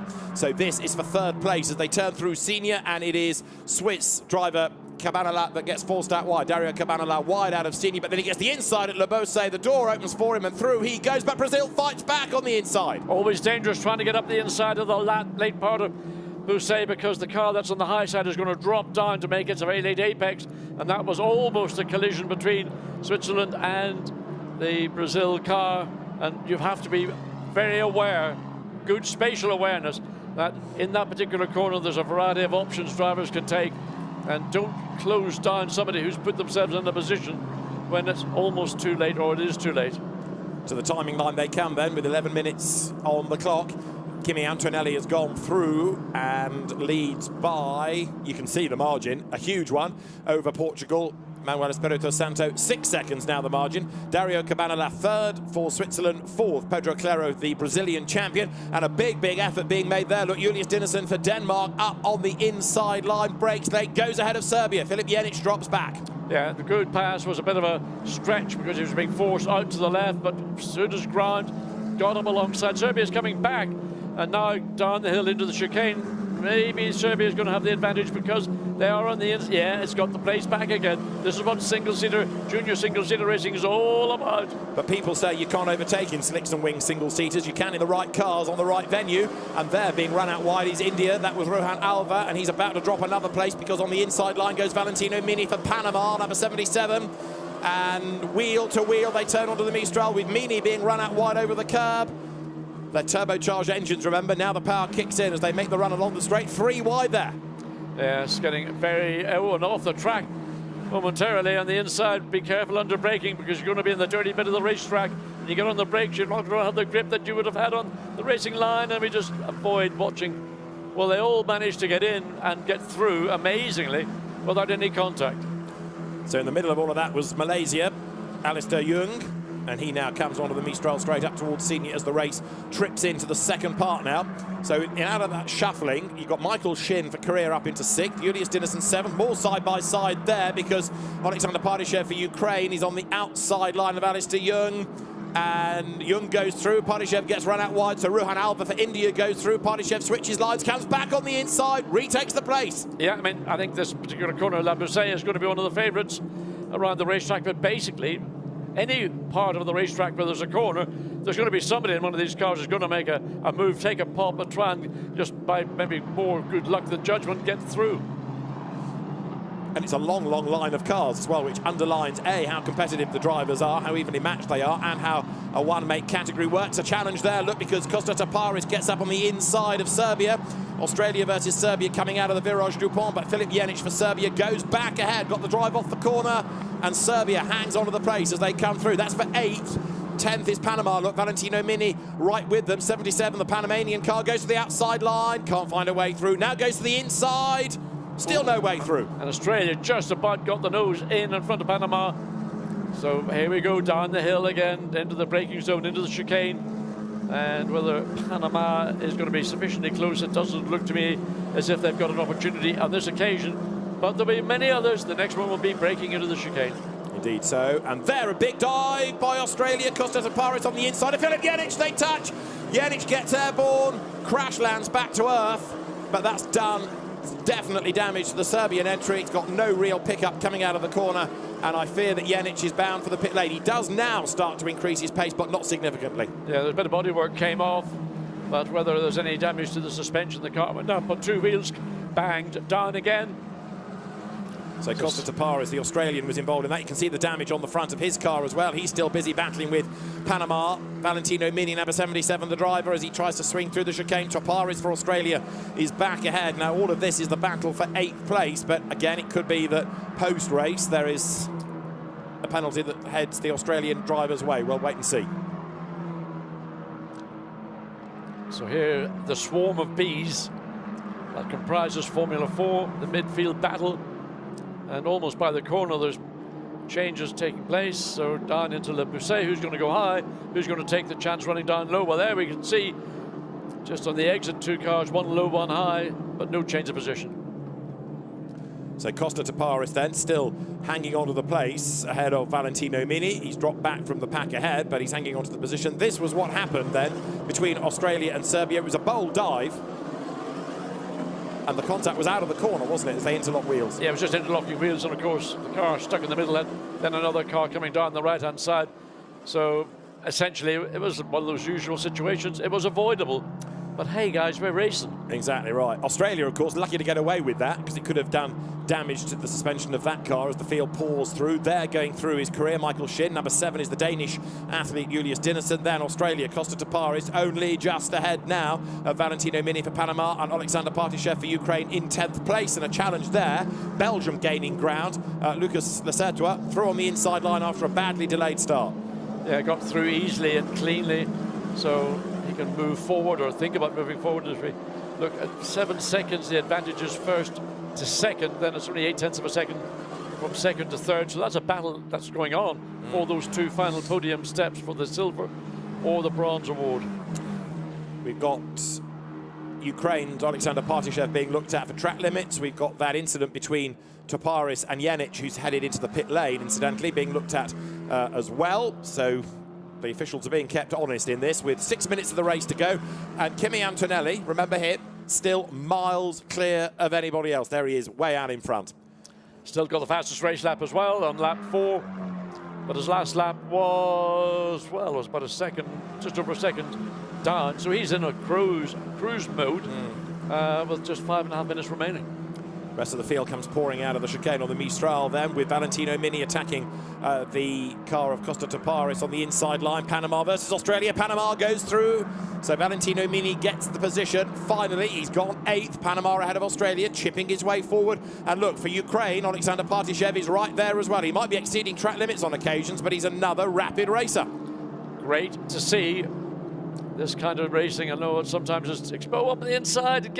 He's brave, I have to say. Absolutely. He made that opportunity for himself. There was only about a car's width, and he put his car into that space and got away with it. Come back to an earlier sentence. People say you can't overtake in slicks and wings single-seaters. Oh, yes, you can. That is Filip Jenic out of the race after his damage, and more bodywork flies. Rear wing. That's the front wing of Costa Taparis' car. Yes. Remember, he damaged that when he hit Jenic for Serbia. Now it's come adrift, so Taparis is going to go backwards. He's going to go backwards with a handful of understeer all the way around the racetrack, so that's going to be lying on the racetrack. Will that be in a place that's going to be considered hazardous or not? 4.5 minutes of the race remaining. Indeed so, and the driving standards flag you can see is being offered to the Belgian entry, Lucas Lecertois. As there, Ruhan Alva for India is ahead of Lecertois as they come out of turn 2. Next in that queue behind them is Ethan Ho for Chinese Taipei. So Belgium on the attack, India at the head of the queue. Chinese Taipei comes up to the outside, and Costa Taparis with an evil handling car. The Australian keeps Malaysia at bay for now. Alistair Young looking for a way past as they wriggle their way out of the chicane. Nose to tail, those two. Yeah, but Australia's going to be so slow in all the corners around, the 15 turns around Paul Ricard, and all he can do is just hang on and brave it out. 3.5 minutes to go. He's about to be overtaken, runs way, way wide out of turn 7 onto the Mistral straight. So 2 of the front runners, Filip Jenic for Serbia, Charlie Wirtz for Austria out of the race. There, being squeezed off the racetrack, Lucas Lecertois, he fights back. Jung for Malaysia on the outside of Taparis from Australia, who breaks as late as he dares into the chicane and hangs onto the place. Another battle pack building up nicely behind, with 3-4 cars now running as one. Well, Australia's still hanging in there. It makes you wonder just how efficient the front wing in these cars is, if he can run, still maintain his position, or he's being under a big challenge. To the inside line there is Belgium, and Lucas Lecertois goes through, goes ahead of India, so that puts Belgium 12th. As out wide goes Australia. Costa Taparis loses the place finally there to Alistair Young, who's gone through on the inside. So that's Malaysia up ahead of Australia. And 3 minutes and counting on the clock as they come out of Le Beausset. And more damage, more drama. That was Belgium going off the racetrack. Lucas Lecertois has picked up a little bit of damage, but he's still there, still fighting, and they're absolutely wheel to wheel. I mean, he was way, way off the corner on the exit of Le Beausset, but came back on again with the same enthusiasm as he went off. Absolutely right, as the cars here scrabble their way back down through the approach to the Virage Dupont, and 3 wide into the braking zone. Is that going to work? Amazingly, it seems to. India forced out wide, through on the inside line. There goes Chinese Taipei. There's contact coming out of the corner, 1 in the wall. And that's Chinese Taipei. That is Ethan Ho, who got turned around. I thought he just gained the place. 2 minutes on the clock. That, I would think, is going to be certainly a yellow flag coming out of the corner because of the danger zone, but it could end up, sadly, being another race that ends under the safety car. As there, look, side by side, India just gets back ahead of Georgia. Sandro Tevak-Keladze falls back. He was another one delayed at the start. So wherever you look, it's just going nuts. Australia's still running, managing to, I don't know how he's managed to drive the car. I don't know how effective the front wing is, because if he can run at this pace, well, maybe it's there more for decorative reasons and for sponsorship reasons than it is a serious aerodynamic device. But you can see coming through turn 6 how much understeer he's got. Nevertheless, hanging in, doing a good job to Paris, running in 11th place, having lost that 10th place to Alistair, not Alex, Alex is the dad, Alistair Young. Safety car, as expected, and it's going to be a race that finishes under the safety car now. So safety car deployed, and with less than a lap time left in the race, just like the GT Cup earlier on, it's going to be a safety car finish. Real shame that. So the safety car deployed, and that means that after a race where he's been on his own, Kimi Antonelli is going to end up with the cars catching up to him right at the very end. Actually, is he going to squeeze another lap out of it? It's a pointless last lap, even if he does. I mean, in a way, it'd be easier just to put the checkered flag out this time. You've got the cars slowed down. put the flag out, because you're not going to change the result by letting them drive around for another lap. But anyway, better brains than mine are in race control. So the safety car has been called for. Everybody therefore slows right down, and just over half a minute remains to the end of the race. It's all for that car you can see of Ethan Ho that is a retirement. And so through they come, but the safety car will bring them round for one lap, and then the checkered flag will be shown. So Kimi Antonelli wins the Formula 4 Cup qualifying race. The safety car now sets off, but as I say, this is a very, very pointless lap because the order can't change. So the field goes through with the order being Italy, Portugal and Switzerland. And then you've got Brazil in 4th place. But all these finishing positions sort out the grid for tomorrow. Right, let's try and piece it all together, because it was a real old scrum. Up the inside went Chinese Taipei against India. Got ahead. Is it another interlocking wheel situation? Yeah. It is, and that's turned him around. Yeah, the interlocking wheel was inevitable. They were so close together on the exit of the final turn. And again, it's the dive down the inside. And then they get together and then spits off there, you can see. And all of a sudden goes off at 90 degrees to the racetrack and reverses it into the wall. Maybe got a little bit of whiplash. I saw when he got out of the car holding his wrist and wondering, is that something that's going to be a problem, or is it just a little sort of a strain that it'll vanish overnight? Well, there is a very frustrated Ethan Ho, the Chinese Taipei racer, having to watch the cars come across the line now without him. He's raced quite a lot in single-seaters in America.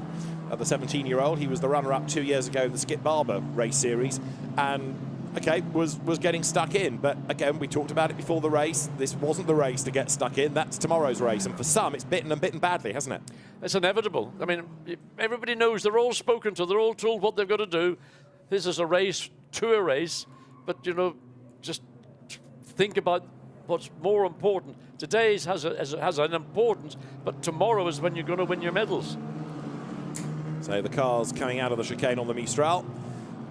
When they were racing, largely, it was good racing, it was hard racing, it was exactly what we wanted to see, and what you were predicting, what you were looking forward to. It's what you get with junior single-seater racing. A bunch of young competitors, 15 to 17, and, you know, they're so pumped up with adrenaline, testosterone, and red mist, and this is what you get when you're young. We all have had it, we've all been guilty of it, and eventually it drains away and you learn more about control and when to move and when not to move, and when an opportunity arises, is it going to be a closing gap, or is it something you want to decide to avoid and then wait for another opportunity? So the cars make their way out of Le Beausset, and Kimi Antonelli then will take the win in this qualifying race for the KCMG F4 Cup. And the safety car brings them around for, as I say, what has been a largely pointless lap, because the order hasn't been able to change because they can't go racing. But rather than put the checkered flag out a lap early, or a few seconds early, it's been decided to run the round behind the safety car. So Kimi Antonelli will win and therefore take another pole position. This time it'll be the important one for the main race. And as the cars come then now out of the Virage du Pont, the safety car stays out, brings them across the line. So the clock has hit 0. Up towards the line they come.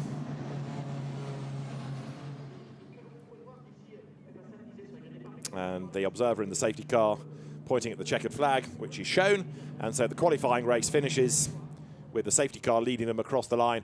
Kimi Antonelli is the winner for Italy from Manuel Espirito Santo for Portugal, who's driven well actually all day. He hasn't been one of the stars necessarily of the Spanish Championship, but he's looked pretty pacey here, and a second place on the grid for the main race tomorrow is pretty impressive. And third for Switzerland, Dario Cabanela, who was only 7th on the grid. He's somebody else. I know he benefited a bit by incidents ahead, but even so, he kept out of trouble and raced well, gained ground. So Dario Cabanela also coming through strongly. But the winner of the qualifying race is Andrea Kimi Antonelli, the Italian athlete, and he wins in the end by, for what it's worth, 0.8 of a second, but that doesn't really tell you the whole story of that qualifying race. Everybody else behind, it was a matter of sorting yourselves out on the run into turn 1. And the driver that managed to do that best of all was the Portugal entry, Manuel Espirito Santo. If there hadn't been all that melee that went on the opening lap, maybe he wouldn't have finished second. But the key is he kept out of trouble and he got himself up into a position where he finished second. That, for me, is more important. Let's look at the results of the qualifying race for the KCMG F4 Cup. Italy takes the win from Portugal with Switzerland third. Fourth, Brazil ahead of Spain, and then Korea in sixth place. Denmark 7th from Panama, Ukraine 9th and Malaysia 10th. Belgium 11th, Australia faded because of the damage to 12th ahead of Hungary. India dropped back, Georgia 15th after a bad start. Kimi Antonelli then the winner for Italy. Manuel Espirito Santo second for Portugal and Dario Cabanela in third. Fourth, the Brazilian driver Pedro Claro ahead of the Spanish entry of Bruno Del Pino. Then Michael Shin, the Korean, in sixth ahead of Julius Dinesen, Valentino Mini, Alexander Partishev and Alistair Young to round out the top 10. And those that we lost, Austria, Serbia and Chinese Taipei, with Chile joining in but being a lap down after that delay starting from the pits. Not a great race, sadly, for France on home soil. Pablo Sarrazin only in 17th, and that gives him quite a bit of work to do tomorrow. So a good win for Kimi Antonelli. It wasn't really in much doubt if you have been following F4, both the German and the Italian championships, because he's won both this year. And he comes from good racing stock. His father, Marco Antonelli, a very successful team owner. And Jan Kimi already signed to the Mercedes F1 Junior program, repaying that faith here this weekend as he scores honours in the qualifying race for Italy. Gives us a really jumbled grid for tomorrow, and watching the likes of Charlie Wurtz and to a degree as well Filip Jenic trying to get through the pack will be interesting. Yeah, Valentin Klaus likewise in the German entry down in 20th place, or classified 20. So a lot of potential winners are well and truly out of position. And in reality, their opportunity to get through to the front of the field is going to be restricted by just simply the duration of the race. So as the cars make their way to the pit lane, being brought round by the safety car, a win for Kimi Antonelli in this F4 qualifying race. Let's look at the highlights of that race. Most of the field blasted away, but there were some stragglers that were stranded on the grid. They got away late, and for Chile, the car didn't get away from the pit lane until a lap into the race. The cars turned their way down through turn 1, and drama as France had problems straight off. Pablo Sarrazin in strife, as also did Austria. Charlie Wurtz getting collected by Valentin Klus of Germany, and that did a tyre, and so Wurtz ended up heading to the pit lane and retirement. Klus to the pit lane, and a new nose cone needed. Good battle between Brazil and Switzerland. Pedro Claro going wide, and Dario Cabanela fighting his way through on the inside line.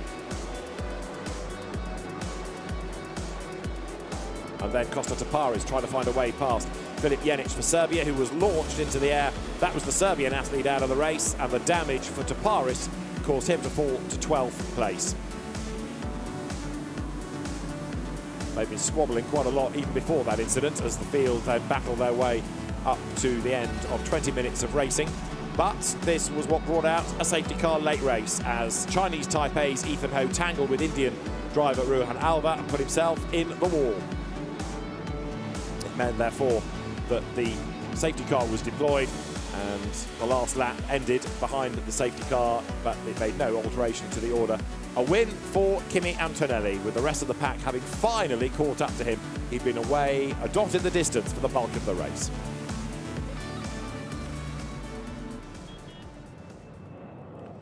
So as the sun sets here early evening at Paul Ricard, it is just after 6 o'clock local time. They've got time now to go away, have a think about that, and to look at data ready for tomorrow and come back, in some cases, hopefully stronger and better. Well, think about it. It's pretty important to think about. If any of these competitors review what we've just been commentating on, hopefully they might realise and learn that all the instincts that they've got, which is they're coming out of every pore in their body, sometimes that needs to be just more gently considered. Well, certainly Kimi Antonelli looking very good, and with not just track activity, but the off-track disciplines as well.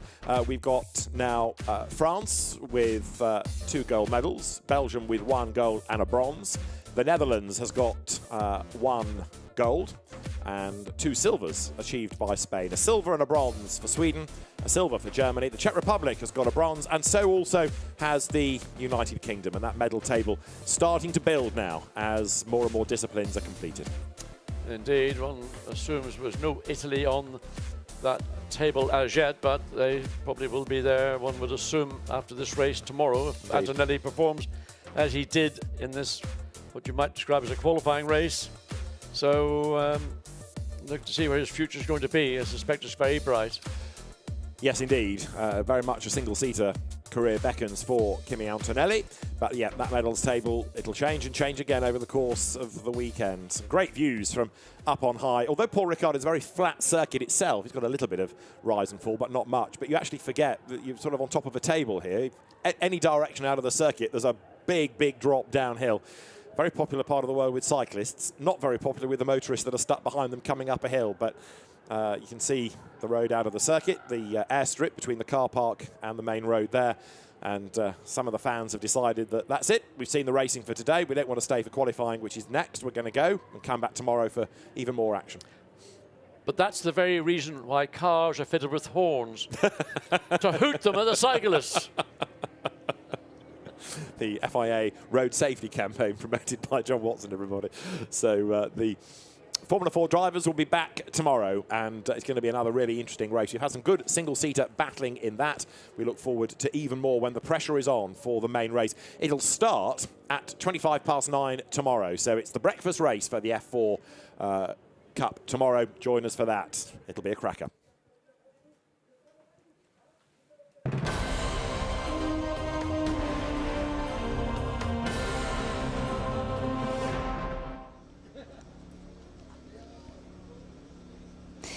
Well, that's decided the KCMG F4 grid. But Darren, that's what it's all about, isn't it? That was a qualifying race. You've got to try and...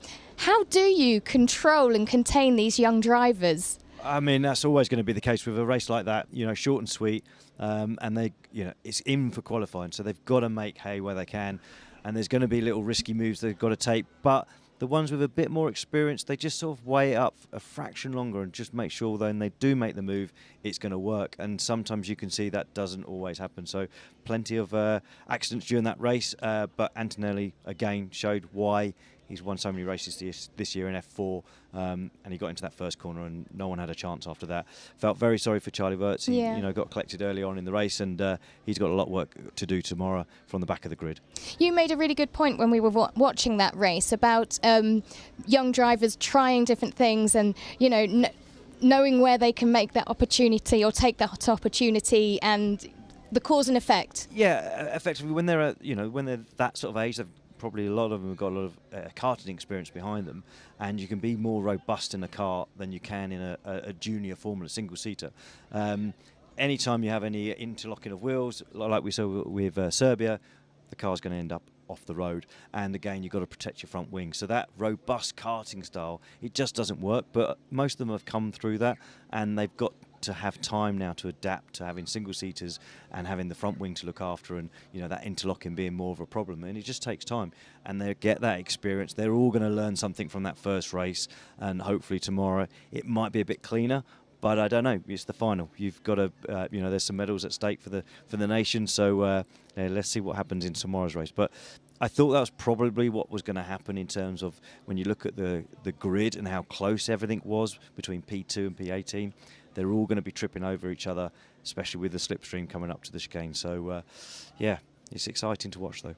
How easy is it going to be for the back runners to get through the field? Well, some of that will be attrition. Going on what we saw today, there will be opportunity for the guys who haven't had the best of luck in this qualifying race to make up some big, big places. But it will be very difficult to come from the back of the grid right the way through to a podium spot. When you think about the length of the race, that's the biggest problem.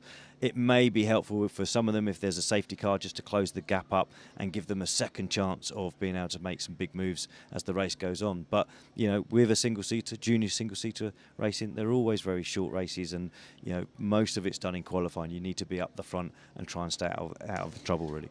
Well, talking about qualifying, it's touring car next, so hopefully they will keep it clean, and we'll see who gets pole in qualifying of touring cars.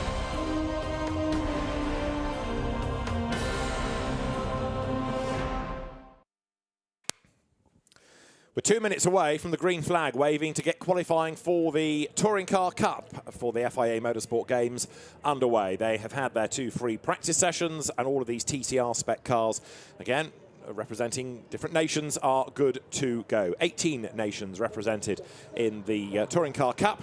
And now, as we got to approaching 6 local time, sun is still just about shining. It's getting a little bit cooler, and now 30 minutes, quite a long qualifying session really. I doubt that you'll have people on track for all of that, but they'll probably get at least 2 runs based on the fact that these cars get 18 Pirelli tyres for the weekend. They're all good to go. David Anderson and John Watson are good to go as well trackside. Indeed they are, and how you use your tyres will be fundamental and key to getting the best time available, and whether you want to do, well, 1, 2, 3 or 4 runs. But once you've reached the peak of the tyre performance, then anything thereafter probably is not going to be of a great assistance. And from my knowledge and experience in touring cars, the earlier you get that lap in on a fresh set of Pirelli rubber, the more likely you are to get the best time of that 30-minute session. Tom Coronel representing the Netherlands, Andreas Bachmann representing Sweden. And Tom Coronel should be there or thereabouts up near the front of the grid. I'm not necessarily banking on him being on pole position, but I would have thought that he should be within the top 3. What do you reckon? Oh, yes, always. Always. Okay. My generation, isn't it? Well, there is that, yes. And even if he's not, he'll at length explain why he's not. He would own up to that for sure. Anyway, he's one of the older school of very competitive touring car drivers, still making a very good living, and more importantly, enjoying themselves. True, true. Gabriel Dos Quiños is ready to go for Switzerland. Gabriel Müller-Agrelo Dos Quiños, to give him his full title, but the Volcano Motorsport Cupra for Switzerland now makes his way down the pit lane. The lights have gone green.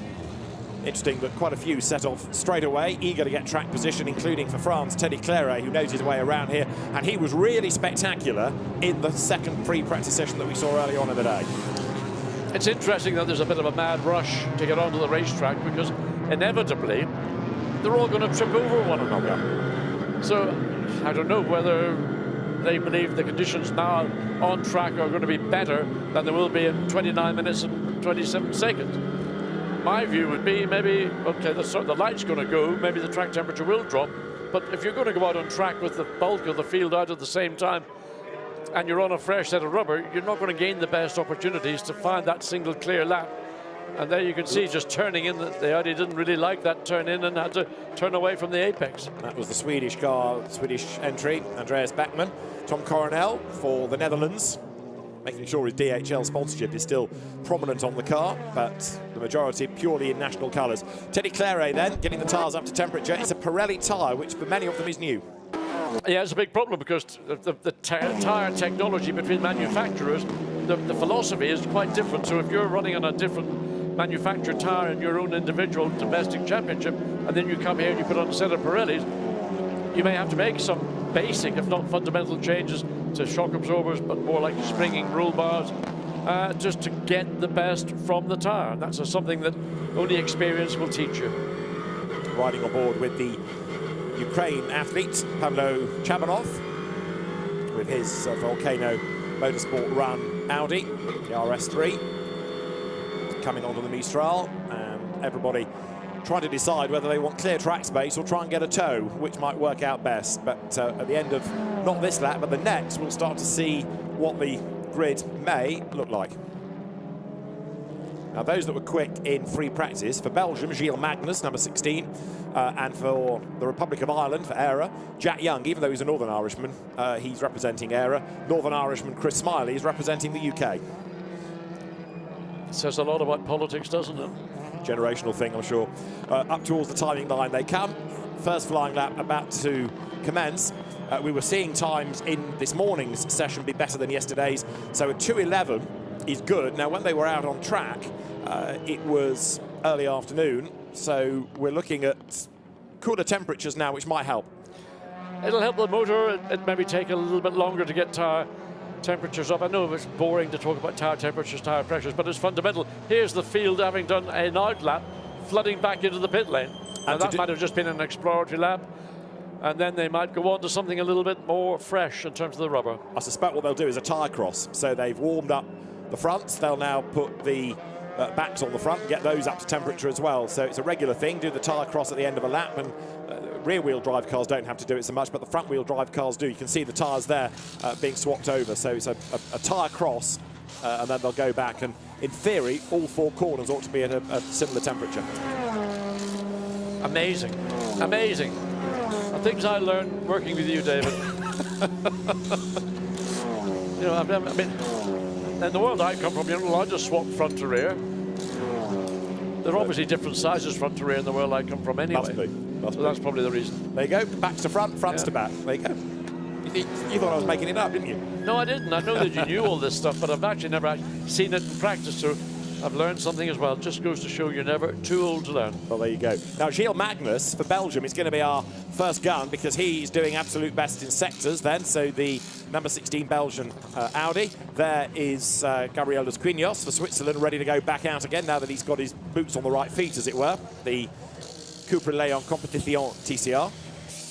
All the cars homologated with that TCR tag at the end. Back out on track goes Brazil. That's Rafael Reis de Sa. And for behind him, Latvia, Valtris Zviedris goes out as well, the Baltic champion. Gilles Magnus this morning set the fastest lap, the only driver to get into a 2-minute 11-second lap, 2:11.942. So that'll be the benchmark time that the entire field will be looking at. Wait to see what Magnus does when he comes up to the completion of his first. Claret coming onto straight currently. That car is in 6th position, but is yet to record a competitive time. So we're beginning to see Magnus has done a 2:12.4, Claret 2:13.5. And there's more to come from both, I suspect, as they're wriggling through the traffic, getting past the Italian driver Giacomo Gamandi. With the Lima Racing entered Cupra, goes Teddy Claret. So there's local knowledge here. He was racing here only a couple of weeks ago. He's a rapid driver, is Teddy Claret, double French Tourism champion. Comes down through the chicane, and just like we saw in free practice, he's ever so spectacular. Doesn't mind what the back of the Peugeot is doing. No. He's only looking forward, and when the car gets a little bit wayward, he just plants the throttle, drags it out of that moment of oversteer that's about to engulf the whole Peugeot, bounces over the curb onto the straight through turn 7. Now focuses on trying to drag the maximum performance. They should really be focusing about reducing the slip angle coming through turn 7, because that will scrub a little bit of the speed potential out of the Peugeot as it comes into the braking zone. Nose dips down, the rear wheels get airy, fairy and light. Inside wheel dragged up in the air like a dog having a you-know-what up against a tree. Oh, nice line, Italy, very nice line, Italy. It's not the right line, but it's a nice line. Giacomo Gamandi back on track then. Almost the sort of Oregon colours that, but very spectacularly coloured. It's not very Italian, but it's certainly distinctive as the field comes streaming past, including Aaron Cameron, the Australian, Andreas Backman there, the Swedish driver. They're in nice shape, those booted Audis, aren't they? Yeah, they look great. Yeah. Backman is currently fastest in Sector 1, purple Sector 1 time, so if he can get this all together, personal best middle sector, so he is certainly en route to see a move towards the top of the grid. Is still Gilles Magnus, who's got that position. Tom Coronel has now popped up into 2nd place with Clarinet and Lopez Bolotin in 4th place. Yes, Lopez is the Venezuelan entry. Sergio Lopez with his Audi, as here Andreas Backman is about to head up towards the pit lane. So a lap that started very, very well is aborted. Now, I wonder whether it is time for him to, if he didn't come in at the start, to do a tyre cross. But anyway, he's down the pit road. Gilles Magnus is back in as well. So Tom Coronel staying out. He is the next one to challenge.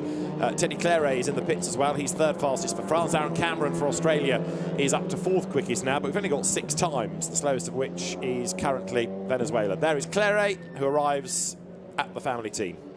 So arrives in a bit of a rush, and team drag the car back. So the car goes up on the jacks, the wheel brace. Are they not permitted to use air guns in TCR?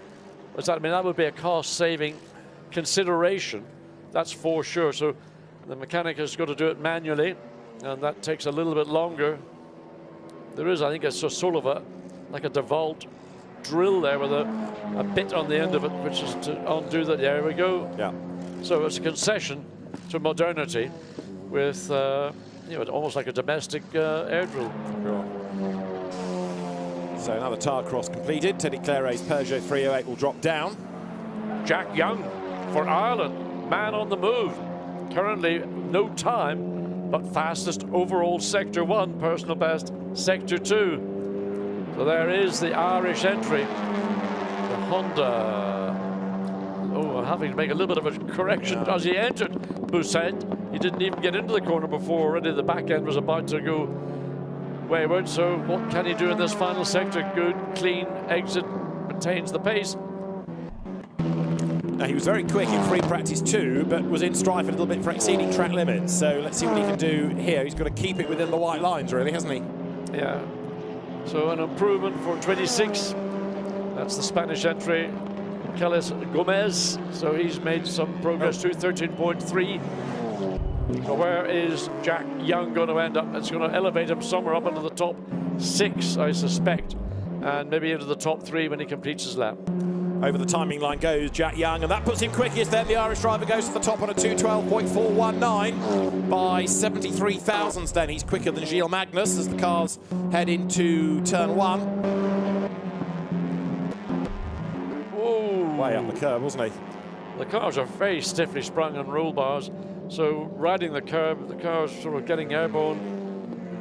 Familiar sight, I suspect, with touring cars, so don't get overexcited, John. There's going to be plenty more of it.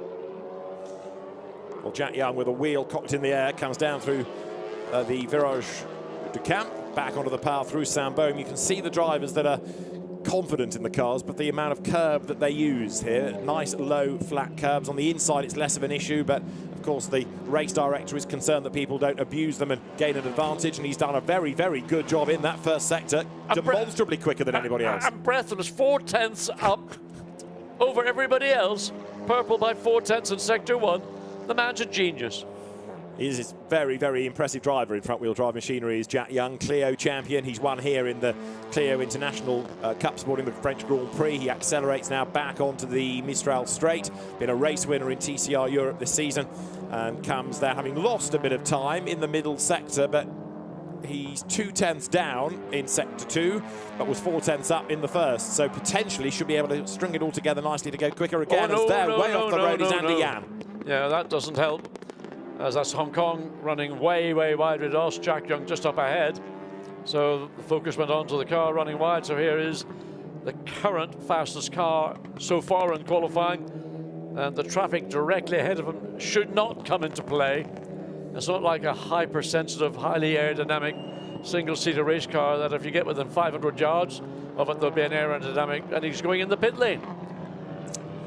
So pit lane beckons as we wait to see who the next improver is going to be. There are still 1 or 2 that haven't done a time, including, for example, Italy and Argentina and UK and Sweden and Switzerland. There, Belgium, Gilles Magnus is still second. And we'll see what he can do on this lap, but I would suspect that the traffic is going to go against him. It's not best placed, so this is down the far end of the racetrack. I don't know how far ahead of him the traffic is. It's probably not going to affect it too much. It just depends who that traffic is and how quickly Magnus is going to catch it. Is it a car going slowly, or is it a car on a lap? Looks to me like it's a car. It's another Audi. So down into the chicane. It's Sweden, I think, isn't it? Andreas Backman, who is ahead of him. So it should be a quick car because Beckman needs a time. He's not yet got a lap time to his name, and he needs one. So it is Ireland from Belgium, from Hong Kong. Andy Yan, TCR Asia champion, is currently 3rd, Hong Kong, China, and therefore doing a very good job ahead of the Netherlands, then Spain, and then France. That's the top 6. Magnus, absolute best middle sector. Yes, a stunning time, 4 tenths of a second up in that middle sector. So that will see Magnus probably elevate himself up to provisionally quickest overall in the Audi. Stepped over the curb a little bit, didn't he, there? Lifts a wheel through Le Beausset, dabs the brakes, gets the car turned in. It's a funny corner, that, isn't it? It's got sort of 2 different approaches to it. And Gilles Magnus then with the nose dipping as he hits the brakes, turns now up towards Toulon. Then onto the Virage de la Tour, up towards the completion of a lap. Session not quite at the halfway point. Look, all 4 wheels on the curb. Shortens the lap a little bit. Comes down to the Virage du Pont. Look at the effort that's being put in as the car sort of hurls itself back into view. The time to beat is a 2:12.419 set by Ireland, set by Jack Young. So Belgium for pole position, possibly breaks the beam, goes quickest of all. Gilles Magnus for Belgium, fastest of anybody. Yep, so 4 tenths of a second, round figures 4 tenths of a second. Now ahead of Jack Young. And it's almost as if watching these cars, the driver's ahead of the car can't keep up with the inputs the driver's putting in through the steering. So it's sort of ragging the car around as we wait for Tom Coronel to come across, drop down to 5th place, Backman up to 3rd place in the Swedish Audi. So good lap from that particular driver-car combination. Tom Coronel now up to 2nd place. So Audi's looking strong right now. 1st and 2nd quickest. First Honda is Jack Young in 3rd place. Yeah, and he's just gone back out after his pit stop. Andreas Backman's Audi 4th for Sweden. Tom Coronel, I think, may have backed off after that. Andy Jan's Honda is down to 5th, Hong Kong, China. And Isidro Callejas, the Spanish driver, is 6th. So Tom Coronel, 2 minutes 12.280, just a 10th of a second quicker. But has Magnus had a time deleted? Must have had, because he's dropped to 3rd. So Tom Coronel is now put onto pole position from Jack Young. And Gilles Magnus's last lap taken away, presumably for track limit offences. We're not getting that message on our screens, but it's the only answer, isn't it, as to why he would suddenly lose the time and drop back to 3rd. That's the bit. Well, look, he's again in that middle sector. This Audi with Magnus behind the wheel, for some reason, is really, really able to nail it in the middle sector. And again, he's gone fastest by over 0.3 of a second. He got a personal best in Sector 1. Just have to be aware not to overrun track limits. You don't need to delete more and more times. Comes up then towards the exit of Le Beausset now. We've just had, so Tom Coronel's last lap ultimately becoming the best at 2:12.280. Magnus then now comes towards the Virage de la Tour and again puts all 4 wheels up onto the curb. I think that's where he's getting himself pinged for track limits, because he's in the pit lane anyway. But he had 4 wheels technically off the racetrack. But he needed that lap in a sense, a personal best and an absolute, and yet he bails. Unless the theory is that the road is getting quicker, and so he wants to do his ultimate time right at the very end. But into the pit lane comes Gilles Magnus, who we've seen a lot of this year in Fanatec GT.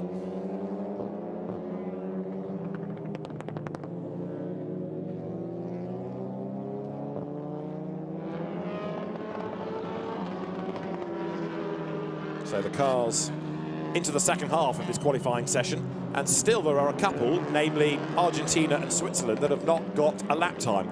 I suspect that is possibly to do with track limit offences and laps being taken away, because by now you would have expected at least one run to have got a banker lap in. Well, as clock's ticking down, 14 minutes of the session remaining. It's a long lap in terms of lap time. It's 2 minutes, almost 2.25 minutes per lap, and you can't afford to sit around and wait. What was all that about? Runs way, way wide coming through turn 2. That was Switzerland. That was Gabriel Los Guiños, just ahead of Hong Kong China's Andy Jan, who is still 5th in the times. Now there is Gilles Magnus, new set of tyres, and as soon as it's clear for him to be released, then he will be dispatched down the pit lane then. So the Belgian entry from the Comtu stable accelerates back towards the circuit. Andreas Backman likewise. And there for Ukraine, going past the pair of them at proper race pace, is Pavlo Chabanov. Trio of Audis. So Tom Coronel still provisionally on pole position. Just a 10th of a second advantage over Jack Young, but we wait to see what Magnus is going to do, having had a time deleted. So 13 minutes remaining. Aaron Cameron, the Australian driver, goes through there. Behind him is Sergio Lopez for Venezuela. Now Lopez is currently 11th, the Venezuelan driver coming up towards Le Beausset now, another of the Audis. So a regular in the Spanish and European and Italian championship, Sergio Lopez. Very experienced TCR campaigner over the last 2 or 3 seasons. But the UK, if you're wondering, Chris Smiley has just come into the pit lane. He's 14th, having never raced here before. So Chris Smiley 14th, but there's more to come from him. Tomorrow they get both their races. There is the 25-minute plus a lap qualifying race, which sorts out the grid for the main race, 30 minutes plus a lap. So 12 minutes to go, waiting to see whether any of the top 6 are going to make a move. They've currently got second all the way down to 8th place. Well, 7th place in the pits, 9th place in the pits. Second down to 8th have all been knocked down a position since Tom Coronel set that provisional time. Was about 5 minutes now ago. Back onto the Mistral straight comes there Gilles Magnus. He's building up once the tyres are at operating temperature for another go for pole position.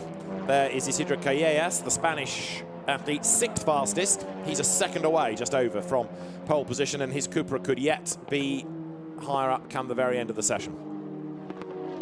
Spain has put a huge amount of effort into the FIA Motorsport Games. I think I'm right in saying it's the only nation out of the 72 that we've got with a representative in every category. Very good effort by Spain. Whoa. Big bite of curb for Callejas. Gets away with that and accelerates then now through Virage de la Tour up towards the Virage du Pont. Doesn't take anything like as much curb through that section as Gilles Magnus has as we nudge towards the final 10 minutes of qualifying here. So waiting to see what Jack Young, Magnus, Bachmann, Jan and Gomez to round out the top 6 are going to be able to respond to. Tom Coronel. Back out there goes Travis Hill, the Canadian driver. Big flash of the lights from Gilles Magnus to say to Andreas Bachmann, get out of my way, but he's not yet caught him. So Gilles Magnus onto a flying lap now. And for Spain, Isidro Callejas has now gone third. So it is Holland, Ireland, Spain, Belgium, Sweden, Hong Kong, China. That's the top 6. And Argentina up into 7th position. So Montenegro, and that's position. So changes going on. So still Coronel in control, running wide down Canada. As Magnus gets through, that'll not have helped his cause he'll be aware and be watching where that car was going to go, where it was going to come back. Now that's Jack Young, Yeah, Jack second Young. in the times. He's 0.139 of a second away from pole position. And he's having another push. He's just done a personal best, as you can see, in the middle sector. Greens are good, purples are even better still. Yeah, but half a second down in sector 1 against what was his previous best, so that's a lot of time to try and claw back. Unlikely it's going to happen on this lap, but let's be positive and hope there's something of an improvement. Currently second, a tenth and a bit down from the time set by Tom Coronel. So Jack Young now quickest goes through, fastest of anybody, 2:11.975, 0.3 of a second quicker than Tom Coronel. Gilles Magnus, though, has just done an absolute best in the middle sector. There he is. So track limit dramas allowing Jack Young for pole position. What about Magnus? He lifts a wheel there, going through Le Beausset. He sees it sits itself back down onto the ground. Little puff of tar smoke coming out of that right rear corner. So now, last few corners of the lap. We're into the final 10 minutes. This is when it really starts to get very, very important indeed. Well, if this is a fresh set of Pirelli rubber on the Audi, then this lap, and again, he takes awful risks by putting the car almost literally 4 wheels off the racetrack. So the adaptation from GT to TCR machinery for Gilles Magnus continues as he accelerates up towards the timing line. He will come through now to break the beam, and is this going to be good enough to put him onto the front row of the grid? Is it going to be for pole position? It is! Gilles Magnus for Belgium, fastest again by 0.144 of a second, a 2:11.831. So a very good effort that for Gilles Magnus. So it is now Belgium, Ireland, the Netherlands, Sweden, Hong Kong, China, Spain, the top 6. So Tom Coronel, personal best, sector 1.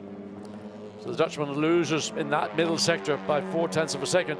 Net, well, he'll not be overly happy with that. Maybe hopes he can reclaim some of that time in this final sector down into Beausset. Takes that very tight entry, then lets the car run up high, and then cuts down to make a very late apex and then exit from Le Beausset and then into the third sector. And what has he got left? Still, Switzerland does not have a lap time. Gabriel Lusquinos, who's been out there seemingly for the bulk of the session, keeps on losing lap times. One fears for track limit abuses as Tom Coronel pushes on. He's done a personal best in sector 1, but he's dropped a couple of tenths in sector 2. Can this put him onto the front row of the grid? Accelerating now out of the Virage du Pont. Coronel heading up towards the timing line. He's currently third. He's up towards the timing beam. He will break the beam and he will stay third fastest. 2:12.495, a little bit slower. Yeah, the third sector of the circuit, way off what he needed, 0.6 of a second. So how much has he got left in terms of tyre performance as we see Sweden go back out? So Bachmann, who is currently 4th quickest, second row of the grid alongside Tom Coronel, needs to find, a bunch of time, needs to find 0.6 of a second to even challenge Gilles Magnus, but he only needs about, well, a couple of tenths to find a way to get close to improving one position with Tom Coronel. This is Teddy Claret, the ever so spectacular Teddy Claret. I like the white and the blue wheels as well, front and rear. They've done a really nice job with that colour scheme, the French tricolore on the car, as Teddy Claret is currently 8th for France.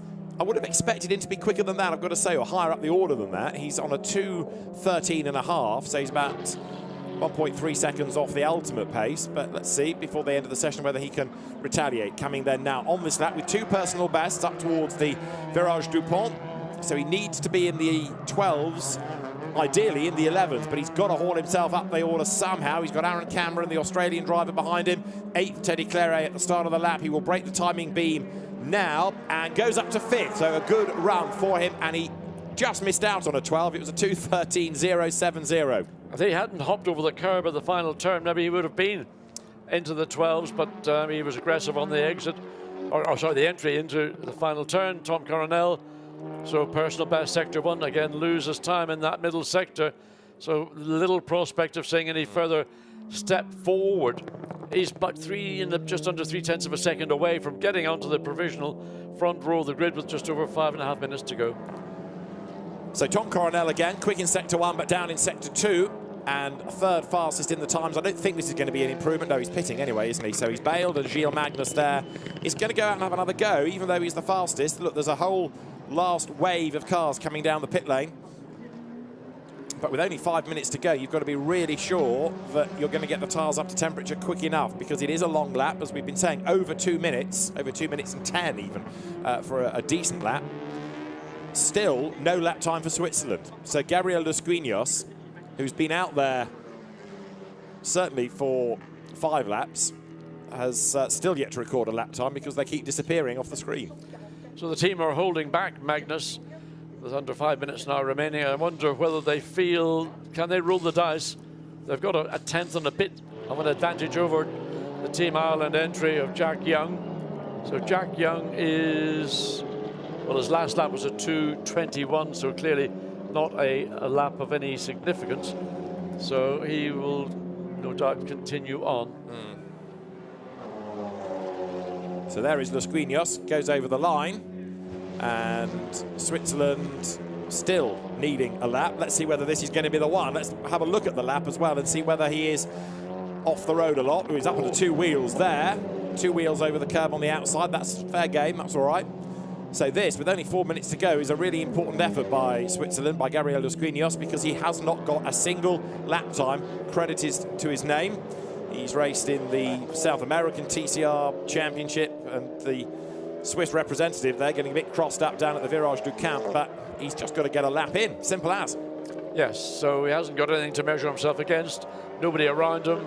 His best time in Sector 1 is down on what he had previously done, although he'd never completed a full lap, so one wonders what the ultimate performance for the Swiss entry is going to be. And well, Gilles Magnus, the car still in the pits, still the clock counting down. I think they're prepared to go out if they are challenged, but if they're not going to be challenged, they're not going to go out. They can save the Pirelli rubber for tomorrow. But if they are challenged and he has to go out, he's going to run out of time to do an out lap and a flying lap, because the tyres won't be up to temperature. So I think he's pretty much done. I mean, that's the point they're at now. They've got to decide, are they going to go out now? Yeah. How much longer can they hang back in the pits? Switzerland, that is Dos Guiños then coming up through Senior. That looks okay. Straddles the white line there. 1 or 2 backing out of this lap because they feel they've done enough and the session is at an end for their tyres. So Gabriel Dos Guiños comes now up through the exit of Le Beausset on towards Toulon. And so the Swiss representative, the Swiss athlete in the Cupra, comes now to the Virage de la Tour, this snaking section, the last few corners. I've got to say, this has looked a decent enough lap in terms of keeping away from curbing, and fingers crossed it's going to finally give him a time. Gilles Magnus has gone back out again, I think I'm right in saying, as over the timing line now comes Switzerland, comes Gabriel Dos Guiños, and let's see whether this finally gives him a time. It does. He goes 10th quickest. Will it stay there? So 10th for Dos Guiños, and there is Jack Young. So 2 minutes to go. Jack Young on a flying lap now, but this is what happened to him down at the chicane. Good save, John. Excellent save. I thought maybe he was taking part in the drifting competition. That was a pretty impressive save from the Ulsterman in the Honda representing Ireland. And just carrying a little bit too much speed, trying to slow the car down. Dirt tracked it in to the chicane. Didn't do any particular damage to the tyres, but the tyre doesn't really like that level of abuse. And hopefully he will recover and make another lap before checkered flag. Only a minute and a half to go before the flag is out. So there he is. He'll get round and start one final lap. And the hope that he might be able to challenge Gilles Magnus for that pole position. Indeed. So Tom Coronel has not given up yet either. He's staying out to the very end. So as the sun sets, the touring car qualifying coming to an end with Gilles Magnus for Belgium, one of the fancied runners on pole position. Tom Coronel giving this set of Pirellis a good workover. He knows exactly where the curbing is at that part of the circuit. Wheel lifted as he hits the brakes down into the Virage du Camp, back onto the power up towards Saint-Beau. Now, many of these corners, of course, named after local towns and villages, and he hops and skips and slides his way out of the corner. I think he's physically trying to shorten the circuit, the amount of curbing he's been using, certainly at the far end of the racetrack, but he's got so much knowledge, so much experience, and there's nothing that he's going to learn. He's been on the job for about the last 30 years. Single-seater champion, touring car champion, GT racer, Instagram hero. Good character is Tom Coronel, as is his brother Tim, and comes out of the chicane. Tom Romeo Coronel onto the Mistral straight, and in terms of sectors, not looking exciting. I thought you were going to say he's what you'd call in Holland a good eggnog. I like the idea. Tom Coronel, then, he's improved slightly in the second sector, but I don't think it's going to be a significant effort to get himself up the order. Jack Young has pitted. That's his session done. The flag is imminent because we are just 3 to 1 seconds away, and the flag goes out then to end the Touring Car Cup qualifying.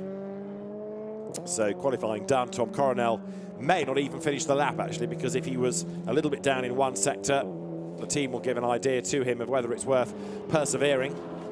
I would just drive in the pits. Yeah. So here he comes. Makes his way down towards the Virage du Pont, what he is going to stay out there for. And down in Sector 1, up in Sector 2, the net result. The idea is to get himself onto the front row of the grid. It won't be easy, but he's about to break the timing beam, and as he does so, Tom Coronel's session ends with him being on second fastest, goes ahead of Jack Young. Well, I'm glad he took my advice and stayed out. I remember you saying it. It was an absolute best in the last sector as well. Yeah, no, so I mean, down, personal best, absolute best, 2:11.966. Well, that bodes well, I reckon, for a very, very competitive Touring Car Cup tomorrow. There's the qualifying race and the main race. This is for France, Teddy Claret, who was up in the first sector but down in the second, so he's still pushing, but whether it's going to be a representative lap, we'll have to wait and see.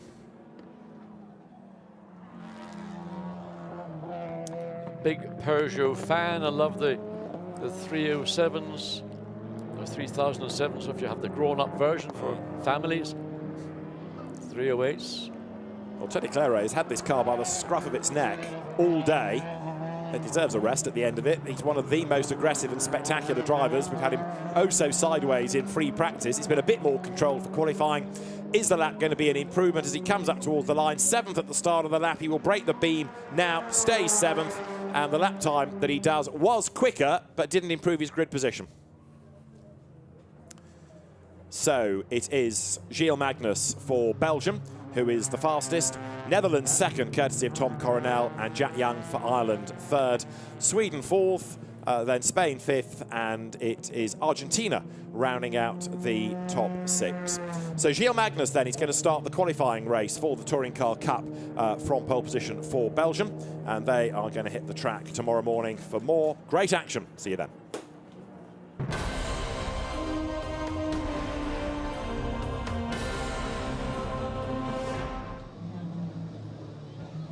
That's the grid sorted for touring cars, and you can watch the main race tomorrow at 2:30. Now, earlier on today, we had the karting endurance. This is a 4-hour race. There's 4 competitors in each team, and one of those competitors must be a female. 4 hours, and the last lap was really exciting stuff, taking it right down to the wire.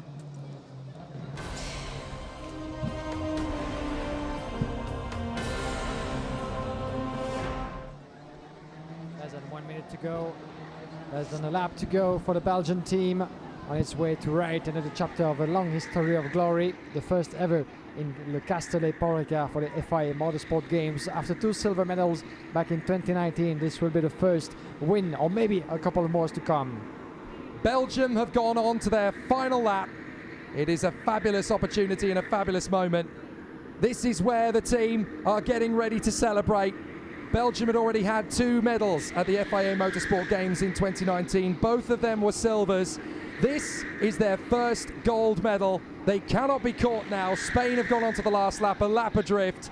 It is going to be a historic moment for the 4 drivers. They have been exceptional. Maxime Drian, Antoine Mollet, Sita van Meert and Jeremy Pecklers. It is going to be a historic moment as the time ticks down to 0. They will come off the final couple of corners. It's been a historic day. The first ever FIA Motorsport Games karting endurance 4-hour final. And it's Belgium! Team Belgium wins at Paul Ricard. It's a gold medal for Team Belgium in fantastic style as Georgia sweeps 4th place from underneath UK on the final lap.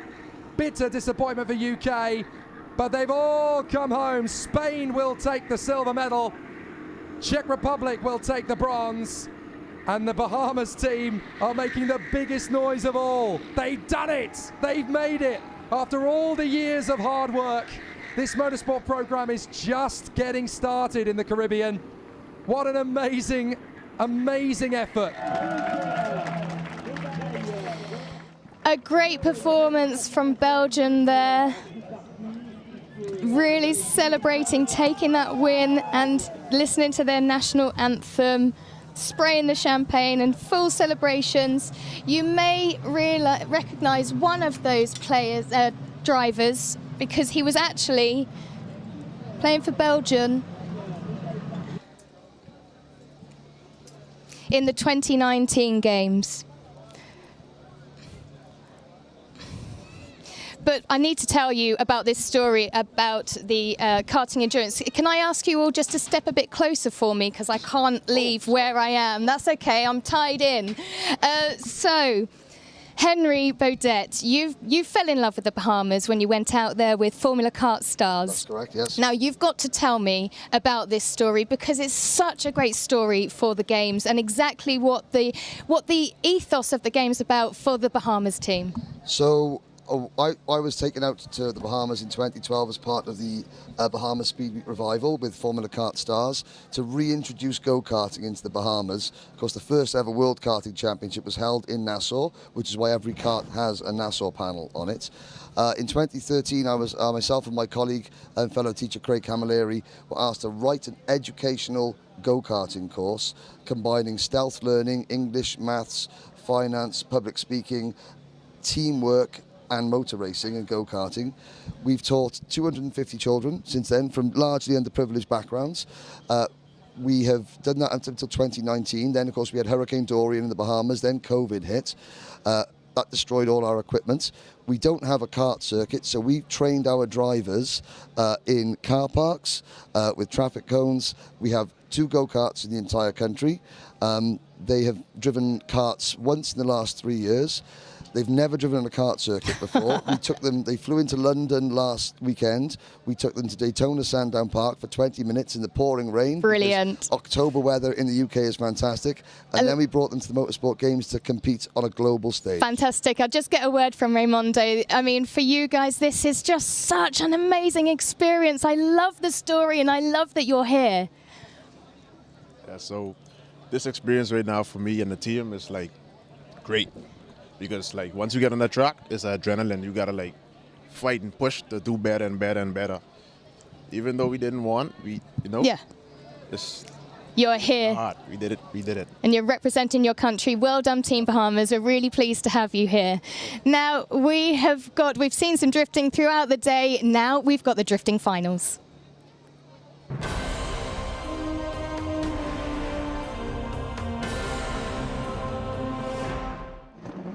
We are waiting for the light to turn green, and it's on. The second part of the semi-final, Kevin Pesser out front has to deliver right now on his lead run.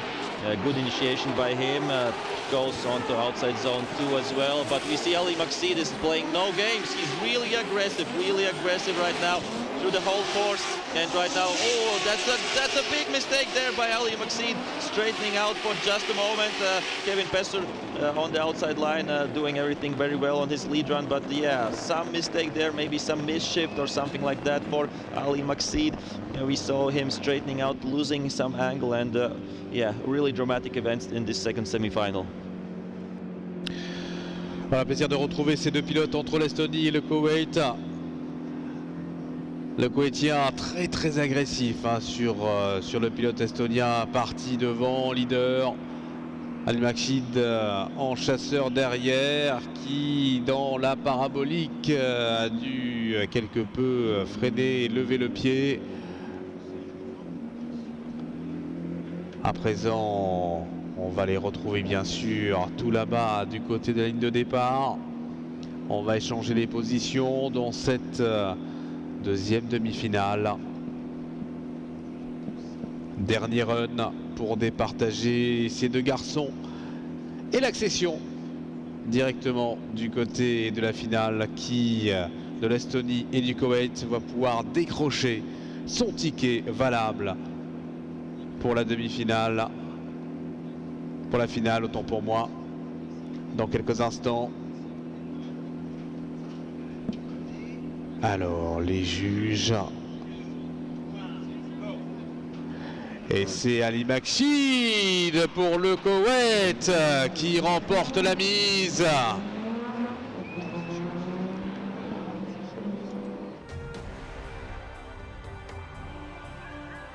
So we need to explain also the last battle. There was like a lot of waiting. There was like firstly 5 minutes from one driver. Then we had the first run. In the first run, there was a contact between the drivers. And as you can see, there on the track is the pink cone. And the pink cone is showing the end of the deceleration zone. And we can see that the S13, when it was coming towards the end of the deceleration zone, it was still slowing down, but after the cone, he was back on the throttle. But the Kevin, when he was coming out of the outer zone 1, he was like cutting a lot. That pushes him like into the wrong line and basically slingshotted him into the leader in front of him. So we blamed the mistake on the chaser in this position. Then we had the second run after the waiting for repair on side of Kevin Pesser. And we saw like big mistake from the chaser in outer zone 3, but that was not incomplete mistake like the spin from the first run, and that helped Ali Maksid to continue in the competition.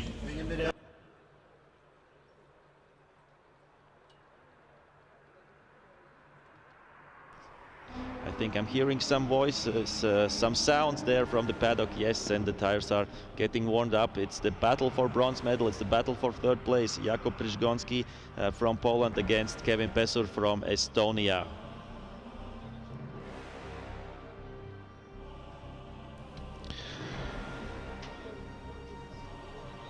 Voilà, avec les protagonistes, notamment de la première place qui se prépare à entrer en piste.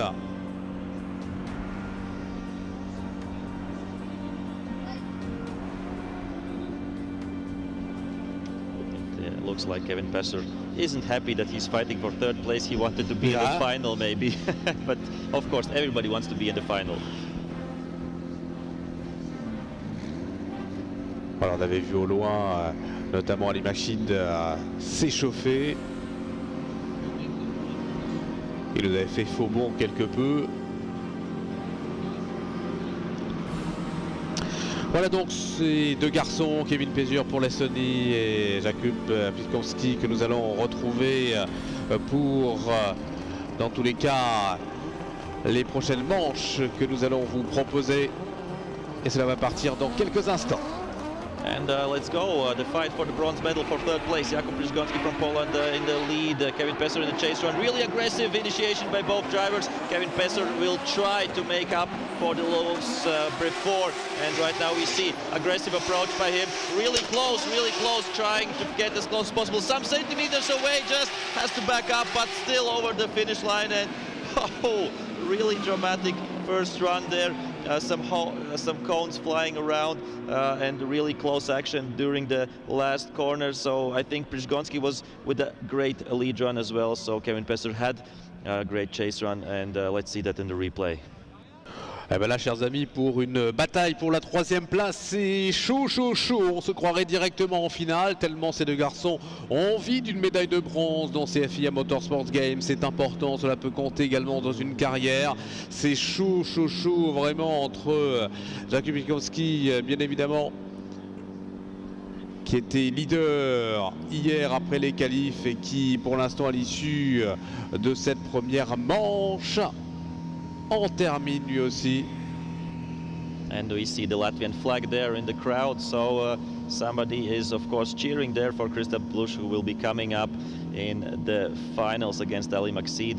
But right now still we are in the battle for bronze medal, in the battle for third place, and Kevin Pesser will right now be in the lead position and Jakub Przygoński will be chasing. So a great crowd today here at Paul Ricard.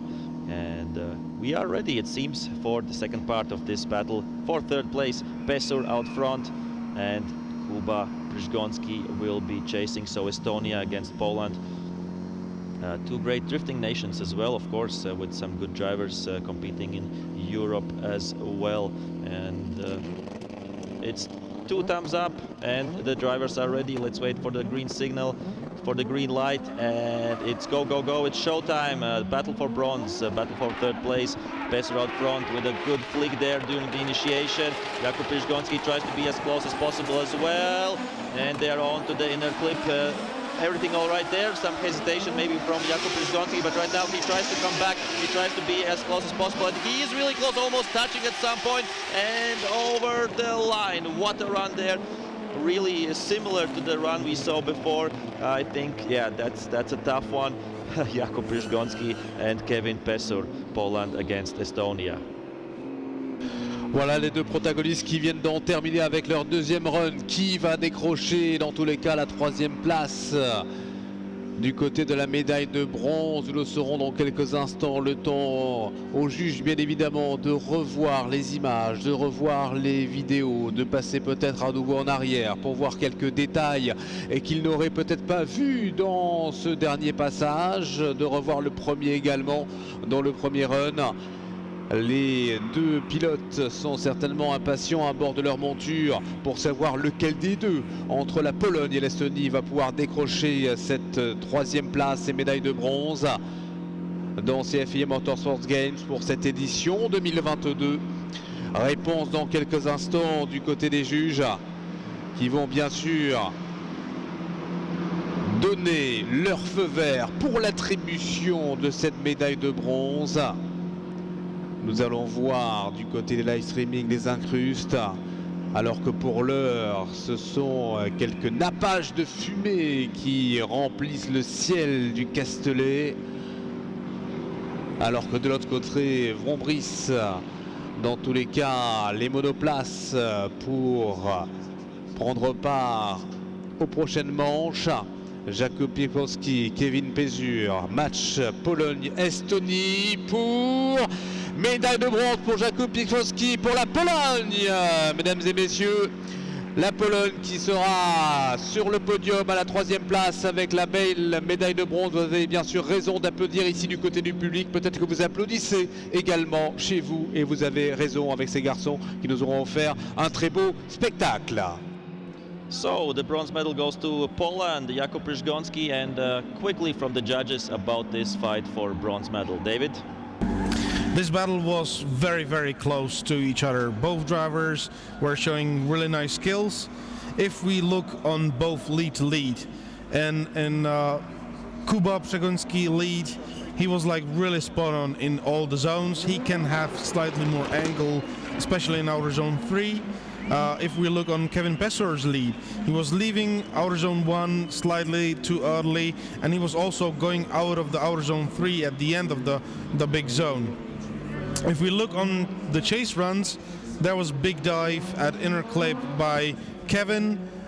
He was cutting at outer zone 1, outer zone 3, and in the last corner there was also contact when he was trying to get into the same line like the leader.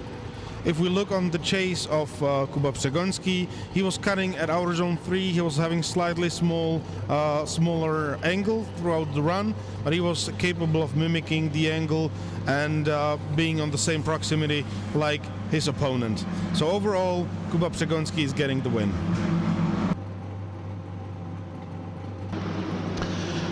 Et à présent, chers amis, après ces explications, place désormais à la grande finale, après le top 30, le top 16, le top 8, les demi-finales. Et bien à présent, place à cette grande finale, juste après bien sûr la troisième place que nous venons de vivre. Match entre Ali Machid, le Koweïtien, et Christophe Blues. Le leader sera Ali Machid, le chasseur pour l'instant sera l'homme de Latvia, que nous retrouvons à la droite de l'écran pour ceux qui sont à la maison. Et c'est parti! And it's the big final right now. Ali Maxid from Kuwait against Kristaps Luluš from Latvia. Really good initiation there, and Kristaps is right on this side of... that's a little bit of a too much angle, I think, for Maxid, and Kristaps Luluš tried to adapt that and did well, I think, and right now onto the last corner, and really, really close side-by-side action, and over the line. That's the first run of the big final. I think it was a great run with some interesting moments between them, and let's have a look at the replay. Énorme moment pour cette finale que nous vivons ensemble, énormément d'engagement de la part de ces deux pilotes qui nous régalent vraiment de leur figure et de leur dextérité. C'est viril, mais c'est correct, c'est comme en rugby, avec ces deux garçons vraiment qui ne lâchent rien jusqu'au bout. Vous l'aurez compris, premier run, nous allons avoir la belle. Avec le deuxième run, on va échanger les places, les positions, avec toujours à la clé, bien évidemment, une médaille d'or, une médaille d'argent, forcément la deuxième place. Mais ce qui intéresse forcément ces deux garçons, c'est la médaille d'or qui va être bien sûr attribuée. Et d'ici quelques instants, le temps de les retrouver sur la ligne de départ. Et dans quelques instants, nous allons jouer, nous allons rouler forcément pour une médaille d'or pour l'un de ces deux pilotes, à vivre ensemble dans quelques instants. Le temps de quelques dernières images de cette foule massée ici pour apprécier bien sûr ce spectacle et de retrouver ces deux hommes. On a échangé les positions, le chasseur est devenu leader. Ce sont les derniers tours de roue de ce drift pour cette édition 2022 ici des FIA Motorsport Games. Dernier tour de roue avec les finalistes, avec forcément une place sur la plus haute marche du podium. C'est le deuxième run. Blues, Maxid, attention, ça va partir. So yeah, attention to the track, attention to the live stream. It's the big final, the second run. Kristaps Bluž from Latvia out front, Ali Maxid from Kuwait will be chasing, and it's the green light, and we go on racing again. Kristaps Bluž initiation there on point, Ali Maxid trying to be as close as possible.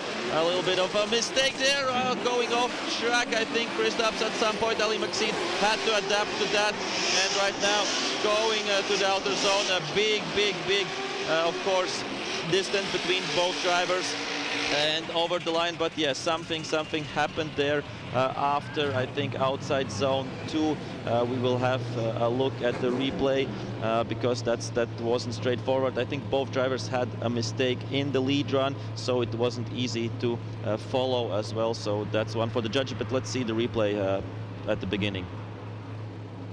Alors on regarde également avec attention le replay avec l'Imachid qui est quasiment là, qui a failli partir même en tête à queue dès le premier virage, laissant Christopher Blues avec un petit peu d'écart. Est-ce que cela va compter, peser dans la balance dans cette finale pour ce deuxième run?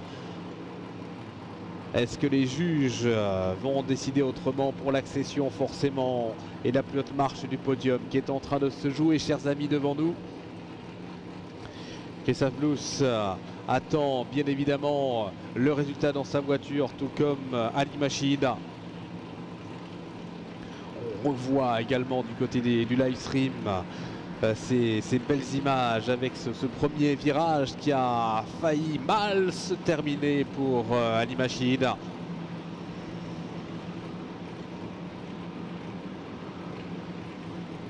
Alors que le run semble à l'œil un peu meilleur hein, pour Xablous, à confirmer bien sûr. Est-ce que les juges auront le même avis alors qu'il y a eu contact? Il y a eu contact effectivement dans ce premier pif-paf, léger contact dans ce premier pif-paf avant cette parabolique.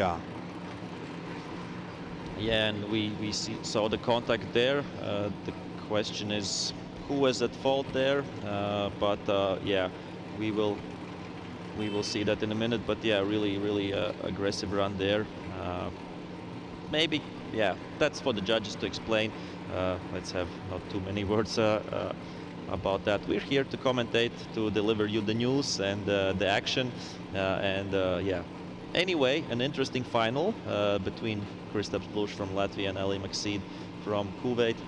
So it seems maybe the judges are still looking at some replays to see the first run when Maksid was leading and the second run when Kristaps Blush was leading. So yeah, the paddock is open for the spectators, so you can go there and have a look at the cars, have a look at the drivers, and afterwards at 6:45 or 18:45 we will love to see you at the award ceremony of Drifting Cup. That's at the main building, so a little bit of a walk or drive from here, but still at the main building there in the fan zone. There will be the prize-giving ceremony for the Drifting Cup, the best 3 drivers of today. We know the bronze medalist already, Jakub Przygonski, and we still don't know who will get gold and who will get silver. So we are waiting for the judges for the results, and of course afterwards we will go to them for some explanations. And it's one more time we go once again, so we will see them once again, and the judges want to do them better. Just quickly to David. David, yeah, definitely we would like to see from both drivers better lead runs, because in first run we saw that Ali was having like way longer decel than he should have, and when they switched positions, Kristaps was having double deceleration, so he decelerated after the decel again.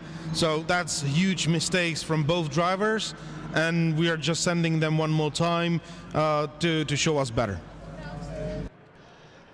Allez, one more time, la belle, chers amis, les juges ont envie de nous faire profiter, quelque part ils ont raison du spectacle. Nous aurons donc une 3e manche pour départager ces 2 pilotes, pour départager la plus haute marche du podium. Ça aussi, on va le vivre ensemble et c'est bien, on va pas se quitter comme ça.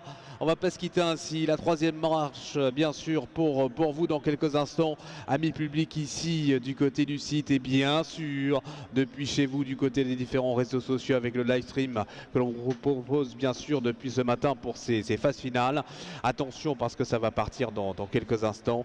Les pilotes que l'on va retrouver bien sûr du côté de l'aire de départ pour la dernière et 3e manche. Finalement, la belle, ça sera pour vous. And we have some quick information there. Because of the contact in the second run, Ali Maksid's car is broken again, unfortunately. So as he wasn't blamed for this contact, so Kristaps Blush out front was in blame for the contact out front. So that's why Ali Maksid right now gets these 10 minutes to repair his car. And yeah, so we have 10 minutes right now for Ali Maksid to repair the car, and then he has to come back to the starting line. He hasn't the competition timeout anymore, so he don't get additional 5 minutes. We have 10 minutes up until the clock runs out for Ali Maksid, and then we are going on to the one more time battle here in the final. So that's what we want to see, the one more time. So yeah, that will be in. So we see that Ali Maksid is going through the paddock to the starting line. He will warm up his tires, and we should get the one more time of the final. Of course, yeah, the contact was unfortunate, of course, in the first run. on the second run, I would say, better. But yeah, that's sometimes how it goes in drifting. After contacts, you can have the chance, if you're not at fault, to repair your car. And here we see both finalists once again.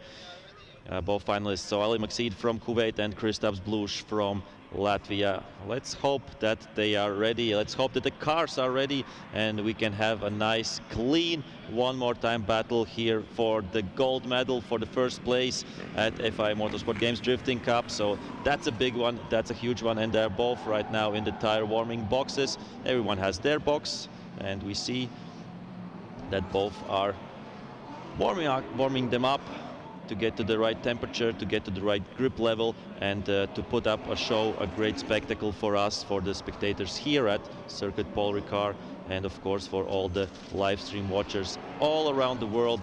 As I said before, 30 different nations competed at this event here at the Drifting Cup, and only 2 are of course right now in the final.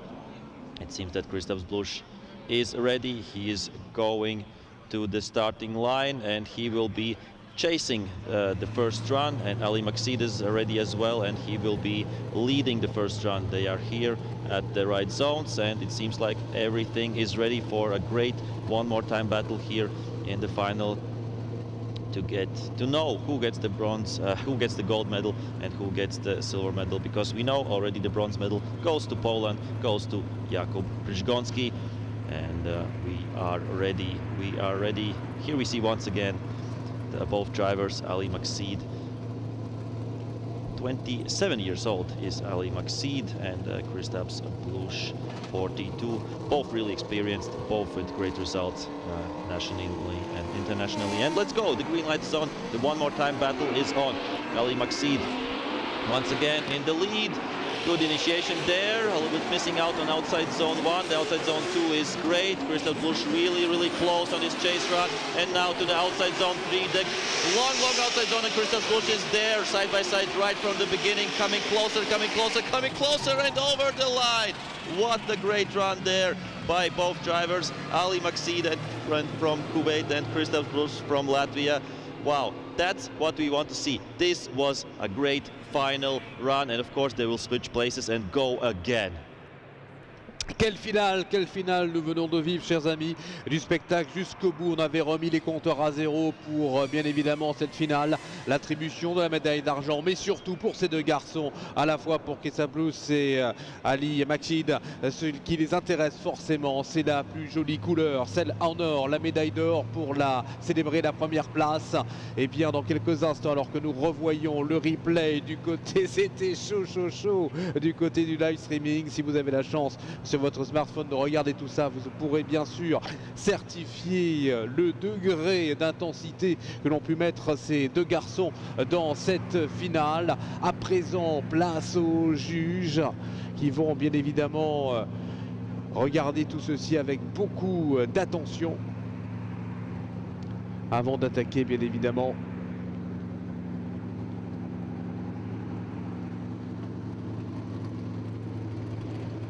and they have switched places right now. Kristaps Blush from Latvia in the lead position, Ali Makseed in the chase position, and let's hope for another great run in this final battle, in this one more time, of course, of this final battle of the Drifting Cup. The light is green and we go once again.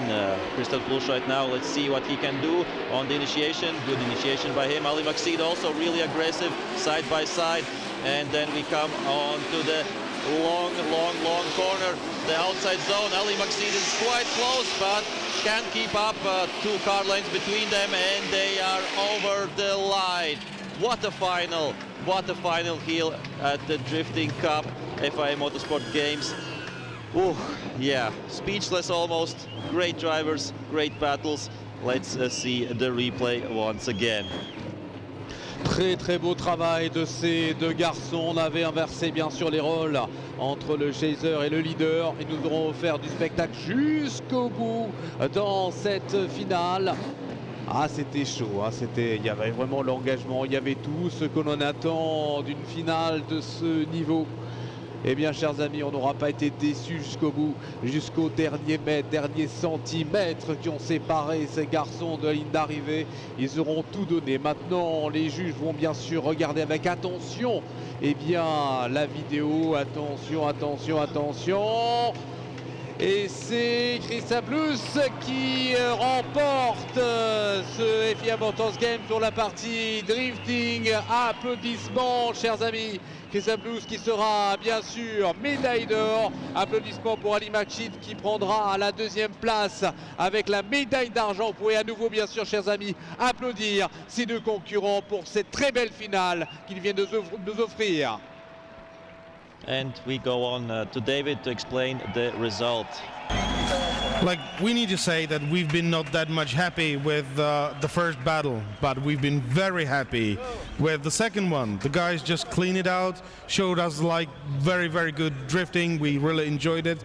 But it goes mainly to the chase run of Ali Maxid, where he did big mistake at outer zone 2 when he shoots the car inside, and then he lost the proximity, and it was very hard to get it back afterwards.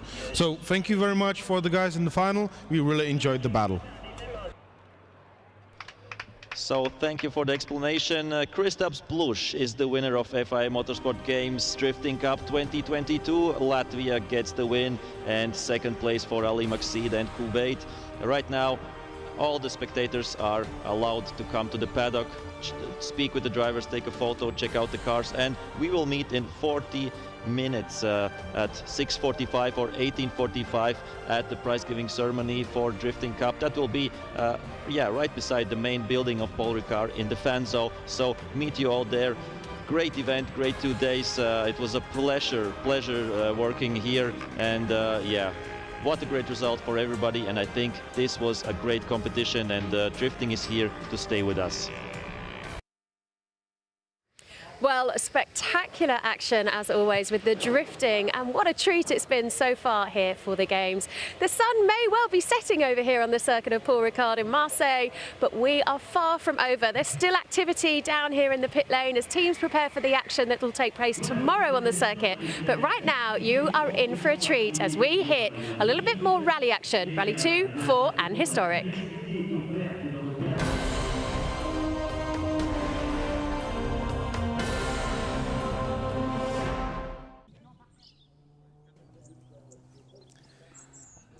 Sandbaum, the national park around Paul Ricard, is the venue for the Motorsport Games rally action. 2 full days out in the forests and in the mountains.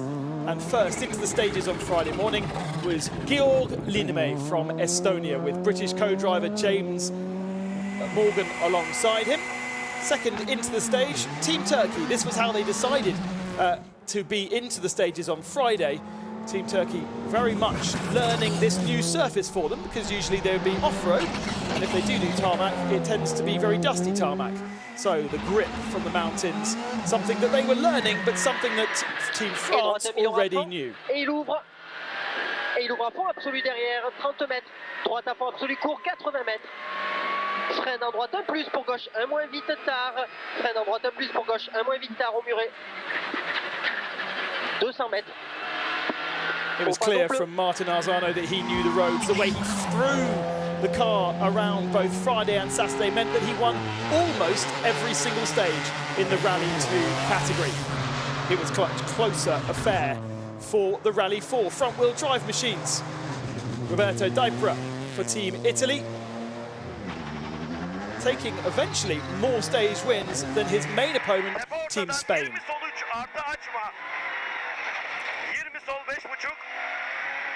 This, though, the big surprise, Team Turkey.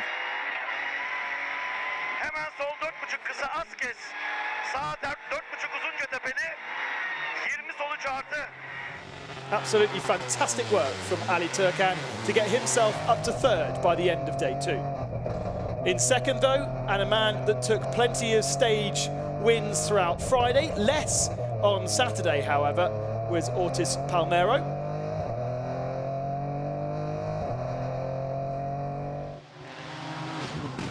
went into the end of Friday still leading that category, but by Saturday morning had lost the lead to Team Italy, and the gap grew and grew. But it didn't mean he fell any further down. Team Italy having a great time in Rally 4 and also in the historic category, this beautiful Audi Quattro. Driven by Zippo and nearly winning every single stage, he was trumped a few times throughout Saturday by this man, Antonio Sainz.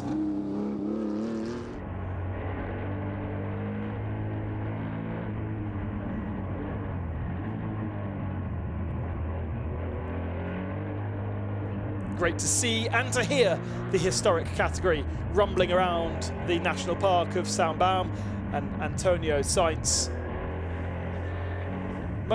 managing to actually take a stage victory off Zippo this morning, but only one.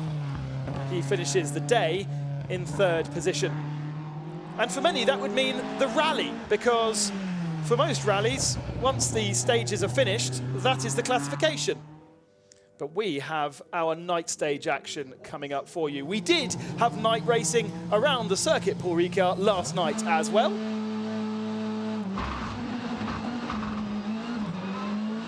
And this was one opportunity where Mathieu Arzeno did not score a stage win. That is ominous for our medal stage coming up in a few moments' time, because he hasn't really enjoyed this stage around Circuit Paul Ricard. This was his mistake. No danger of damaging the car, but danger of losing time. And to decide the medals, we will be on this stage tonight. It will be the top 3 from the stage in classification coming into this stage, and that is Team France, Team Estonia, and Team Spain. Team Spain fastest in Rally 2 last night. Team Estonia fastest in qualifying in the light. And in Rally 4, it will be Team Italy, who have managed to qualify. Unfortunately for Team Belgium, missing out.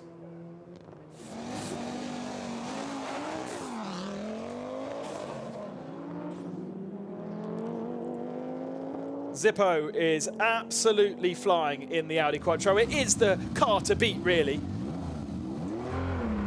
As we go on board with Antonio Sainz, we'll be able to see that he wasn't necessarily particularly happy either with, number 1, the co-driver notes, and number 2, the direction of where he was trying to point this Porsche. The car's having to be set up very different on this racetrack to the bumpy roads. And there was just a little bit loose. And then he starts getting lost. Watch the co-driver. He starts pointing. Whether they had a problem with the intercom or whether simply he was a little confused by all of the various lines around the Paul Ricard circuit. Either way, Antonio Sainz will be one of our 3 in the historic category, which will start our track action this evening.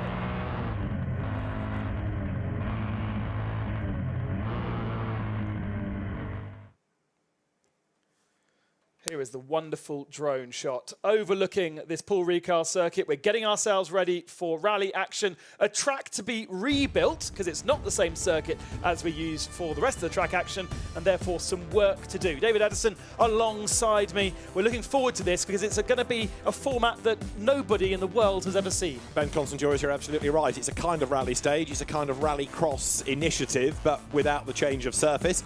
And it still puts the onus on the co-driver for making sure that they're calling the notes right. It makes absolutely sure that the driver is on his mettle. You've got effectively 3 different laps. It's a 3-driver shootout. So what you've got are the top 3 on the classification after all the special stages, then going head-to-head in a race, but with different lap configurations, joker lap sort of rallycross style. Yes, and that's a very different thing, because looking at the entry list, there are plenty of rally drivers that do rallycross, but I don't think any of these particular drivers have much experience with door-to-door action, and we are going to see that door-to-door action this evening. Yes, you're right. I have a feeling we talked about one driver last night. Was it Mathieu Arzeno, who's done a bit of circuit racing? Yes. But you're right, very, very few will have much experience of not just being on the circuit, but with other cars around in close proximity. Fantastic looking down on the well-illuminated Paul Ricard circuit, and the rally teams that have been out and about. Of course, this is the base for the rally, but getting back in of late has been a bit difficult because there is so much traffic here, so many people have been here, they're all trying to get out.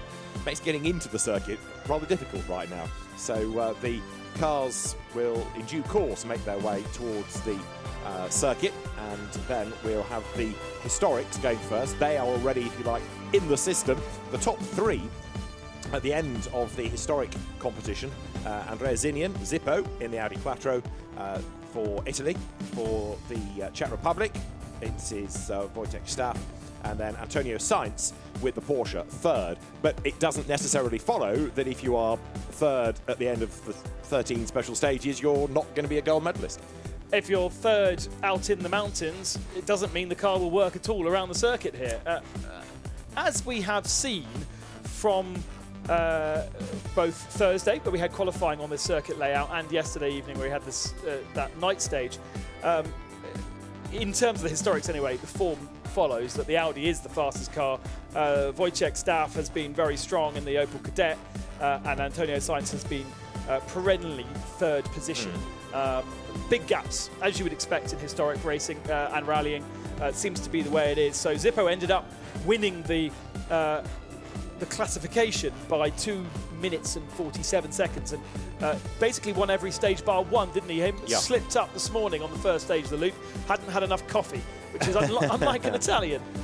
Yeah, that was the La Grande Corne 6.7 kilometre long stage at the start of the day, you're quite right, where the Porsche seemed to work in its absolute optimum. It made a great noise last night. Of course, Sainz, good rallying stock, good rallying name. This is brother of Carlos Senior. This is brother of Carlos Senior, which I think was news to a few people. The evidence was on the Red Bull helmet, and actually the elder brother of Carlos, but both have been rallying since the 1980s, and obviously just two have taken different paths. Although how he feels about his brother.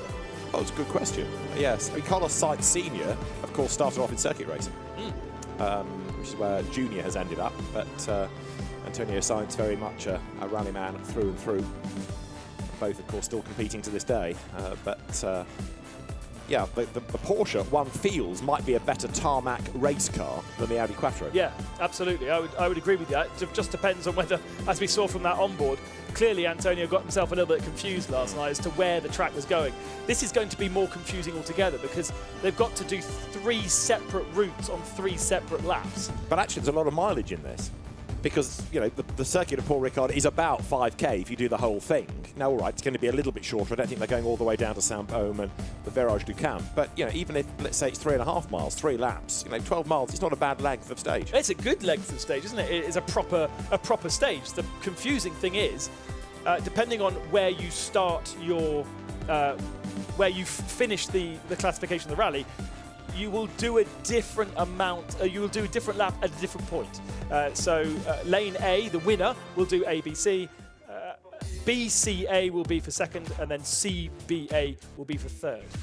In terms of the medals scored thus far, France is currently ahead with 2 golds. Belgium has got a gold and a bronze. Latvia has got a gold, and the Netherlands likewise. Then you've got Spain with 2 medals, but they're 2 silvers. Sweden's got a silver and a bronze. There's a silver for Kuwait and for Germany, and bronze for the United Kingdom, for Poland and the Czech Republic. But so far so good for France, but 2 golds trumps 1 gold and 1 bronze. So the medal table is the organised, and we'll have that for the medal table to grow over the course of the weekend as more and more of the disciplines are decided. Of course, some only in action tomorrow, like GT Sprint. Others have been busy Friday, Saturday, now completed. And as we get ready for rallying, of course, another key element of the FIA Motorsport Games is the karting aspect. We've got karting juniors and karting senior, and there's karting endurance, but the sprint class for the seniors has been particularly busy, and some great racing was seen earlier on in the day. And is one to keep an eye on for qualifying heat 2 of the senior sprint category. So it's time to go racing for the second time in Sprint Senior and the 5th time today on the karting circuit here at Paul Ricard in the second FIA Motorsport Games. It's Belgium and Spain on the front row, then Sweden and Denmark on the second, Hungary and Israel on the third, from Chile and Sri Lanka, Germany and Hong Kong, China. Then it is Austria and Estonia, from Poland and Slovakia. Then we have Venezuela alongside Brazil, India alongside Barbados. Then it is Ukraine alongside Indonesia. We have Lithuania beside Malta, Portugal beside Nigeria, Costa Rica beside Mozambique, then Australia, Panama, Chinese Taipei and Kuwait. It's going to be a fabulous battle for all of the contenders. But for Belgium on pole position, Eddie Goldstein has another tough mission. Can he keep Nacho Tunion of Spain and, of course, our race 1 winner from earlier, Joel Bergström of Sweden, at bay? Time to find out. Time to find out once the drivers put enough temperatures into the tires. Always easier said than done. And those compounds being harder than usual take more time, more laps to function properly, even though these are the same tires that they've been using since qualifying as part of the regulation. They have 2 sets of tires for quali and the qualifying heat, and one for the final, if I'm not mistaken. These are MG red tires that those drivers get to compete with for the Motorsport Games. Let's see if we'll be able to go on the first attempt, because for the past the previous qualifying heats we had extra formation laps, and it's due to the fact that the formation of the grid wasn't deemed good enough by the officials onto the track and our race director Pasquale. So let's see if on the first attempt this will be one go already, as the pole sitter Eddie Goldstein needs, as always, to pace everybody down. Is on the left side of the picture. Belgium and Spain on the front row, Sweden and Denmark on the second, from Hungary, Israel, Chile and Sri Lanka. Let's go racing for the second time in Sprint Senior. In qualifying heat 2 we have a false start. False start. We will go around one more time. So the field not quite in the correct positions off the line this time. So they will go around for another exploration lap.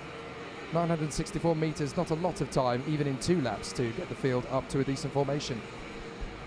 Yeah, it's quite a tricky one, isn't it? Considering that this is certainly one of the shortest tracks that the OK and OKJ category, so to speak, have been competing for the past few seasons. Usually this is between 1,200 and 1,400 meters, even more in the FIA Karting Championships.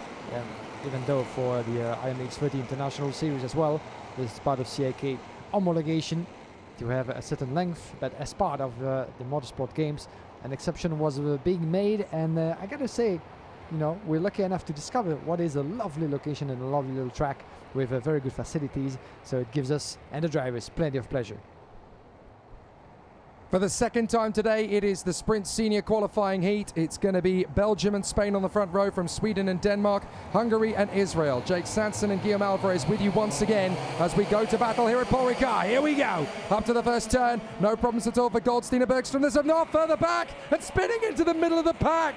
Oh, what a disaster for the 201 spinning around. That's Oscar Wirtz. He ended up getting tipped around, and there's nowhere for anyone to go, including the Israeli talent, Ariel Elkin. Big disaster for him. He's already had a nightmare in the first heat, and now it's all come unstuck for him at turn 1. Disaster for Wirtz, disaster for Elkin. Austria and Israel are already out of contention, and there is Oscar Wirtz walking away. It's game over for Austria. Devastating. And here's the big battle further back. That looks like an overtaking move in the middle of the pack there. Drivers trying to back their way through on the opening tour. 16 laps of the circuit, of course. But Goldstein has been able to maintain his lead at the front. So it's Belgium in front of Sweden, then Spain, Hungary, Sri Lanka and Chile in front of the Indian talent, Karl Kumaran. Yeah, talking about the recovery, up to 10th place from 17 to 7 in 1 lap. Brilliant recovery indeed for India, and quite a disappointment for Oscar Wirtz indeed after what happened. By the look of it, I think he crossed. He went crossing the opening corner and lose complete control of the car. He went spinning sideways, and Elkin had nowhere else to go. So quite an unfortunate turn of event for those 2 young drivers having to retire, or at least they're still with us, but at the back end of the grid. As we're back with the lead at 2:14, as we're going to see a replay actually of what happened. Yeah, watch Wirtz in about the middle of the pack. He gets nudged sideways by another competitor. He's already committing to his line, and he can't stop the kart by that point. So the kart has already spewed off to the right. he's got nowhere to go. You can't really have a go of Wirtz for that one because he was completely out of control by that point. Someone had already forced him to go right side. Poor Elkin is an innocent victim as well. So both Austria and Israel, victims of circumstance. You can't really point the finger at either driver there that either of them were at fault, because they weren't. It's just one of those cluster effects that you get on the way to the first hairpin on such a tight circuit as this one. Look at the Swede, Joel Bergström, all over the back of Belgium, and Eddie Goldstein up at the front end. So as they come off the final turn, it's Belgium, Sweden, Spain, then Hungary, Sri Lanka, Chile, India, Brazil, and then Poland and Germany in the top 10. Plenty of talent already charging their way through the first couple of corners in the opening laps. But you're going to see some really exciting competitors in this phase of the race. As you can see there, Sweden just biding the time in second place. Bergström again is trying to keep himself in the hunt here, but Spain has gone fastest of all. A 44.337 for Nacho Tunion. And he is going to be trying his luck. Oh, and there's a problem further back. That's a big difficulty. That is Valdemar Agerholm. So the Danish driver who was up in the top 3 in qualifying heat 1. I'm afraid for Valdemar Agerholm, it's game over. Ariel Elkin sets the fastest lap of the race as he tries to get back into contention, but Agerholm going the same way as his Danish compatriot in junior in heat 1 earlier. Pedersen was off on the sidelines early, and I'm afraid Agerholm has had the same problem before him in senior in the second heat. Yeah, what a disaster that is indeed. Quite unfortunate for Denmark, as we're here with the 218. This is further back in contention. Jevan David from Sri Lanka putting a good show. The 209, we're back with the leaders. Belgium against Sweden, return game. This isn't about football. We're talking about World Cup, even though this is the World Cup of Motorsport, the Olympics of Motorsport, so to speak. But this is about kart racing, as Belgium and Sweden oppose each other once again, with Goldstein against Joel Bergström, and Spain and Nacho Tunion observing from a distance. Let's see what's going to happen between those two. Remember that this is the exact same scenario that we had in heat number 1, as Goldstein was putting his effort, trying to go defensive and keeping the others at bay. Bergström found that a little bit of extra pace on the way to turn number 11 and 12. That was enough for him to make his way through and lead to the checkered flag with the fastest lap on track. He must go for the same. He has similar ambitions. Let's see now if Eddie Goldstein on that particular part of the track will be able to shut the door quite enough in turn number 12. And there he goes. The door was quite open for the 218, beautifully made by Jevan David on Balas Kurensky. So that's Sri Lanka getting a place up to 4th in front of Hungary. So there is only one objective for the man in 3rd position for Spain, Nacho Tunion, and that is get past Bergström before Bergström gets past Goldstein, because we already know how fast Bergström can be. So Tunion has to put the number 221 in front of the man in 2nd place before he even has a crack at Goldstein. So this is important for Spain in 3rd position, but as you can see, the Swede has already got the message. He knows that the Spaniard behind him is very fast. So as Belgium, Sweden and Spain contest the victory in the 2nd qualifying heat, it is very clear that Sweden are going to want to push past Belgium nice and early here, because they've already got pressure from Spain in 3rd position. They work their way forward. Goldstein fending off Bergström, then Tunion. 4th place is Sri Lanka for the talented Jevan David, the hero, the motorsport hero of his nation back home. Then it is Balázs Gyuráncsik, the Hungarian, in front of India's Karl Kumaran. Great to see him do so well. Then in 7th it is Germany for Max Schlemer. For Chile in 8th place, Gustavo Suarez. Brazil is in 9th for João Mandrano. And then Poland for Adrian Labuda in 10th position, in front of the Hong Kong-China driver, Yu Kapo. So, very exciting stuff. But Sweden is hustling Belgium, and as we complete half distance, it is still Belgium, Sweden, Spain up front. Goldstein for just 0.2 of a second in front of Bergström and Nacho Tunion. I'd like to see Sri Lanka and Jevan David getting themselves into the mix. Still 1.3 seconds further back for Jevan David. Let's see what he can do, the former Forza racing driver in the OK class in the FIA Karting Championship. But now, this is the same scenario. We're going to have to be patient. Bergström is going to have to be patient as well. He really had to think about that. He came close. He came close to open that door. That could actually be the way in turn 11, turn 12. That's why he did it in the opening heat. But now it might be a little bit too soon, don't you think? This is lap number 8, lap number 9 could be completed out of 16. But I think he did 4 laps from the checkered flag in the opening heat. Let's see if he can repeat such a scenario. But you can see that Goldstein well leading in the great defensive. Oh, that was a good one indeed outside of the last turn. That was Carmen Krav. The Estonian lady has charged her way forward. She's putting on a terrific show here so far, actually. Good to see her move up. Looks as though we've had a couple of drivers make good progress. Dimitri Moravchik has ended up losing out to Farhad Al-Khaled, the Kuwait racer, who is up to 15th place. A great comeback for Al-Khaled, who's doing a great job.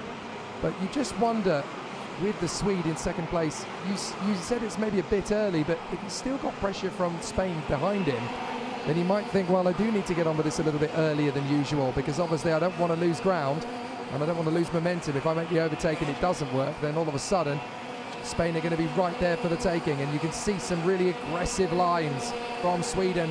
Joel Bergström trying to cut through past Belgium, and Ellie Goldstein in the lead. This is not going to be easy to separate the two, but Bergström getting very fired up here behind Goldstein. He's only got one thing on his mind, though.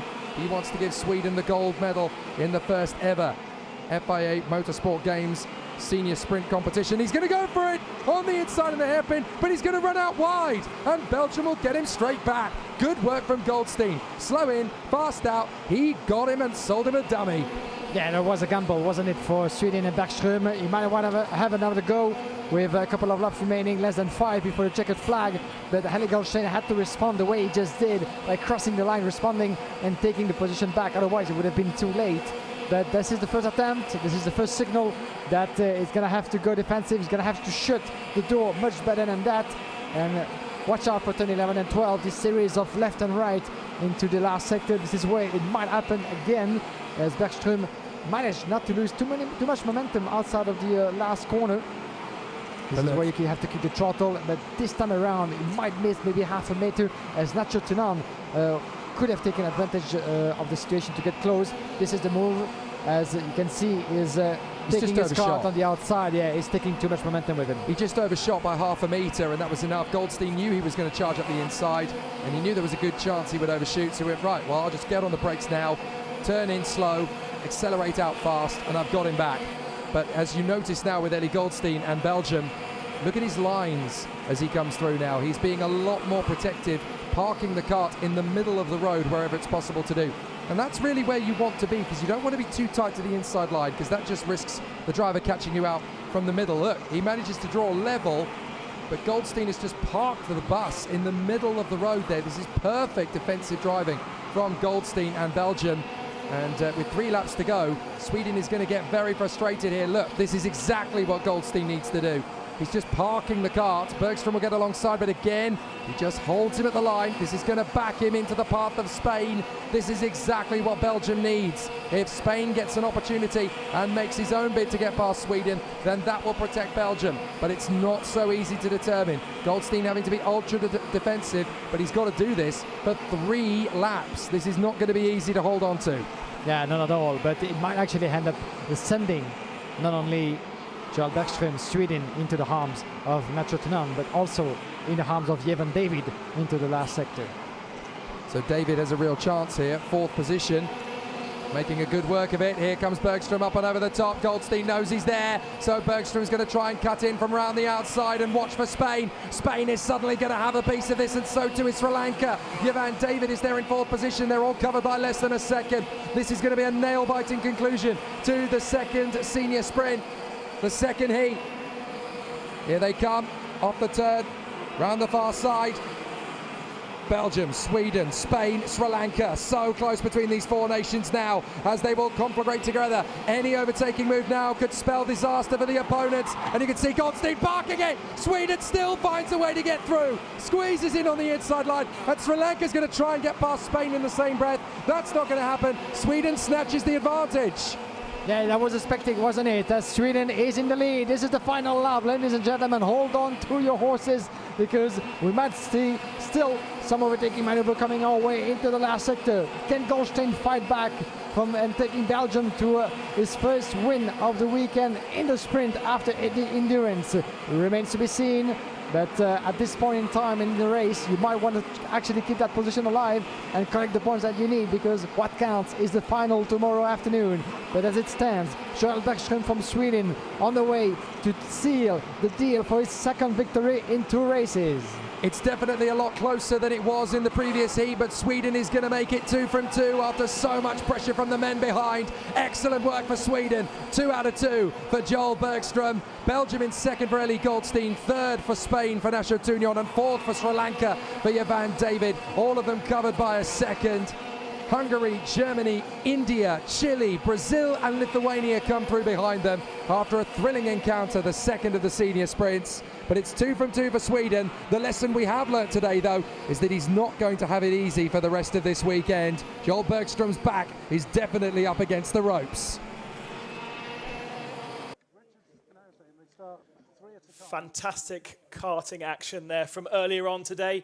We are still building the circuit here at Paul Ricard for our unique finish to the rally, a rally cross rally style 3-way battle between our historics, our Rally 4s and our Rally 2s. We're expecting to get underway in approximately half an hour, so here is the F4 race from earlier.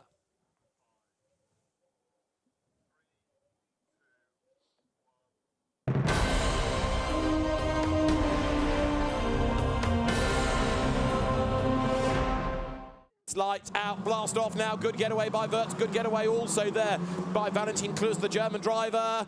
1 or 2 slow away, but as they go down towards turn 1, Italy it is that steals an advantage. 2 cars left on the grid. Wirtz to the inside for Austria, but Antonelli nails the start and he leads. And just looking down the inside, and there are 3 cars. Oh, dear, problem on the grid. Fortunately, some are cutting across the inside from turn 1. Well, half the field seems that somebody's off on the barrier between turns 1 and turn 2. So I think more or less immediately we're going to have to see a full course yellow bodywork already being pinged. And broken suspension and a tyre. That's, I think it's Charlie Wirtz. So mayhem breaks out going through the chicane, and yet Wirtz in strife then as the cars battle their way up towards Saint-Beuve for the first time. I said this was the race to keep out of trouble. They weren't listening, were they? I said it as well, and they weren't listening to me either. Well, those that were delayed on the grid, Belgium and Georgia, and I think also Hong Kong, China. Chile hasn't yet got into the race either as the cars come along the Mistral for the first time. So Kimi Antonelli it is that's managed to make a break while everybody else has been squabbling behind and tripping over themselves. Up towards the chicane they come for the first time. One up the escape road, goes straight on, misses the braking point, but he's going to have to slow, otherwise he'll gain an advantage there. The Serbian car of Filip Jenic bouncing over the curb, and there's the one I think that went straight on. Is that Wirtz with his punctured tyre? Well, I know whoever it is, he's having to crawl back to the pit lane, and that's his race over damaged front wing because they come through scene. So a bit of a wild start. Oh, it is, look indeed. So you can see that that was Portugal's wing that was flapping around. Oh, I thought it was Germany. I thought it was Valentin Klus for Germany, but we'll double check in a moment when the cars come towards us, because as the field turns through, another one with damage there going through is Australia's Costa Tapari. So there are going to be quite a few with not only damaged cars, but damaged chances in the main race, because they're all compromised on the grid for the main race on which the medals are to be awarded. There, look, with the nose hanging off the car and diving into the pit lane comes number 11. So that is Valentin Klus, the German entry, and he was third on the grid. So that's another of the front runners eliminated by the zealotry on the first lap. Leader comes through them. So 20 minutes this race, remember, over the timing line goes Kimi Antonelli, who leads the way by nearly 4 seconds from Portugal's Manuel Espirito Santo. Pedro Clara, the Brazilian, is third. So contact coming down side by side into turn 1. Oh, and oh dear me, again. I mean, this is what you get with young single-seater racing. There's no quarter given. And I don't know what the steward or the director is going to say about that, whether they gained an advantage, whether they'll have to drop back, I don't know. Well, there with damage is Valentin Klus, so he needs a new nose section. There is Charlie Wirtz, who's got an absolutely destroyed rear tyre, and possibly worse, and another big dive there up on the inside. That was number 14, the Ukraine driver, Alexander Partishev, who is coming up from the very back of the grid. Now, Partishev, from 24th on the grid, was 14th at the end of the first lap. He's absolutely on a charge right now. The order is Italy, Portugal, Brazil, then it is Spain, Switzerland, 5th, 6th, Serbia. So they're now beginning to stretch out a little bit. They're not quite the side-by-side as they were on the opening lap. coming up into the chicane, albeit towards the tail of the field. 1 or 2 are, but they're beginning to sort themselves out, and once that testosterone level begins to sort of subside after that frantic opening lap, maybe a little bit of brain power can actually take over from that surge of adrenaline. You just saw Charlie Wirtz walking away with his distinctive Austrian Remus overalls. He sadly is out of the race, and he's going to be near the back of the grid for tomorrow. Was there trying to squabble back onto the racetrack. That was Serbia. Filip Janic, the Serbian driver, got hung out to dry, didn't he? And then couldn't really get back on the line. So there's still a squabbling. Costa Taparis comes up to have a go at him, can't find a way through. But if you finish this race, you're going to finish it relatively well, I would have thought, because the danger is that so many are tripping over themselves. The finishing order compared to the grid is going to be very jumbled behind Kimi Antonelli, who has been able just to drive off already into the distance. Yeah, he had the advantage of getting the best start, got into turn 1 clear of the rest of the field, and from second place back.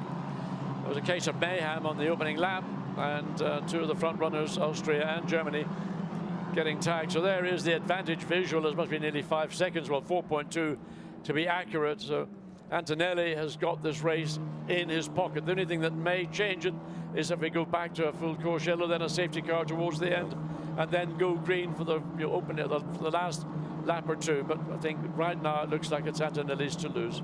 So the cars all bunching up behind. Now that was the incident had already happened there to dislodge Valentin Kuss's wing and to give the puncture to Charlie Wirtz. That's why he was limping into the pit lane, but they'd already tangled coming into the corner. Another one skipping across the centre of the run down towards the Virage du Camp. There'd been another car off in the background earlier on in the lap as well. 3 of them were stranded on the grid. So it was a really frantic first few corners. But out front, it's Kimi Antonelli. 4.2 seconds clear of anybody else. Antonelli then coming now up towards the chicane on the Mistral and just being able to, as I say, drive clear of everybody else, keep out of trouble. And it's probably unlikely he'll see another car in the race now, because unless it's somebody out of the pits, then he's not going to catch any traffic, and he's pulling away from the rest all the while. Yeah, and more or less from the exit of the chicane up to scene, he's almost got that straight in terms of distance between himself and the second place, Espirito Santo. There is the second place car amongst the gaggle, and another one making its way through. Was that a self-induced over-braking? Yeah. But he's got to let the cars that are coming through the chicane regain their position. More or less, I think he may have achieved that. So there, Australia versus India. That is Costa Taparis versus the Indian athlete Ruhan Alva. And Alva is under attack as well there from Denmark. Julius Dinesen goes through on the inside, so good past that, but Alva ran wide. Yeah, well, he just opened the door and Denmark says, I'll have that, thank you very much, and made the pass.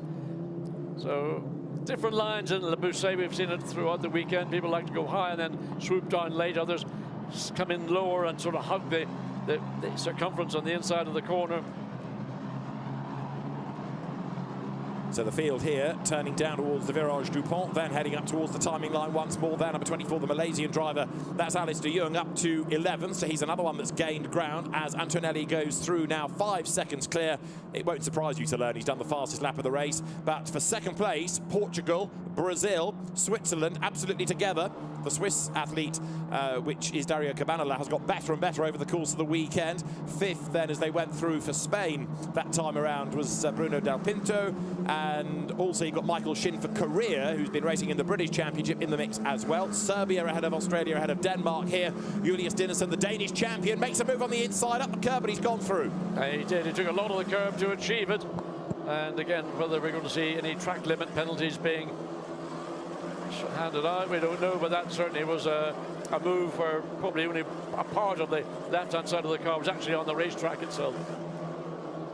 Onto the Mistral straight they come then as the race approaches half distance. This 20-minute dash for grid positions for the main race. These Formula 4 single-seaters, this qualifying race to determine the grid for tomorrow's main race, the usual format in the FIA Motorsport games for the single-seaters. As into the chicane they pour them. Australian Costa Taparis still hunting for more places, delayed on the opening lap of the race, keeping Ruhan Alva at bay. Challenge being made here, look, because you've got there on the outside line Switzerland, on the inside line is Brazil. So this is for 3rd place as they turn through Senior, and it is Swiss driver Cabanela that gets forced out wide. Dario Cabanela wide out of Senior, but then he gets the inside at Le Bousset. The door opens for him and through he goes, but Brazil fights back on the inside. Always dangerous trying to get up the inside of the late part of Bousset, because the car that's on the high side is going to drop down to make its very late apex, and that was almost a collision between Switzerland and the Brazil car. And you have to be very aware, good spatial awareness, that in that particular corner there's a variety of options drivers can take, and don't close down somebody who's put themselves in a position when it's almost too late, or it is too late. To the timing line they come then, with 11 minutes on the clock. Kimi Antonelli has gone through and leads by, you can see the margin, a huge one over Portugal. Manuel Espirito Santo, 6 seconds now the margin. Dario Cabanela third for Switzerland, fourth Pedro Claro, the Brazilian champion, and a big effort being made there. Look, Julius Dinesen for Denmark up on the inside line, breaks late, goes ahead of Serbia. Filip Jenic drops back.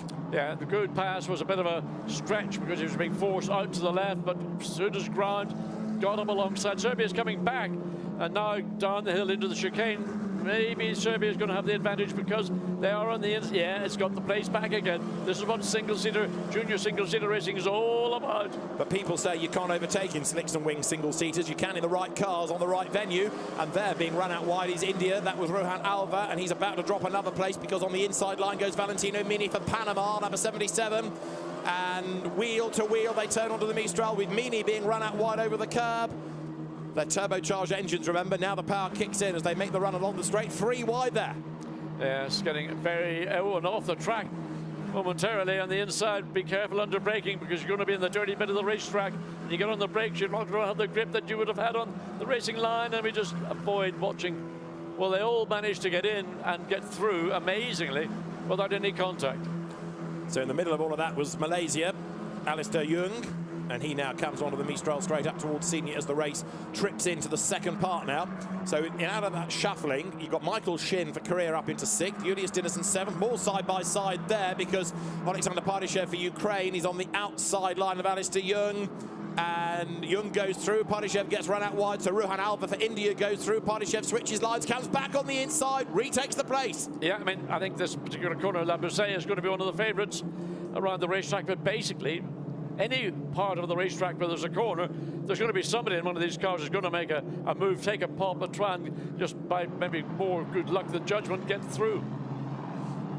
And it's a long line of cars as well, which underlines, A, how competitive the drivers are, how evenly matched they are, and how a one-make category works. A challenge there, look, because Costa Taparis gets up on the inside of Serbia. Australia versus Serbia coming out of the Virage Dupont, but Filip Jenic for Serbia goes back ahead, got the drive off the corner, and Serbia hangs onto the place as they come through. That's for 8th. 10th is Panama. Look, Valentino Mini right with them. 77, the Panamanian car goes to the outside line, can't find a way through. Now goes to the inside. Still no way through. And Australia just about got the nose in front of Panama. So here we go down the hill again, into the braking zone, into the chicane. And whether Panama is going to be sufficiently close, it doesn't look to me as if they've got an opportunity on this occasion. But there'll be many others. The next one will be braking into the chicane. Indeed so. And there, a big dive by Australia. Costa Taparis on the inside of Filip Jenic. They touch. Jenic gets airborne. Crash lands back to earth. But that's done.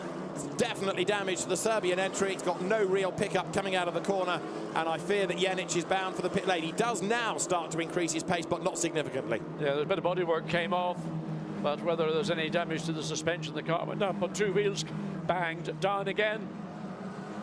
So Costa Taparis, the Australian, was involved in that. You can see the damage on the front of his car as well. He's still busy battling with Panama. Valentino Mini, number 77, the driver, as he tries to swing through the chicane. Taparis for Australia is back ahead. Now, all of this is the battle for 8th place, but again, it could be that post-race there is a penalty that heads the Australian driver's way. We'll wait and see. So here, the swarm of bees that comprises Formula 4, the midfield battle. And almost by the corner, there's changes taking place. So down into Le Bousset, who's going to go high, who's going to take the chance running down low. Well, there we can see just on the exit 2 cars, 1 low, 1 high, but no change of position. So Costa Taparis then still hanging onto the place ahead of Valentino Mini. He's dropped back from the pack ahead, but he's hanging onto the position. This was what happened then between Australia and Serbia. It was a bold dive. And the contact was out of the corner, wasn't it, as they interlock wheels? Yeah, it was just interlocking wheels, and of course, the car stuck in the middle, and then another car coming down the right-hand side. So, essentially, it was one of those usual situations. It was avoidable. But hey, guys, we're racing. Exactly right. Australia, of course, lucky to get away with that because it could have done damage to the suspension of that car as the field pours through. There, going through his career, Michael Shin. Number 7 is the Danish athlete Julius Dinesen. Then Australia, Costa Taparis only just ahead now of Valentino Mini for Panama and Alexander Partishev for Ukraine in 10th place. And a challenge there. Belgium gaining ground. Lucas Lecertois through on the inside line after a badly delayed start. Yeah, got through easily and cleanly, so he can move forward or think about moving forward. As we look at 7 seconds, the advantage is first to second, then it's only 0.8 of a second from second to third. So that's a battle that's going on for those 2 final podium steps for the silver or the bronze award. We've got Ukraine's Alexander Partishev being looked at for track limits. We've got that incident between Taparis and Janic, who's headed into the pit lane, incidentally, being looked at as well. So the officials are being kept honest in this, with 6 minutes of the race to go. And Kimi Antonelli, remember him, still miles clear of anybody else. There he is, way out in front. Still got the fastest race lap as well on lap 4. But his last lap was, well, it was about a second, just over a second down. So he's in a cruise mode with just 5.5 minutes remaining. Rest of the field comes pouring out of the chicane on the Mistral then, with Valentino Mini attacking the car of Costa Taparis on the inside line. Panama versus Australia. Panama goes through. So Valentino Mini gets the position. Finally, he's gone 8th. Panama ahead of Australia, chipping his way forward. And look, for Ukraine, Alexander Partishev is right there as well. He might be exceeding track limits on occasions, but he's another rapid racer. Great to see this kind of racing. I know sometimes it's exposed up the inside. He's brave, I have to say. Absolutely. He made that opportunity for himself. There was only about a car's width, and he put his car into that space and got away with it. Come back to an earlier sentence. People say you can't overtake in slicks and wing single-seaters. Oh, yes, you can. That is Filip Janic out of the race after his damage, and more bodywork flies. Rear wing. That's the front wing of Costa Taparis' car. Yes. Remember, he damaged that when he hit Janic for Serbia. Now it's car adrift, so Taparis is going to go backwards. He's going to go backwards with a handful of understeer all the way around the racetrack, so that's going to be lying on the racetrack. Will that be in a place that's going to be considered hazardous or not? 4.5 minutes of the race remaining. Indeed so, and the driving standards flag you can see is being offered to the Belgian entry, Lucas Lecertois. As there, Ruhan Alva for India is ahead of Lecertois as they come out of turn 2. Next in that queue behind them is Ethan Ho for Chinese Taipei. So Belgium on the attack, India at the head of the queue. Chinese Taipei comes up to the outside, and Costa Taparis with an evil handling car. The Australian keeps Malaysia at bay for now. Alistair Young looking for a way past as they wriggle their way out of the chicane. Nose to tail, those two. Yeah, but Australia's going to be so slow in all the corners around, the 15 turns around Paul Ricard. And all he can do is just hang on and brave it out. 3.5 minutes to go. He's about to be overtaken. Runs way, way wide out of turn 7 onto the Mistral straight. So 2 of the front runners, Filip Janic for Serbia, Charlie Wirtz for Austria, out of the race. There, being squeezed off the racetrack, Lucas Lecertois, he fights back. Young for Malaysia on the outside of Taparis from Australia, who breaks as late as he dares into the chicane and hangs onto the place. Another battle pack building up nicely behind, with 3-4 cars now running as one. Well, Australia's still hanging in there. It makes you wonder just how efficient the front wing in these cars is, if he can run, still maintain his position, or he's being under a big challenge. To the inside line there is Belgium, and Lucas Lecertois goes ahead of India, so that puts Belgium 12, as out wide goes Australia. Costa Taparis loses the place finally there to Alistair Young, who's gone through on the inside. So that's Malaysia up ahead of Australia. And 3 minutes and counting on the clock as they come out of Le Beausset. And more damage, more drama. That was Belgium going off the racetrack. Lucas Lecertois has picked up a little bit of damage, but he's still there, still fighting, and they're absolutely wheel to wheel. I mean, he was way, way off the corner on the exit of Le Beausset, but came back on again with the same enthusiasm as he went off. Absolutely right, as the cars here scrabble their way back down through the approach to the Virage du Pont, and 3 wide into the braking zone. Is that going to work? Amazingly, it seems to. India forced out wide, through on the inside line. There goes Chinese Taipei, and there's contact coming out of the corner, 1 in the wall, and that's Chinese Taipei. That is Ethan Ho, who got turned around. I thought he just gained the place. 2 minutes on the clock. That, I would think, is going to be certainly a yellow flag coming out of the corner because of the danger zone, but it could end up, sadly, being another race that ends under the safety car. As there, look side by side, India just gets back ahead of Georgia. Sandro Tevak-Kaladze falls back. He was another one delayed at the start. So wherever you look, it's just going nuts. Australia's still running, managing to, I don't know how he's managed to drive the car. I don't know how effective the front wing is, because if he can run at this pace, well, maybe it's there more for decorative reasons and for sponsorship reasons than it is a serious aerodynamic device. But you can see coming through turn 6 how much understeer he's got. Nevertheless, hanging in, doing a good job to Paris, running in 11th place, having lost that 10th place to Alistair, not Alex, Alex is the dad, Alistair Young. Safety car as expected, and it's going to be a race that finishes under the safety car now. So safety car deployed, and with less than a lap time left in the race, just like the GT Cup earlier on, it's going to be a safety car finish. Real shame that. So the safety car deployed, and that means that after a race where he's been on his own, Kimi Antonelli is going to end up with the cars catching up to him right at the very end. Actually, is he going to squeeze another lap out of it? It's a pointless last lap, even if he does. I mean, in a way, it'd be easier just to put the checkered flag out this time. You've got the cars slowed down, put the flag out, because you're not going to change the result by letting them drive around for another lap. But anyway, better brains than mine are in race control. So the safety car has been called for. Everybody therefore slows right down, and just over half a minute remains to the end of the race. It's all for that car you can see of Ethan Ho that is a retirement. And so through they come, but the safety car will bring them round for one lap, and then the checkered flag will be shown. So Kimi Antonelli wins the Formula 4 Cup qualifying race. The safety car now sets off, but as I say, this is a very pointless lap because the order can't change. So the field goes through with the order being Italy, Portugal and Switzerland. And then you've got Brazil in 4th place, but all these finishing positions sort out the grid for tomorrow. Right, let's try and piece it all together, because it was a real old scrum. Up the inside went Chinese Taipei against India. Got ahead, is another interlocking wheel situation. It is, and that's turned him around. Yeah, the interlocking wheel was inevitable. They were so close together on the exit of the final turn, and again, it's the dive down the inside, and then they get together and then spits off there, you can see, and all of a sudden goes off at 90 degrees to the racetrack and reverses it into the wall. Maybe got a little bit of whiplash. I saw when he got out of the car holding his wrist and wondering, is that something that's going to be a problem, or is it just a little sort of a strain that it'll vanish overnight? Well, there is a very frustrated Ethan Ho, the Chinese Taipei racer, having to watch the cars come across the line now without him. He's raced quite a lot in single-seaters in America, the 17-year-old. He was the runner-up 2 years ago in the Skip Barber race series, and okay, was getting stuck in. But again, we talked about it before the race. This wasn't the race to get stuck in. That's tomorrow's race. And for some, it's bitten and bitten badly, hasn't it? It's inevitable. I mean, everybody knows, they're all spoken to. They're all told what they've got to do. This is a race to a race. But, you know, just think about what's more important. Today's has an importance, but tomorrow is when you're going to win your medals.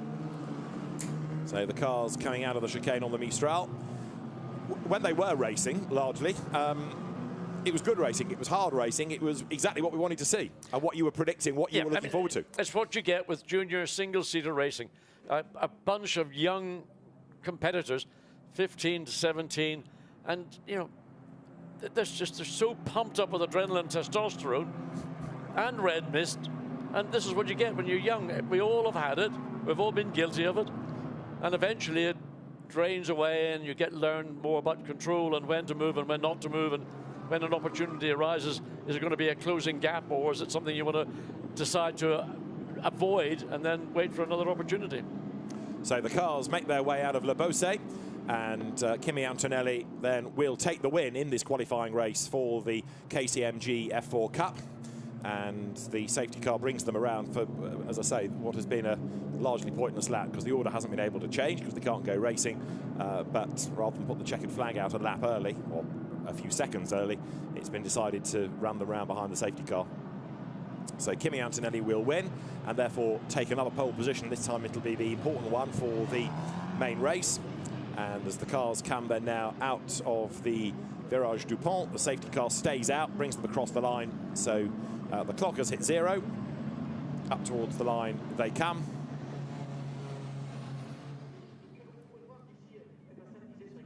And the observer in the safety car pointing at the checkered flag, which is shown. And so the qualifying race finishes with the safety car leading them across the line. Kimi Antonelli is the winner for Italy from Manuel Espirito Santo for Portugal. who's driven well actually all day. He hasn't been one of the stars necessarily of the Spanish Championship, but he's looked pretty pacey here. And a second place on the grid for the main race tomorrow is pretty impressive. And third for Switzerland, Dario Cabanela, who was only 7th on the grid. He's somebody else. I know he benefited a bit by incidents ahead, but even so, he kept out of trouble and raced well, gained ground. So Dario Cabanela also coming through strongly. But the winner of the qualifying race is Andrea Kimi Antonelli, the Italian athlete, and he wins in the end by, for what it's worth, 0.8 of a second, but that doesn't really tell you the whole story of that qualifying race. Everybody else behind, it was a matter of sorting yourselves out on the run into turn 1. And the driver that managed to do that best of all was the Portugal entry, Manuel Espirito Santo. If there hadn't been all that melee that went on the opening lap, maybe he wouldn't have finished second. But the key is he kept out of trouble and he got himself up into a position where he finished second. That, for me, is more important. Let's look at the results of the qualifying race for the KCMG F4 Cup.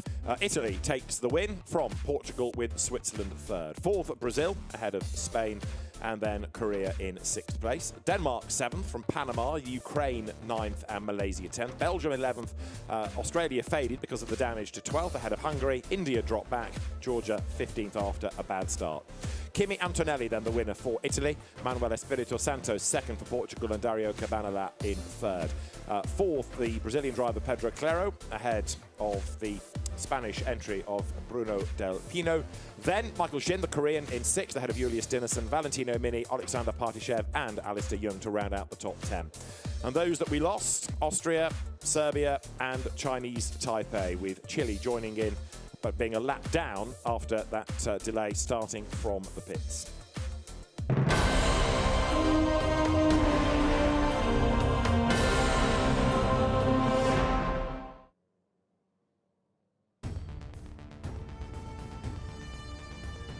Now back here at the FIA Motorsport Games, we are looking forward to rallying because the action is drawing closer. The teams have had a chance now to recce the stage. Now, of course, one of the aspects of modern-day rallying is that you can't go into a stage you've not at least had a chance to look at before. And although they were on track last night, it was a different configuration. Here we've got 3 lanes, we've got 3 different routes. And they weren't able to recce it earlier because the stage wasn't built, because the circuit's been in use all day. So things have had to be put back because, as somebody quite rightly pointed out, we need to have a look at this. And so we are going to have, in about 9 minutes' time, the cars for the historics, followed by Rally 4. Then there'll be the recce for Rally 2, because they're still in Parc Fermé, having come back from stage 13, and they need a chance to at least have a look at the course themselves. So that will take about 20 minutes or so for them to drive the lap before they do it in anger. Now, David Addison and Ben Constantiouris are trackside. Ben has been stage side, if that's a word, over the course of the rally, enjoying the countryside locally, because they've had some good roads to attack. And what felt like a conventional rally for 2 days, with special stage times being added together, have given us now purely a order which is now going to be the top 3 on those combined stage times going into a shootout.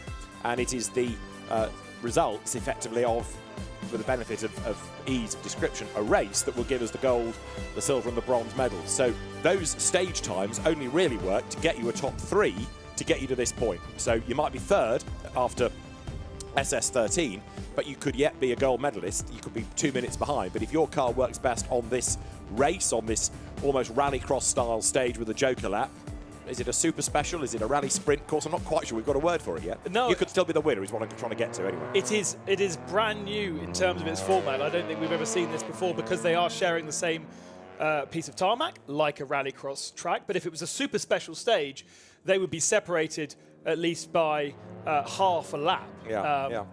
If you unwrap a super special stage track, it becomes one circular loop with cars starting at different points on that loop. Wrap it back together again, you put the 2 cars together, and that's how you make a super special stage. But ultimately, they're separated. They're not separated by barriers. It looks like they are, but actually they're separated by half a lap. Lots of warming of tyres and brakes going on here, which is not necessarily... maybe it is allowed, but usually there are sections specifically in the road book and the regulations to say you can warm up your tyres at this point. It's basically to stop people doing donuts in the middle of street stages and where entertaining people. So the red flag is out, which means they've done their recce, they've done their 3 laps. And there's historics as well.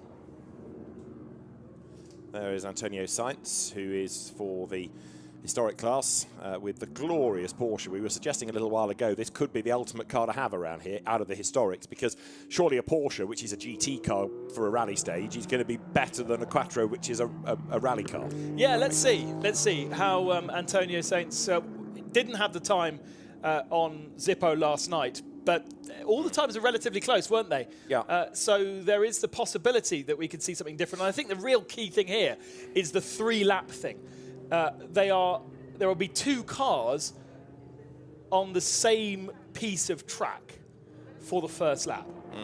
Then after that, the second lap, they all should be on different parts of the track, because they will have all done different laps. Yes. Slightly different routes. Different lengths, and they're not full different laps. They are just literally, in the rallycross world, we would say they are joker laps. So they're a little section where you have to go a bit longer or shorter. But ultimately, although we're talking about, if you like, laps 1 and 2 and 3, it is one stage. So everybody does the same mileage. At the end. Yes. But only at the end. Only at the end of lap 3. Yeah. It will all balance out.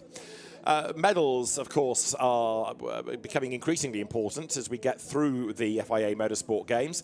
The last time we looked, it was France ahead with Belgium. Well, now the Netherlands has joined as well, because that has got 2 medals. It's 2 golds to France, which trumps a gold and a silver of the Netherlands, and a gold and a bronze of Belgium. Latvia have got a gold, so she's 4th. Great Britain has now got a medal and is 4th, with Spain on 2 silvers and a bronze. Great Britain has a bronze, not a gold, incidentally, because that was from the GT Cup earlier, so I think that's in the wrong column, but we have got a medal. Sweden's got a silver and a bronze. Kuwait's got a silver. Germany has a silver, that again from this GT Cup earlier. Czech Republic, Poland, they are on 1 bronze as well. So medals being scored across the nations, and there's going to be an addition, of course, come the end of this, because there are 3 at stake here. It's not just one rally. There's a medal table for Rally 2, Rally 4, and the historics as well. And we notice there's no Team Italy on that medal table as yet, but I think they could be, well, they'll be certainly picking up 2 medals, and they could be favourite for picking up a gold in at least the historics and maybe the Rally 2s as well. One other question mark about this rally is, will they all be allowed to use their rally lights? Because you can see they've got them on, but with that being bright lights into the rear screen of another car, they might be prevented from using their full rally pods, which is a shame, but it does help us see the cars a little bit better on the TV. So, I'm not entirely sure which is which lane here. I looked at my rally expert, my co-driver alongside me. It should be... Well, that's interesting. They've selected different lanes, because it should have been the winner of the classification first, so Audi, and then alongside the Opel Kadett, because the Opel Kadett was 2nd in the classification, and then 3rd should be the Porsche, but the Porsche's in the middle. Is lane 1 up against the pit wall, or is lane 1 what would be pole position for a race? It's up against the pit wall, from what we see there. Okay, fine. So lanes 1, 3 and 2 is the order. But effectively, as long as you do the mileage, it matters not. We are therefore going to be underway shortly. Rally laps going on, rally lights going on, I should say. So that should be nice and bright if you are not the first car. Well, actually, if you're the first car, you've got bright in your rear, aren't you?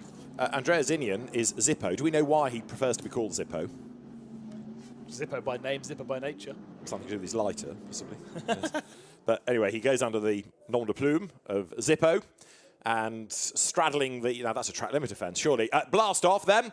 Away they go. And a very good start, as you would anticipate from the Quattro, because it gets the power down. That's where four-wheel drive kicks in. There you see the lanes are separated by the cones, and it is going to be a faster line because it's the easier corner through turn 1 for the Porsche. So notionally, Antonio Sainz is going to be ahead, but now you can see the 3 different variants of the lap all start to converge. And maybe that's the only bit where they are variable. We'll find out. Will they need to do some overtaking? Because at the moment, Spain out in the lead. 2nd is the Kadett, and I think the Audi is 3rd, but the fastest car. So in theory here, he's being slightly held up having been, and he goes up into second position now, but having been the leader. Oh, and actually, very, very politely, Antonio Sainz leaves the door open and drops down to third position. This is remarkable battling from these three on track, and they've changed positions halfway through lap 1.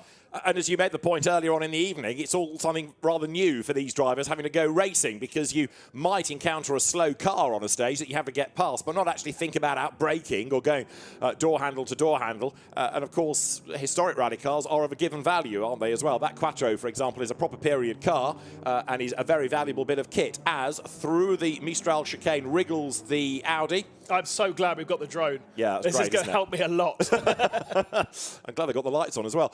So it is going to be seemingly Andrea Zinian who is the man to beat. The Audi Quattro then turning its way through the chicane, avoiding those markers, and now onto the power. So Here's another thing. The Opel Kadett driver is able to see what the other driver is doing, like you would do on a racetrack. But in a rally, you never get to see your competitor. No. You never get to learn how they are faster than you. So a new experience in that sense as well. But it's interesting, isn't it, of course, that Zippo, Andrea Zinian, he's got to be the pioneer. He is the first one to find those reference points. Bits of the route they will use more than once, because it's not the entirety of the lap that changes. There are different sections at different places. There is Wojtek Staff in the Opel Kadett then. He is the man doing the chasing. Very, very active historic rallier, as well as modern events. He's got a Polo R5 and a Skoda Fabia R5 that he competes with, whereas very much a historic rally specialist is Andrea Zinian. So it does look as though Team Italy is going to be on for a medal here, but now what's going on behind? Yeah, so there is another variant at the end of the lap. We saw the Porsche pulling over to the left-hand side there as the other two cars took the conventional track and layout. So we do have a split at the start of the lap, which we saw from the drone, and we have a split at the end of the lap. So further behind now is Antonio Sainz, giving him a bit of clear air, but the other two drivers will have to take that loop at some point. Right, into the chicane to start lap 2 comes Andrea Zinian, and then behind the Opel Kadett and Wojtek Staff will also have to go through the chicane.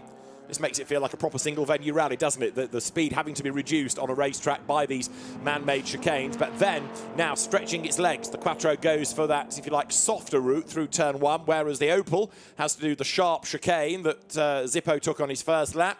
Got to avoid those cones, and then the routes converge, and the Porsche is very much tail-end Charlie at the moment. So that first lap for Zippo was a 2 minutes 42.7, so he's already 5.3 seconds faster than Wojtek Staff, but we don't know how it all balances out until we get to the end of the 3 laps for everybody, because although we're talking about laps, it is one stage, and therefore you keep adding the lap times together. It's like a race time, effectively, at the end of those 3 laps. And most importantly for you rally fans, we don't add it to what they've been doing for the last couple of days. So this is the medals in its entirety. If you're fast in the mountains, it doesn't necessarily mean you're going to be fast here. We will dictate our medals from this stage alone. There is the Audi navigating its way through the first part of our chicane. Decent amount of space over the Opel Kadett. And we do know that Antonio Sainz has had to do the longer loop at the end of the lap, and that's why he's so much further down. But ultimately, this has been the order all weekend. Italy, Czech Republic, Spain. So it is a 2 minutes 42 to beat for lane 1, if you like. But on this lap, it's going to be the longer lap, isn't it, for Zippo? He is going to take, effectively, lane 2, and that's going to have the longer lap at the end. So he's got to try and beat, on this lap, a 3 minutes 1 to be quicker on that lap than Sainz. Yeah. Which should be doable. Yeah, I agree. And the tricky thing about comparing lap times is that you take into the consideration the variety of the cars and the drivers we have here. I think if you were looking at the Rally 4 category, it'd be a much easier comparison to make, but we still might be a bit lost going into the second race. True, but hey, that's what co-drivers are for, Ben. Right, this is Andrea Zinian now having to serve this longer element. Again, one of the beauties of Paul Ricard is that it's an enormous facility. You've got so much space that you can do things with. You've got the kart track, the drift track, and all these different cut-throughs on the race circuit itself, which lends itself to these interchangeable aspects of this rally stage. The Czech Republic Opel Kadett then presses on in the hands of Wojtek Staff. Here, up to the end of a lap, comes the Audi that is about to go blasting over the timing line, and Andrea Zinian will come through. We'll see what this lap is going to be. If it's better than 3 minutes and 1, then we'll see it, and that lap time is a 2:49.657. So 2:49.657 is the lap for Zippo, and that was on on lane 3, if you like.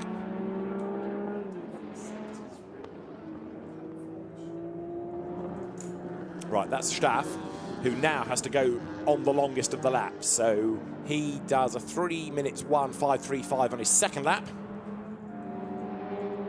And he's got the longest of the 3. Now, the Porsche is on the shortest of the 3. So this is potentially where Antonio Sainz comes back into the equation. But Zippo is already 17 seconds to the good. Although you would think the Porsche is a good race car, either way, the Opel Kadett is a little bit gutless, a little bit breathless against the Audi, isn't it? Because, of course, that's a 2-litre turbo engine. But the Porsche just not really firing as you might have anticipated around here. Yeah, I wonder whether he's got a slight misfire on that car. It didn't look like it was perhaps operating like we've seen up in the mountains. And maybe a little bit of an issue for Antonio Sainz for Team Spain. Right, so here's the Audi, wriggling its way almost through this paperclip style sequence at the chicane. There's the Porsche. Misfire or not, it still makes a great sound, but I think it's lost too much time in the first 2 laps of the stage to really be a factor now, even for second place in the times. Now, again, we make the point, we're looking at medals here. It's not just the times for the event. The times will determine who gets gold, who gets bronze, and who gets silver. Yeah, Spain and Sainz have made a big effort in the rally category. We've got Spanish representation across all 3 different categories, all entered by RACC, which will lose their WRC round next year, rumour has it. You're right about the commitment they've made to rallying and to the event, because Spain is the only nationality with somebody in every discipline. Oh, wow. Which is a massive commitment across, what have we got in the end, 16 disciplines, so it's absolutely mighty. So, Andrea Zinian, Zippo, looks like he's on target for a gold medal here, doesn't he? And that's well deserved. He's driven that car really well all weekend. He has come in here as the favourite. I think Staff for the Czech Republic is a little, perhaps a surprise in second position. That's really great to see for a nation like the Czech Republic. But ultimately, Zippo with the best car and has driven it strongly. He hasn't been cruising around. He has had that car sideways, and he will take the medal for Italy. So, up towards the line he comes, and as he breaks the beam, now it is the checkered flag. Through the flying finish will go Andrea Zinian, and the cumulative stage time is 8 minutes 24.264 seconds. 8 minutes 24.264 seconds is the time, and Andrea Zinian then takes not only the stage, but he will take the gold medal. For silver, it is going to be Wojtek Staff. It's not, again, we're talking about the times, but you can see the order they come across the line, which again dictates the medals order. So Wojtek Staff was 19.6 seconds back, and Antonio Sainz is set for the bronze in the Porsche.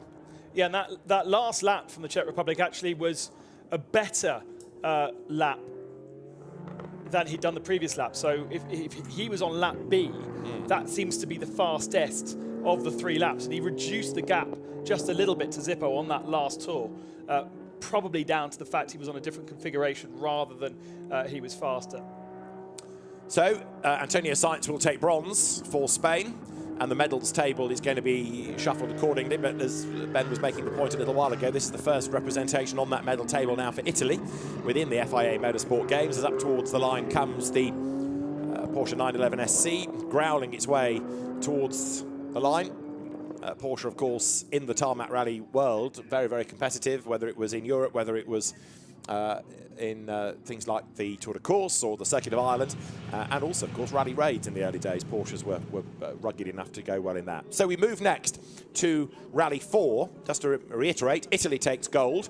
Rally 4, then, for this golden stage, has been more of a battle, really, between Roberto Dapra, between the Spanish driver Oscar Palomo Ortiz and Ali Turcan, who took a stage win on SS12 earlier on in the day at Le Grand Couronne. This, I suspect, is going to be a lot more competitive, with all due deference, than the historics that we have just seen. 0.7 of a second between Ortiz Palmero and Roberto Dapra yesterday evening on the track, with Ali Turcan 4th fastest. He was the slowest of the 3. and actually Tom Renderson was a little bit faster than him. So Ortiz, Palmero and Roberto Dipro have been swapping fastest stage times throughout the weekend. Absolutely mega. And I imagine this is going to be a bit of a battle. I wonder whether we might see some touching between the two Peugeots. Getting ready. Absolutely right. So the clock ticks down. Start time is due to be 20:30. The officials standing in front of the cars to make sure that nobody gets a bit toey and blasts away when they shouldn't do. So for this, you have got for Italy, the classification leader after SS13, Roberto Dapra. For Spain, there is Oscar Palomo Ortiz. And then for Turkey, there will be Ali Turkan lining up on the third lane. Yes, and they are able to choose their lanes. So we are seeing Team Italy here in the middle. So they will do the fastest lap first because they will do lap B first. Whereas we have Spain in the position that we saw Zippo in on the far inside, which was a slower first part, if you remember. Zippo came out of the first couple of sections behind the other two. So you do lap B on lap 1. For the middle lane. The middle. Away they blast then. So we are in business for the medal stage, the golden stage for Rally 4. Straight away, Spain, then Oscar Palomo Ortiz. He will have to stand on the brakes, go sharp right, then a hairpin left almost, to then go right again. Whereas from the middle, you've got that really nice, fast, flowing start to the stage to really get you into a rhythm nice and early. And that, for Roberto Dapra, could well be crucial. Italy then turning through the first proper hairpin and then on towards the Mistral. Turkey second, it's going to be Spain third, on track at the moment. No, it's not. It is, I'll tell you a lie, Turkey still second, Spain third. But have a look at this, wheels lifting. Oscar Palomo Ortiz fighting now to catch up to the Turkish car. Yeah, he doesn't want to get held out by Ali Turkan whatsoever. This is now going into the rallycross styly, but of course in rallycross you have a choice of when you take the Joker lap. Here he is fixed onto a different lap, and he's going to be looking forward to the end of the Mistral, because then the laps then split again, and that's the opportunity that Dipra has to not get lost, or sorry, not Dipra, Palermo, get too much held up by that Turkish driver. Yeah, so Oscar Palomo then trying to find a way as quickly as he can to wriggle past Ali Turkan, whilst if you talk about this in terms of a race almost, Roberto Dapra getting away now from the rest of them as he threads his way through the Mistral chicanes, of which in this corkscrew effect it goes round and hairpins again. Now the power kicks in, so Dapra, who has shared the bulk of the stage wins with Oscar Palomo, with Ali Turkan getting one of them himself, he now comes along the Mistral straight. So, yeah, still through that section of turns, still we have Spain behind Turkey. How much has he lost behind Turkey? Ali Turkan was 4.1 seconds back at the end of our 4.7 kilometre stage last night. This is obviously triple that distance. He doesn't want to be following anybody. He wants to be having a clean run of things, but he's right up on the tail there. Interesting as well, the way that the cars have sort of yeed and yawed over the course of the event. Yesterday, Oscar Palomo had 3 stage wins. He hasn't had a single one today, but let's see what he's got in terms of racecraft. As we've been making the point, this is something very, very new, to have to fight against a car. Normally, if you catch a car on the stage, it's got a problem and it will get out of your way. But here, you can defend. Here's the one to think about. Maybe he realised he was going to be in the top 3, and he set the car up for this stage and this stage alone, and sacrificed pace out there in the mountains so that he was good tonight. A car in the mountains would not have been a good car on the track. It's certainly a thought as they come then out of the Virage Dupont up over the line, at the end of which Roberto Dapra's first lap was a 2:37.009. Into the chicane they come, stand on the brakes, then flick the cars through the left-right-left sequence. And Spain is ahead of Turkey as they hit the chicane. So Spain has done it. Through has gone Oscar Palomo. There they are. Oh, well, I think he hit the barrier. I think he hit a tyre there. Now, I don't know what the kind of penalty would be for that, but certainly he was very hot into the chicane. Right, there's Turkey for the slow approach then to lap 2.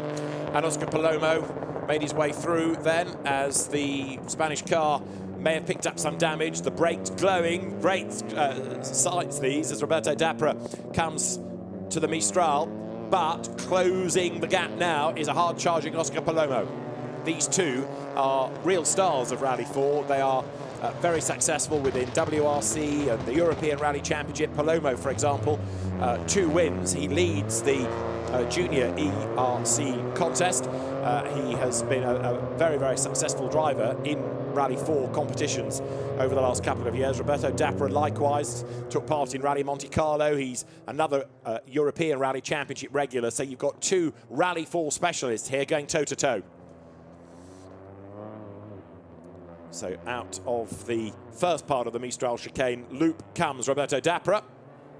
Goes left, goes right, swings his way now, not towards the racetrack, but sharp right. Goes back the way he's just come. You can see the way behind him that Oscar Palomo is hunting him down, trying to reduce that deficit all the while.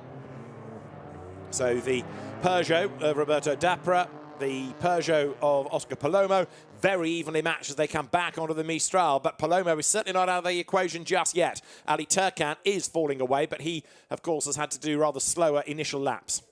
Another chicane, that's the Mistral chicane contended with, but Palomo now is very much the chaser. He can judge some of his reference points against what Roberto Dapra is doing up the road.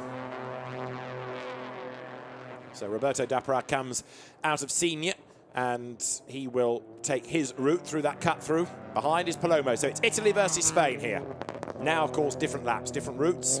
Spain wriggles through that cut-through. Yes, now that's the longer one, isn't it? Yeah. So that then enlarges the gap between Italy and Spain. But actually, Turkey was on the even longer one in the back of the shot. So Palomo at the end of the first lap, the first third of the stage, if you like, was third in the times because he'd taken the longer route. This time he should be up to second, and we'll see whether or not he can jump ahead on the final lap, which they are about to start. Through they come then now. So down towards the chicane goes Roberto Dapra, throws the car into the right, into the left, into the right, wriggles through the chicane. There's Spain, that's Palomo. This is where he glanced the tyre stack a lap back, but he's okay this time around, and he is now 3.8 seconds behind. So Palomo is certainly taking the fight to Dapra. Was there a change there at the bottom of the shot? I think there might have been, just with the variance of the lap. So I think we might have Spain back ahead. Indeed, because Dapra had to serve the slower lap. There is Dapra then, and it's going to be very, very close between them. It is still just Italy ahead, I reckon, as they come now towards the Mistral, but it's going to be really close. Yes, it is Italy, it is Spain, it is Turkey. That is the order, but Palomo is, what, 3 lengths back, if that? He is hustling on. Flash of the lights now. He's been watching GT3 racing, hasn't he? Not something you'd be doing in rallying very often. But now, once you get back onto the Mistral straight and things settle down, the co-driver is almost redundant. This is just absolute horsepower. This is bravery. This is racecraft coming into play. They've got a different variation, remember, at the end of the lap to still contend with. Through the chicanes here, they're going to have to follow Melida. But who has still got the longer of the laps to do when we get to the far end of the track?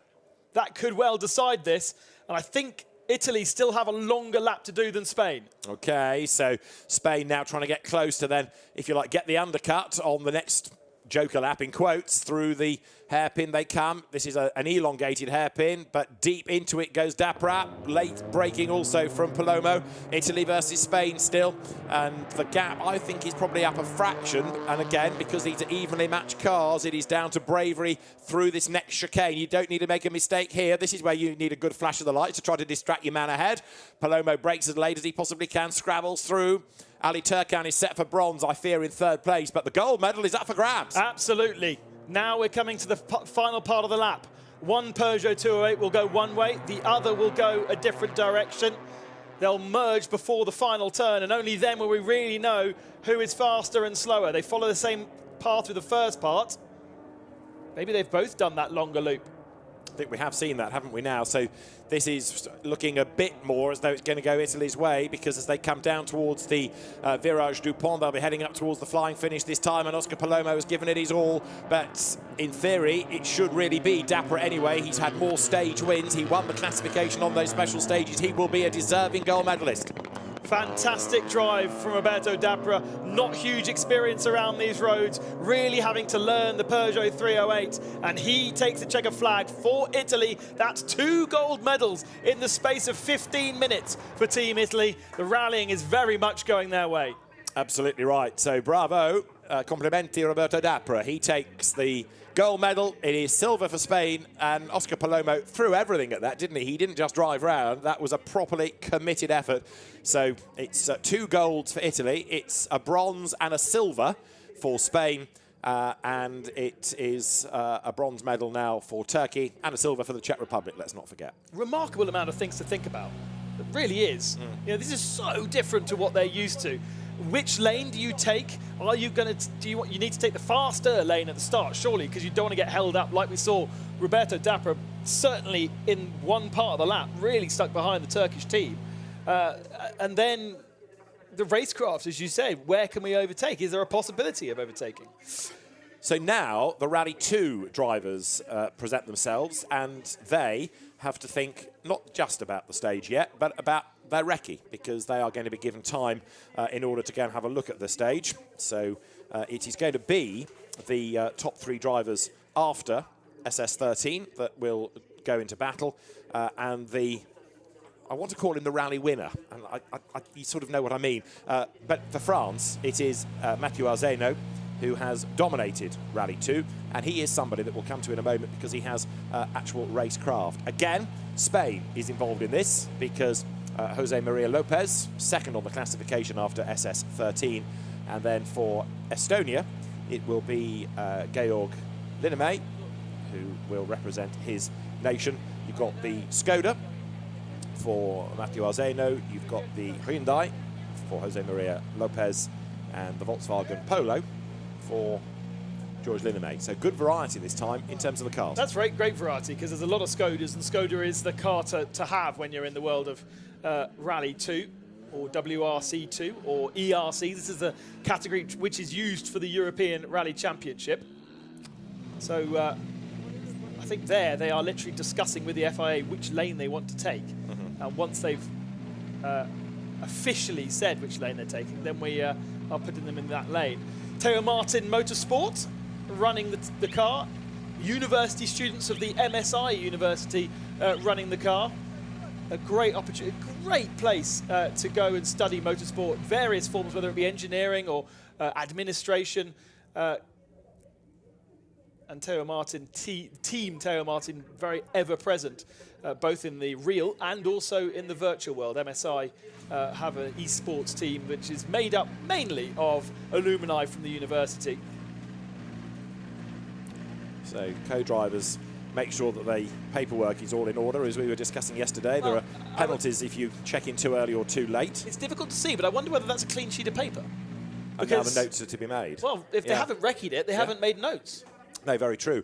I was thinking more about the time controls and all of that, but yes, you're quite right. There will have to be some notes now to be made. They will have a stage map. Those have been issued already to them, but you know, you look at it and you think, I don't understand that, because there are all these wiggly lines that converge and then feed off again. So that's why they're given this chance to have a proper recce. Estonia arrives then. That is Georg Linnamäe. So I wonder whether they will now be literally writing notes as though it was a stage, ignoring this lap A, B, and C thing, and going, right, our first corner is a 3 right for the inside line, whereas the middle guy, his first note will be flat chat. Yeah, and you treat it, as you say, as whatever the mileage is of this, rather than 3 laps. It is... That would be a lot less confusing. 13.5 kilometres in terms of the stage kilometerage. So yes, exactly how I think you're right in suggesting they would do that as one flowing stage. It's only you and I that are calling these laps, really. I mean, these are rally people. They just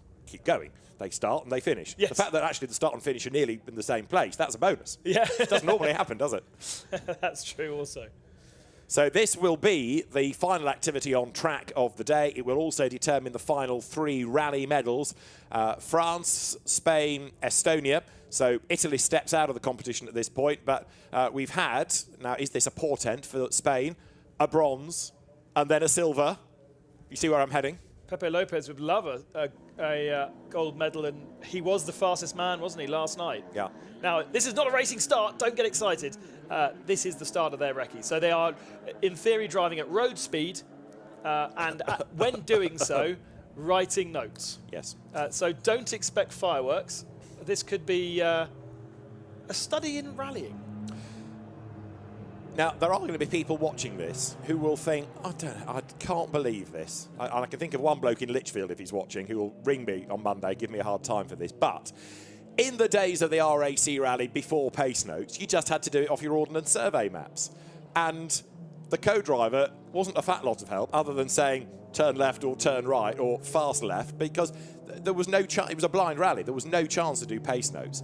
So a recce would be an absolute luxury, but you really had to be good on the maps to get your man through a forest that you'd never seen before. And if it was in the dark and in the snow, as RAC rallies, as an example, often were, it was a massive achievement. And that definitely changes the whole characteristic of how you go rallying these days. Onboard cameras, so you are able to watch the stage you've just done. If you, especially like we saw here, we use the same bit of road 5 times. So by the end of the rally, these guys have got that in their head. They've probably watched it another 5 times on their onboard cameras to see where they were going wrong. Did they brake too late at that point? Did they brake too early? Photographic memory in rallying these days is the #1 cheat. Gus Greensmith in WRC has the most amazing memory. Really? He can tell you the tiniest detail about a stage. You go, right, stage 7, Rally Spain. 15 kilometers in, what's on the left-hand side? And after a few seconds, so, oh yeah, there's that sheep, isn't there? I can remember it all. Amazing. Amazing, isn't it? Yeah. Yeah. But if you think back to, earlier days, I can remember some onboard from Mike Broad's co-driving the late Russell Brooks, and it all goes silent for about 5 seconds, and Mike eventually says, turn left. Great help, thanks, Mike. But that was all he had, that was all the information. Confirmation of how things stood at the end of the historic Golden Stage, this super special. Zippo Andreasinian, along with Nicola Arena, takes gold. Wojtek Staff with Vladimir Zelinka sitting alongside the silver for the Czech Republic, behind Italy and Spain, taking bronze, Antonio Sainz and David de la Fuente.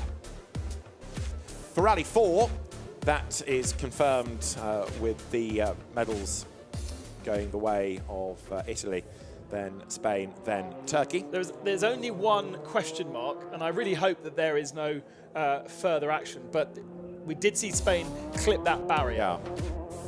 Well, let's just do the medals quickly before we come back to that. Rally 4 on this golden stage. Italy takes gold, Roberto Depra and Luca Guglielmetti from Oscar Palomo and Rodrigo San Juan. And then it is bronze for Turkey, Ali Takan with Ahmet Burak Erdene in 3rd. So it is Italy, Spain, Turkey, gold for Italy, silver for Spain, bronze for Turkey. I'd be surprised if there were to be a penalty for Spain, because if you're on a special stage and you clip a tree or a rock, or heaven forfend a spectator, you pick up damage, but you battle on, and it's only the same here. If you hit trackside furniture, well, it's your problem. However, let's take WRC as an example. When they went to Monza rally, which is very similar to what we're doing here, putting lots of tyre barriers and cones around the Monza racetrack, when they were clipped, there was a 5-second penalty. If you took out those, because part of the supplementary regulations for that particular event. I have dug into the supplementary regulations here, and other than disrespect of the route, there's nothing to suggest that clipping a cone will do anything for you, other than damage the car. But you can understand why that thought was put in, because hitting a cone and knocking it aside certainly ain't going to do as much damage as hitting a tree and trying to knock it aside. So people could take liberties like they do with track limits. And like in rallying, the same example of track limits is cutting. Now, somehow in this rally, there is not a lot of cutting, and it's very, very dry. So they're not dragging huge amounts of dirt onto the track, but cutting is track limits, basically, in the world of rallying. You take your car off the tarmac, onto the gravel, the grass, the inside of a turn. Number 1, to straighten that turn and to go faster. Number 2, and sometimes this is done more beneficially, dragging dirt onto the track for the people who are coming behind. Ah, yes. And Ogier really has pushed that over the last couple of years. Doesn't cut because it's going to gain him half a second. He cuts because it will slow up everybody else. Yeah, that's where he gains the half a second. Yes, exactly. Yeah.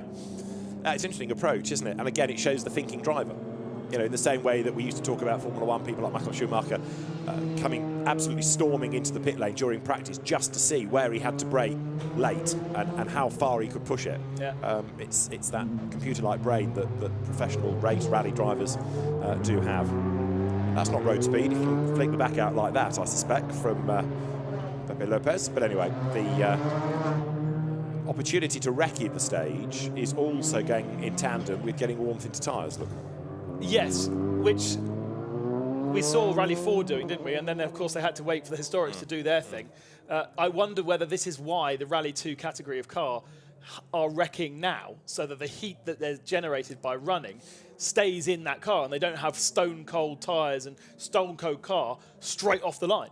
Certainly thought. Because they're parked up just round the corner here. So to get onto the start line, they don't really have the warm-up time that they would usually have driving to a stage. Well, we are about to discover who the medalists are going to be. Now, Matteo Arzeno has been the dominant driver. He was beaten only once on the special stages. And guess who that was by? And guess where it was? Yes, it was exactly. by Jose Maria Lopez Planeas, and it was here last night. But Matteo Arzeno, former single-seater racer, that stands him perhaps in better stead than the others. And the gaps today were so much smaller than yesterday. Yes, the stages were the same, so the drivers that didn't have the experience on Friday had gained experience on Saturday. But again, like we spoke with Rally 4, have they compromised that car in the whole of today, which had been horrible for him, so that it works in this stage? One of those stages of the loop today was the mountain pass, the big coal. So very nadgery, very slow, lots of hairpins and stuff like that. The second one was much more akin to this track, wide and fast. So actually it wouldn't have been as bad as had they had to run the first stage of the loop yesterday, which was the one that was broken tarmac and horrific in my RS. Oh, okay. And therefore would have been horrific in a rally car. The way the thing bounced, the tarmac was so rough and ready and bouncing around, you wouldn't want a stiff car. Just want to come back to one point in a moment, just about the stages you were discussing, but we are going to have a look at a change to Rally 4, and what you were talking about in terms of a penalty has been applied to Oscar Palomo, so a change for silver and for bronze. Turkey takes the bronze, and Turkey goes up from bronze to silver, and demoted to bronze, therefore, is Spain, which is a real shame given how energetically Oscar Palomo pushed. But I take your point that you were making, that yes, you can take more liberties with cones and tar barriers than you can with trees or bushes. Yes. And that was all down to that overtaking manoeuvre on lap 1, because he was held up by Ali Turkan because they're on different laps. He pushed really hard onto the start finishing straight and basically outbraked himself into that artificial chicane leading on to the second lap, clipped it. We kind of saw it being clipped. I don't know, it was kind of in shot, out of shot. The tyre, I think, came in shot. It's just there, that tyre there that's now been put back.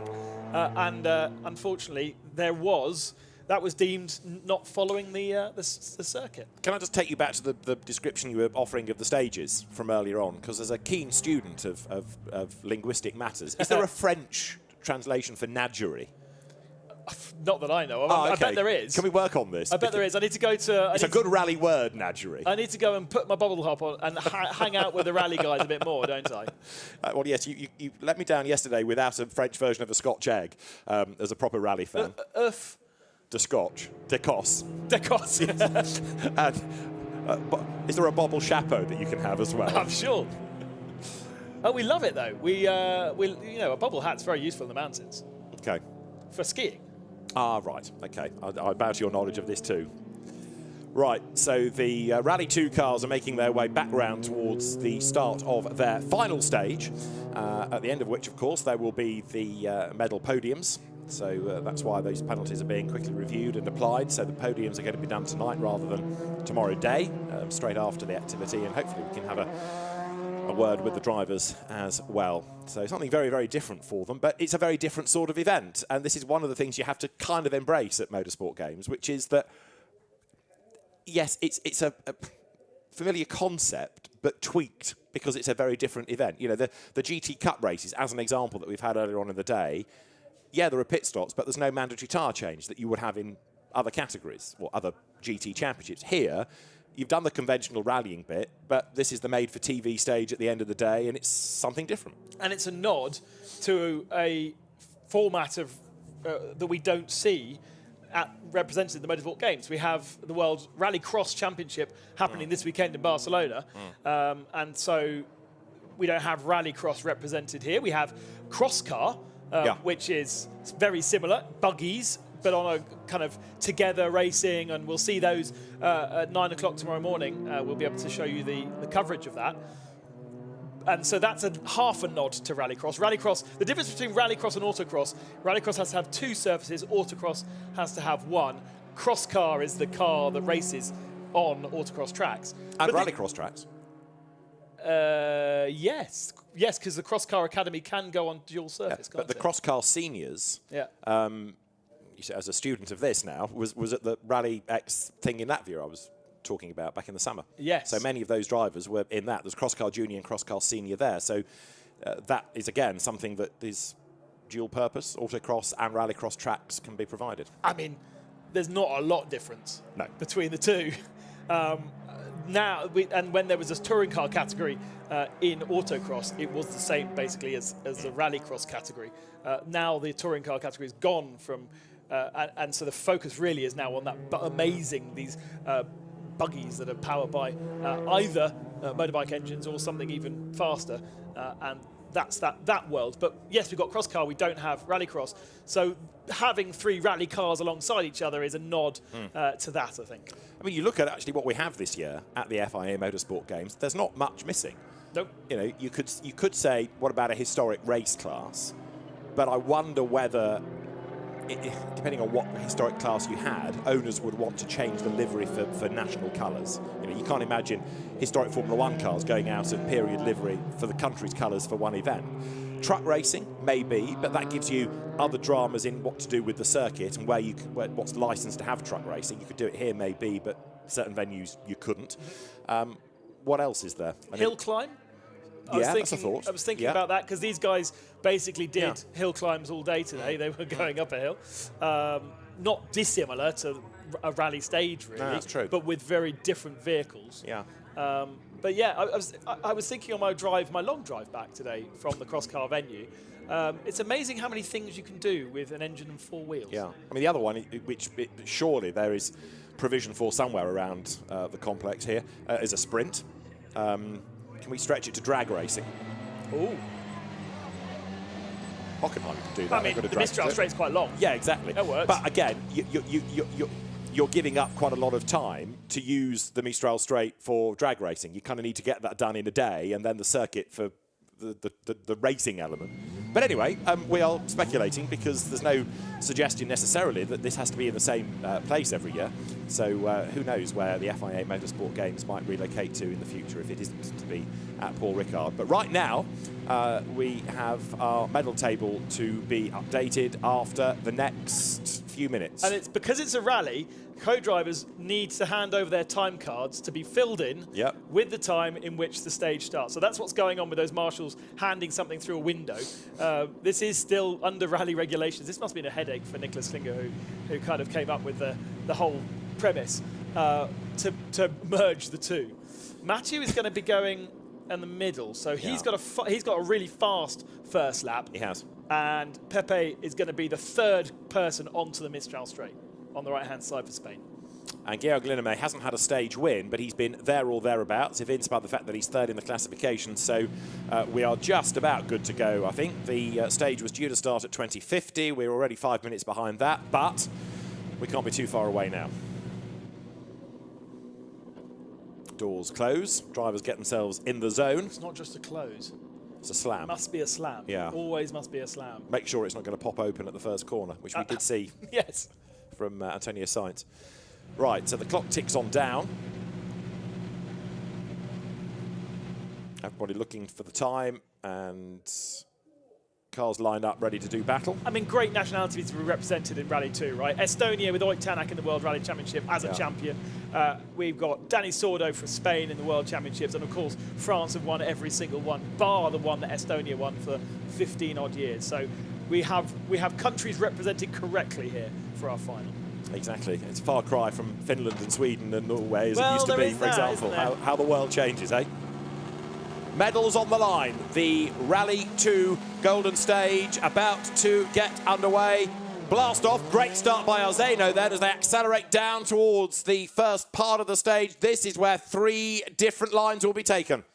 So Palermo goes off, Lopez goes off to the right-hand side. He's got the slowest of the laps. The second slowest lap is on Georg Linnamäe on the far left-hand side, which leaves the Frenchman Arzeno well ahead, but he will have to do both of those laps in the coming next 10 minutes or so. It does mean that Lopez, I don't think he's going to catch Linnamäe because they are so equal on times. It's not like we've got one a lot slower than the other two. These three really, on a circuit like this, are toe-to-toe. Right, so they turn their way through that little cut-through and make their way then towards the Mistral. But again, because of the number of different configurations you can run around Paul Ricard, there is so much space, there's so much scope for the special stage. So now they come onto the Mistral itself, but there's the first of the chicanes to negotiate, but then you can't join the circuit because it's barriered off, so you've got to sort of loop round yourself and then go back in the opposite direction and then back in the correct direction up through the Mistral chicane. But instead of going back onto the straight, again, cones in the way that shepherd you into a sharp right, and then this elongated left-hand hairpin. So you go deep into it, and it's the second point that's the sharper. And the other thing you're getting here is you're getting lights from the other cars in your face, which does happen on rally stages like this, where they're very, very sinuous. But Mathieu is absolutely checking out at the front of the field, the track that he would have raced in single-seaters as a young kid. He's done the Rally Saint-Baume before. That'll be coming up in December. He lives around the area as well, so knows the road from his road car as well as his race car, has experience of this, but doesn't have experience at all of the format. So the lights come towards us, coming out of Senior, but instead of coming down to Le Beausset, they use that next cut through, and Mathieu Arzeno then wriggles his way left, right, then the gradual right that's going to bring him back onto the race circuit. But look in the background, you can see the way that Linnamäe and also Lopez are absolutely charging there for Estonia.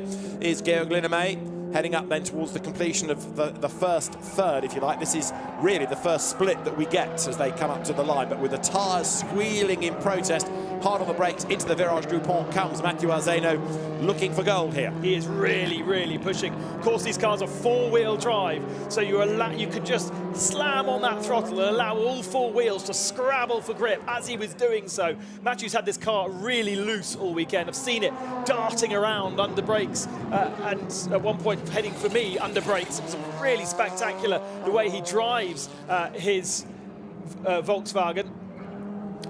Right, so Arzeno's flying lap was 2:24, just to put it in the context of some of the historic times that we had at the start of the evening, as now Mathieu Arzeno then is 4.5 seconds up on Georg Linnamäe at the end of the first lap, the first proper intermediate, if you like, with Pepe Lopez then a further 2 seconds behind. So now the first task for Lopez is to try and jump Estonia. So Spain chasing Estonia, they're both chasing France. Mathieu Arzeno way clear in the lead right now. Yes, but this is the slowest lap, I think, for Arzeno now. If he was... Oh, no, because my notes are wrong, so ignore that. At some point, he's got to do a slower lap. At some point, he's going to fall closer into this pack. And I have to say that Pepe Lopez looks like he's really keeping that gap steady between the two of them. Yeah, but he has to make up 6.5 seconds from the end of the first run over the timing line. As there, Arzeno now goes, again, that fantastic drone shot looking down. Totally clear, isn't it, as the cars come past the floodlit paddock through the many configurations of the Mistral Straight. It's almost like watching a ballet, the way the cars slide and the gaps between them, making it all sort of fit together so uniformly. Down towards the hairpin they come, avoiding those barriers, avoiding the tyre stack on the exit there. Arzeno just does it. There behind him is Pepe Lopez, back onto the power. I fear that Linnamäe for Estonia is falling out of the mix now, but is Arzeno still in charge? It looks as though he's extending his gap a little bit. Going back on what I was about to say earlier, Pepe Lopez is on the slower of the laps of the three right now. So expect that gap to grow over Mathieu. So Arzeno is going to be able to pull clear as he comes then now through the cut through on the run down to Le Beausset. There you've got the French entry then. So remember, it is Arzeno in the Skoda, it is Lopez in the Hyundai, it is the Volkswagen for Georg Linnamäe for Estonia.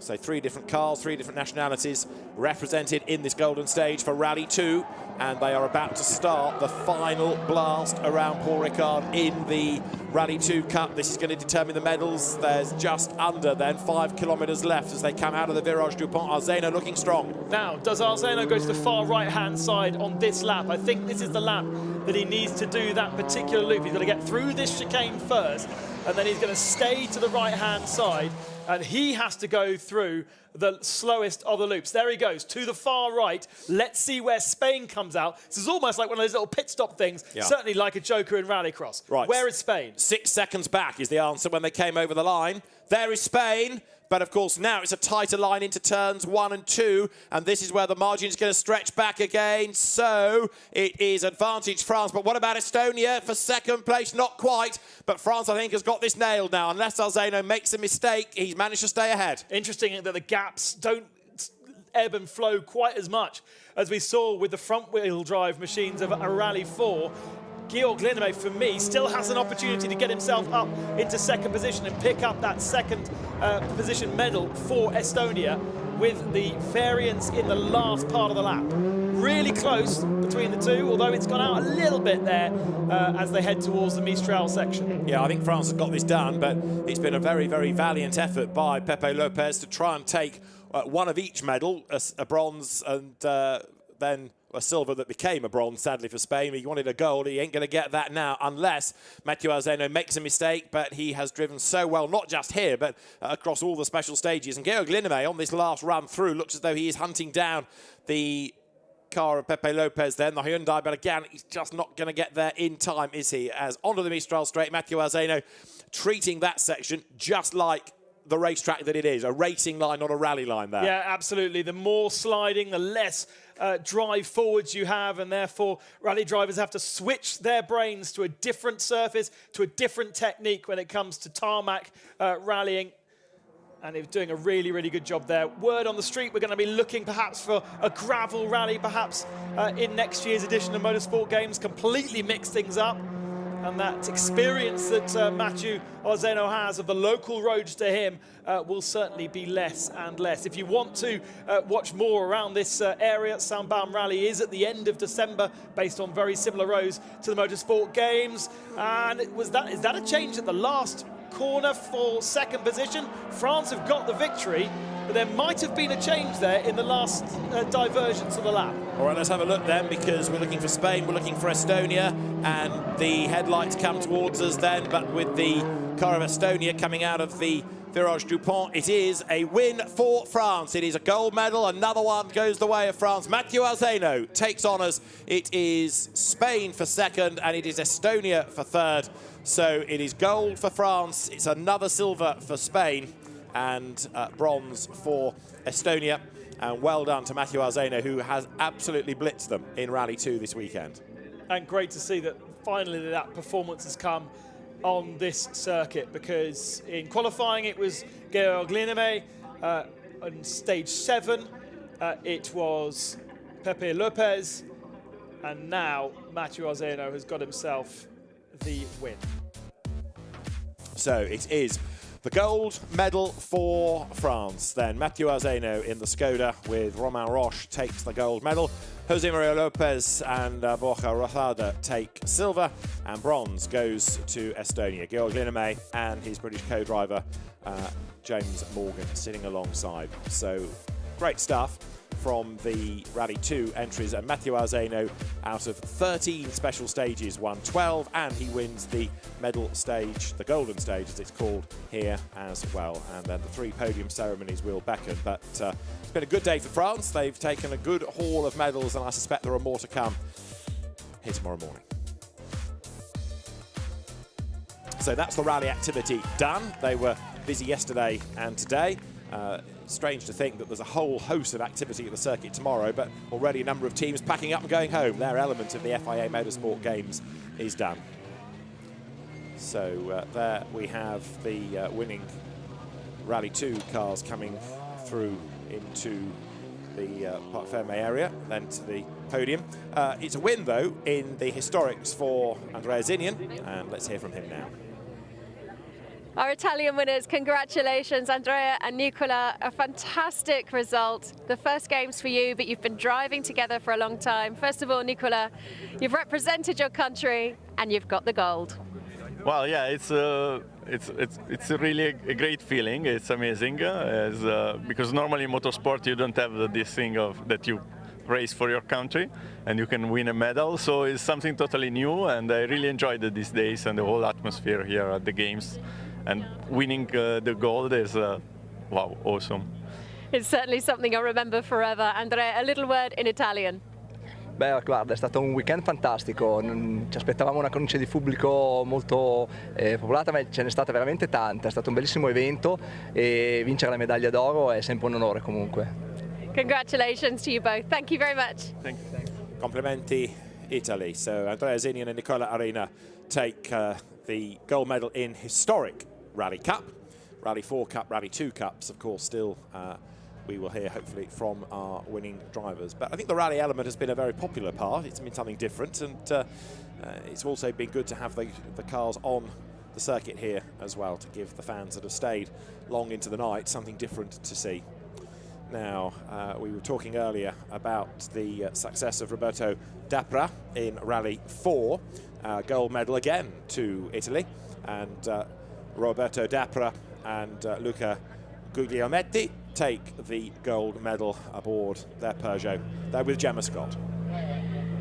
Luca, Roberto, congratulations. Another win for Italy, taking home all the gold medals so far in the category. Perhaps not all three, but a fantastic result. Roberto, just a quick word. Yeah, it was a long rally, difficult in the first loop because we were with a wrong setup. Then we fixed it for the second and also for today.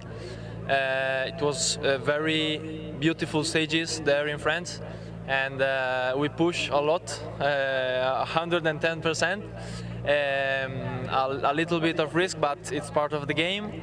And in the last stage, that it was the one that do the winners, and it was very stressful, and I don't know where the other drivers were, and we win, and it's unbelievable. It really is. Luca, a little word on italiano. È stato fantastico, stati 2 giorni intensi.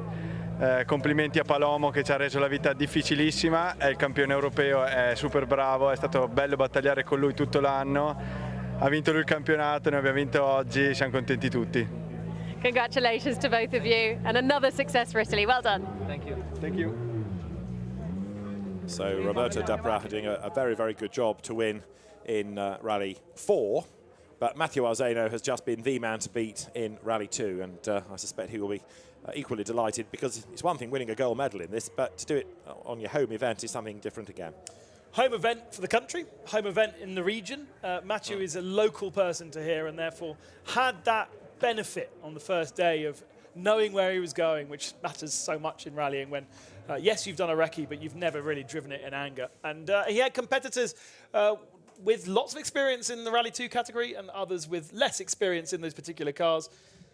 Pepe Lopez's co-driver, for instance, with WRC podiums to his name, Borja Rosada, but has actually worked with Pepe Lopez for a good couple of years now. Back to the historics. Look how beautiful the Quattro looks. And I like the way they've been able to integrate the Italian colours, but also keep the Audi Sport livery as well, which has always been a hallmark of the Quattro, with that sort of tricolore on the top of it, the red, the grey and the black that Audi Motorsport colours have been. So the Quattro arrives at the foot of the podium. There is another Italian hero of the hour, Roberto Dapra, arriving as the Rally 4 victor. And very shortly, the podiums beckon for the Rally Cup winners. Those are things that get me very excited. Lighting pods. Really? Yeah. That's why I know I like rallying, when you like different lighting pods. Would you like to tell us something about lighting pods in 1 minute without deviation, hesitation or repetition, Ben? There's so many different variants, isn't there? They just look so cool when you put them on a car, generally. Look at the Audis, it's the triangles on the Audi. That's a Peugeot 208, but it's now got lighting pods, and it now looks awesome. And for some reason, they sound crazily good as well. What, lighting pods? No, the car Peugeots. generally, yeah. Yes, okay. Not right. Peugeots, but that Peugeot, that 208, the Rally 4 category. That's Ben Constanduris, everybody. Please give generously. The Hey, Rally look, it's 9:15 in the evening. It's been a long day.